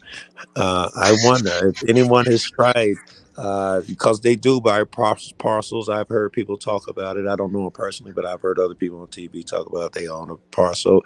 And some of them, China apparently is selling parcels on the moon. Mm-hmm. Some way you get your parcel, run it through the China company to make it even heavier, and then you I'm assuming that shit would be no taxes, or you got to be all sorts of loopholes you can use if your company is fucking in the Netherlands. If it's on the moon, it's got to be fucking tax breaks galore. Well, good luck collecting the tax. You know, even if there is one, you know, you got to go up there and have court, and you know, yeah. So, not just the moon. Also, you can also purchase and have your name legally on stars. Stars. That's right. I've seen people do that. Someone got one. My sister won or something for their anniversary or something. Right, and Mars also has official. Now that it's been confirmed that Mars is a potential habitable planet, you can already pre-own parcels on Mars in the event that we might actually go there and terraform it. If you think back, the Brooklyn Bridge has been sold so many times. To give you an idea how gullible people are, one guy sold it 4 or 5 times just to one guy. But apparently, you can talk to people into believing you own the Brooklyn Bridge and they'll pay you for it. That's dumb. Oh my gosh. They do that in Mexico a lot. So if you ever want to buy real estate in Mexico, beware, buyer beware. Right. And don't drink the water. Yeah, probably. So yeah, but back to, did you catch that a little bit ago, Joe? What I was saying, and this nothing until I hit that mic. I was in there with my wife. She's still making more coffee and shit. So. Okay, I'll redo the example. Actually, I'll do it with you, Joel, since you weren't here for it. Your turn, Joe. It comes back to our conversation previously before you left earlier too, about how perception and semantics are very cleverly used to keep the people in ignorance to what's going on and pull the wool over their eyes. Yeah. So let me ask you something. If I were to give you an offer for you to come and be my servant, you get to come on my plantation. I have a plantation, and you come and be my servant, and you're gonna have to work the fields, and it's gonna be long, hard hours to work the fields. You know, maybe it's down so far, Guru. This sales pitch is really fascinating. Please continue. Yeah, 8, 9, 10 hours a day. You know, I'm just being honest with you about it. Sometimes overtime if we really, you know, we have priority number 1 is to make the plantation productive, right? That's important for the benefit of all of us, of course. And right. So, But in exchange for your hard work and loyalty and commitment, what I offer you in exchange is you'll have a warm roof over your head. You'll get some credits, which you'll be able to It's exchange a back long days. for. I can't lie to you. The long, hard days, a lot of That's, overtime. yeah, a lot of overtime. I promise you that. I'll And put you on YouTube too, Joe Cool. but Right. but you're gonna get some credits, and the credits you'll be able to use to buy back some of the production.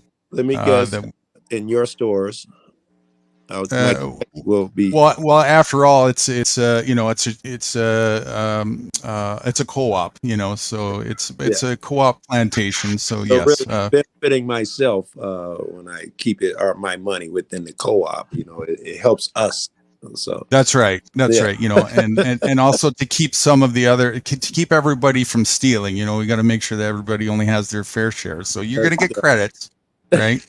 And it's going to be part and parcel to what's fair to your produce, to your productivity. Right. And so you're going to get you know, a roof over your head, and you're going to get some of those credits. And if you happen to get sick, I will make sure that you're at least well enough so that you can continue to be productive in the fields. That's very important. I don't say I can say no so far, right? It's incredible on job offer.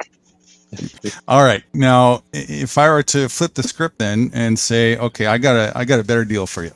I'm going to offer you a job. I got an awesome business going. It's a farm. It's a fantastic farm, and it produces amazing fruits and veggies that are really healthy. And I want you to come work for me on the farm. And I'll still be honest with you. Some of the days are long and hard, you know, because sometimes the seasons are a little bit droughty and whatnot. But, you know, we're going to work with that and only be fair if we need to and whatnot.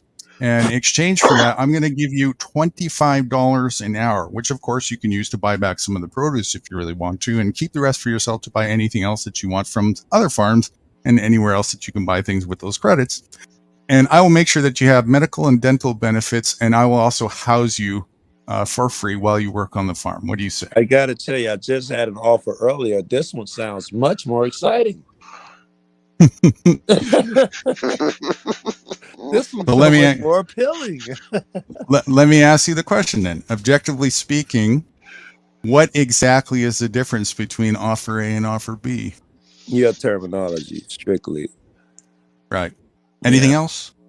Well, actually, there could have been a part when you allowed me to deal with other farmers. You know, my credits can extend other farms. In the first plantation thing, I don't know if that was a thing. You hadn't gotten that far, but that was the only difference I saw. All right. Well, I'll add that then on the first one. If the credits are accepted by other farms, then you can use them to exchange there too.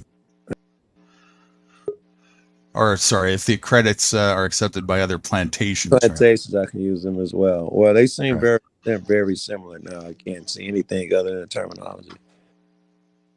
And this is exactly, you know, what has happened. You know, slavery has never disappeared. The only thing that's happened is, if anything, slaves got a little bit clever back in the day and started thinking how to mitigate their slavery, you know, started grouping together and whatnot. And in retaliation to that, slave owners got a little bit clever and wise as well, and realized that if they can figure out how to change the perception of the situation, the slavery perception, then not only could they keep their slaves in line, but they could actually keep their slaves embracing and begging for their slavery. Right. You'll be chasing it. I hear that is very effective. If you tell someone they are co-owners of the company now, it's the same company, employees, and now you tell them you're working for yourselves. Now you get a part of it. I don't know how much it pays off, but I'm told the employees work a lot harder when you tell them that it's part of their shit. The same pitch you just gave to me. The same pitch from the movie we saw last night, the plantation movie we saw. That's right. Yeah, exactly. You know, and if I give you a little bit of an extra role of power, a little bit of, you know, I'll give you a tiny delegation of managementorial roles. So you get to decide what shelves those cups and placeholders go over there. Oh, Hey, well, now I'm important now, right? hey, you know I'm I got no manners here, but I because yesterday I asked you how to drop the show just so I could watch that movie, which was really shitty. But I'm gonna start off the day with another dumbass to play that 10-minute shit we saw yesterday, so my girl can be up to speed on how to use the language for the conversation. Is that too big? Absolutely. Absolutely. Well, how about we do this? For first thing we got to do is we got to wake Mr. Tractor up. Mr. Tractor, are you with us? Hold on. I got a fail-proof tractor. 1 second. Hang on. This works every time. Hello. Was it snoring again? Slaved by the bell, you see? I was snoring again, wasn't I? Shit. Long night. Don't feel bad, Phil. Fuck, I slept like a baby. So Joe had a request, Mr. Tractor. And he even offered to give you some credits from his new found glory plantation that he was offered. Oh, good. He wants to see Barbara Does Dallas. Okay. He's got his girl with him, and he requested to see the short plantation to get her on the same page with us. So I reckon what we do is we play that again and then go into the one that I was going to play. And then after that, we can close out and we can have a rendezvous backstage with the movie. Okay, now which one was that? Now I gotta find out which one it was. The plantation one, right? Where I got the link. I'm not sure which link it was. On there. And it's not. Oh, there we go. Yep, I got it. How about that? I'm doing good. Ring that bell again. On here. I don't work for free. Damn, I can't win. All right, can you guys hear it? Hold on. You gotta go on screen share. There you go. Okay, ready? Let's see if you guys can hear it first. Yep. Can you hear it too, Joe? I'm sorry, I was explaining the movie to my girl, but if you got it ready, she can just watch it. Well, yeah, can you hear it though? Hold on Okay, I wasn't listening. I was talking about one. Yep. Here we go. Yeah, all right. Roll.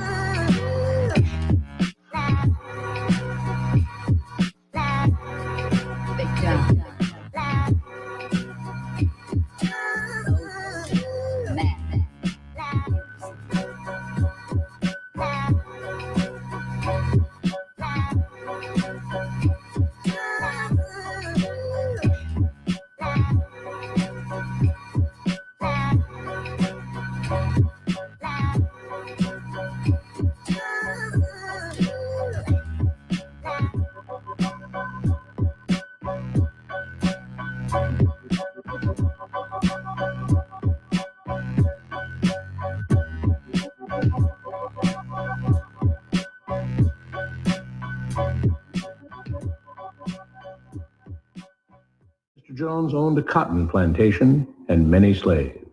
One day he was talking to the owner of the plantation next to his, and Mr. Jones was lamenting the fact that times were tough. He was having to work his slaves harder than ever and was having trouble with some of them being disobedient or trying to run away. The other plantation owner said he knew someone who could help. Day 1. One day, Mr. Jones called his slaves together so a man named Mr. Smith could talk to them. Before beginning, Mr. Smith whispered to Mr. Jones, "Whatever I say, do not contradict me or interfere, and I promise you your slave troubles will end." "My name is Mr. Smith," he said to the slaves, "and this may be the happiest day of your lives. From today forward, you will no longer be slaves, but free men." Mr. Jones was so shocked he started to step forward, but Mr. Smith gestured for him to remain silent. He did, only because the other plantation owner had spoken so highly of Mr. Smith's skills. "You are no longer the property of Mr. Jones," Mr. Smith continued. "You are free. No more would you be forced to labor for the benefit of Mr. Jones. Now you can work for yourselves. Now the slaves were all murmuring and looking at each other. Many were smiling, many were looking puzzled. In fact, you are now free to leave the plantation whenever you want, Mr. Smith said. However, since we are surrounded by other plantations, if you leave, some other plantation owner will likely claim you as his own the moment you set foot on his property. So I urge you not to risk your newfound freedom by doing something so foolish. Instead, I suggest that you stay here, no longer as slaves, but as willing participants and part owners of this plantation. Yes, this is now your plantation. Mr. Jones bit his tongue to keep from objecting.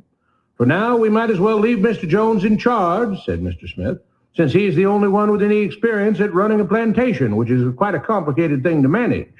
But he will no longer be your master, but just another worker on the plantation. In fact, he will now be using his organizational and management skills to serve you. Whatever problems you may have had with him before, you are now all equals, and you need each other to make this work. If we all cooperate and work together, we can all reap the benefits together. In honor of this happy occasion, I present you this new symbol of togetherness and cooperation, this flag, which shall be the emblem of the new Free Jones Plantation. He held up the new flag, but most of those listening were still too amazed to respond. And this shall be our motto, Mr. Smith announced. We work together as free men for our mutual benefit, pledging our allegiance to the Jones Plantation, which stands for prosperity, liberty, and justice for all. To celebrate, everyone has the rest of the day off. Enjoy your freedom, do as you please, and be back here tomorrow morning, bright and early, so that we may begin work on this great and noble new endeavor as equal free men.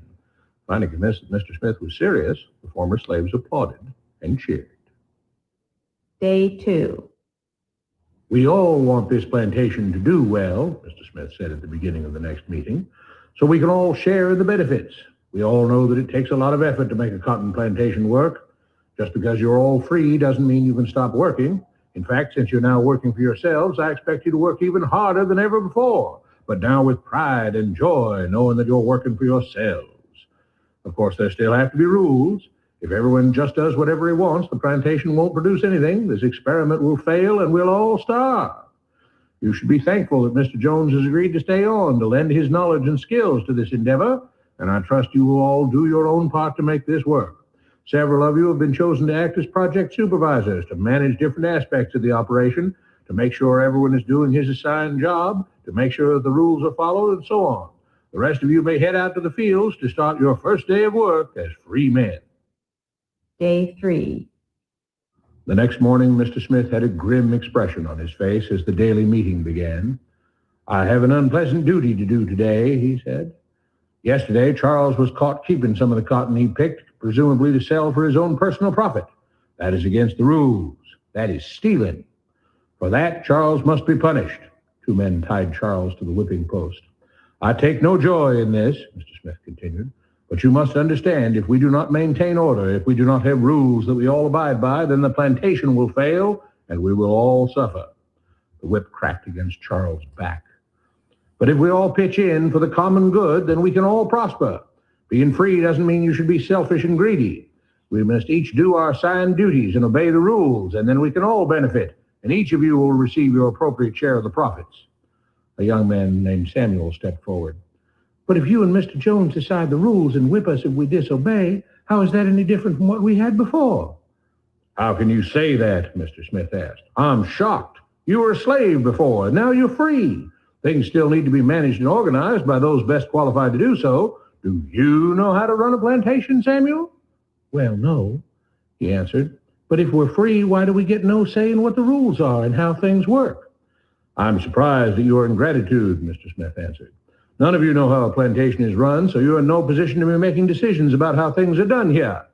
You don't seem to appreciate all the things that Mr. Jones provides for you, from protecting you from all the outside threats that you know nothing about, those who would come here, capture and enslave you, if not for Mr. Jones' protection, to making sure that you all have food and housing, tools to work with, that you're cared for when sick and injured, and so on.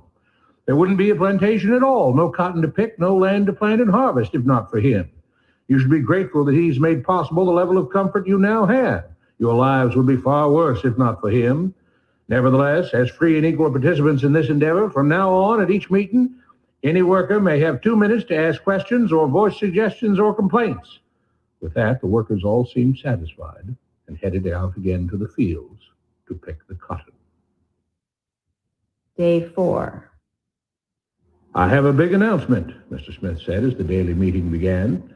Mr. Jones' cousin is here, and not just to visit and see how our project is coming along. It has been decided that from now on, you will be deciding who will manage the plantation.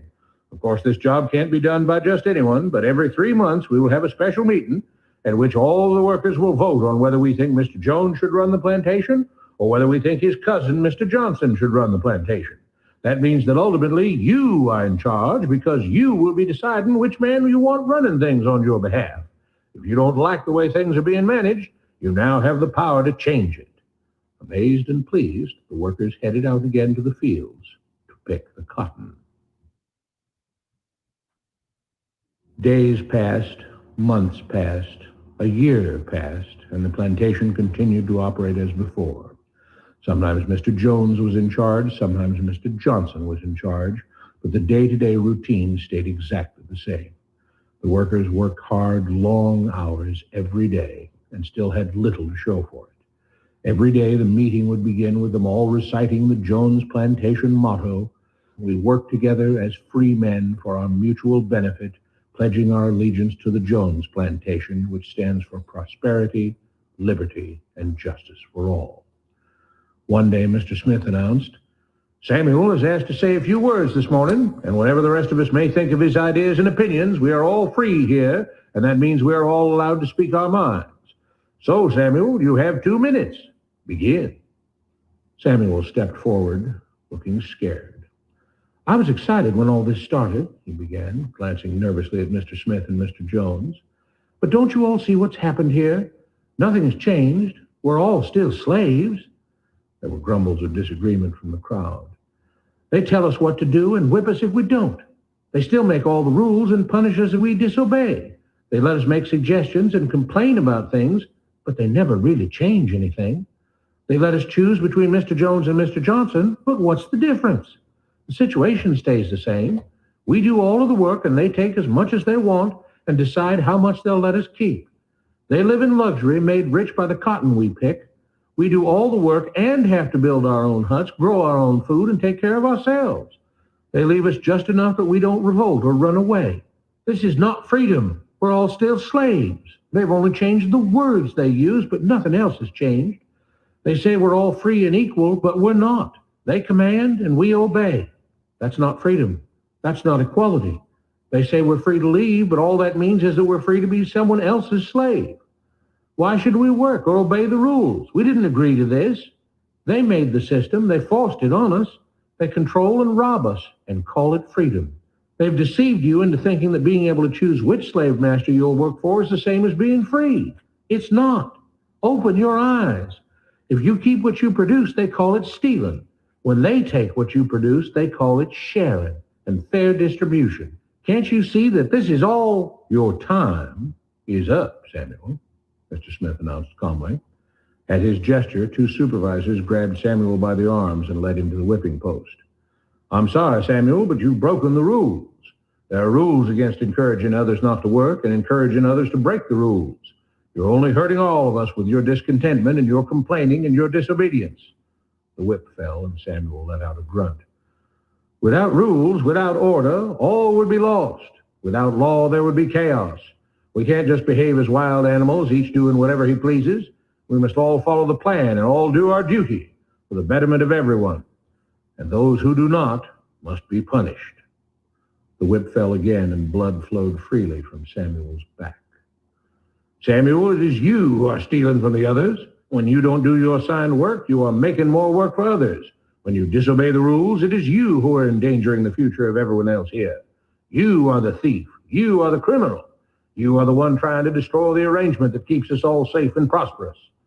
At every lash of the whip, the other workers cheered louder and louder, some yelling curses at Samuel. "Being spoiled and selfish, you complain about everything, talking as if you're oppressed. But you are the one ruining things. You are the one keeping us from being all we could be. It is your greed and your rebelliousness that is hurting all of us. They all play by the rules," Mr. Smith said, gesturing at the others. "What makes you think that you don't have to? You think you're above the law?" There were loud yells of agreement as the whip fell again. We must maintain order, Mr. Smith proclaimed, to make this plantation great, to make it so that we can all be happy and prosperous. To have the society we want, there have to be rules. We all have to contribute our fair share to this great endeavor, and we cannot tolerate actions and attitudes that seek to undermine the amazing things that together as free men we have achieved and will continue to achieve. Mr. Jones was smiling as he gave Mr. Smith a pat on the back. The crowd was cheering so loudly that none of them had noticed that Samuel had died.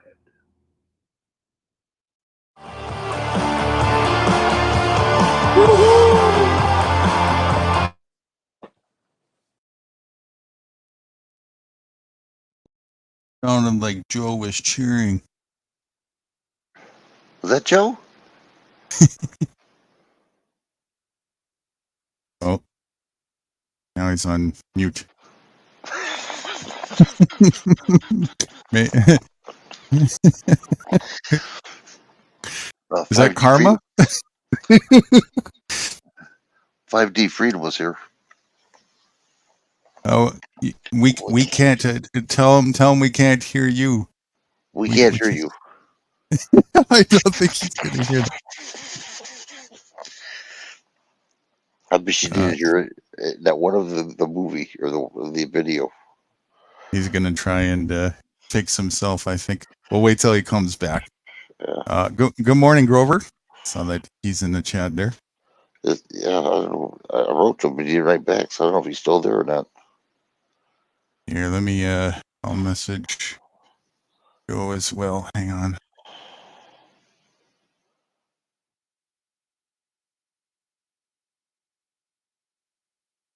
Second. Barbara was looking for 5D. I had to put that in there. We can hear you as well. He'll get that text. Okay, while we're waiting for him, I hope he meant just for that last part, not that he couldn't hear the whole time. I'm sure if he couldn't hear the whole time, he would have put a message. Yeah. It's weird he's having trouble with his phone. Yeah, it keeps doing that thing lately. I don't know if that's a setting or just his internet. Whatever. He's got to recalibrate his phone or something. But in the meantime, what I'm going to do is I'm going to give you this link. I'll put it in private chat here. If you want to go on screen share, I'm going to give it to you to show because I think your computer, your connection and computer is more powerful. So we'll get a better, especially this one because it's on Odyssey, which can be a little bit rough. Yeah, I got it right here. Want me to put it up now? Sure, if you want, whenever you're ready. But just cue it and okay. We'll just hang tight until oh, there he is. Let me get him.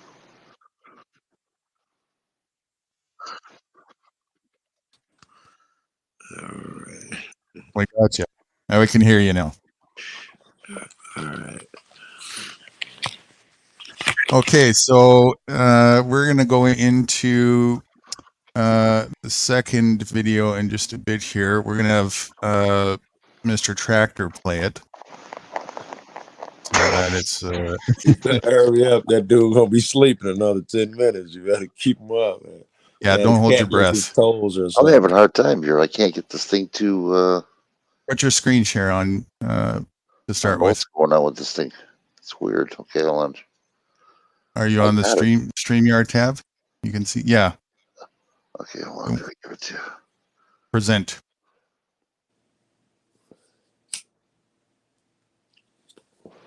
All right.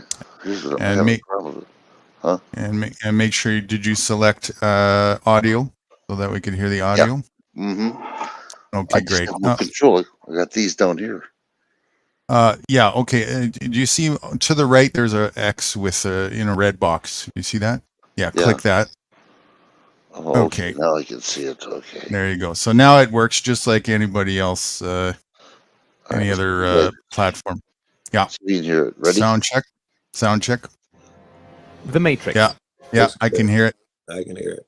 Can you hear Okay, it? and It's one of the put Is this it the on. Rumble one we were gonna watch last night? Or is this a different one? This is a different one. So this is just a prelude to it. This is a much more deeper and broader foundational explanation by a man named Stephen Moyer. This man is the bomb when it comes to telling the truth.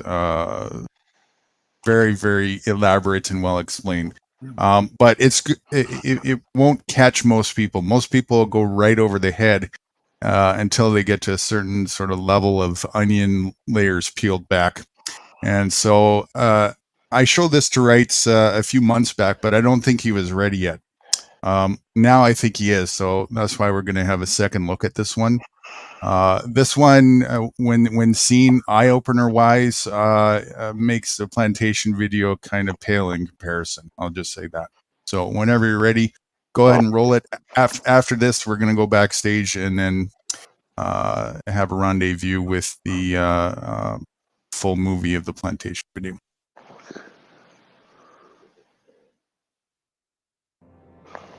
The Matrix is one of the greatest metaphors ever. Machines invented to make human life easier end up enslaving humanity. This is the most common theme in dystopian science fiction. Why is this fear so universal, so compelling? Is it because we really believe that our toaster and our notebook will end up as our mechanical overlords? Of course not. This is not a future that we fear, but a past that we are already living. Supposedly, governments were invented to make human life easier and safer. But governments always end up enslaving humanity. That which we create to, quote, serve us, ends up ruling us. The US government, by and for the people, now imprisons millions, takes half the national income by force, overregulates, tortures, slaughters foreign governments, imposes Whoa, what happened here? 700 imperialistic bases overseas, inflates the currency, and crushes future generations with massive debts. You're jumping around a bit. That which we create to serve us ends up ruling us. You can pull it back a couple minutes if you want, right? So kind of got choppy there for that it is historically maybe go about halfway to what it was at. Yeah, about there. Yeah. That which we create to, quote, serve us ends up ruling us. The US government, by and for the people, now imprisons millions, takes half the national income by force, overregulates, tortures, slaughters foreign governments, imposes Yes, in the tape. 700 imperialistic bases overseas. It's fucked up at the same spot. It's got to be in the original. Generations with massive debts. That which we create to serve us ends up ruling us. The problem with the state as servant thesis is that it is historically completely false, both empirically and logically. The idea that states were voluntarily invented by citizens to enhance their own security is utterly untrue. Before governments in tribal times, human beings could only produce what they consumed. There was no excess production of food or other resources. Thus, there was no point owning slaves because the slave could not produce any excess that could be stolen by the master. If a horse pulling a plow can only produce enough additional food to feed the horse, there's no point hunting, capturing, and breaking in a horse. However, when agricultural improvements allowed for the creation of excess crops, suddenly it became highly advantageous to own human beings. When cows began to provide excess milk and meat, owning cows became worthwhile. The earliest governments and empires were in fact a ruling class of slave hunters who understood that because human beings could produce more than they consumed, they were worth hunting, capturing, breaking in, and owning. The earliest Egyptian and Chinese empires were, in reality, human farms, where people were hunted, captured, domesticated, and owned like any other form of livestock. Due to technological and methodological improvements, the slaves produced enough excess that the labor involved in capturing and keeping them represented only a small subset of their total productivity. The ruling class, the farmers, kept a large portion of that excess while handing out gifts and payments to the brutalizing class, the police, slave hunters, and general sadists, and the propagandizing class, the priests, intellectuals, and artists. Movies. This situation continued for thousands of years, until the 16th to 17th centuries, when again, massive improvements in agricultural organization and technology created the second wave of excess productivity. The enclosure movement reorganized and consolidated farmland, resulting in 5 to 10 times more crops, creating a new class of industrial workers displaced from the country and huddling in the new cities. This enormous agricultural excess was the basis of the capital that drove the Industrial Revolution. The Industrial Revolution did not arise because the ruling class wanted to free their serfs, but rather because they realized how additional, quote, liberties could make their livestock astoundingly more productive. When cows are placed in very confining stalls, they beat their heads against the walls, resulting in injuries and infections. Thus, farmers now give them more room, not because they want to set their cows free, but rather because they want greater productivity and lower costs. The next stop after free range is not freedom. The rise of state capitalism in the 19th century was actually the rise of free-range serfdom. Additional liberties were granted to the human livestock, not with the goal of setting them free, but rather with the goal of increasing their productivity. Of course, intellectuals, artists, and priests were, and are, well paid to conceal this reality. The great problem of modern human livestock ownership is the challenge of enthusiasm. State capitalism only works when the entrepreneurial spirit drives creativity and productivity in the economy. However, excess productivity always creates a larger state and swells the ruling classes and their dependents, which eats into the motivation for additional productivity. Taxes and regulations rise, state debt, future farming increases, and living standards slow and decay. Depression and despair begin to spread as the reality of being owned sets in for the general Where we are right now. Huh? That's where we are right now. To this is additional propaganda, antidepressant medications. You want to say that again? Didn't hear you. That's where we are right now. He said once people start realizing that slave depression sets in, that's us running around waking up minds, and everybody's waking up and scared to death. The end is near. They realize that we're sheep and blah blah with the COVID shit. It's like we're right there where they're talking about in this little video right now. You're right. You're right. That's exactly what's going on. Superstition. Yeah. Wars. Moral campaigns of every kind. Yep. The creation of, quote, enemies. Ooh. The inculcation of patriotism. Collective fears. Paranoia about outsiders and immigrants, and so on. It is essential to understand the reality of the world. When you look at a map of the world, you are not looking at countries, but farms.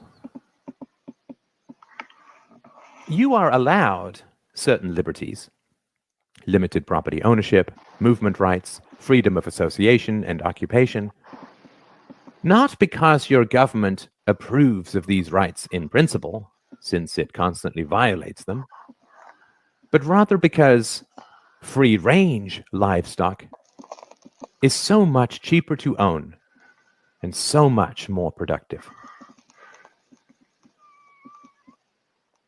It is important to understand the reality of ideologies. State capitalism, socialism, communism, fascism, democracy. These are all livestock management.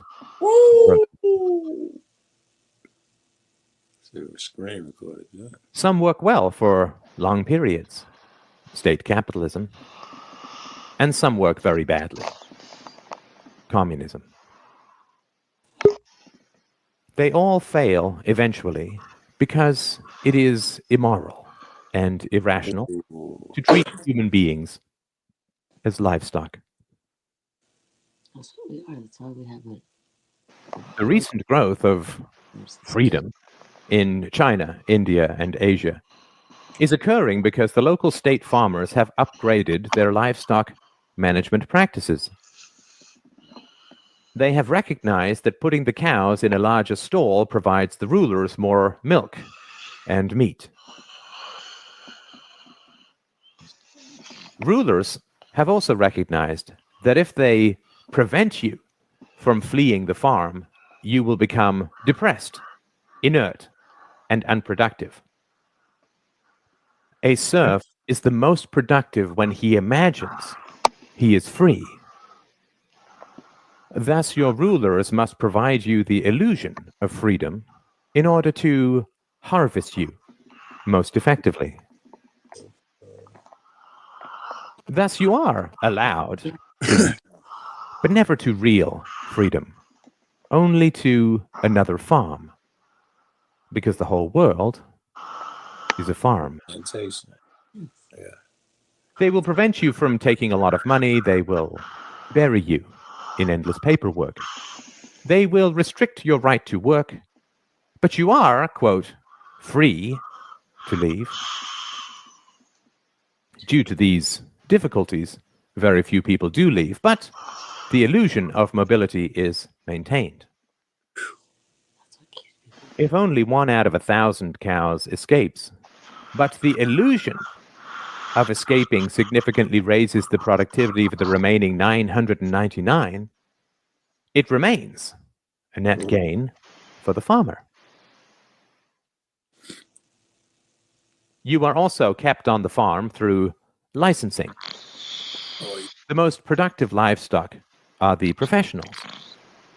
So the rulers fit them with an electronic dog collar called a license, which only allows them to practice their trade on their own farm. To further create the illusion of freedom, in certain farms, the livestock are allowed to choose between a few farmers that the investors present. Boo. At best, they are given minor choices in how they are managed.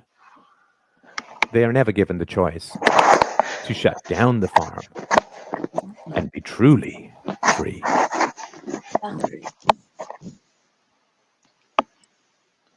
Government schools are indoctrination pens for livestock. They train children to, quote, love the farm and to fear true freedom and independence, and to attack anyone who questions the brutal reality of human ownership. Like they did, they whooped the guy. Furthermore, they create jobs for the intellectuals that state propaganda so relies on. This is it. Oops, I'm sorry. The ridiculous contradictions of statism, like religion, can only be sustained through endless propaganda inflicted upon helpless children. The idea that democracy and some sort of social contract justifies the brutal exercise of violent power over billions is patently ridiculous. If you say to a slave that his ancestors, quote, chose slavery, and therefore he is bound by their decisions, he will simply say, if slavery is a choice, then I choose not to be a slave. This is the most frightening statement for the ruling classes, which is why they train their slaves to attack anyone who dares speak it. Statism is not a philosophy. Statism does not originate from historical evidence or rational principles. Statism is an ex post facto justification for human ownership. Statism is an excuse for violence.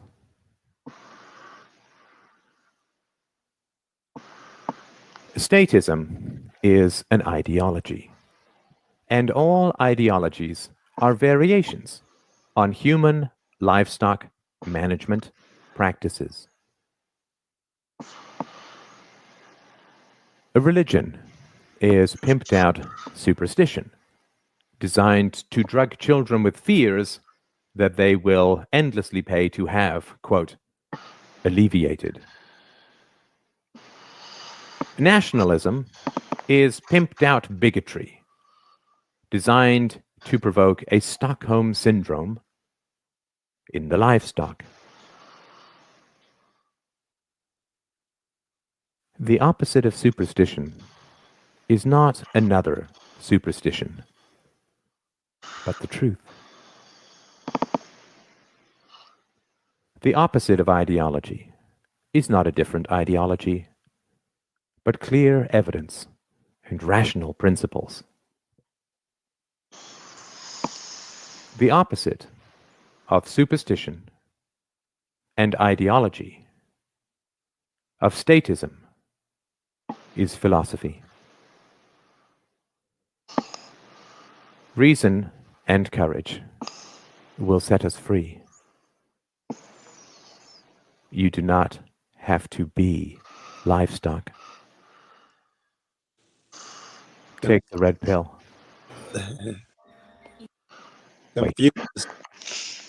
Confucius said that these systems are doomed to fail until philosophers become politicians or politicians become philosophers. That was Confucius. Hello, everyone. Welcome back to Lifting the Lamb. Is this something different? Must be. Yeah, it plays automatically on that platform. So yeah, just shut that off. Both you cats sound tired. I think me and my girl gonna be the only ones up watching this last video. Oh, I'm full of life. I'm not even close to being tired. I'm at the start of probably about a 3-day stretch here. I had a 9-hour sleep yesterday. That's unheard of. Oh, wow. So he's feel like y'all can go for days. Mm-hmm.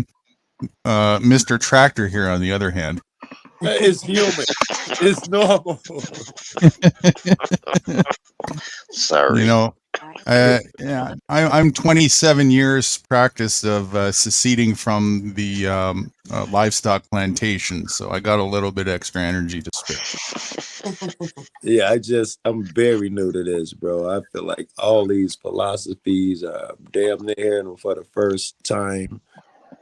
So I'm still enthused as fuck about separating from the plantation, but I'm still learning how to do it because the illusion is so massive, right? So multifaceted that just breaking past one, so many remains. So it seems like a long, difficult process. It's definitely a process of like peeling onion layers and getting to the roots, and then not only that, but then you also have to start from ground zero. And what do I replace it with? Right. That's our issue, right? When we say we need this, you guys to stop doing this, stop doing that, they can always say, what can you replace it with? Right. With what is the proven and of your replacement? Right. But And that's their systems have been in place so long, there is no proven track record of anything else. We'd have to go back into, really far. People aren't awake.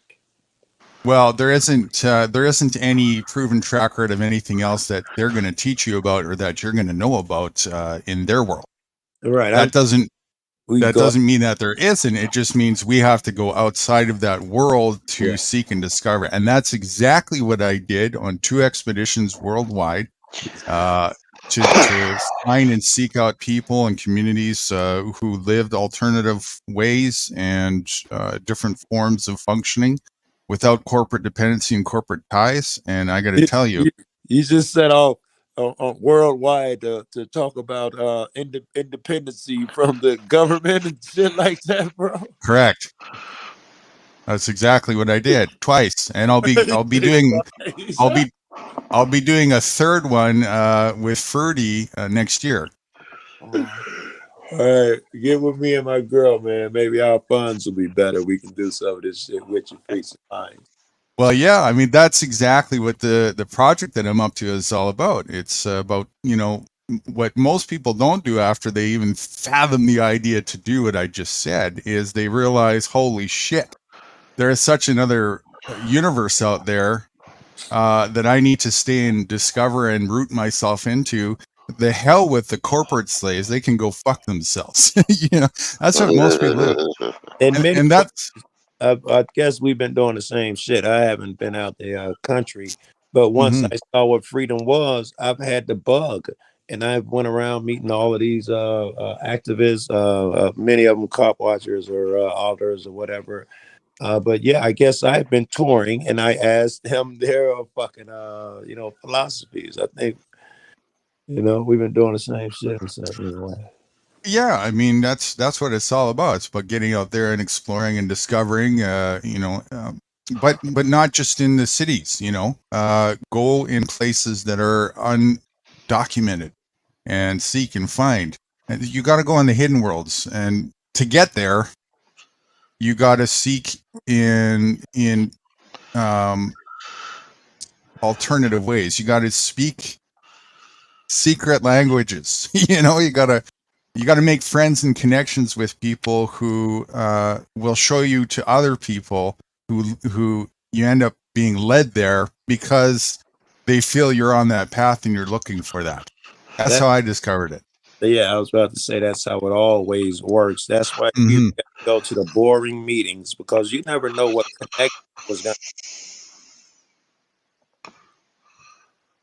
We lost your audio, Joe. You still with us? All right. Yeah. Can you hear me? Check. Yeah. You're good. I was saying you have to go to even the boring meetings because you never know what connections are going to be made there. I had to do that in community activism a lot because the guy who I met that I did a future project with, I met him at some boring meeting about something totally different. And I tried to explain that to my friends who want to get in activism. I don't know which one of these meetings are going to be the bomb. And you're going to meet that guy who changes your world. But you got to sit through the nonsense like I do. Absolutely. And there's no end to the depth of it as well. Like I was saying, you won't hear about this stuff, and people ask why. Why don't I hear other people talking about this? Is why it becomes very difficult for people to see what you're saying as well, because Why? you can't. 99% of the people who go out and discover this say the fuck with the corporate slaves. I'm gone. I have no interest in saving shithead-minded people who aren't interested in saving themselves.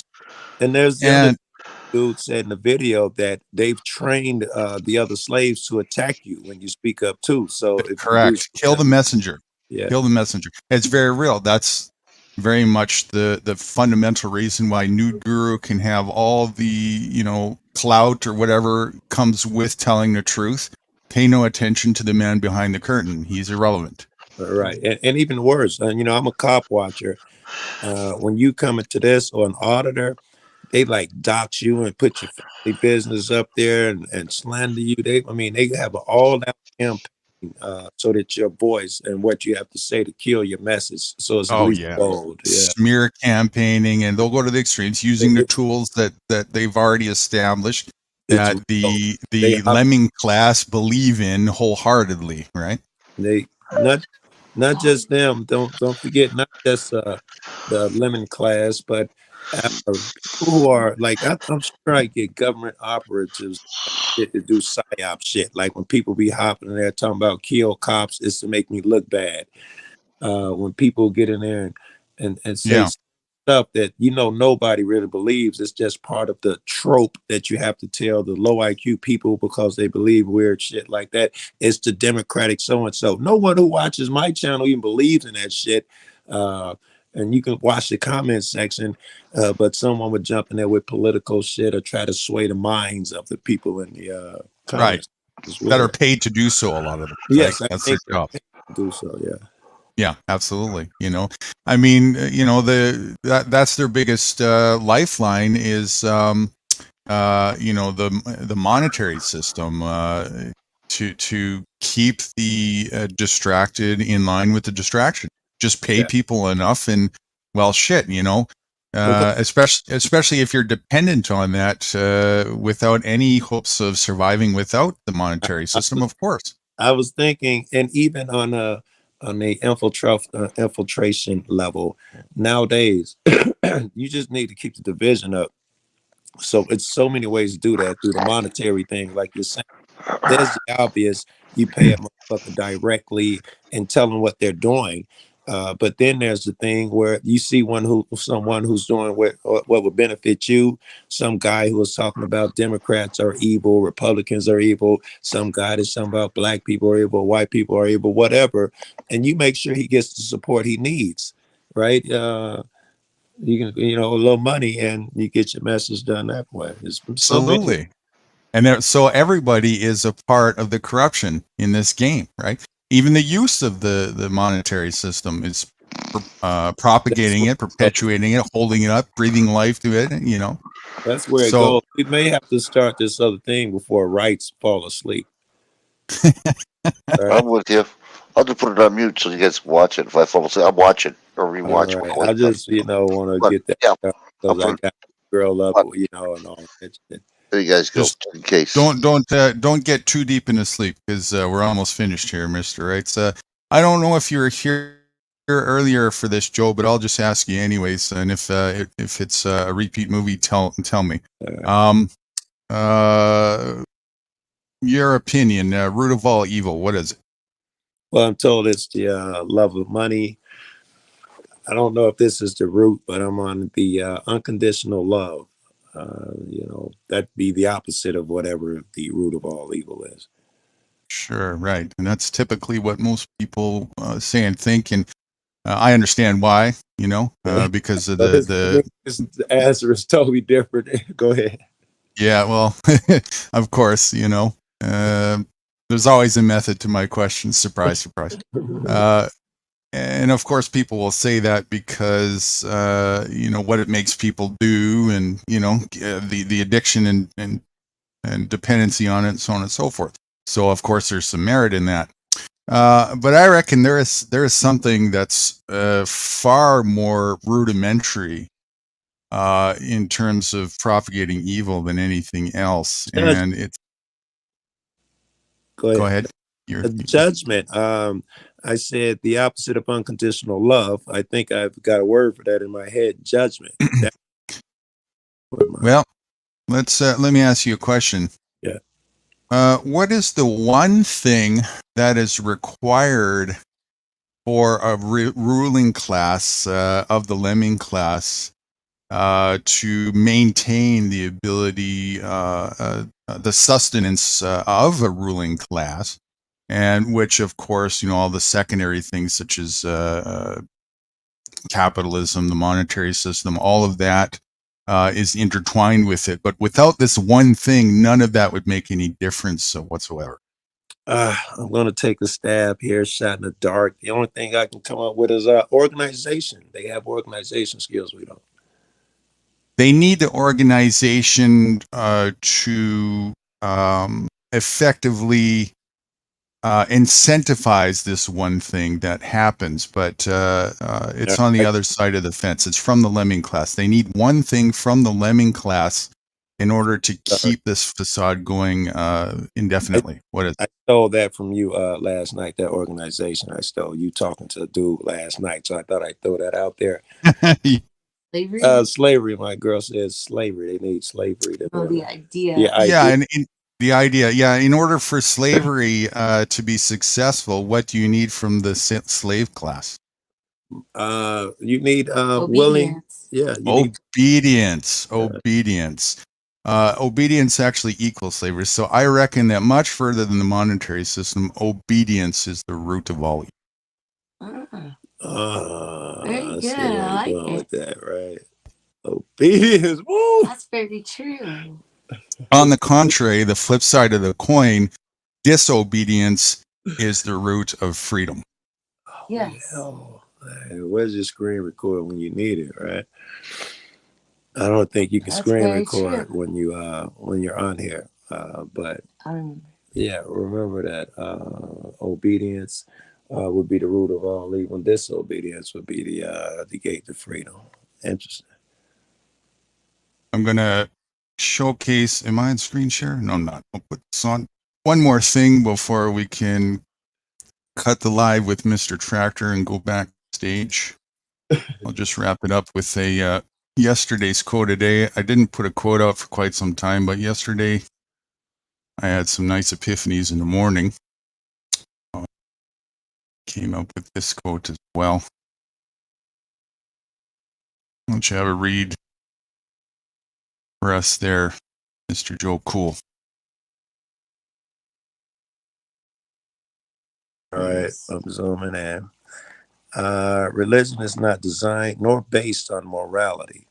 It's designed to keep people obedient under the guise of morality. Be careful what you follow in life. Hey, it says new guru. Religiosity. Hey, I've been throwing around the same thing. Can you catch hear me? Because I know my shit goes out. Yep.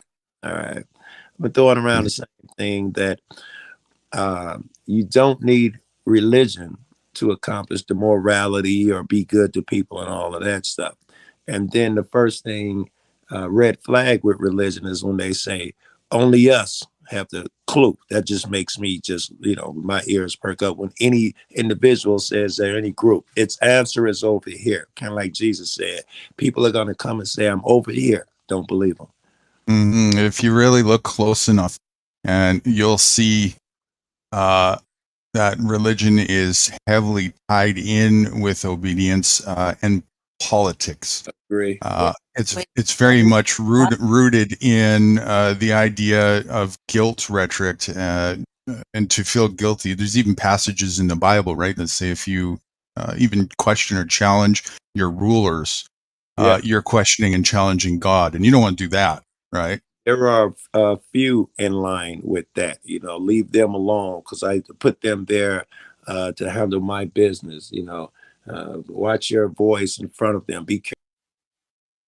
There's some stuff that would lead to a good argument that it is based on control.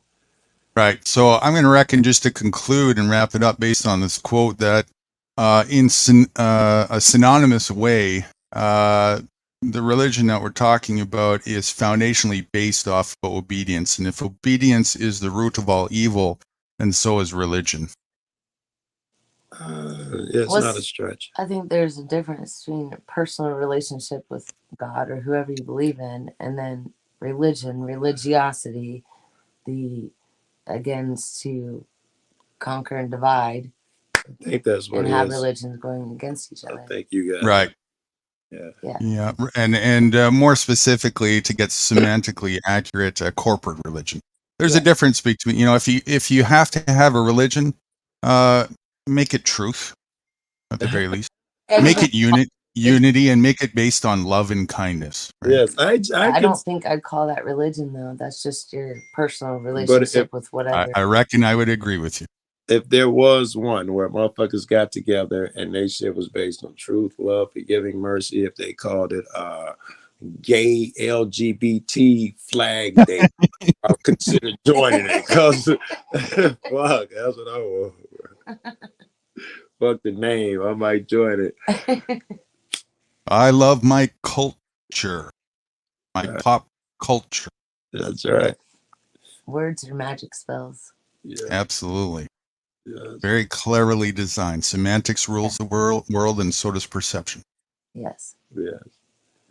Yes. And if you are twisted enough, then you can become good enough to use those tools very good. But you have to be twisted in order to play with a person's perception, or to play on their, whatever it is, eagerness, willingness, IQ, proclivity to do this, tendency to like that. But then someone is so insidious that he thinks and checks you out to play on it, which is what your government does.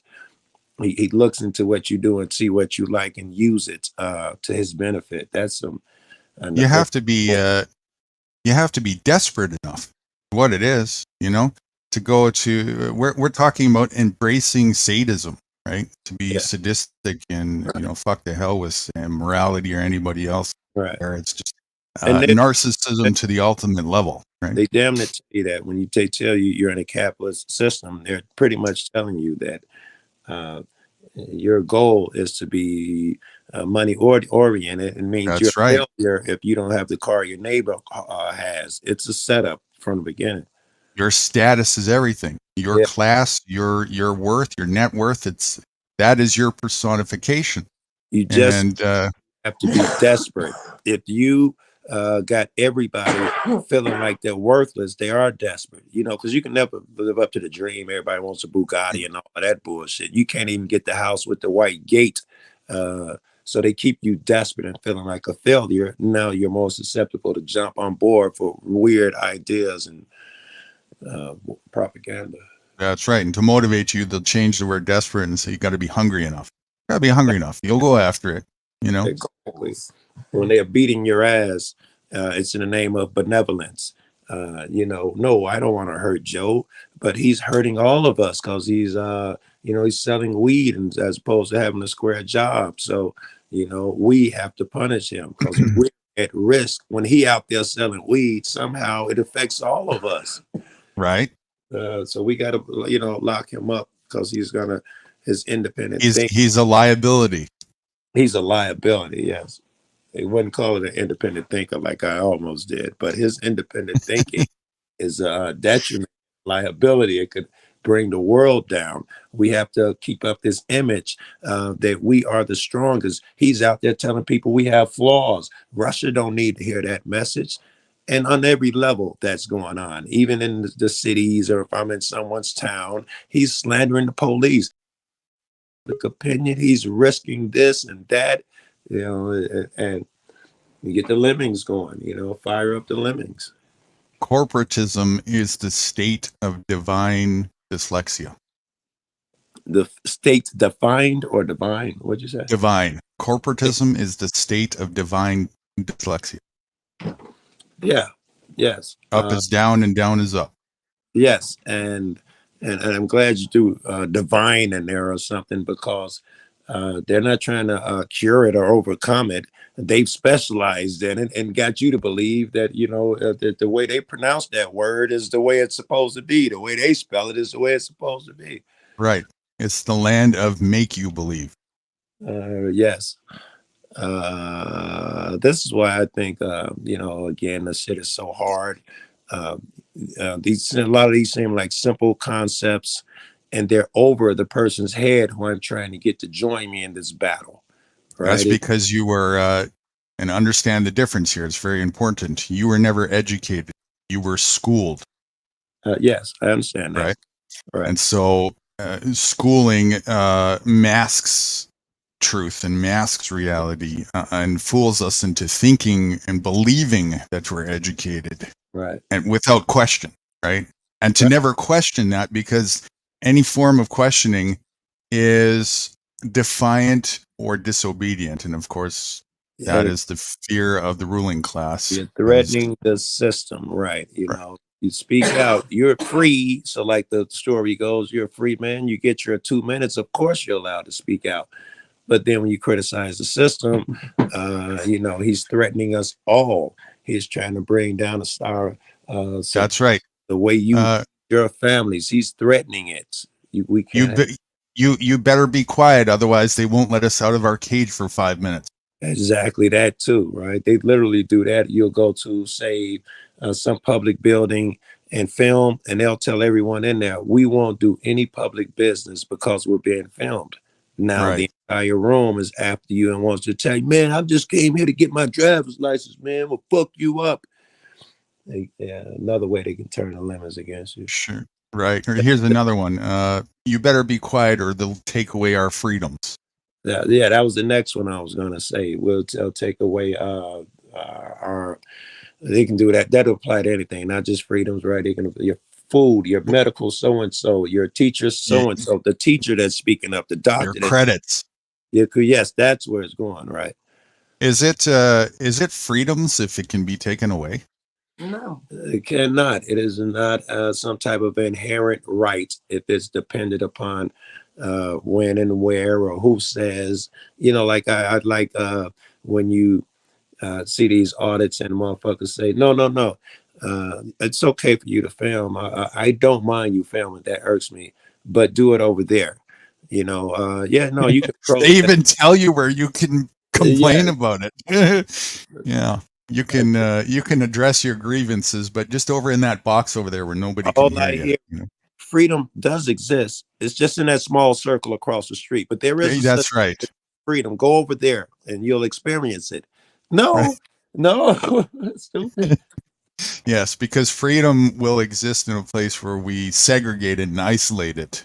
Yes. That makes perfect sense. Yes, where it's can't be damaged and you can't be harmed by it. And in fact, you probably can't go in there, Joe, because other freedom seekers are in there.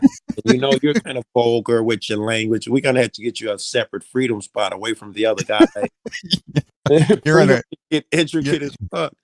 You're in a freedom class of your own, Joe. Yes, you're special, Joe. We got to give you your own freedom section. Yes, we got a freedom asylum for you, just for you. Yes. And they give me the illusion of freedom.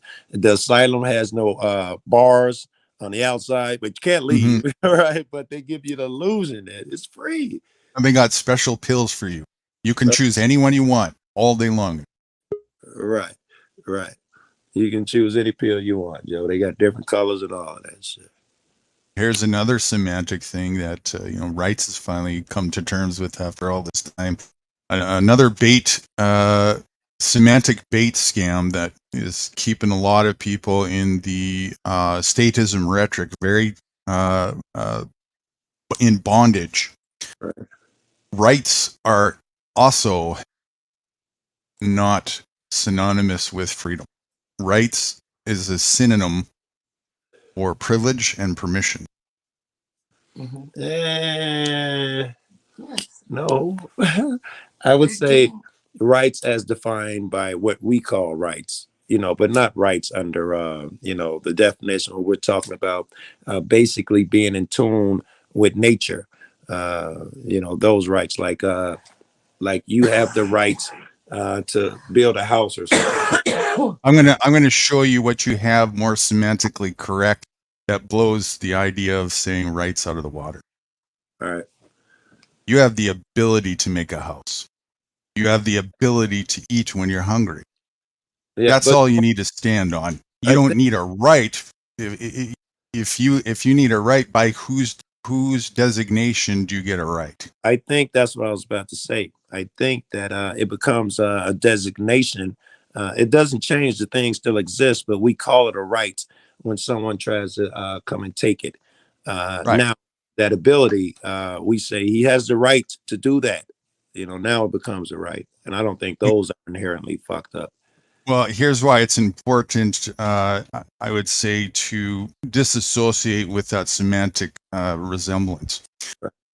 98% of people don't even define and identify it with a foundational thing of just freedom. What they really identify is a synonym that coincides with a corporate paper called the Constitution. And they think that that's what's going to protect your rights and freedoms, and they don't realize that's a bait scam to keep you in a perpetual state of embracing your rulers for the protection of that rights and freedom. So now you're running to the arms of the very rulers you're trying to get free from.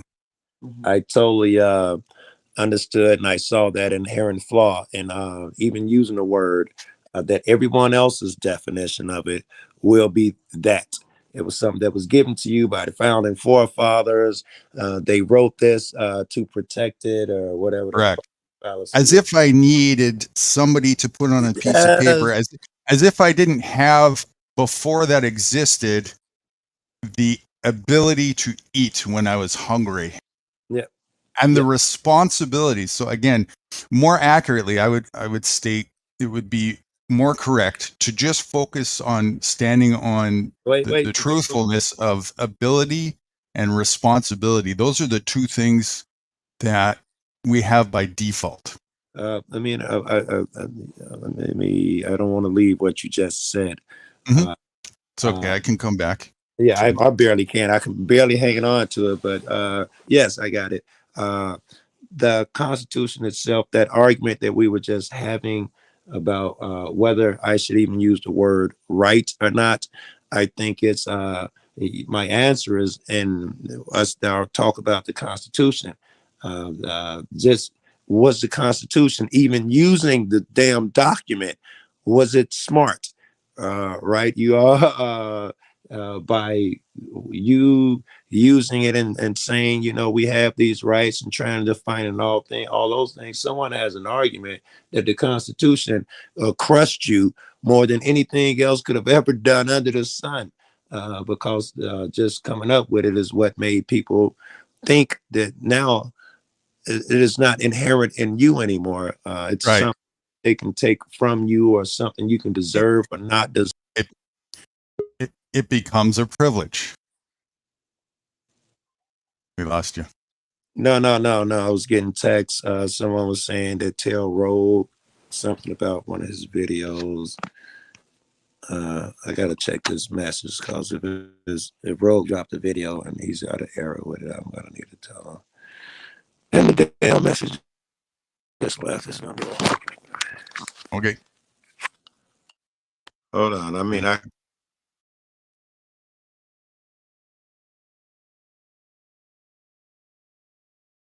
I'm assuming you're on mute. Okay.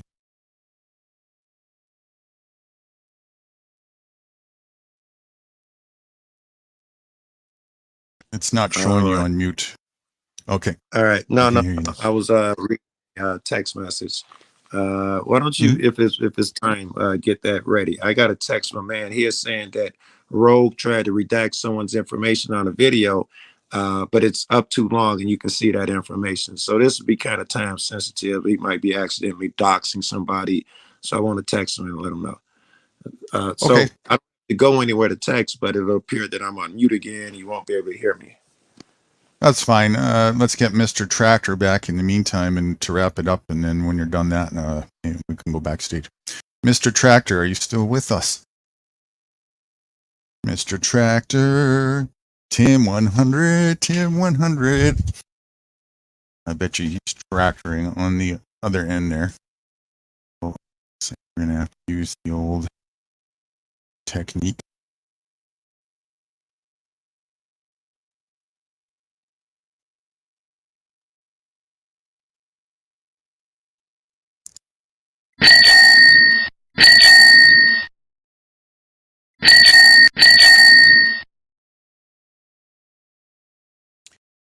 Hey, Mr. Big Thumbs.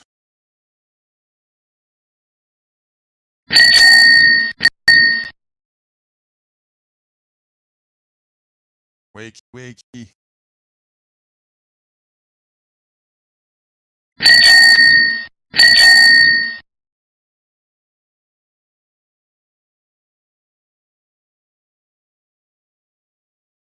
Mr. Big Thumbs with us.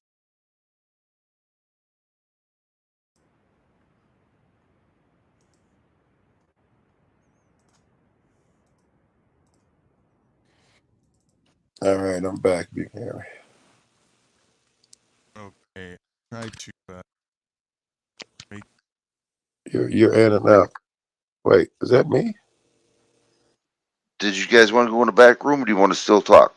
Oh, back room because you're gonna be sleeping 2 seconds, and we gotta get to see this video if it's okay with you, Guru. Yeah, I'm good to go, and we just finished collecting all the money from the audience. Sorry, Rights, you missed it. Damn, I always missed the damn thing. Shit. That's it. We're shutting down, people. We're going back room now. I'm going to talk to Mr. Guru here. Well, your payday is your checkbook. I got it in my hand here. Hey, thank you guys for doing this for me, man. Hey, thanks for being with us. Appreciate the opportunity. Rights. Final words. I'm going to pull a Jack Talcott here. Final words. Joe, you go first. Well, I'll say I'll keep with the theme. Slavery never ended. In fact, they got better at it. Why have to enslave one race if you can slave all? And just change the definition of it, and you have a bunch of slaves, man. Free yourselves.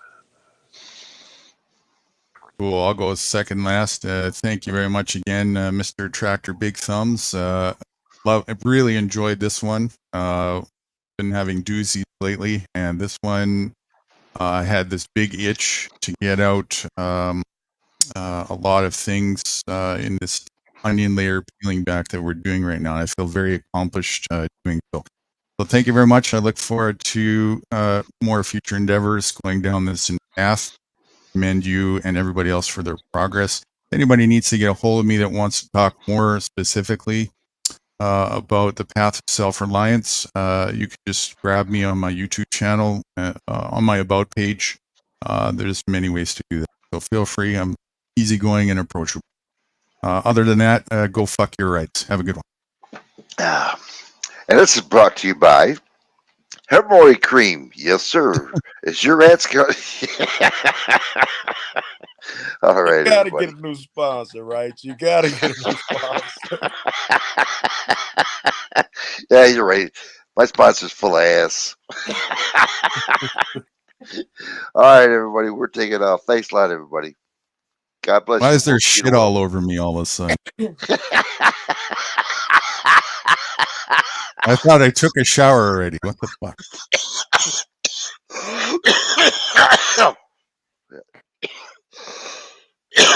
Oh, wow, I had to get a break. Wow. You got me in that one. Oh. Well, See you. I hope you're Sure. awake now. So don't woke up, Wow. okay? That was, yeah, I was laughing so hard. Thanks, All right, Vic. everybody. Before I'm dying over here, I'll catch you later on. I thank you. From Joe Cool, the new Guru, and Rights Forgets. See you in a while, everybody. Oh, bye, guys. Sorry. Bye. Still want to buy the hemorrhoid cream we can get, sponsor and